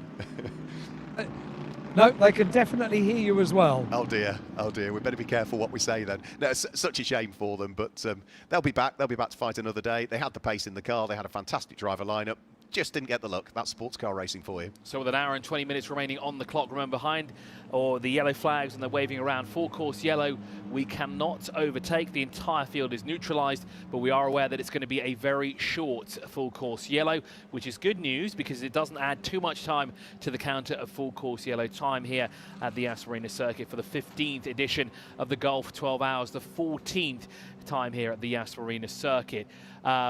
we still didn't see the debris for what exactly caused the full course yellow and if it was big enough to do enough damage, but the officials deemed it to be big enough to warrant a full course yellow, and then of course allowed the marshals to go on track and of course extract that. We are back now though to green flag racing here once again at the Yas Marina Circuit, and the only car to come in and do a pit stop right before the full course yellow came out was the Jules Gounon, number 4, the Grove Racing by Getspeed. As you said before, perfect timing from them. Perfect timing from them, yeah, because that means that's another one ticked off. It's showing that that car has now been in the pit lane 7 times, as you said. Now, are 6 of those imposed stops, or does it still owe us another one?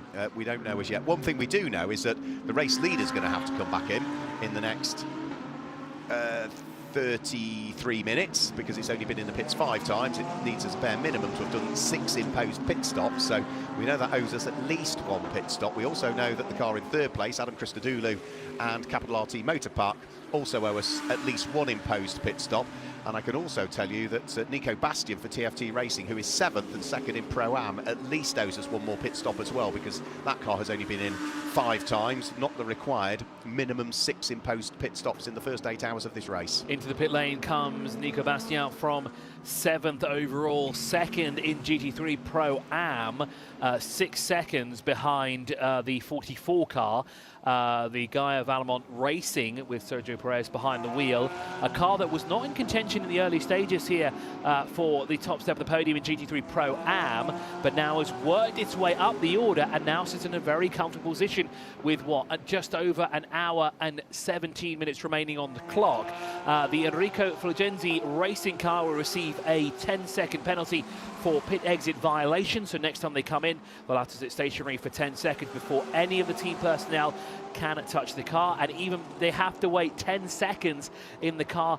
The driver has to do the same thing, so it's going to feel like an absolute eternity next time Alex Giannone comes into the pit lane, and he's going to not want to be doing that at all. But a penalty is a penalty, and they've got it for a reason here as well. So Ben Tuck leads by 7.2 seconds at the moment. By the Winward Racing, number 81, and then of course Capital RT by Motor Park, Adam Christodoulou running in 3rd place in GT3 Pro and overall. In Pro-Am, as you said, Gaia Valemont Racing leads in the 44 with TFT Racing, number 28, currently in the pit lane. There it is, and it's now being released onto the track as well, with Tsunami RT, Daniel Gorn, currently running in 3rd in GT3 Pro-Am. Our leader in GT3 Am, though, Mark Sansom, behind the wheel of the Garage 59, and unfortunately the only GT3 Am car still left running in this race, which is rather unfortunate because the family team of MP Racing, we just didn't see them come out. There were murmurs that they would come back out. It would have been great to see them, but unfortunately the damage a bit too substantial there. Car number 2 will receive a 5-second penalty for exceeding track limits. That is the Inter Africa Racing by Haas RT with Stuart White behind the wheel, and he'll definitely be coming in the pit lane in a few moments time, because he's almost been behind the wheel for almost 2 hours, an hour and 55 minutes behind the wheel of that car.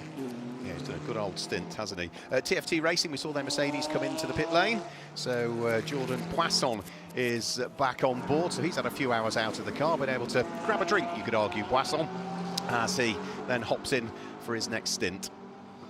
Did you mention the number 28 had got a 5-second penalty as well? Yes, they did. So, oh no, I didn't, because it was a 17. You're absolutely right, we did miss that. Yeah. It's the TFT car, so that's the car that actually just exited the pit lane. So that's very unfortunate for them, because they got that message once they started working on the car, so they have to come in again and serve that that penalty. So unless it gets carried over to one of the imposed pit stops of part 2, possibly. Yeah, wait and see. I don't know how it works. Don't know how it works. So we've got 1 hour and 15 minutes to go. Remember, all of the imposed pit stops need to be ticked off before the final 45 minutes of this section of the race. And there's another penalty coming in now, a 5-second penalty for exceeding track limits for car number 3, which is Car Collection Motorsports Porsche. Alexei Denisov behind the wheel of that one. Ben Tuck still leads the way. The lead advantage, 7.2 seconds between the number 77 Ferrari and the number 81 Winward Racing Marvin Dienst driven Mercedes that sits there in 2nd place. 37 seconds off the lead now is the car in 3rd place, which is Adam Christodoulou at the wheel of the Capital RT by Motor Park Mercedes. So it's Ferrari, Mercedes, Mercedes. The lead McLaren is 4th, and in 5th place, new fastest lap of the race. Number 4, Jules Gounon, 1 minute 52.620 from Jules Gounon.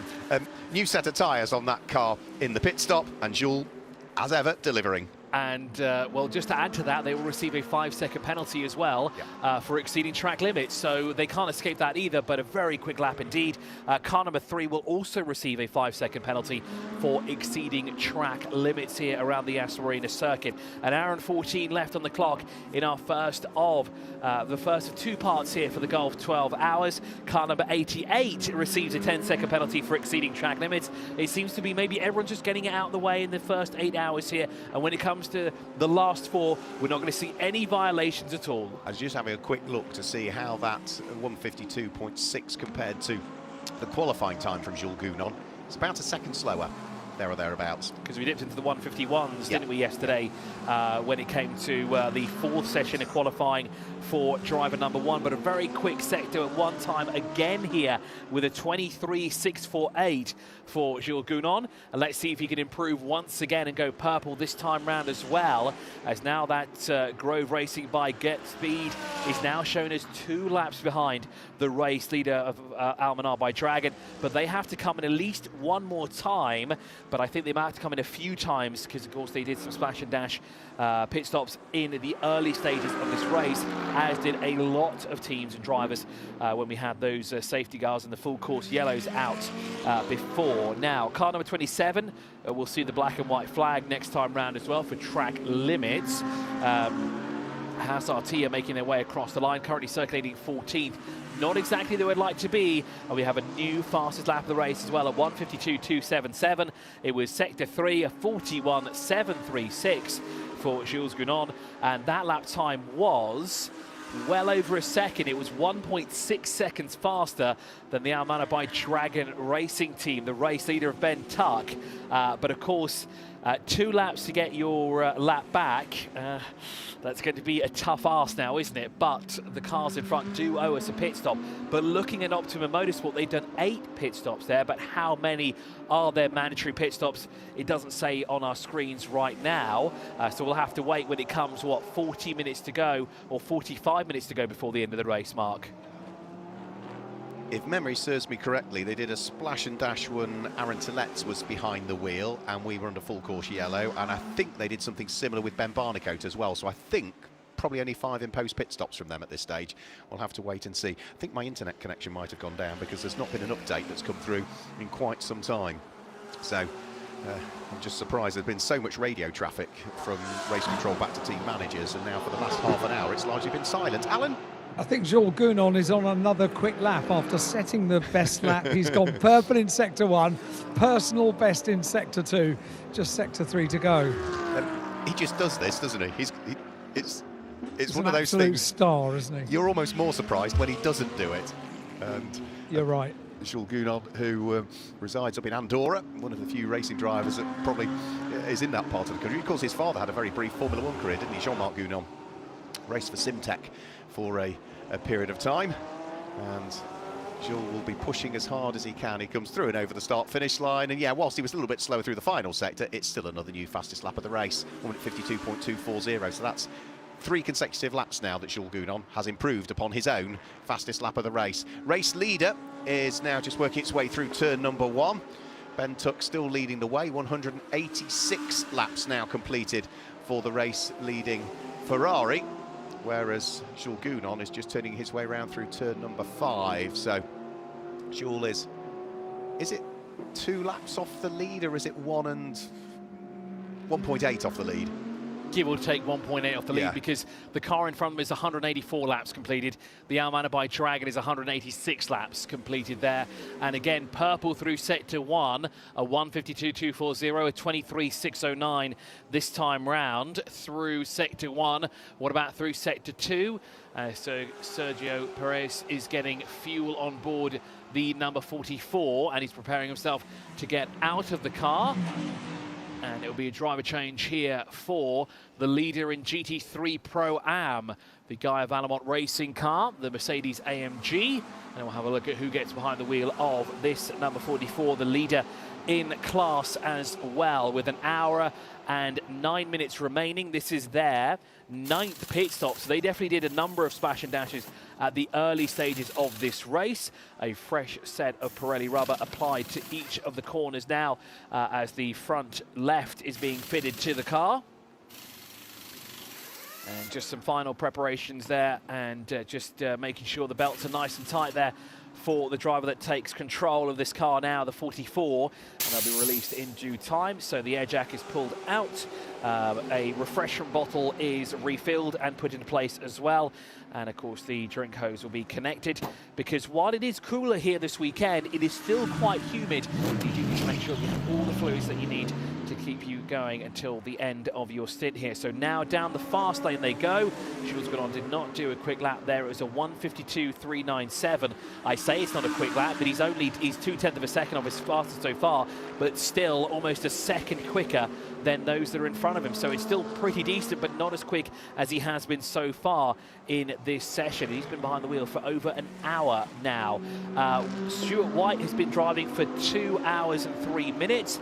We have seen a driver almost get up to 3 hours. Oscar Lee did that behind the wheel of the 88 and got and is on his well-deserved break here. There's Jules Gounon on the inside of the Enrico Fulgenzi car, the number 17, which I think owes us a pit stop and will be sat stationary for at least 10 seconds where we're in the pit lane the next time round. Yeah, that's Alessandro Giannoni, who didn't make it too difficult for Jules Gounon to carve his way through and past, so Jules can now sort of crack on a bit, and now that he's past that car, he has a very clear section. He's only going around through turn number 9. The next car he's going to catch is coming out the final corner, so he's got the whole of from turn 10, 11, 12, 13, 14, 15 and 16 before he even sees another car. So Jules Gounon has got really clear track now to just push, push, push for, should he wish, as long as he needs in this one, because I do think now they might possibly have ticked off all of their imposed pit stops.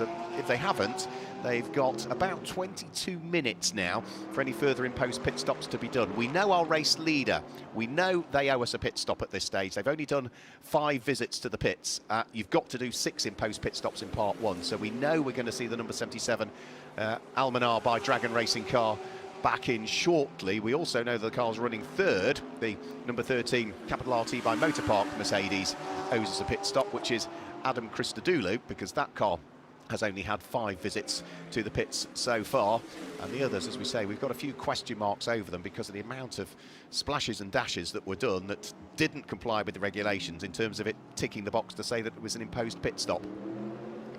Jules Gounon, another new absolute best through the first sector this time through. So again, pushing as hard as he can at this stage. Jules is heading down the straight out of turn number 5 towards turn 6 at the moment. And as you can see, there is nothing that is going to hamper his pace at this stage. He's in the sweet spot in terms of driving. He's not got any traffic to worry about. The ambient temperatures will be dropping off a little bit now as we head in towards the latter part of daylight here, just coming up to 4 o'clock local time in the United Arab Emirates. And for Jules Gounon, he is about to break the beam at the end of Sector 2. What does Sector 2 look like for him? Absolute best through the first sector, slightly slower than he's previously gone by the second sector, but that is still a good second sector time, and if he can knit the lap together, again, you know, it doesn't matter if it's not another new fastest lap of the race, he will be probably the best part of a second or more quicker than anybody else out there. Stuart White finally in, so he has done 2 hours in that Audi, so he dives for the pit lane. We have also got into the pit lane Mark Sanson by the look of things, so the Garage 59 McLaren is in, and Mark no doubt will hop out of that car and hand it over to someone for the final 60 minutes or so. Wait the arrival of Jules Gounon over the start-finish line, because he should be coming through any moment now. What does the lap time look like from him? The answer is slightly slower, 1 minute 52.547, but that is still a second quicker than most cars out there. And quick through Sector 1 again as well, 23.564 in that previous lap, a personal best as well for Tsunami RT for Daniel Gorn, a 24.033, a personal best as well for the Capital RT by Motorpark for Adam Christodoulou through Sector 2, a 47.041. Now, wait, there is a hand up there before the car goes down on the number 2, and unfortunately it's on the dollies once again, so maybe whatever is happening at the rear has come back to haunt them, and it'll be the same thing again, where the team will maybe have a look at that rear end here for that number 2. So maybe those issues have now resurfaced after 2 hours here at the Yas Marina Circuit. Just over an hour remain on the clock, and hopefully the team can figure out what's wrong in that Inter-Africa racing by Haas RT. When we were talking about the pit stop as well, unfortunately, the sister car receives a 5-second penalty for pit lane infringement as well, as off the air jacks comes the number 8, and it will roll its way down the fast lane in the pit lane here.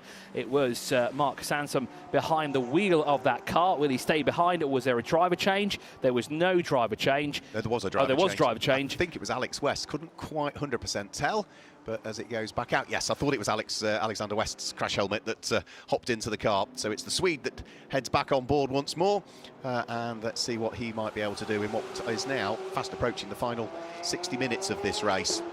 And the TFT racing car loses position, moving down to 4th overall in GT3 Pro-Am.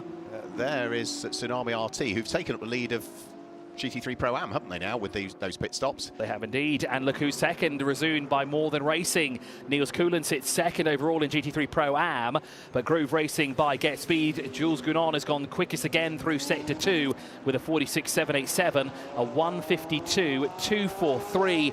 3/1000ths of a second slower than his best time. Which is the fastest lap of the race, yeah, so that is consistent lapping from Jules Gounon. Right, Optimum Motorsport into the pit lane. So Todd Coleman brings their car into the pit lane. That is for a imposed pit stop to take place. That is their 9th visit to the pit lane, so that's one of the teams that has done a lot of splashing and dashing under the full course yellows and the safety cars. No signs of yet there was our race leading number 77 Ferrari coming in, or the number 13 Capital RT by Motorpark Adam Christodoulou Mercedes heading in towards the pit lane, but they're running out of time in which to do these. 17 minutes to go. They've got to have ticked off that final pit stop, otherwise they'll fall foul of the regulations. I'm trying to think back to the... the number 13 Mercedes, by the way, which is my favourite livery of the weekend by a very long way. I'm just quite interested to know what your favourite liveries this weekend are, because the teams work really hard to make liveries that really do work at Yas Marina, particularly tonight underneath the floodlights. So you two, have you got favourites? Are you saying that the Tiffany blue one is not your favourite, Alan? Absolutely not. I shall never speak of it again. For me, I'm stuck between two. I'm not sure whether to go for TFT Racing and the gold Jordan Boisson-driven Mercedes as it is now, but I do like the Tsunami car. I just think it's good fun. I'm going to go with you, Mark, there as well, because it matches my dress sense when I'm not dressed as I am at the moment. It matches most of my shirts and my watches all the time, so I'm going to agree with you with that one. So a 152.199, sorry, Alan, there for Jules Gounon. Yes, absolutely. Another new fastest lap of the race, 1 minute 52.199. Alan makes a very valid point. Yes, your rucksack. That looks similar, doesn't it? It does. Indeed, it does. I have actually a matching bag that goes inside of it as well to keep all the important stuff in. You've got the race leader, Alan. Ben Tuck is heading down the pit lane. Down the pit lane it comes. Regulation pits.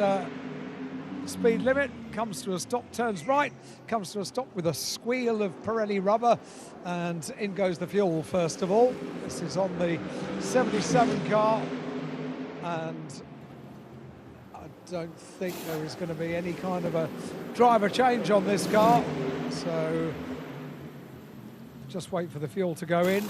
The stop ball being held at the front of the car, and once the fuel is completed, and it's still going in, so it's taking quite a bit of fuel on. The number 13 car, just really need to go and look at it, but I'm not going to. I'm going to stay here, be professional.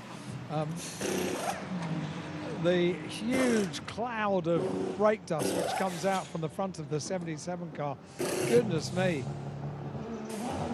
Drop down now. The 77 car is just going to have a quick windscreen clean, so no driver change confirmed for the 77 car. Just walk back in the pit lane and get to the number 13 car, because I'm pretty sure that's not going to have a driver change either. So now the tyres are being changed, now the fuel has gone in for the 13 car. There is no driver change. Adam Christodoulou. The 77 car's on its way, by the way. Brand new Pirelli rubber on that car. And Adam Christodoulou got the call-up for this weekend pretty late in the day as well, and was a very welcome call-up for Adam. He's just having a bit of debris pulled out, a bit of rubber pulled out from the front of the car, just making sure those grills are nice and clear at the front of the car while it's still being held. And the countdown is on once the 27 Ferrari has gone and the 13 car is down the pit lane as well. A very, very busy pit lane indeed, isn't it? It's 1 hour to go. Thanks, Alan Hyde, there for the updates of everything happening down there, and then more pit stops underway as well, because we're fast approaching that point in time where you must do those mandatory pit stops. Yeah, they don't want to leave it too late and get caught out. So Marvin Dienst, who had briefly, and only very briefly, taken over the lead of the race at the wheel of the number 81 Winwood Mercedes, also responds now. So from being a very busy pit lane, all of a sudden it's a rather empty pit lane at the moment. He is the only car that is in there, and it doesn't look as though there's going to be a driver change there as well. So Marvin Dienst will stay in, Ben Tuck will stay in, Alan Christodoulou will stay in, Jules Gounon will stay in. Tsunami, though, did change drivers. Fabio Babini has jumped back on board the number 79 Tsunami RT Porsche, but that will lose the lead of the Pro-Am category as a result of that stop. So we'll have to wait for all of the pit stops to flush themselves through to see what's going on in terms of the top three, or particularly in GT3 Pro and GT3 Pro-Am. So that makes for a total now of 17 lead changes here in the 15th edition of the Golf 12 Hours. We were in the final 58 minutes of the first 8 hours, and of course we'll take a break where of course those in attendance here will get the chance to meet drivers, get some autographs from them as well. Maybe have they got some memorabilia they'd like them to sign. I wish I brought something with me. Maybe I can get my backpack signed by them as well to make it just that more interesting and stand out. But it's a great opportunity here for those who are in attendance to get up close and personal and actually meet the stars here of the Golf 12 Hours. Absolutely. When you've got factory drivers represented here this weekend, and you've got team principals from Formula One, absolutely grab the opportunity, and that's why Yas Marina, in conjunction with Driving Force Events, try and make our spectators part of that. There's a tiny bit of bodywork just hanging off that Audi there. It's on the left rear. There's just something that's dangling down a little bit, so I'm not sure whether that might sort of come loose or not. If not, it will soon get dealt with in the next 57 minutes. Did I see it fly off then? So this is also the Haas RT car that had the rear issue.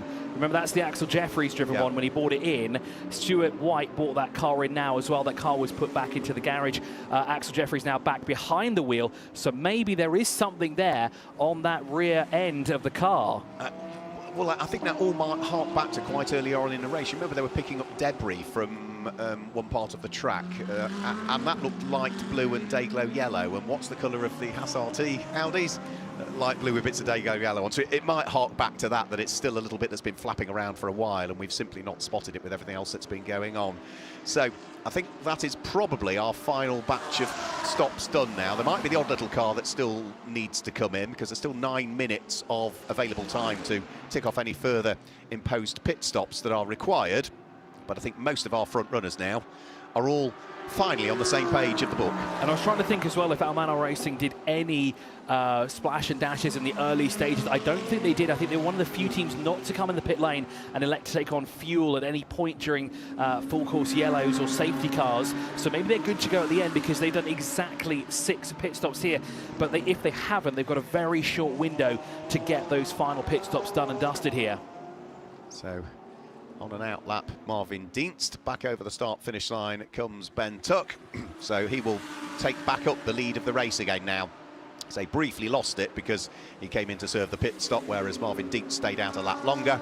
And now it is the Ferrari that retakes the lead of the race. So that, in reality, adds another lead change to the tally, doesn't it? So that brings us to a total of, how much will it be this time round? It will be 18. Yep. It will indeed on lap 193. And by Dragon go back up to the top of the timesheets. Yeah, 5.3 seconds behind is the car that's in second place. Just see it in the background of the shot there. So the lead Ferrari heads out of turn number 5, just heading in towards turn number 5 goes the second place Mercedes, and into the pit lane, by the look of things, come Enrico Fulgenti Motorsports Porsche, which is Alessandro Giannoni. and they've been waiting patiently for quite some time, and now they have to wait even longer because of that penalty that they have to serve. Remember, no one can touch the car until that penalty has been served. Once it has, the fuel can go in. Once the fuel nozzle has been taken out, they can pop the air jack in, and up the car will go when the car has been earthed as well to the ground. And now, will it be a change for Alex G? Will he get out? Well, the driver's side door is open, so that means yes, he will get out. But now, will we see Enrico or will we see Andrea get behind the wheel of this number 17 Enrico Fulgenzi racing car here? It should be their final pit stop as well. Yeah, I mean, that's their 9th visit to the pits, with a mixture of splash and dashes and, of course, a puncture very early on for that car as well. I would imagine it'd be Enrico Fulgenzi, because we've not seen him behind the wheel for quite some time now, have we? I think you're absolutely right as well. It should be the boss himself, Enrico, getting behind the wheel of that number 17. We'll have to wait and see when he comes across the timing beacon at the end of pit lane. Haas RT here, the lights flashing from the race leader as the 21 peels into the pit lane. Now, that is not the same car that had the issues, but also it appears there is some damage to the left rear of that car as well. It looks like there's a dive plane, or the rear bumper is just slightly out of place there. Next time we see it from the rear end, we will see that on the left-hand side, unless they decide to pull it off now during this pit stop. So the Enrico Fulgenzi Porsche having concluded its pit stop. I was right, it is Enrico Fulgenzi that's headed back behind the wheel. As for our Audi, that remains in the pit lane in the hands of Stephen Pellet, and it doesn't look as though there's going to be a change of driver for that one. It's simply fuel that's going in at the moment. There, I think, are there any tyres waiting? I'm not sure there are for that car. It looks like there is, because there is a tyre gun in the hand there of the team personnel. So they will change the tyres by the looks of it, unless that's just a habit. But there we go. There is confirmation that there will be new tyres fitted to each corner of this number 21 Haas RT. Now, this was a leader in GT3 Pro-Am, but at the moment they are currently sat in 7th overall in class. But this here is the race leader, the Almanar Dragon, with Ben Tuck behind the wheel. Yeah, Marvin Dienst was 0.3 of a second quicker than the race leader last time through, so the gap comes down to hovering around 5 seconds between race-leading Ferrari and second-placed Mercedes at this stage. We have also got in the pit lane Giovanni Altway for Define by Dragon. He is hopping out of the car, and then we'll wait and see as to who's going to head on board the number 88 car. I would have thought Giacomo Altway, because he, again, has not been behind the wheel of that for quite some time. Out of the pit lane goes the Audi, so that now remains in the hands of Stephen Pellet. It's the other Italian getting into the car, so Giacomo. Yeah. Giacomo Altway heading into that car, and I'm not surprised, Alan, because Oscar Renjevic did surely about everything he needed to do in his stint. He might have a few more minutes to tick off, but not many more, surely, to meet minimum drive time. I reckon he's put his mobile phone on answer phone, I reckon, for the afternoon. Silent mode, theatre mode. Don't even think about contacting me. Simon Birch has done a personal best of 1:52.893 for the Resoon Morgan racing car, down in 9th position, 4th overall in GT3 Pro-Am. Winwood Racing's Marvin Dienst to 1:52.890. That is 2 1/1000ths of a second quicker than the race leader at the moment, with 51 minutes left on the clock here at the Yas Marina Circuit for what is the Golf 12 Hours, the 15th edition of this race as well, and the 10th edition with Pirelli tyres firmly attached to each of the 4 corners of every car racing here this weekend. New fastest laps also coming in for, not overall fastest laps, but we've just seen Fabio Babini pop one in for Tsunami as well at the wheel of the Porsche. So 1:53.216 is the fastest lap that Porsche has done so far in this race. Car number 69 under investigation regarding track limits. Now that is Optimum Motorsport, and that is the car that lies 5th overall in the hands of Adam Tillett at this stage of the race. Ben Tuck still leading his way, heads underneath the W Hotel for the 196th time now, so we are going to tick past 200 laps before too much longer, but he's only 5 seconds up the road from Marvin Dienst, who went as quick as the number 81 car has been in the race so far last time through. and they should both be on the start-finish line at the same time. Yeah, see in the background of the shot is the Mercedes. Up towards turn number 1 comes the race-leading Ferrari, but the gap has gone back out again because that time through, Ben Tuck sets the fastest lap that the number 77 Ferrari has done so far in the race. 1 minute 52.790. New tyres on, remaining drivers staying on board. They're well in the zone. We're seeing quicker laps coming in from most. 0.4 of a second quicker as well than Winwood Racing's number 81 on that lap as well. Now, interesting that Tsunami RT had that quick lap, and now they're under investigation for exceeding track limits. So maybe did they push it a little bit too much in some corners there to get that optimal lap time, and of course go green overall. We'll have to wait and see what is the decision made for that. They are 41.1 seconds adrift from their closest rivals at the moment, who TFT are now in the pit lane, 8.4 seconds back from the car in front. All of those quick laps that Jules Gounon put in just goes to show how critical it was he was pushing, and the fact that he had clear air as well whilst he was out there, because he is now back on the lead lap of the race. Not by huge amounts, he's just heading up towards turn number 11, whereas the race leader is heading up to turn number 9. But the important thing is, heading into part 2, that car should still be on the lead lap. It took longer than expected. I think it took an hour longer than we expected him to do it there, but he's done it, which is great news for the Grove Racing by Get Speed. It puts them back on the lead lap, and more importantly, when it comes to the second part of the race later on this afternoon at 7 p.m. local time, where you can watch it, of course, at Gulf Sport, the part 2, where we will be switching the stream over. It keeps them in their position. Or does it? Jules Gounon's in. Maybe they've got another pit stop to tick off. So they're back in there. That means they will lose that lap then, Mark.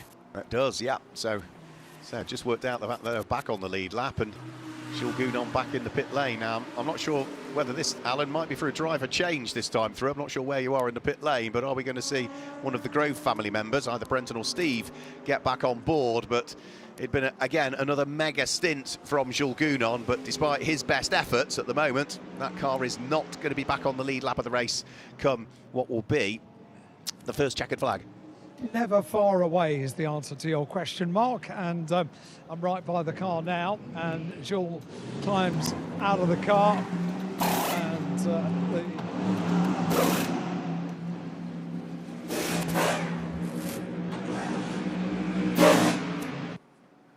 Sorry, we lost Alan there in the pit lane with a few technical issues. They'll be working on that to try and get it resolved. The pit stop continues, though, for the number 3 car at this stage. And let's just have a quick look. What have we got? A replay. That was the number 14 car taking a wild ride in the hands of Simon Bierk, the Resoon More Than Racing Porsche. And that would have been a pretty fast part of the track, wasn't it? Through turn 2 and up towards turn 3, where clearly the Porsche didn't do what the driver was expecting. Exactly, coming off the exit through turn 3, had to take the runoff area through turn 4 here at the Yas Marina Circuit. So out and onto the fast lane it comes, the Grove Racing by Get Speed, and we'll see now if there was a driver change or not when they come across the line. It still says Jules Gounon is behind the wheel. There was no driver change for the number 4 car. And there is confirmation. Thank you so much. Alan Hyde is down in the pit lane, our eyes and ears of everything that's happening there, and confirming that Jules Gounon will pretty much go now to the end of this this first part of the Golf 12 hours. Here, our 8 hours are coming to a close in 46 minutes' time.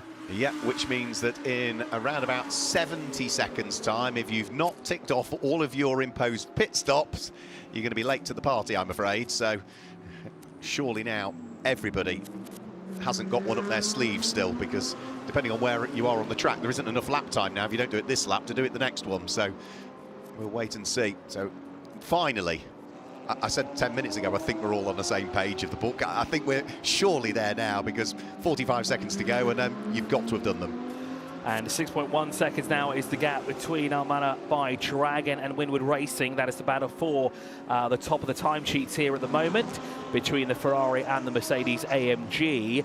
If we want to look back to find our highest placed Porsche, that's all the way down in 7th overall, the Tsunami RT in GT3 Pro-Am, currently circulating in 2nd overall in class behind the 44 Jaden Najida behind the wheel of that Mercedes AMG, of course, around the Bathurst 1000, has featured in Australian supercars with their mighty V8s over there as well. If I'm not mistaken, he will be on the grid in a once again in the not so distant future of the V8 supercars, which would be fantastic to see because he's been very rapid here around the Yas Marina Circuit in the 15th running of the Gulf 12 Hours.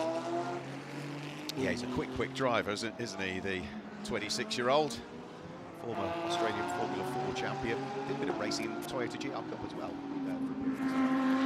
So, what's the lead gap doing now? It's down to 5 seconds, wasn't it, from Ben Tuck to Marvin Dienst? It's gone back out to 6.1 now at this stage. That's because Marvin Dienst is lapping in the 1 minute 52s, and it's into the 1 minute 53s last time through for Marvin Dienst. So he's not quite able to close up. There's a little bit of traffic, though, for the race leader coming up before too much longer, and that will be the number 3 Porsche that's in the hands of Alexei Denisov, which is the Car Collection Motorsport Porsche that is currently running in 12th position. That will put it 6th in Pro-Am at this stage. So quick rundown through the order then. Leading the way, number 77, Ben Tuck. Second, 81 is Marvin Dienst, and third is 13, Adam Christodoulou. Fourth is 69, Adaran Telets, and fifth is number 4, which is Jules Gounon. All of those top 5 cars are in the Pro category. In 6th place, it's the leading Pro-Am car, which is number 44, which is the driver we were just talking about, which is Jaden Najida. In 7th place, it's number 79, Fabio Babini, behind the wheel of the car that's currently 2nd in Pro-Am, and 3rd in Pro-Am is 8th, actually, which is number 14, which is Simon Bjerg at the wheel of his Porsche. 9th place is 28, that's Jordan Poisson. That will put that car 4th in Pro-Am. And now inside the top 10, we've got our AM class leader, which is number 8, which was taken over from Mark Sampson by Alexander West, the McLaren. And a drive-through penalty, better yet, no, a stop-and-go penalty for causing a collision for car 27. That is the Pellin Racing all the way down in 15th, and that is, of course, due to the contact with Inception Racing. I don't think Inception Racing will be too happy with that outcome. They're going to be wanting more for that, but that is the steward's decision there to apply the stop-and-go penalty for them. That will slow them right down, and Mark Musso will be the one to serve that penalty. Yeah, I think they called the team manager to race control, but the team manager replied and said, look, we're just about to do a pit stop. Can we come and chat to you after the pit stop? And that's clearly what they've done. There is a small thing. I just said that Alexei Denisov was about to be overtaken by the race leader. Looking on the chat, it is August Raber that's back behind the wheel of that car. That should have a driver change done shortly, because the transponder is clearly in the wrong position. So 42 minutes remain on the clock, or over 42 minutes even remaining on the clock here for what is the first 8 hours of racing here. And it's certainly been eventful so far. We've seen plenty of incidents so far. We've had over an hour of yellow flags waving, an hour and 12 minutes of full course yellow, 19.5 minutes of the safety car being out on track, and we've just elapsed 200 laps of racing for Almanar by Dragon. Ben Tuck is the man to go across the line and complete the 200 laps here. Yep, 200 laps, so that is staggering. What's the total mileage that we've covered now in the race so far?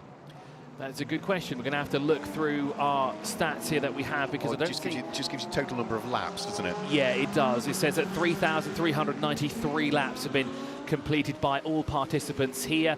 Total pit stops up to 136.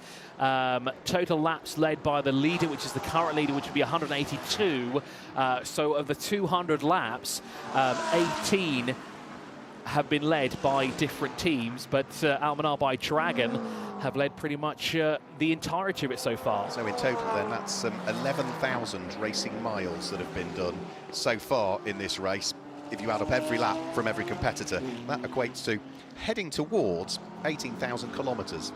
Okay, that is, I'm glad that you converted there as well, because I don't understand miles, because we use kilometres an hour here, not miles per hour. But thank you there for the clarification. So 18,000 kilometres already run here, and there's still plenty of time, because we still have, what, 4 hours and 40 minutes to go. Yeah, we're not even 2/3 of the way through the race yet. Pelling Racing now into the pit lane. That should be their final stop. However, have they done it after that threshold where they should have been in and out the pit lane? Because shouldn't it have been 3 quarters to go when they had to come in, because they've come in with less than that time on the clock, just over 40 minutes as well. Are you asking about the Pelin racing car? Yes. The 27 car. It was a stop and go. That's why they came into the pit lane. Yeah. Thank you, Alan, there for the clarification. Yeah, they've just again confirmed on the chat, stop-go penalty served. So that is it. Just having a quick look, on average, across the Gulf 12 hours, it's about 1,600 kilometres that the race-winning car covers. There or thereabouts. 69 now gets a drive-through penalty for causing a collision. Sorry, Mark, just very quickly, what's that in miles? No, it's fine. We can keep it in kilometres. That's what we use here. Nice, easy one, isn't it? You just multiply miles by 1.6 to get kilometres. It's about 1,000 Is that miles. right? Yeah, Okay, about thank 1,000 you. miles. So car 69, as we said, gets a drive-through penalty for causing a collision. I don't think we saw that. Do you remember the contact that was with the 69, or was that earlier in the session? Why the 27 got the drive-through? No, the 69. The 27 got it for the incident with the number 70, but why did the 69 get a drive-through penalty for causing a collision? That would have been... Does that go back to Ben Barnicoat? It could possibly... Quite some time ago, that was. You're definitely right about that. It could go all the way back there as... Turn 16, yeah. Grove Racing by Get Speed, Jules Gounon, and that makes absolute sense as well, because that's where the inside line was, the door was firmly shut, but there was still more or less enough room there. So the Grove Racing by Get Speed across the line, there was Jules Gounon still behind the wheel, 26.3 seconds, but now being shown as 2 laps back from our race leader, the Almanar by Dragon. So a lot of work cut out for them when it comes the next 4 hours, when we take a short break between these 2 sessions. 8 hours of racing almost coming to a completion here. Then we have the final 4 hours taking place here at 7 p.m. local time here in the United Arab Emirates.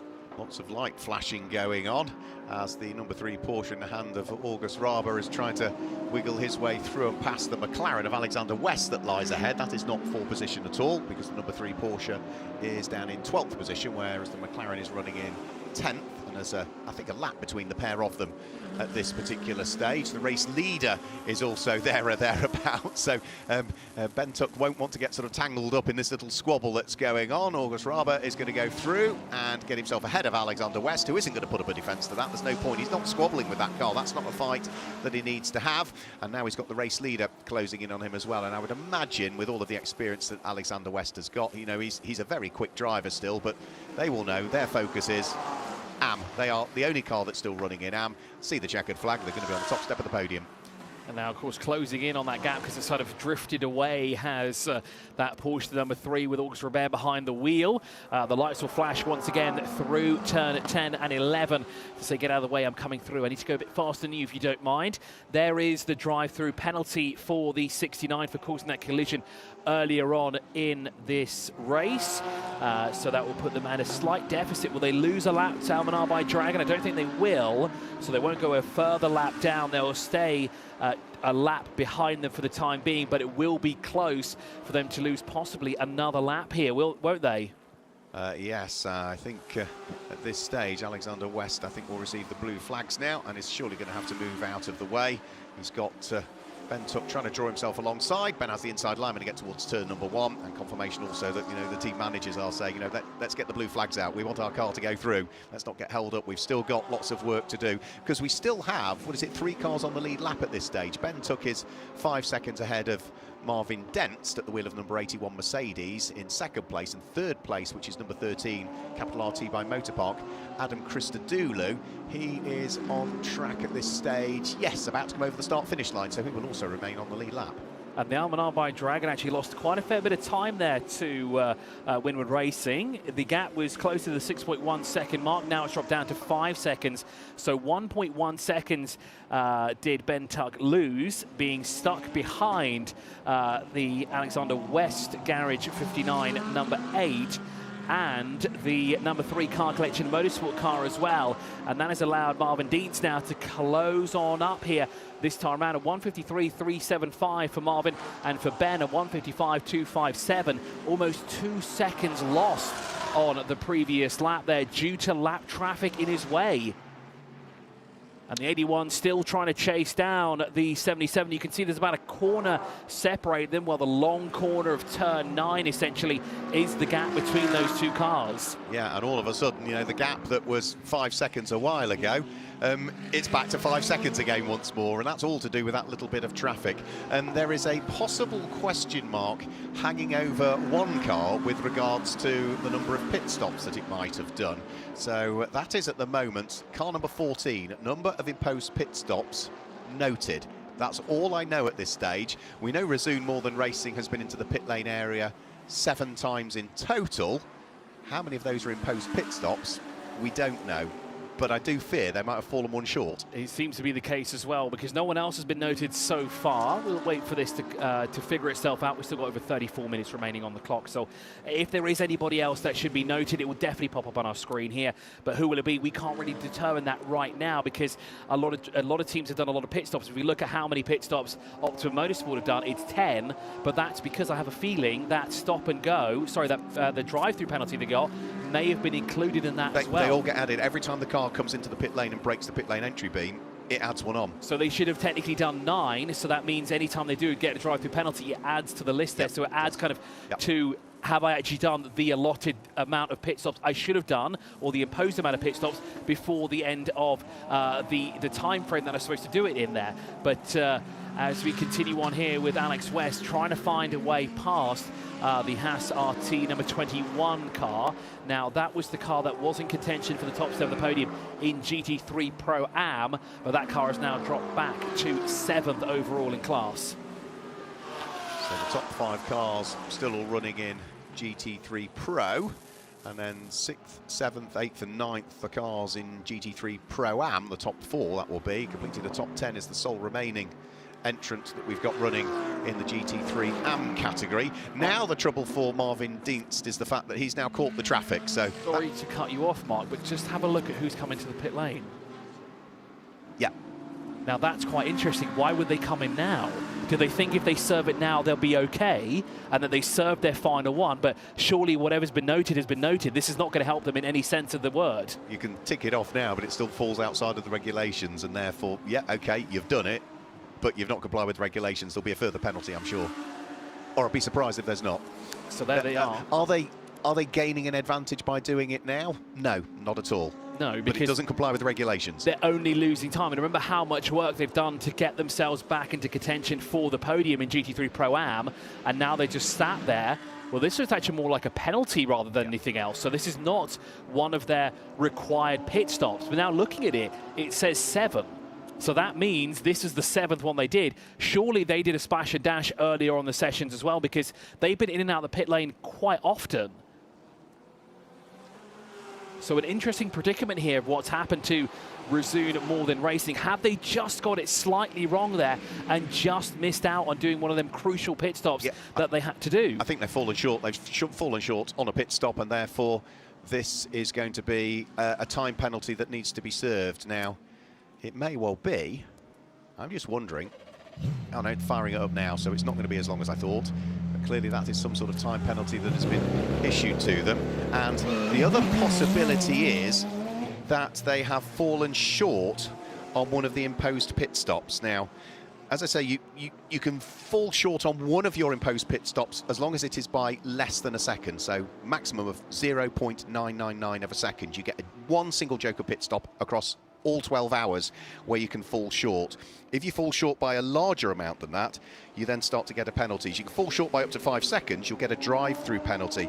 Any imposed pit stop 5 seconds or more shorter will include something of a stop-and-go penalty plus twice the time that the pit stop was short. And I think that's what that is. They were short on an imposed pit stop, but more than 5 seconds. Whatever that number was is then doubled, and that becomes a stop-go. I was going to say, there was no message on our screen that said stop and go or 5-second penalty, 10-second penalty for car number 14. That message never popped up, but 2 messages that have popped up, car 44 and car 79. So car 44 is the current leader in GT3 Pro-Am. Will have to come in the pit lane and sit stationary for 5 seconds. Car number 79 is second in GT3 Pro-Am, and they'll also have to be stationary for 5 seconds. Now, One of them has at least a lap difference between the other, and it looks like Tsunami RT and Resume More Than Racing. So actually our top 3 have all been handed penalties in GT3 Pro-Am. Yeah, and I think what will probably happen is that those 5-second penalties will happen at the first pit stop when we get into part 2, because otherwise it's a drive-through penalty plus a 5-second penalty. So that would be a very difficult pill to swallow. So I think they're probably going to be added to one of the pit stops in part 2 of the race. Car number 2 under infringement as well, or under investigation for excessive track limits. So that is Into Africa Racing by Haas RT. Axel Jeffries behind the wheel of that car, which has now only just completed its 200th lap, whereas the race leader is about to chalk up lap number 207 before too much longer, because making his way through turn number 10, 11 and up towards turn number 12 comes our race leader. And how long have we got on the clock? Less than half an hour to go now at this stage. As Almanar Racing, our race leader, now by 7.2 seconds to the good, free of some traffic, and has some cars in between himself and his closest rival of the Winwood Racing, with Marvin Deeds currently behind the wheel of that 81. You just saw in the background was one of the Haas RT cars between himself here, the Almanar Racing by Dragon, and of course the second place car, the number 81. More track limit infringements coming in, not penalties just yet, but just warnings there for car 17, and also for car number 2, as Mark said earlier, is under investigation as well. Coming across the line now is the 44, so they won't come in and do that and serve that penalty in the last 30 minutes here. Instead, in their first pit stop in the next 4 hours, and when we're back live at 7 p.m. here in the United Arab Emirates, they will sit stationary for an additional 5 seconds. The car that's running in last position, which is 16th place, Define by Dragon, lost all of that time earlier on and has had a few other little woes with spins as well. I've been looking at that car since it first came back out of the garage after its power steering failure, and at that point, if I recall, it was 13 laps adrift of the race leader. Now that was really early on in the race. Where are they now, all these hours later? 14 hours adrift of the race leader. That is a car that, had it not have been for that problem, would have been right in the reckoning. 100% there with the 88, and that mammoth stint there as well from Oscar Lee, with close to 3 hours behind the wheel. What could have been forward defined by Dragon, who are currently circulating 16th overall. They're only 4 laps behind Pelin Racing in the 27, and that could be the battle in a few moments' time, essentially, for the 15th position overall. I say few moments, 4 laps, you're not going to get done in 1 or 2 minutes. It's going to take more time than that. But if we look at the lap times between those two, a 1:53.430 for the 88 compared to a 1:59.772. That is 6 seconds faster per lap if they run at the same pace that Defined by Dragon are doing in that 88. And the team have done a fantastic job to get that car up and running, to find out the issue so quickly as well. Remember, Alan found out that it was possibly 20 laps it would take to fix the power steering issue. They did it in roughly around 10 to 11 laps. So they did it in half the time. And imagine, as you said before, if they didn't have that power steering issue, if they didn't have those contacts, all those spins, they could have been right up there in the mix for contention, not just maybe in GT3 Pro-Am, but in GT3 Pro as well. I think they'll be certainly inside the top half dozen, and possibly even running something like, 4th place, but they're all ifs, whats and maybes, unfortunately. So Marvin Dienst, still in 2nd place, number 81 Mercedes, turning his way through and out of turn number 5, has now fallen to 8.2 seconds adrift of Ben Tuck. Say the lowest it's been for the last hour and a half really has been 5 seconds. It's now up to 8.2, which I think, barring from when one pitted and one other didn't, that's probably about the largest it's been in the last hour and a half from 1st to 2nd place. And 43 seconds off the race leader is Adam Christodoulou in 3rd place. So the top 3 cars at the moment all remain on the lead lap, and there are 26 minutes to go in the first part, which is the 8-hour part of the 15th running of the Gulf 12 Hours. And of course, we'll have the second part at 7 p.m. local time here.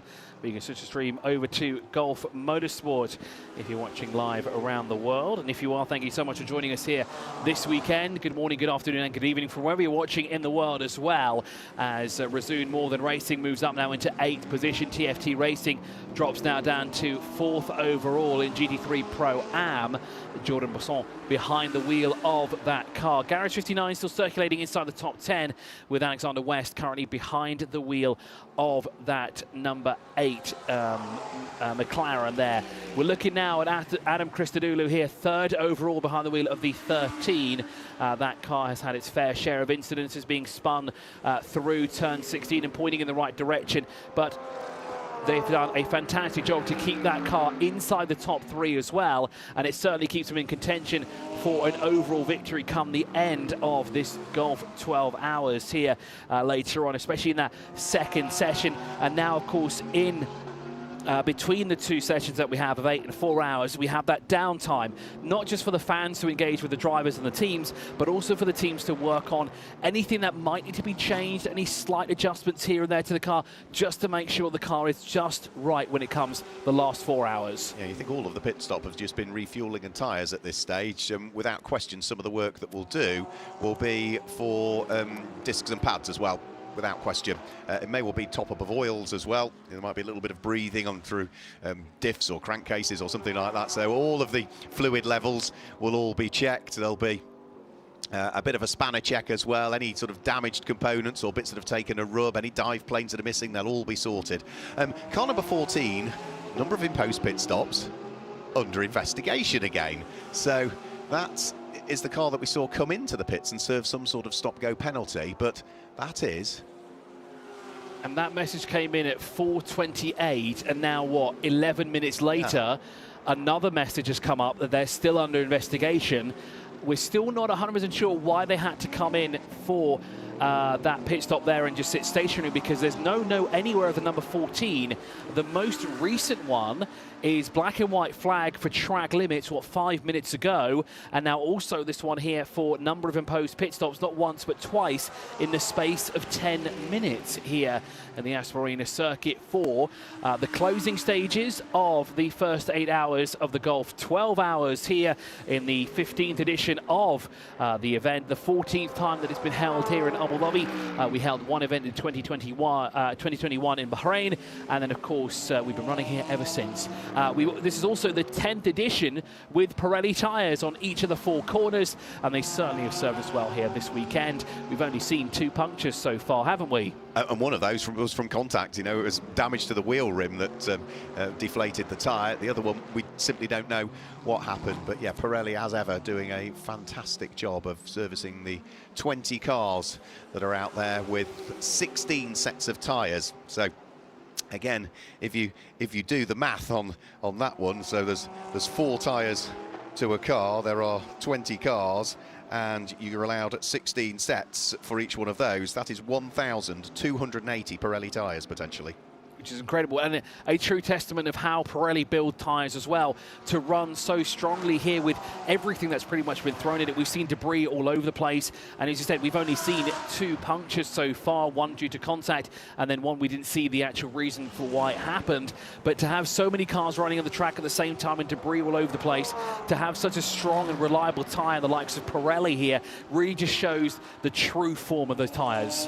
Yeah, Pirelli, absolutely the tyre to use in GT3 racing globally. Not necessarily used in every championship, but the vast majority of championships tend to gravitate towards a Pirelli. Other tyres are available though.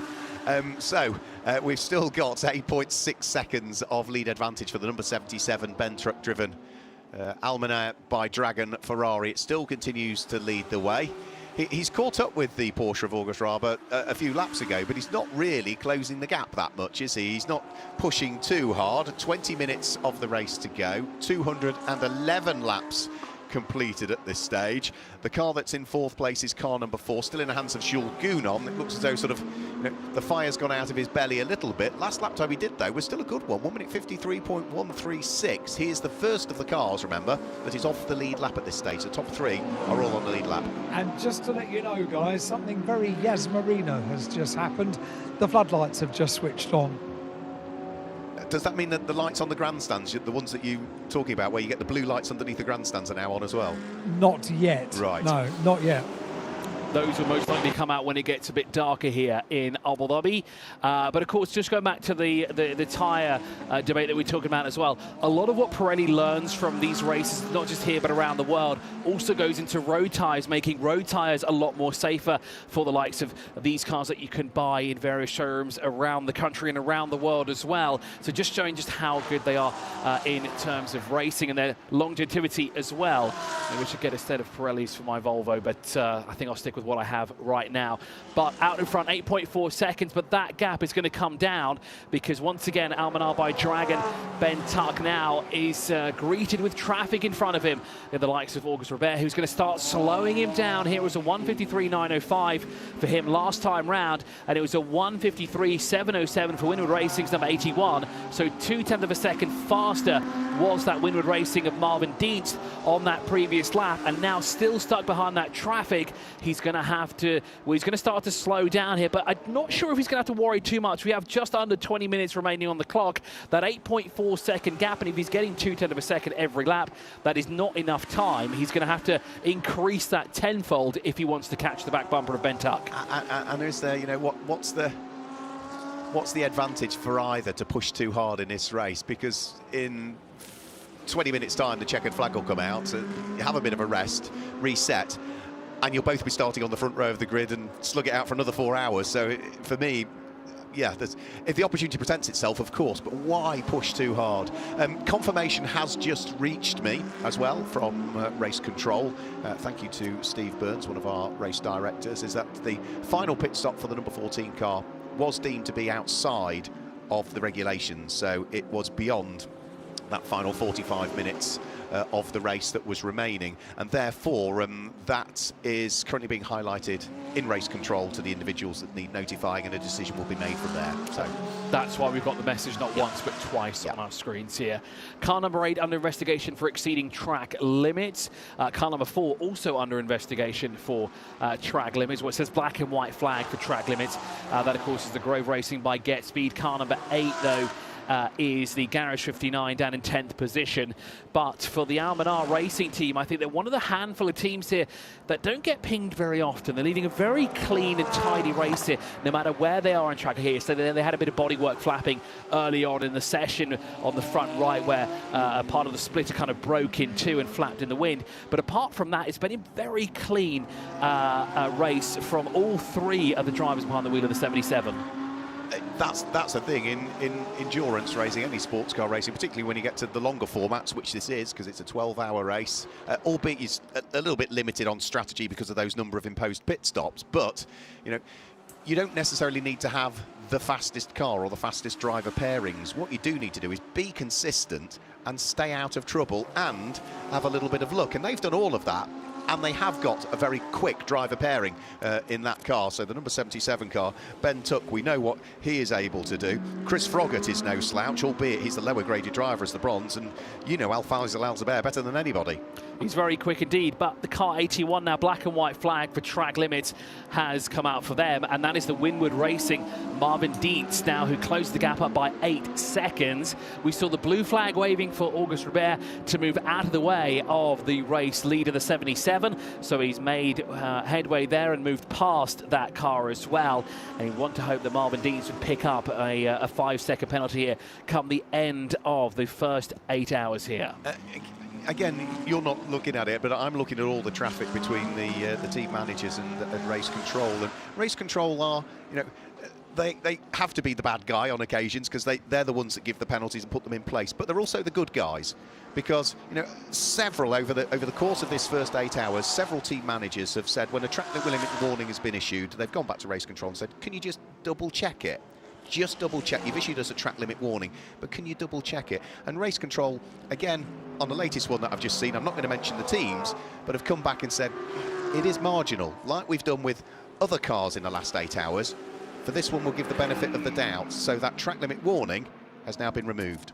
See, the race directors are not all bad, are they? Absolutely. They Works are both ways. open to a conversation. If you feel as team personnel that maybe that's a little bit too harsh, of course, there will be revisions on that. And we have seen it as well. We did see one penalty rescinded early on as well in the session.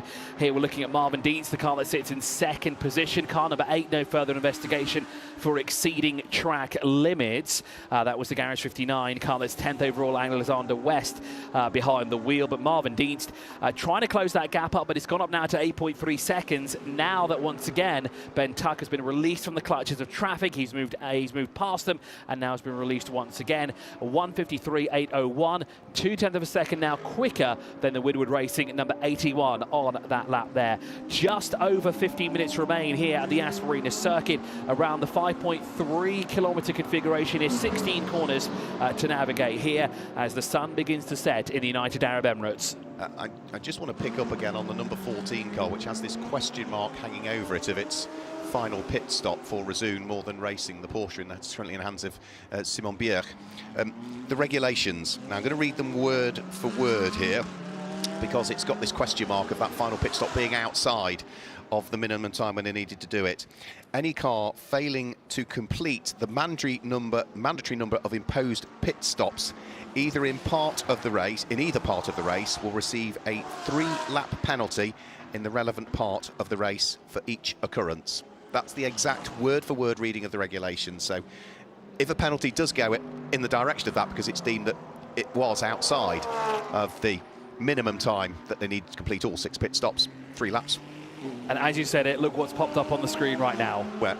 It was 3-lap penalty for failing to meet imposed pit stop requirements. So it's like you have that telepathic communication between you and race control. It's not come up on the race control feed as yet, but absolutely, that's what the regulations say. But there is confirmation. So unfortunately, despite that epic drive from what was the back of the field in GT3 Pro-Am for Resoon More Than Racing, they will incur a 3-lap penalty for failing to meet the imposed pit stop requirement. So that means come the end of the race, if they want to be crowned the winner of GT3 Pro-Am, they need to be at least 3 laps ahead of any car that's in front of them. Yep. Because if they're not, then they'll lose those 3 laps and they will potentially drop down the order. They will when the final results for this one is issued, they will get the 3-lap penalty added there. So they'll start part 2 of the race. Yep, 3 laps adrift. And they'll have that now going into the break. So maybe not the wisest decision to go and chat with the 14 team, because they'll probably be calculating how on earth can we now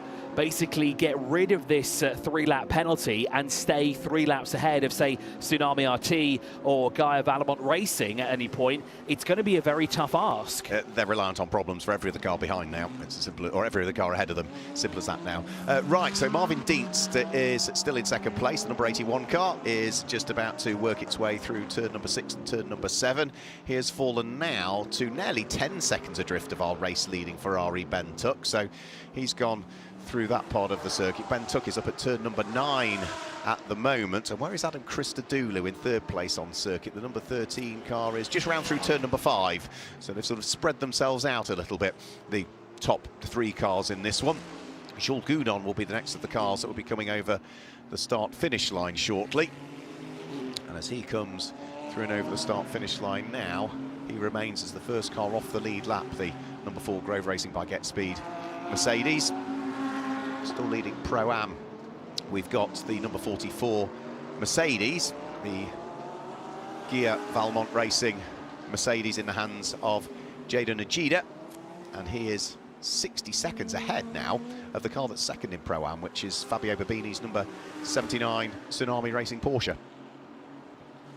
So there is the race leader now with 12 minutes to go in this 8-hour portion of the Gulf 12 Hours here at the Yas Marina Circuit in Abu Dhabi, just 30 minutes away from the capital. It's about 1 hour and 20 minutes away from Dubai as well.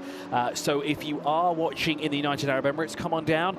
You have got some time if you do want to get involved in the autograph session and get some memorabilia signed, or just meet the drivers and the teams here.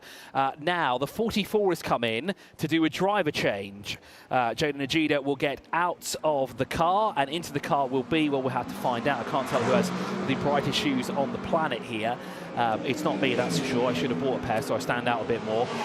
But this obviously doesn't qualify for their mandated pit stops because they've already done it, haven't they? They've done their required or their imposed pit stops already. They're just doing this to get the necessary track time in for the drivers.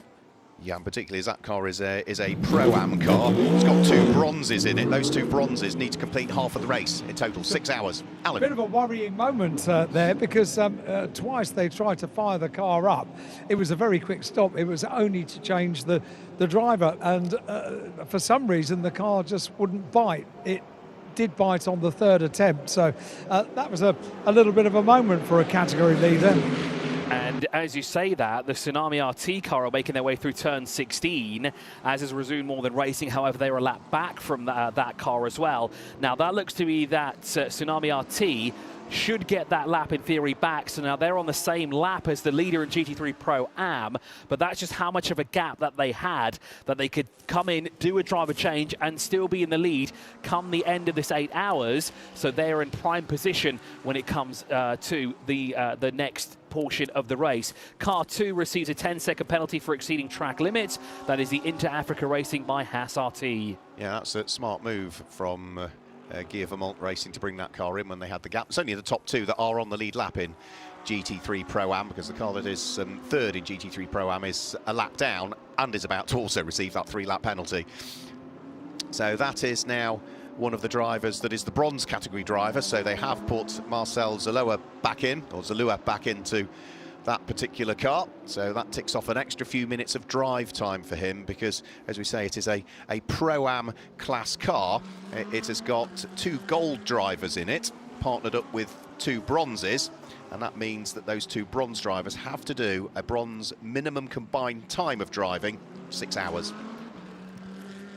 Hopefully they get it all right here as well, because that means then both the bronzes pretty much feature the most of the time in the next 4 hours of the race. And I'm just looking at how close it is now, the gap between the GT3 Pro-Am drivers, because it was 1 minute 19 seconds when they came across the line. However, we look at the track map on where those 2 cars are at the moment. The 44 is currently navigating its way through turn 15, and the 79 is less than a corner behind. So through 15 goes that car, through turn 16 goes the 44. That gap has come right down between our top 2 in GT3 Pro-Am. Yep, so they knew they'd got enough time to do the driver change, but only just enough time to do it. So that was probably a very, very good call indeed. Now, how long have we got? We've got 8.5 minutes to go in the first part. So in 8.5 minutes time, we'll reach the 2/3 point of this race, with the second part starting at 7 o'clock this evening under the floodlights, which really do change the dynamic of the race. The cars will look absolutely stunning under the floodlights. If you didn't join us for qualifying yesterday, you'll enjoy the sight of the cars thundering around what is a very well illuminated Yas Marina Circuit in the evening. It's almost like daylight, but just the way that the lights shine down, the liveries on the cars change, don't they? They look very different under natural daylight than they do under artificial nightlight. That's the thing, right? The Yas Marina Circuit, when it lights up like that, it's as if we're racing in full daytime. It's that's the reason why Formula One comes to the circuit here and chooses it as the very last race of the season. Even when I was here spectating along the hill, it felt like it was daytime. And Mark, you've just seen that we now have a new leader in GT3 Pro-Am, because Tsunami RT, well, they were 1.3 seconds at the line behind the 44. Now they are about 2 car lengths in front. Yeah, Fabio Babini has got the job done. So the 56-year-old Italian goes through to pick up the lead of Pro-Am.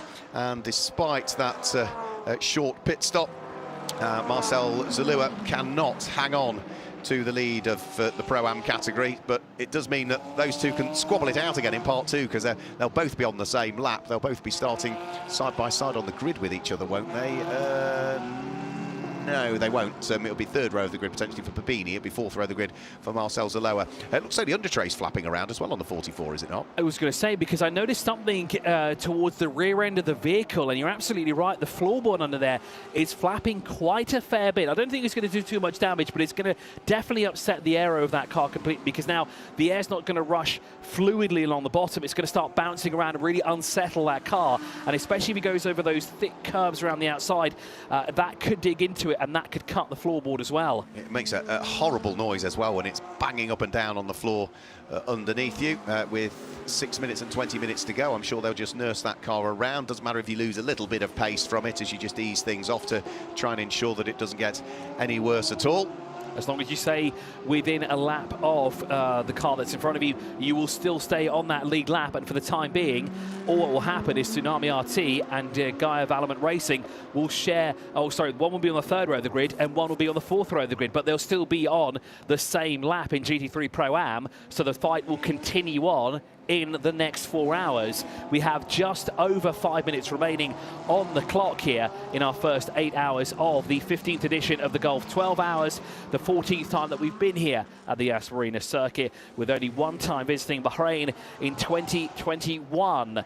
For pretty much the whole duration of the 12 hours, we have been racing here in Abu Dhabi. Now, on the inside there is the Car Collection Motorsport number 3. On the inside is the 21 Haas, and then it's the TFT Racing Mercedes AMG. Now, is that for position in class? It certainly looks the way, because the Car Collection Motorsport is ahead of Haas RT. It was 1/6 of a second at the line, and we have a yellow flag waving at turn 7 just before all of this unfolded here, and that is a change for position in class, moving Haas RT up to 12th overall and 6th in class. But that number 3 of Auguste Robert is not going to give that position away easily. He wants to fight for it, because they have to be careful, because the car that's placed 4th overall in class is now hounding them as well. Yeah, that's Jordan Boisson behind the wheel of the gold liveried Mercedes, which was one of those that I'd sort of got tied, hadn't I, for my favourite livery of the weekend. That will look amazing under the lights later on as well. Jordan Boisson will also be looking in his mirrors, because who's he got behind him? The second place car in the hands of Marvin Dienst, who is shortly about to complete lap number 220 for him. Remember, he was within at one point at 5 seconds of the race leader. Now that light blue Mercedes flashes its lights, the gap from first to second is now up to 11.1 seconds, and that's before Marvin Dienst has even carved his way through this traffic, which is going to hold him up further. So there is confirmation that Haas RT moves up now into 6th overall in GT3 Pro-Am, 12th overall, moving past the Car Collection Motorsport of the young Auguste Robert, who raced for Yas Heat Racing here, who have their home base at the Yas Marina Circuit, raced in Formula 4 Middle East last year, as Marvin Dienst on the inside there of the TFT Racing Mercedes AMG. But it looks like that TFT car is going to fight right back. Jordan Boisson does not want to lose that position on track at all, and he wants to stay with him, so he's going to stay in the draft here down the back straight, and you can see the aero being spoiled on the rear spoiler there as it's shaking left and right quite violently as well. But of course it all keeps it nice straight in line as well, and he follows Marvin Dienst through the sequence of corners, but sticks behind him by 2 car lengths. Yeah, tried to sort of straighten up the exit there to get on the power as soon as possible, did Jordan Boisson, but he is sitting in the slipstream of Marvin Dienst, but I'm sure he's not going to really mount a challenge, because he'll know that the car is in 2nd place overall. That's just gone through and past, and he actually outbrakes himself a little bit down in towards turn number 9, and probably carried a little bit more speed heading into the corner than he needed to. So yeah, you can see the amount of daylight has opened up ever more. 3 minutes to go before we conclude our first part of the 15th running of the Gulf 12 Hours. Ferrari, Mercedes, Mercedes, Mercedes. McLaren, Porsche is the top 6 at this stage, so that includes one car from every manufacturer, barring one, because the lead Audi, I'm afraid, is outside of the top 10. It's in 12th place at the moment, and that's number 21, Stephen Pellett-driven Haas RT machine. So the incident between cars 28 and 21 is noted at turn 5. That's a TFT racing car, and car 21 is the Haas RT, so that might explain why they've been moved around quite a fair bit. Car number 8 receives a 5-second penalty for exceeding track limits. Car number 8 is Garage 59, now down in 11th position, losing out to Enrico Fulgenzi Racing. I also noted that August was flashing the lights quite a fair bit, but there's no real car in front of him there. Now, that was clearly attacked tactic just to kind of force an error of the car in front of you. But I think, obviously, being a resident here of the United Arab Emirates, I think I know exactly what he's doing here this weekend when it comes to flashing. So Ben Tuck, our race leader by what is now 11.2 seconds to the good, makes his way through turn 7. There's only a handful of laps left now when it comes to the end of these 8 hours. Now, car number 4 under investigation for exceeding track limits. Jules Gounon behind the wheel of that car. That's the Grove Racing by GetSpeed. That message has popped up quite a few times, actually, over the course of him being behind the wheel. Also with the Groves also there as well. So we'll have to see if there's a penalty to apply to him come the end of the session here. But for the Almanar by Dragon with Ben Tuck behind the wheel, all 3 drivers have done a fantastic job in these opening 8 hours here to keep it nice and clean. Keep all 4 wheels on the tarmac and just carry the car home here. And of course, they'll be starting in the all-important pole position. They started from the front row of the grid. They've been leaders pretty much throughout this 8-hour portion of the Gulf 12 hours here. And of course, haven't looked back very often. No, they haven't, and are about to head over the start-finish line to start what will be the final lap in part 1 of the 15th running of the Gulf 12 hours. So on to the last lap of this race. There were 40 seconds just over remaining as it came onto the start-finish line. Second place car comes through now to head on to its last lap of the race. Marvin Dienst, who is still 11.7 seconds adrift. And Marvin doing what I thought he might do. You know, he's not pushed to try and close that gap. He's not really even caught the slower traffic ahead of him at this stage because, you know, what's to be gained out of it? Nothing. What's to be lost out of it? A lot. So sensible driving by Marvin Dienst. He remains on the lead lap of the race. And where's our third place car? He's just coming up towards turn number 15 now. So he's just going under the pedestrian bridge that links the hotel to the circuit. It's going to be Adam Christodoulou that's going to come through and start his final lap in 3rd position. So the race leader, Ben Tuck, he is working his way up towards turn number 6 and turn number 7. Ferrari are going to win the first part of the Gulf 12 hours, but at this point, we're only 2/3 of the way through. And a 10-second penalty will be applied to car number 4 as we've officially elapsed 8 hours of racing here at the Yas Marina Circuit in Abu Dhabi, just 30 minutes away from the capital. This, of course, is the 15th running of the Gulf 12 hours. You see Marvin Dienst go around the outside in the 81 on the 44, our leader in GT3 Pro-Am, or what was before. They're actually 2nd place now in that category. Now, where is Ben Tuck? He's currently working his way through turn 11, and he'll be making his way through the final corners and the 3rd and final sector here for the final time in this first 8 hours of the race.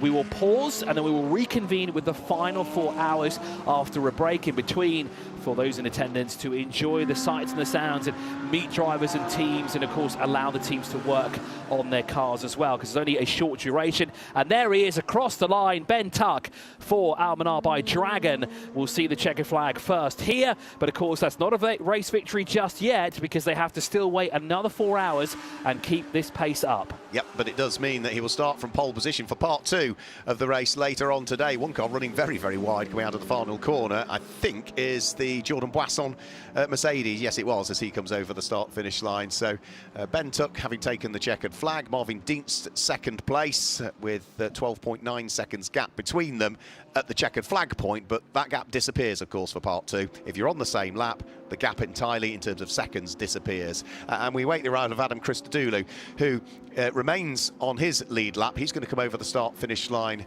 any second now.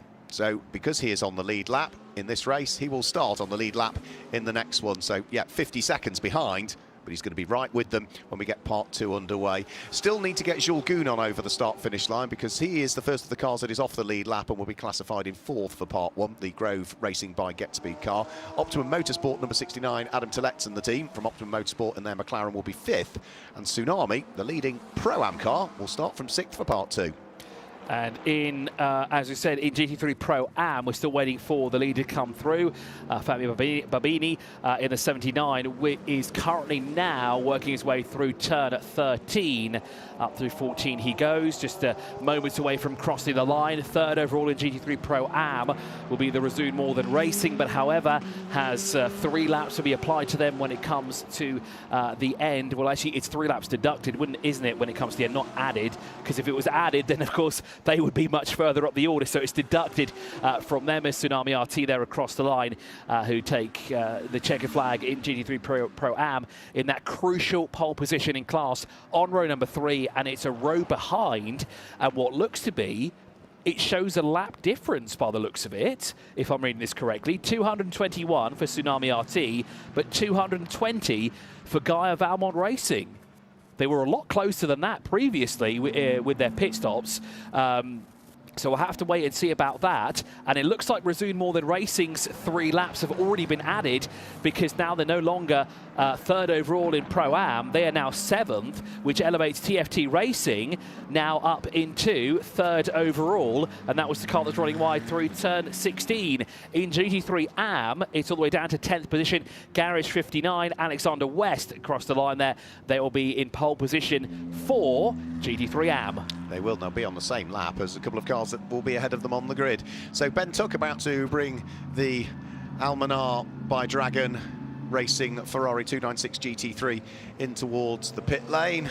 The cars, some of them will be held in the technical area in Parc Fermé down there. Other cars, I believe, may well be waved through back to the teams in the garages, but any cars that return back to their garages are still under Parc Fermé conditions for a period of time. So it's not so the teams can go to work immediately on the cars. Parc Fermé means nobody is allowed to touch the car until all the requisite checks and ticks and balances have been done. So the first few cars you can see being stopped at pit lane entry Parc Fermé.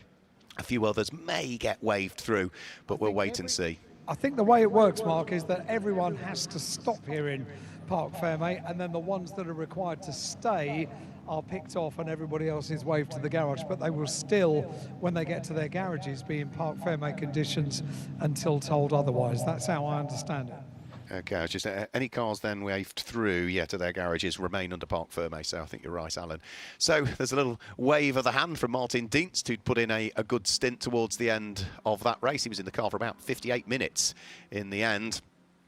Everyone else was sort of anywhere between 50 and an hour. One of the shorter stints towards the end was, of course, Marcel Zaloa, who just hopped in for the final, 12 or so minutes, just to tick off a bit of extra drive time for the bronze drivers in that car, who all need to complete the requisite minimum drive time across the 12 hours. So there's sort of these things in the background that you, as a team manager, always need to keep an eye on, that you've made sure that your bronze drivers, depending on whether you're a Pro-Am car, it's got to be a minimum of 3 hours. And if it's a Pro car, minimum of 3 hours for your bronze. If it's a Pro-Am car, you've got to make sure all of your bronzes drive for a minimum of 6 hours.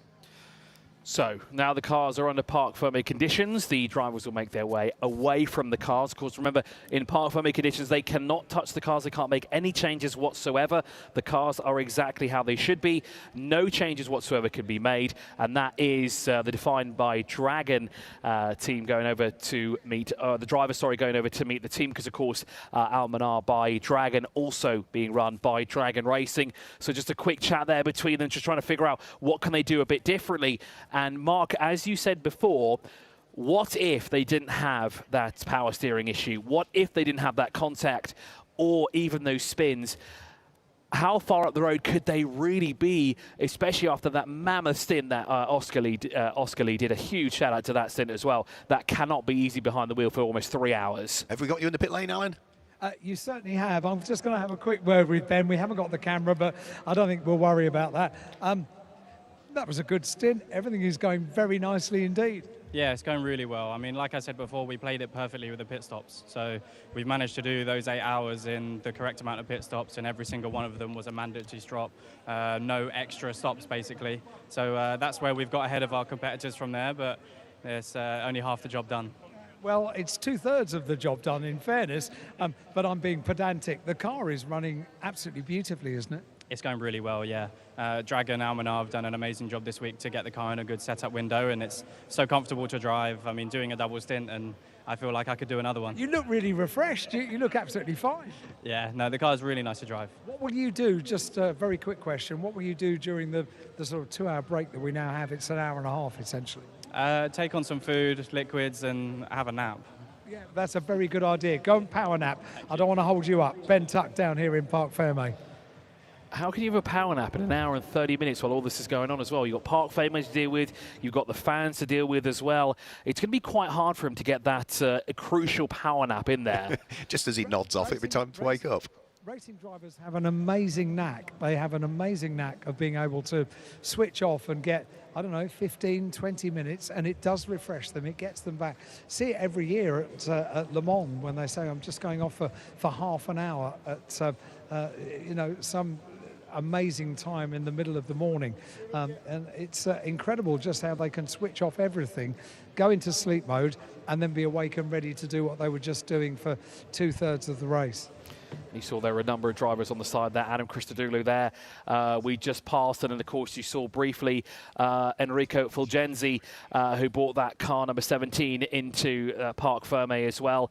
4th overall in class in GT3 Pro-Am, but 9th overall at the end of the first 8 hours here. It's been a thrilling first 8 hours as well here at the Gulf 12 Hours, the 15th edition of the Gulf 12 Hours. And of course, we look forward to the next 4 hours of racing, which of course will be set up from the way they finished this first 8 hours here. So it will be Al Manar by Dragon with Ben Tuck on the front row of the grid, but we'll get confirmation on who exactly will be starting that car. Winwood Racing would line up alongside them, and the second position on the first row of the grid in the Mercedes AMG GT3 and the AT1.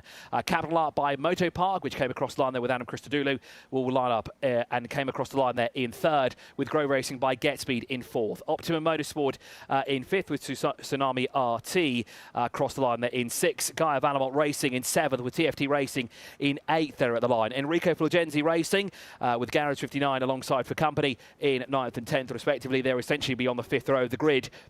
Then we see Car Collection Motorsport, who was brought across the line there by our youngest driver in the field, Auguste Robert, finishes 12th overall. And Inter Africa Racing by Haas RT. Hopefully they have those ailing issues sorted out when it comes to the second part of the race later on, finishes 13th. Then we see Razoon More Than Racing, who across the line were 3rd overall in GT3 Pro-Am.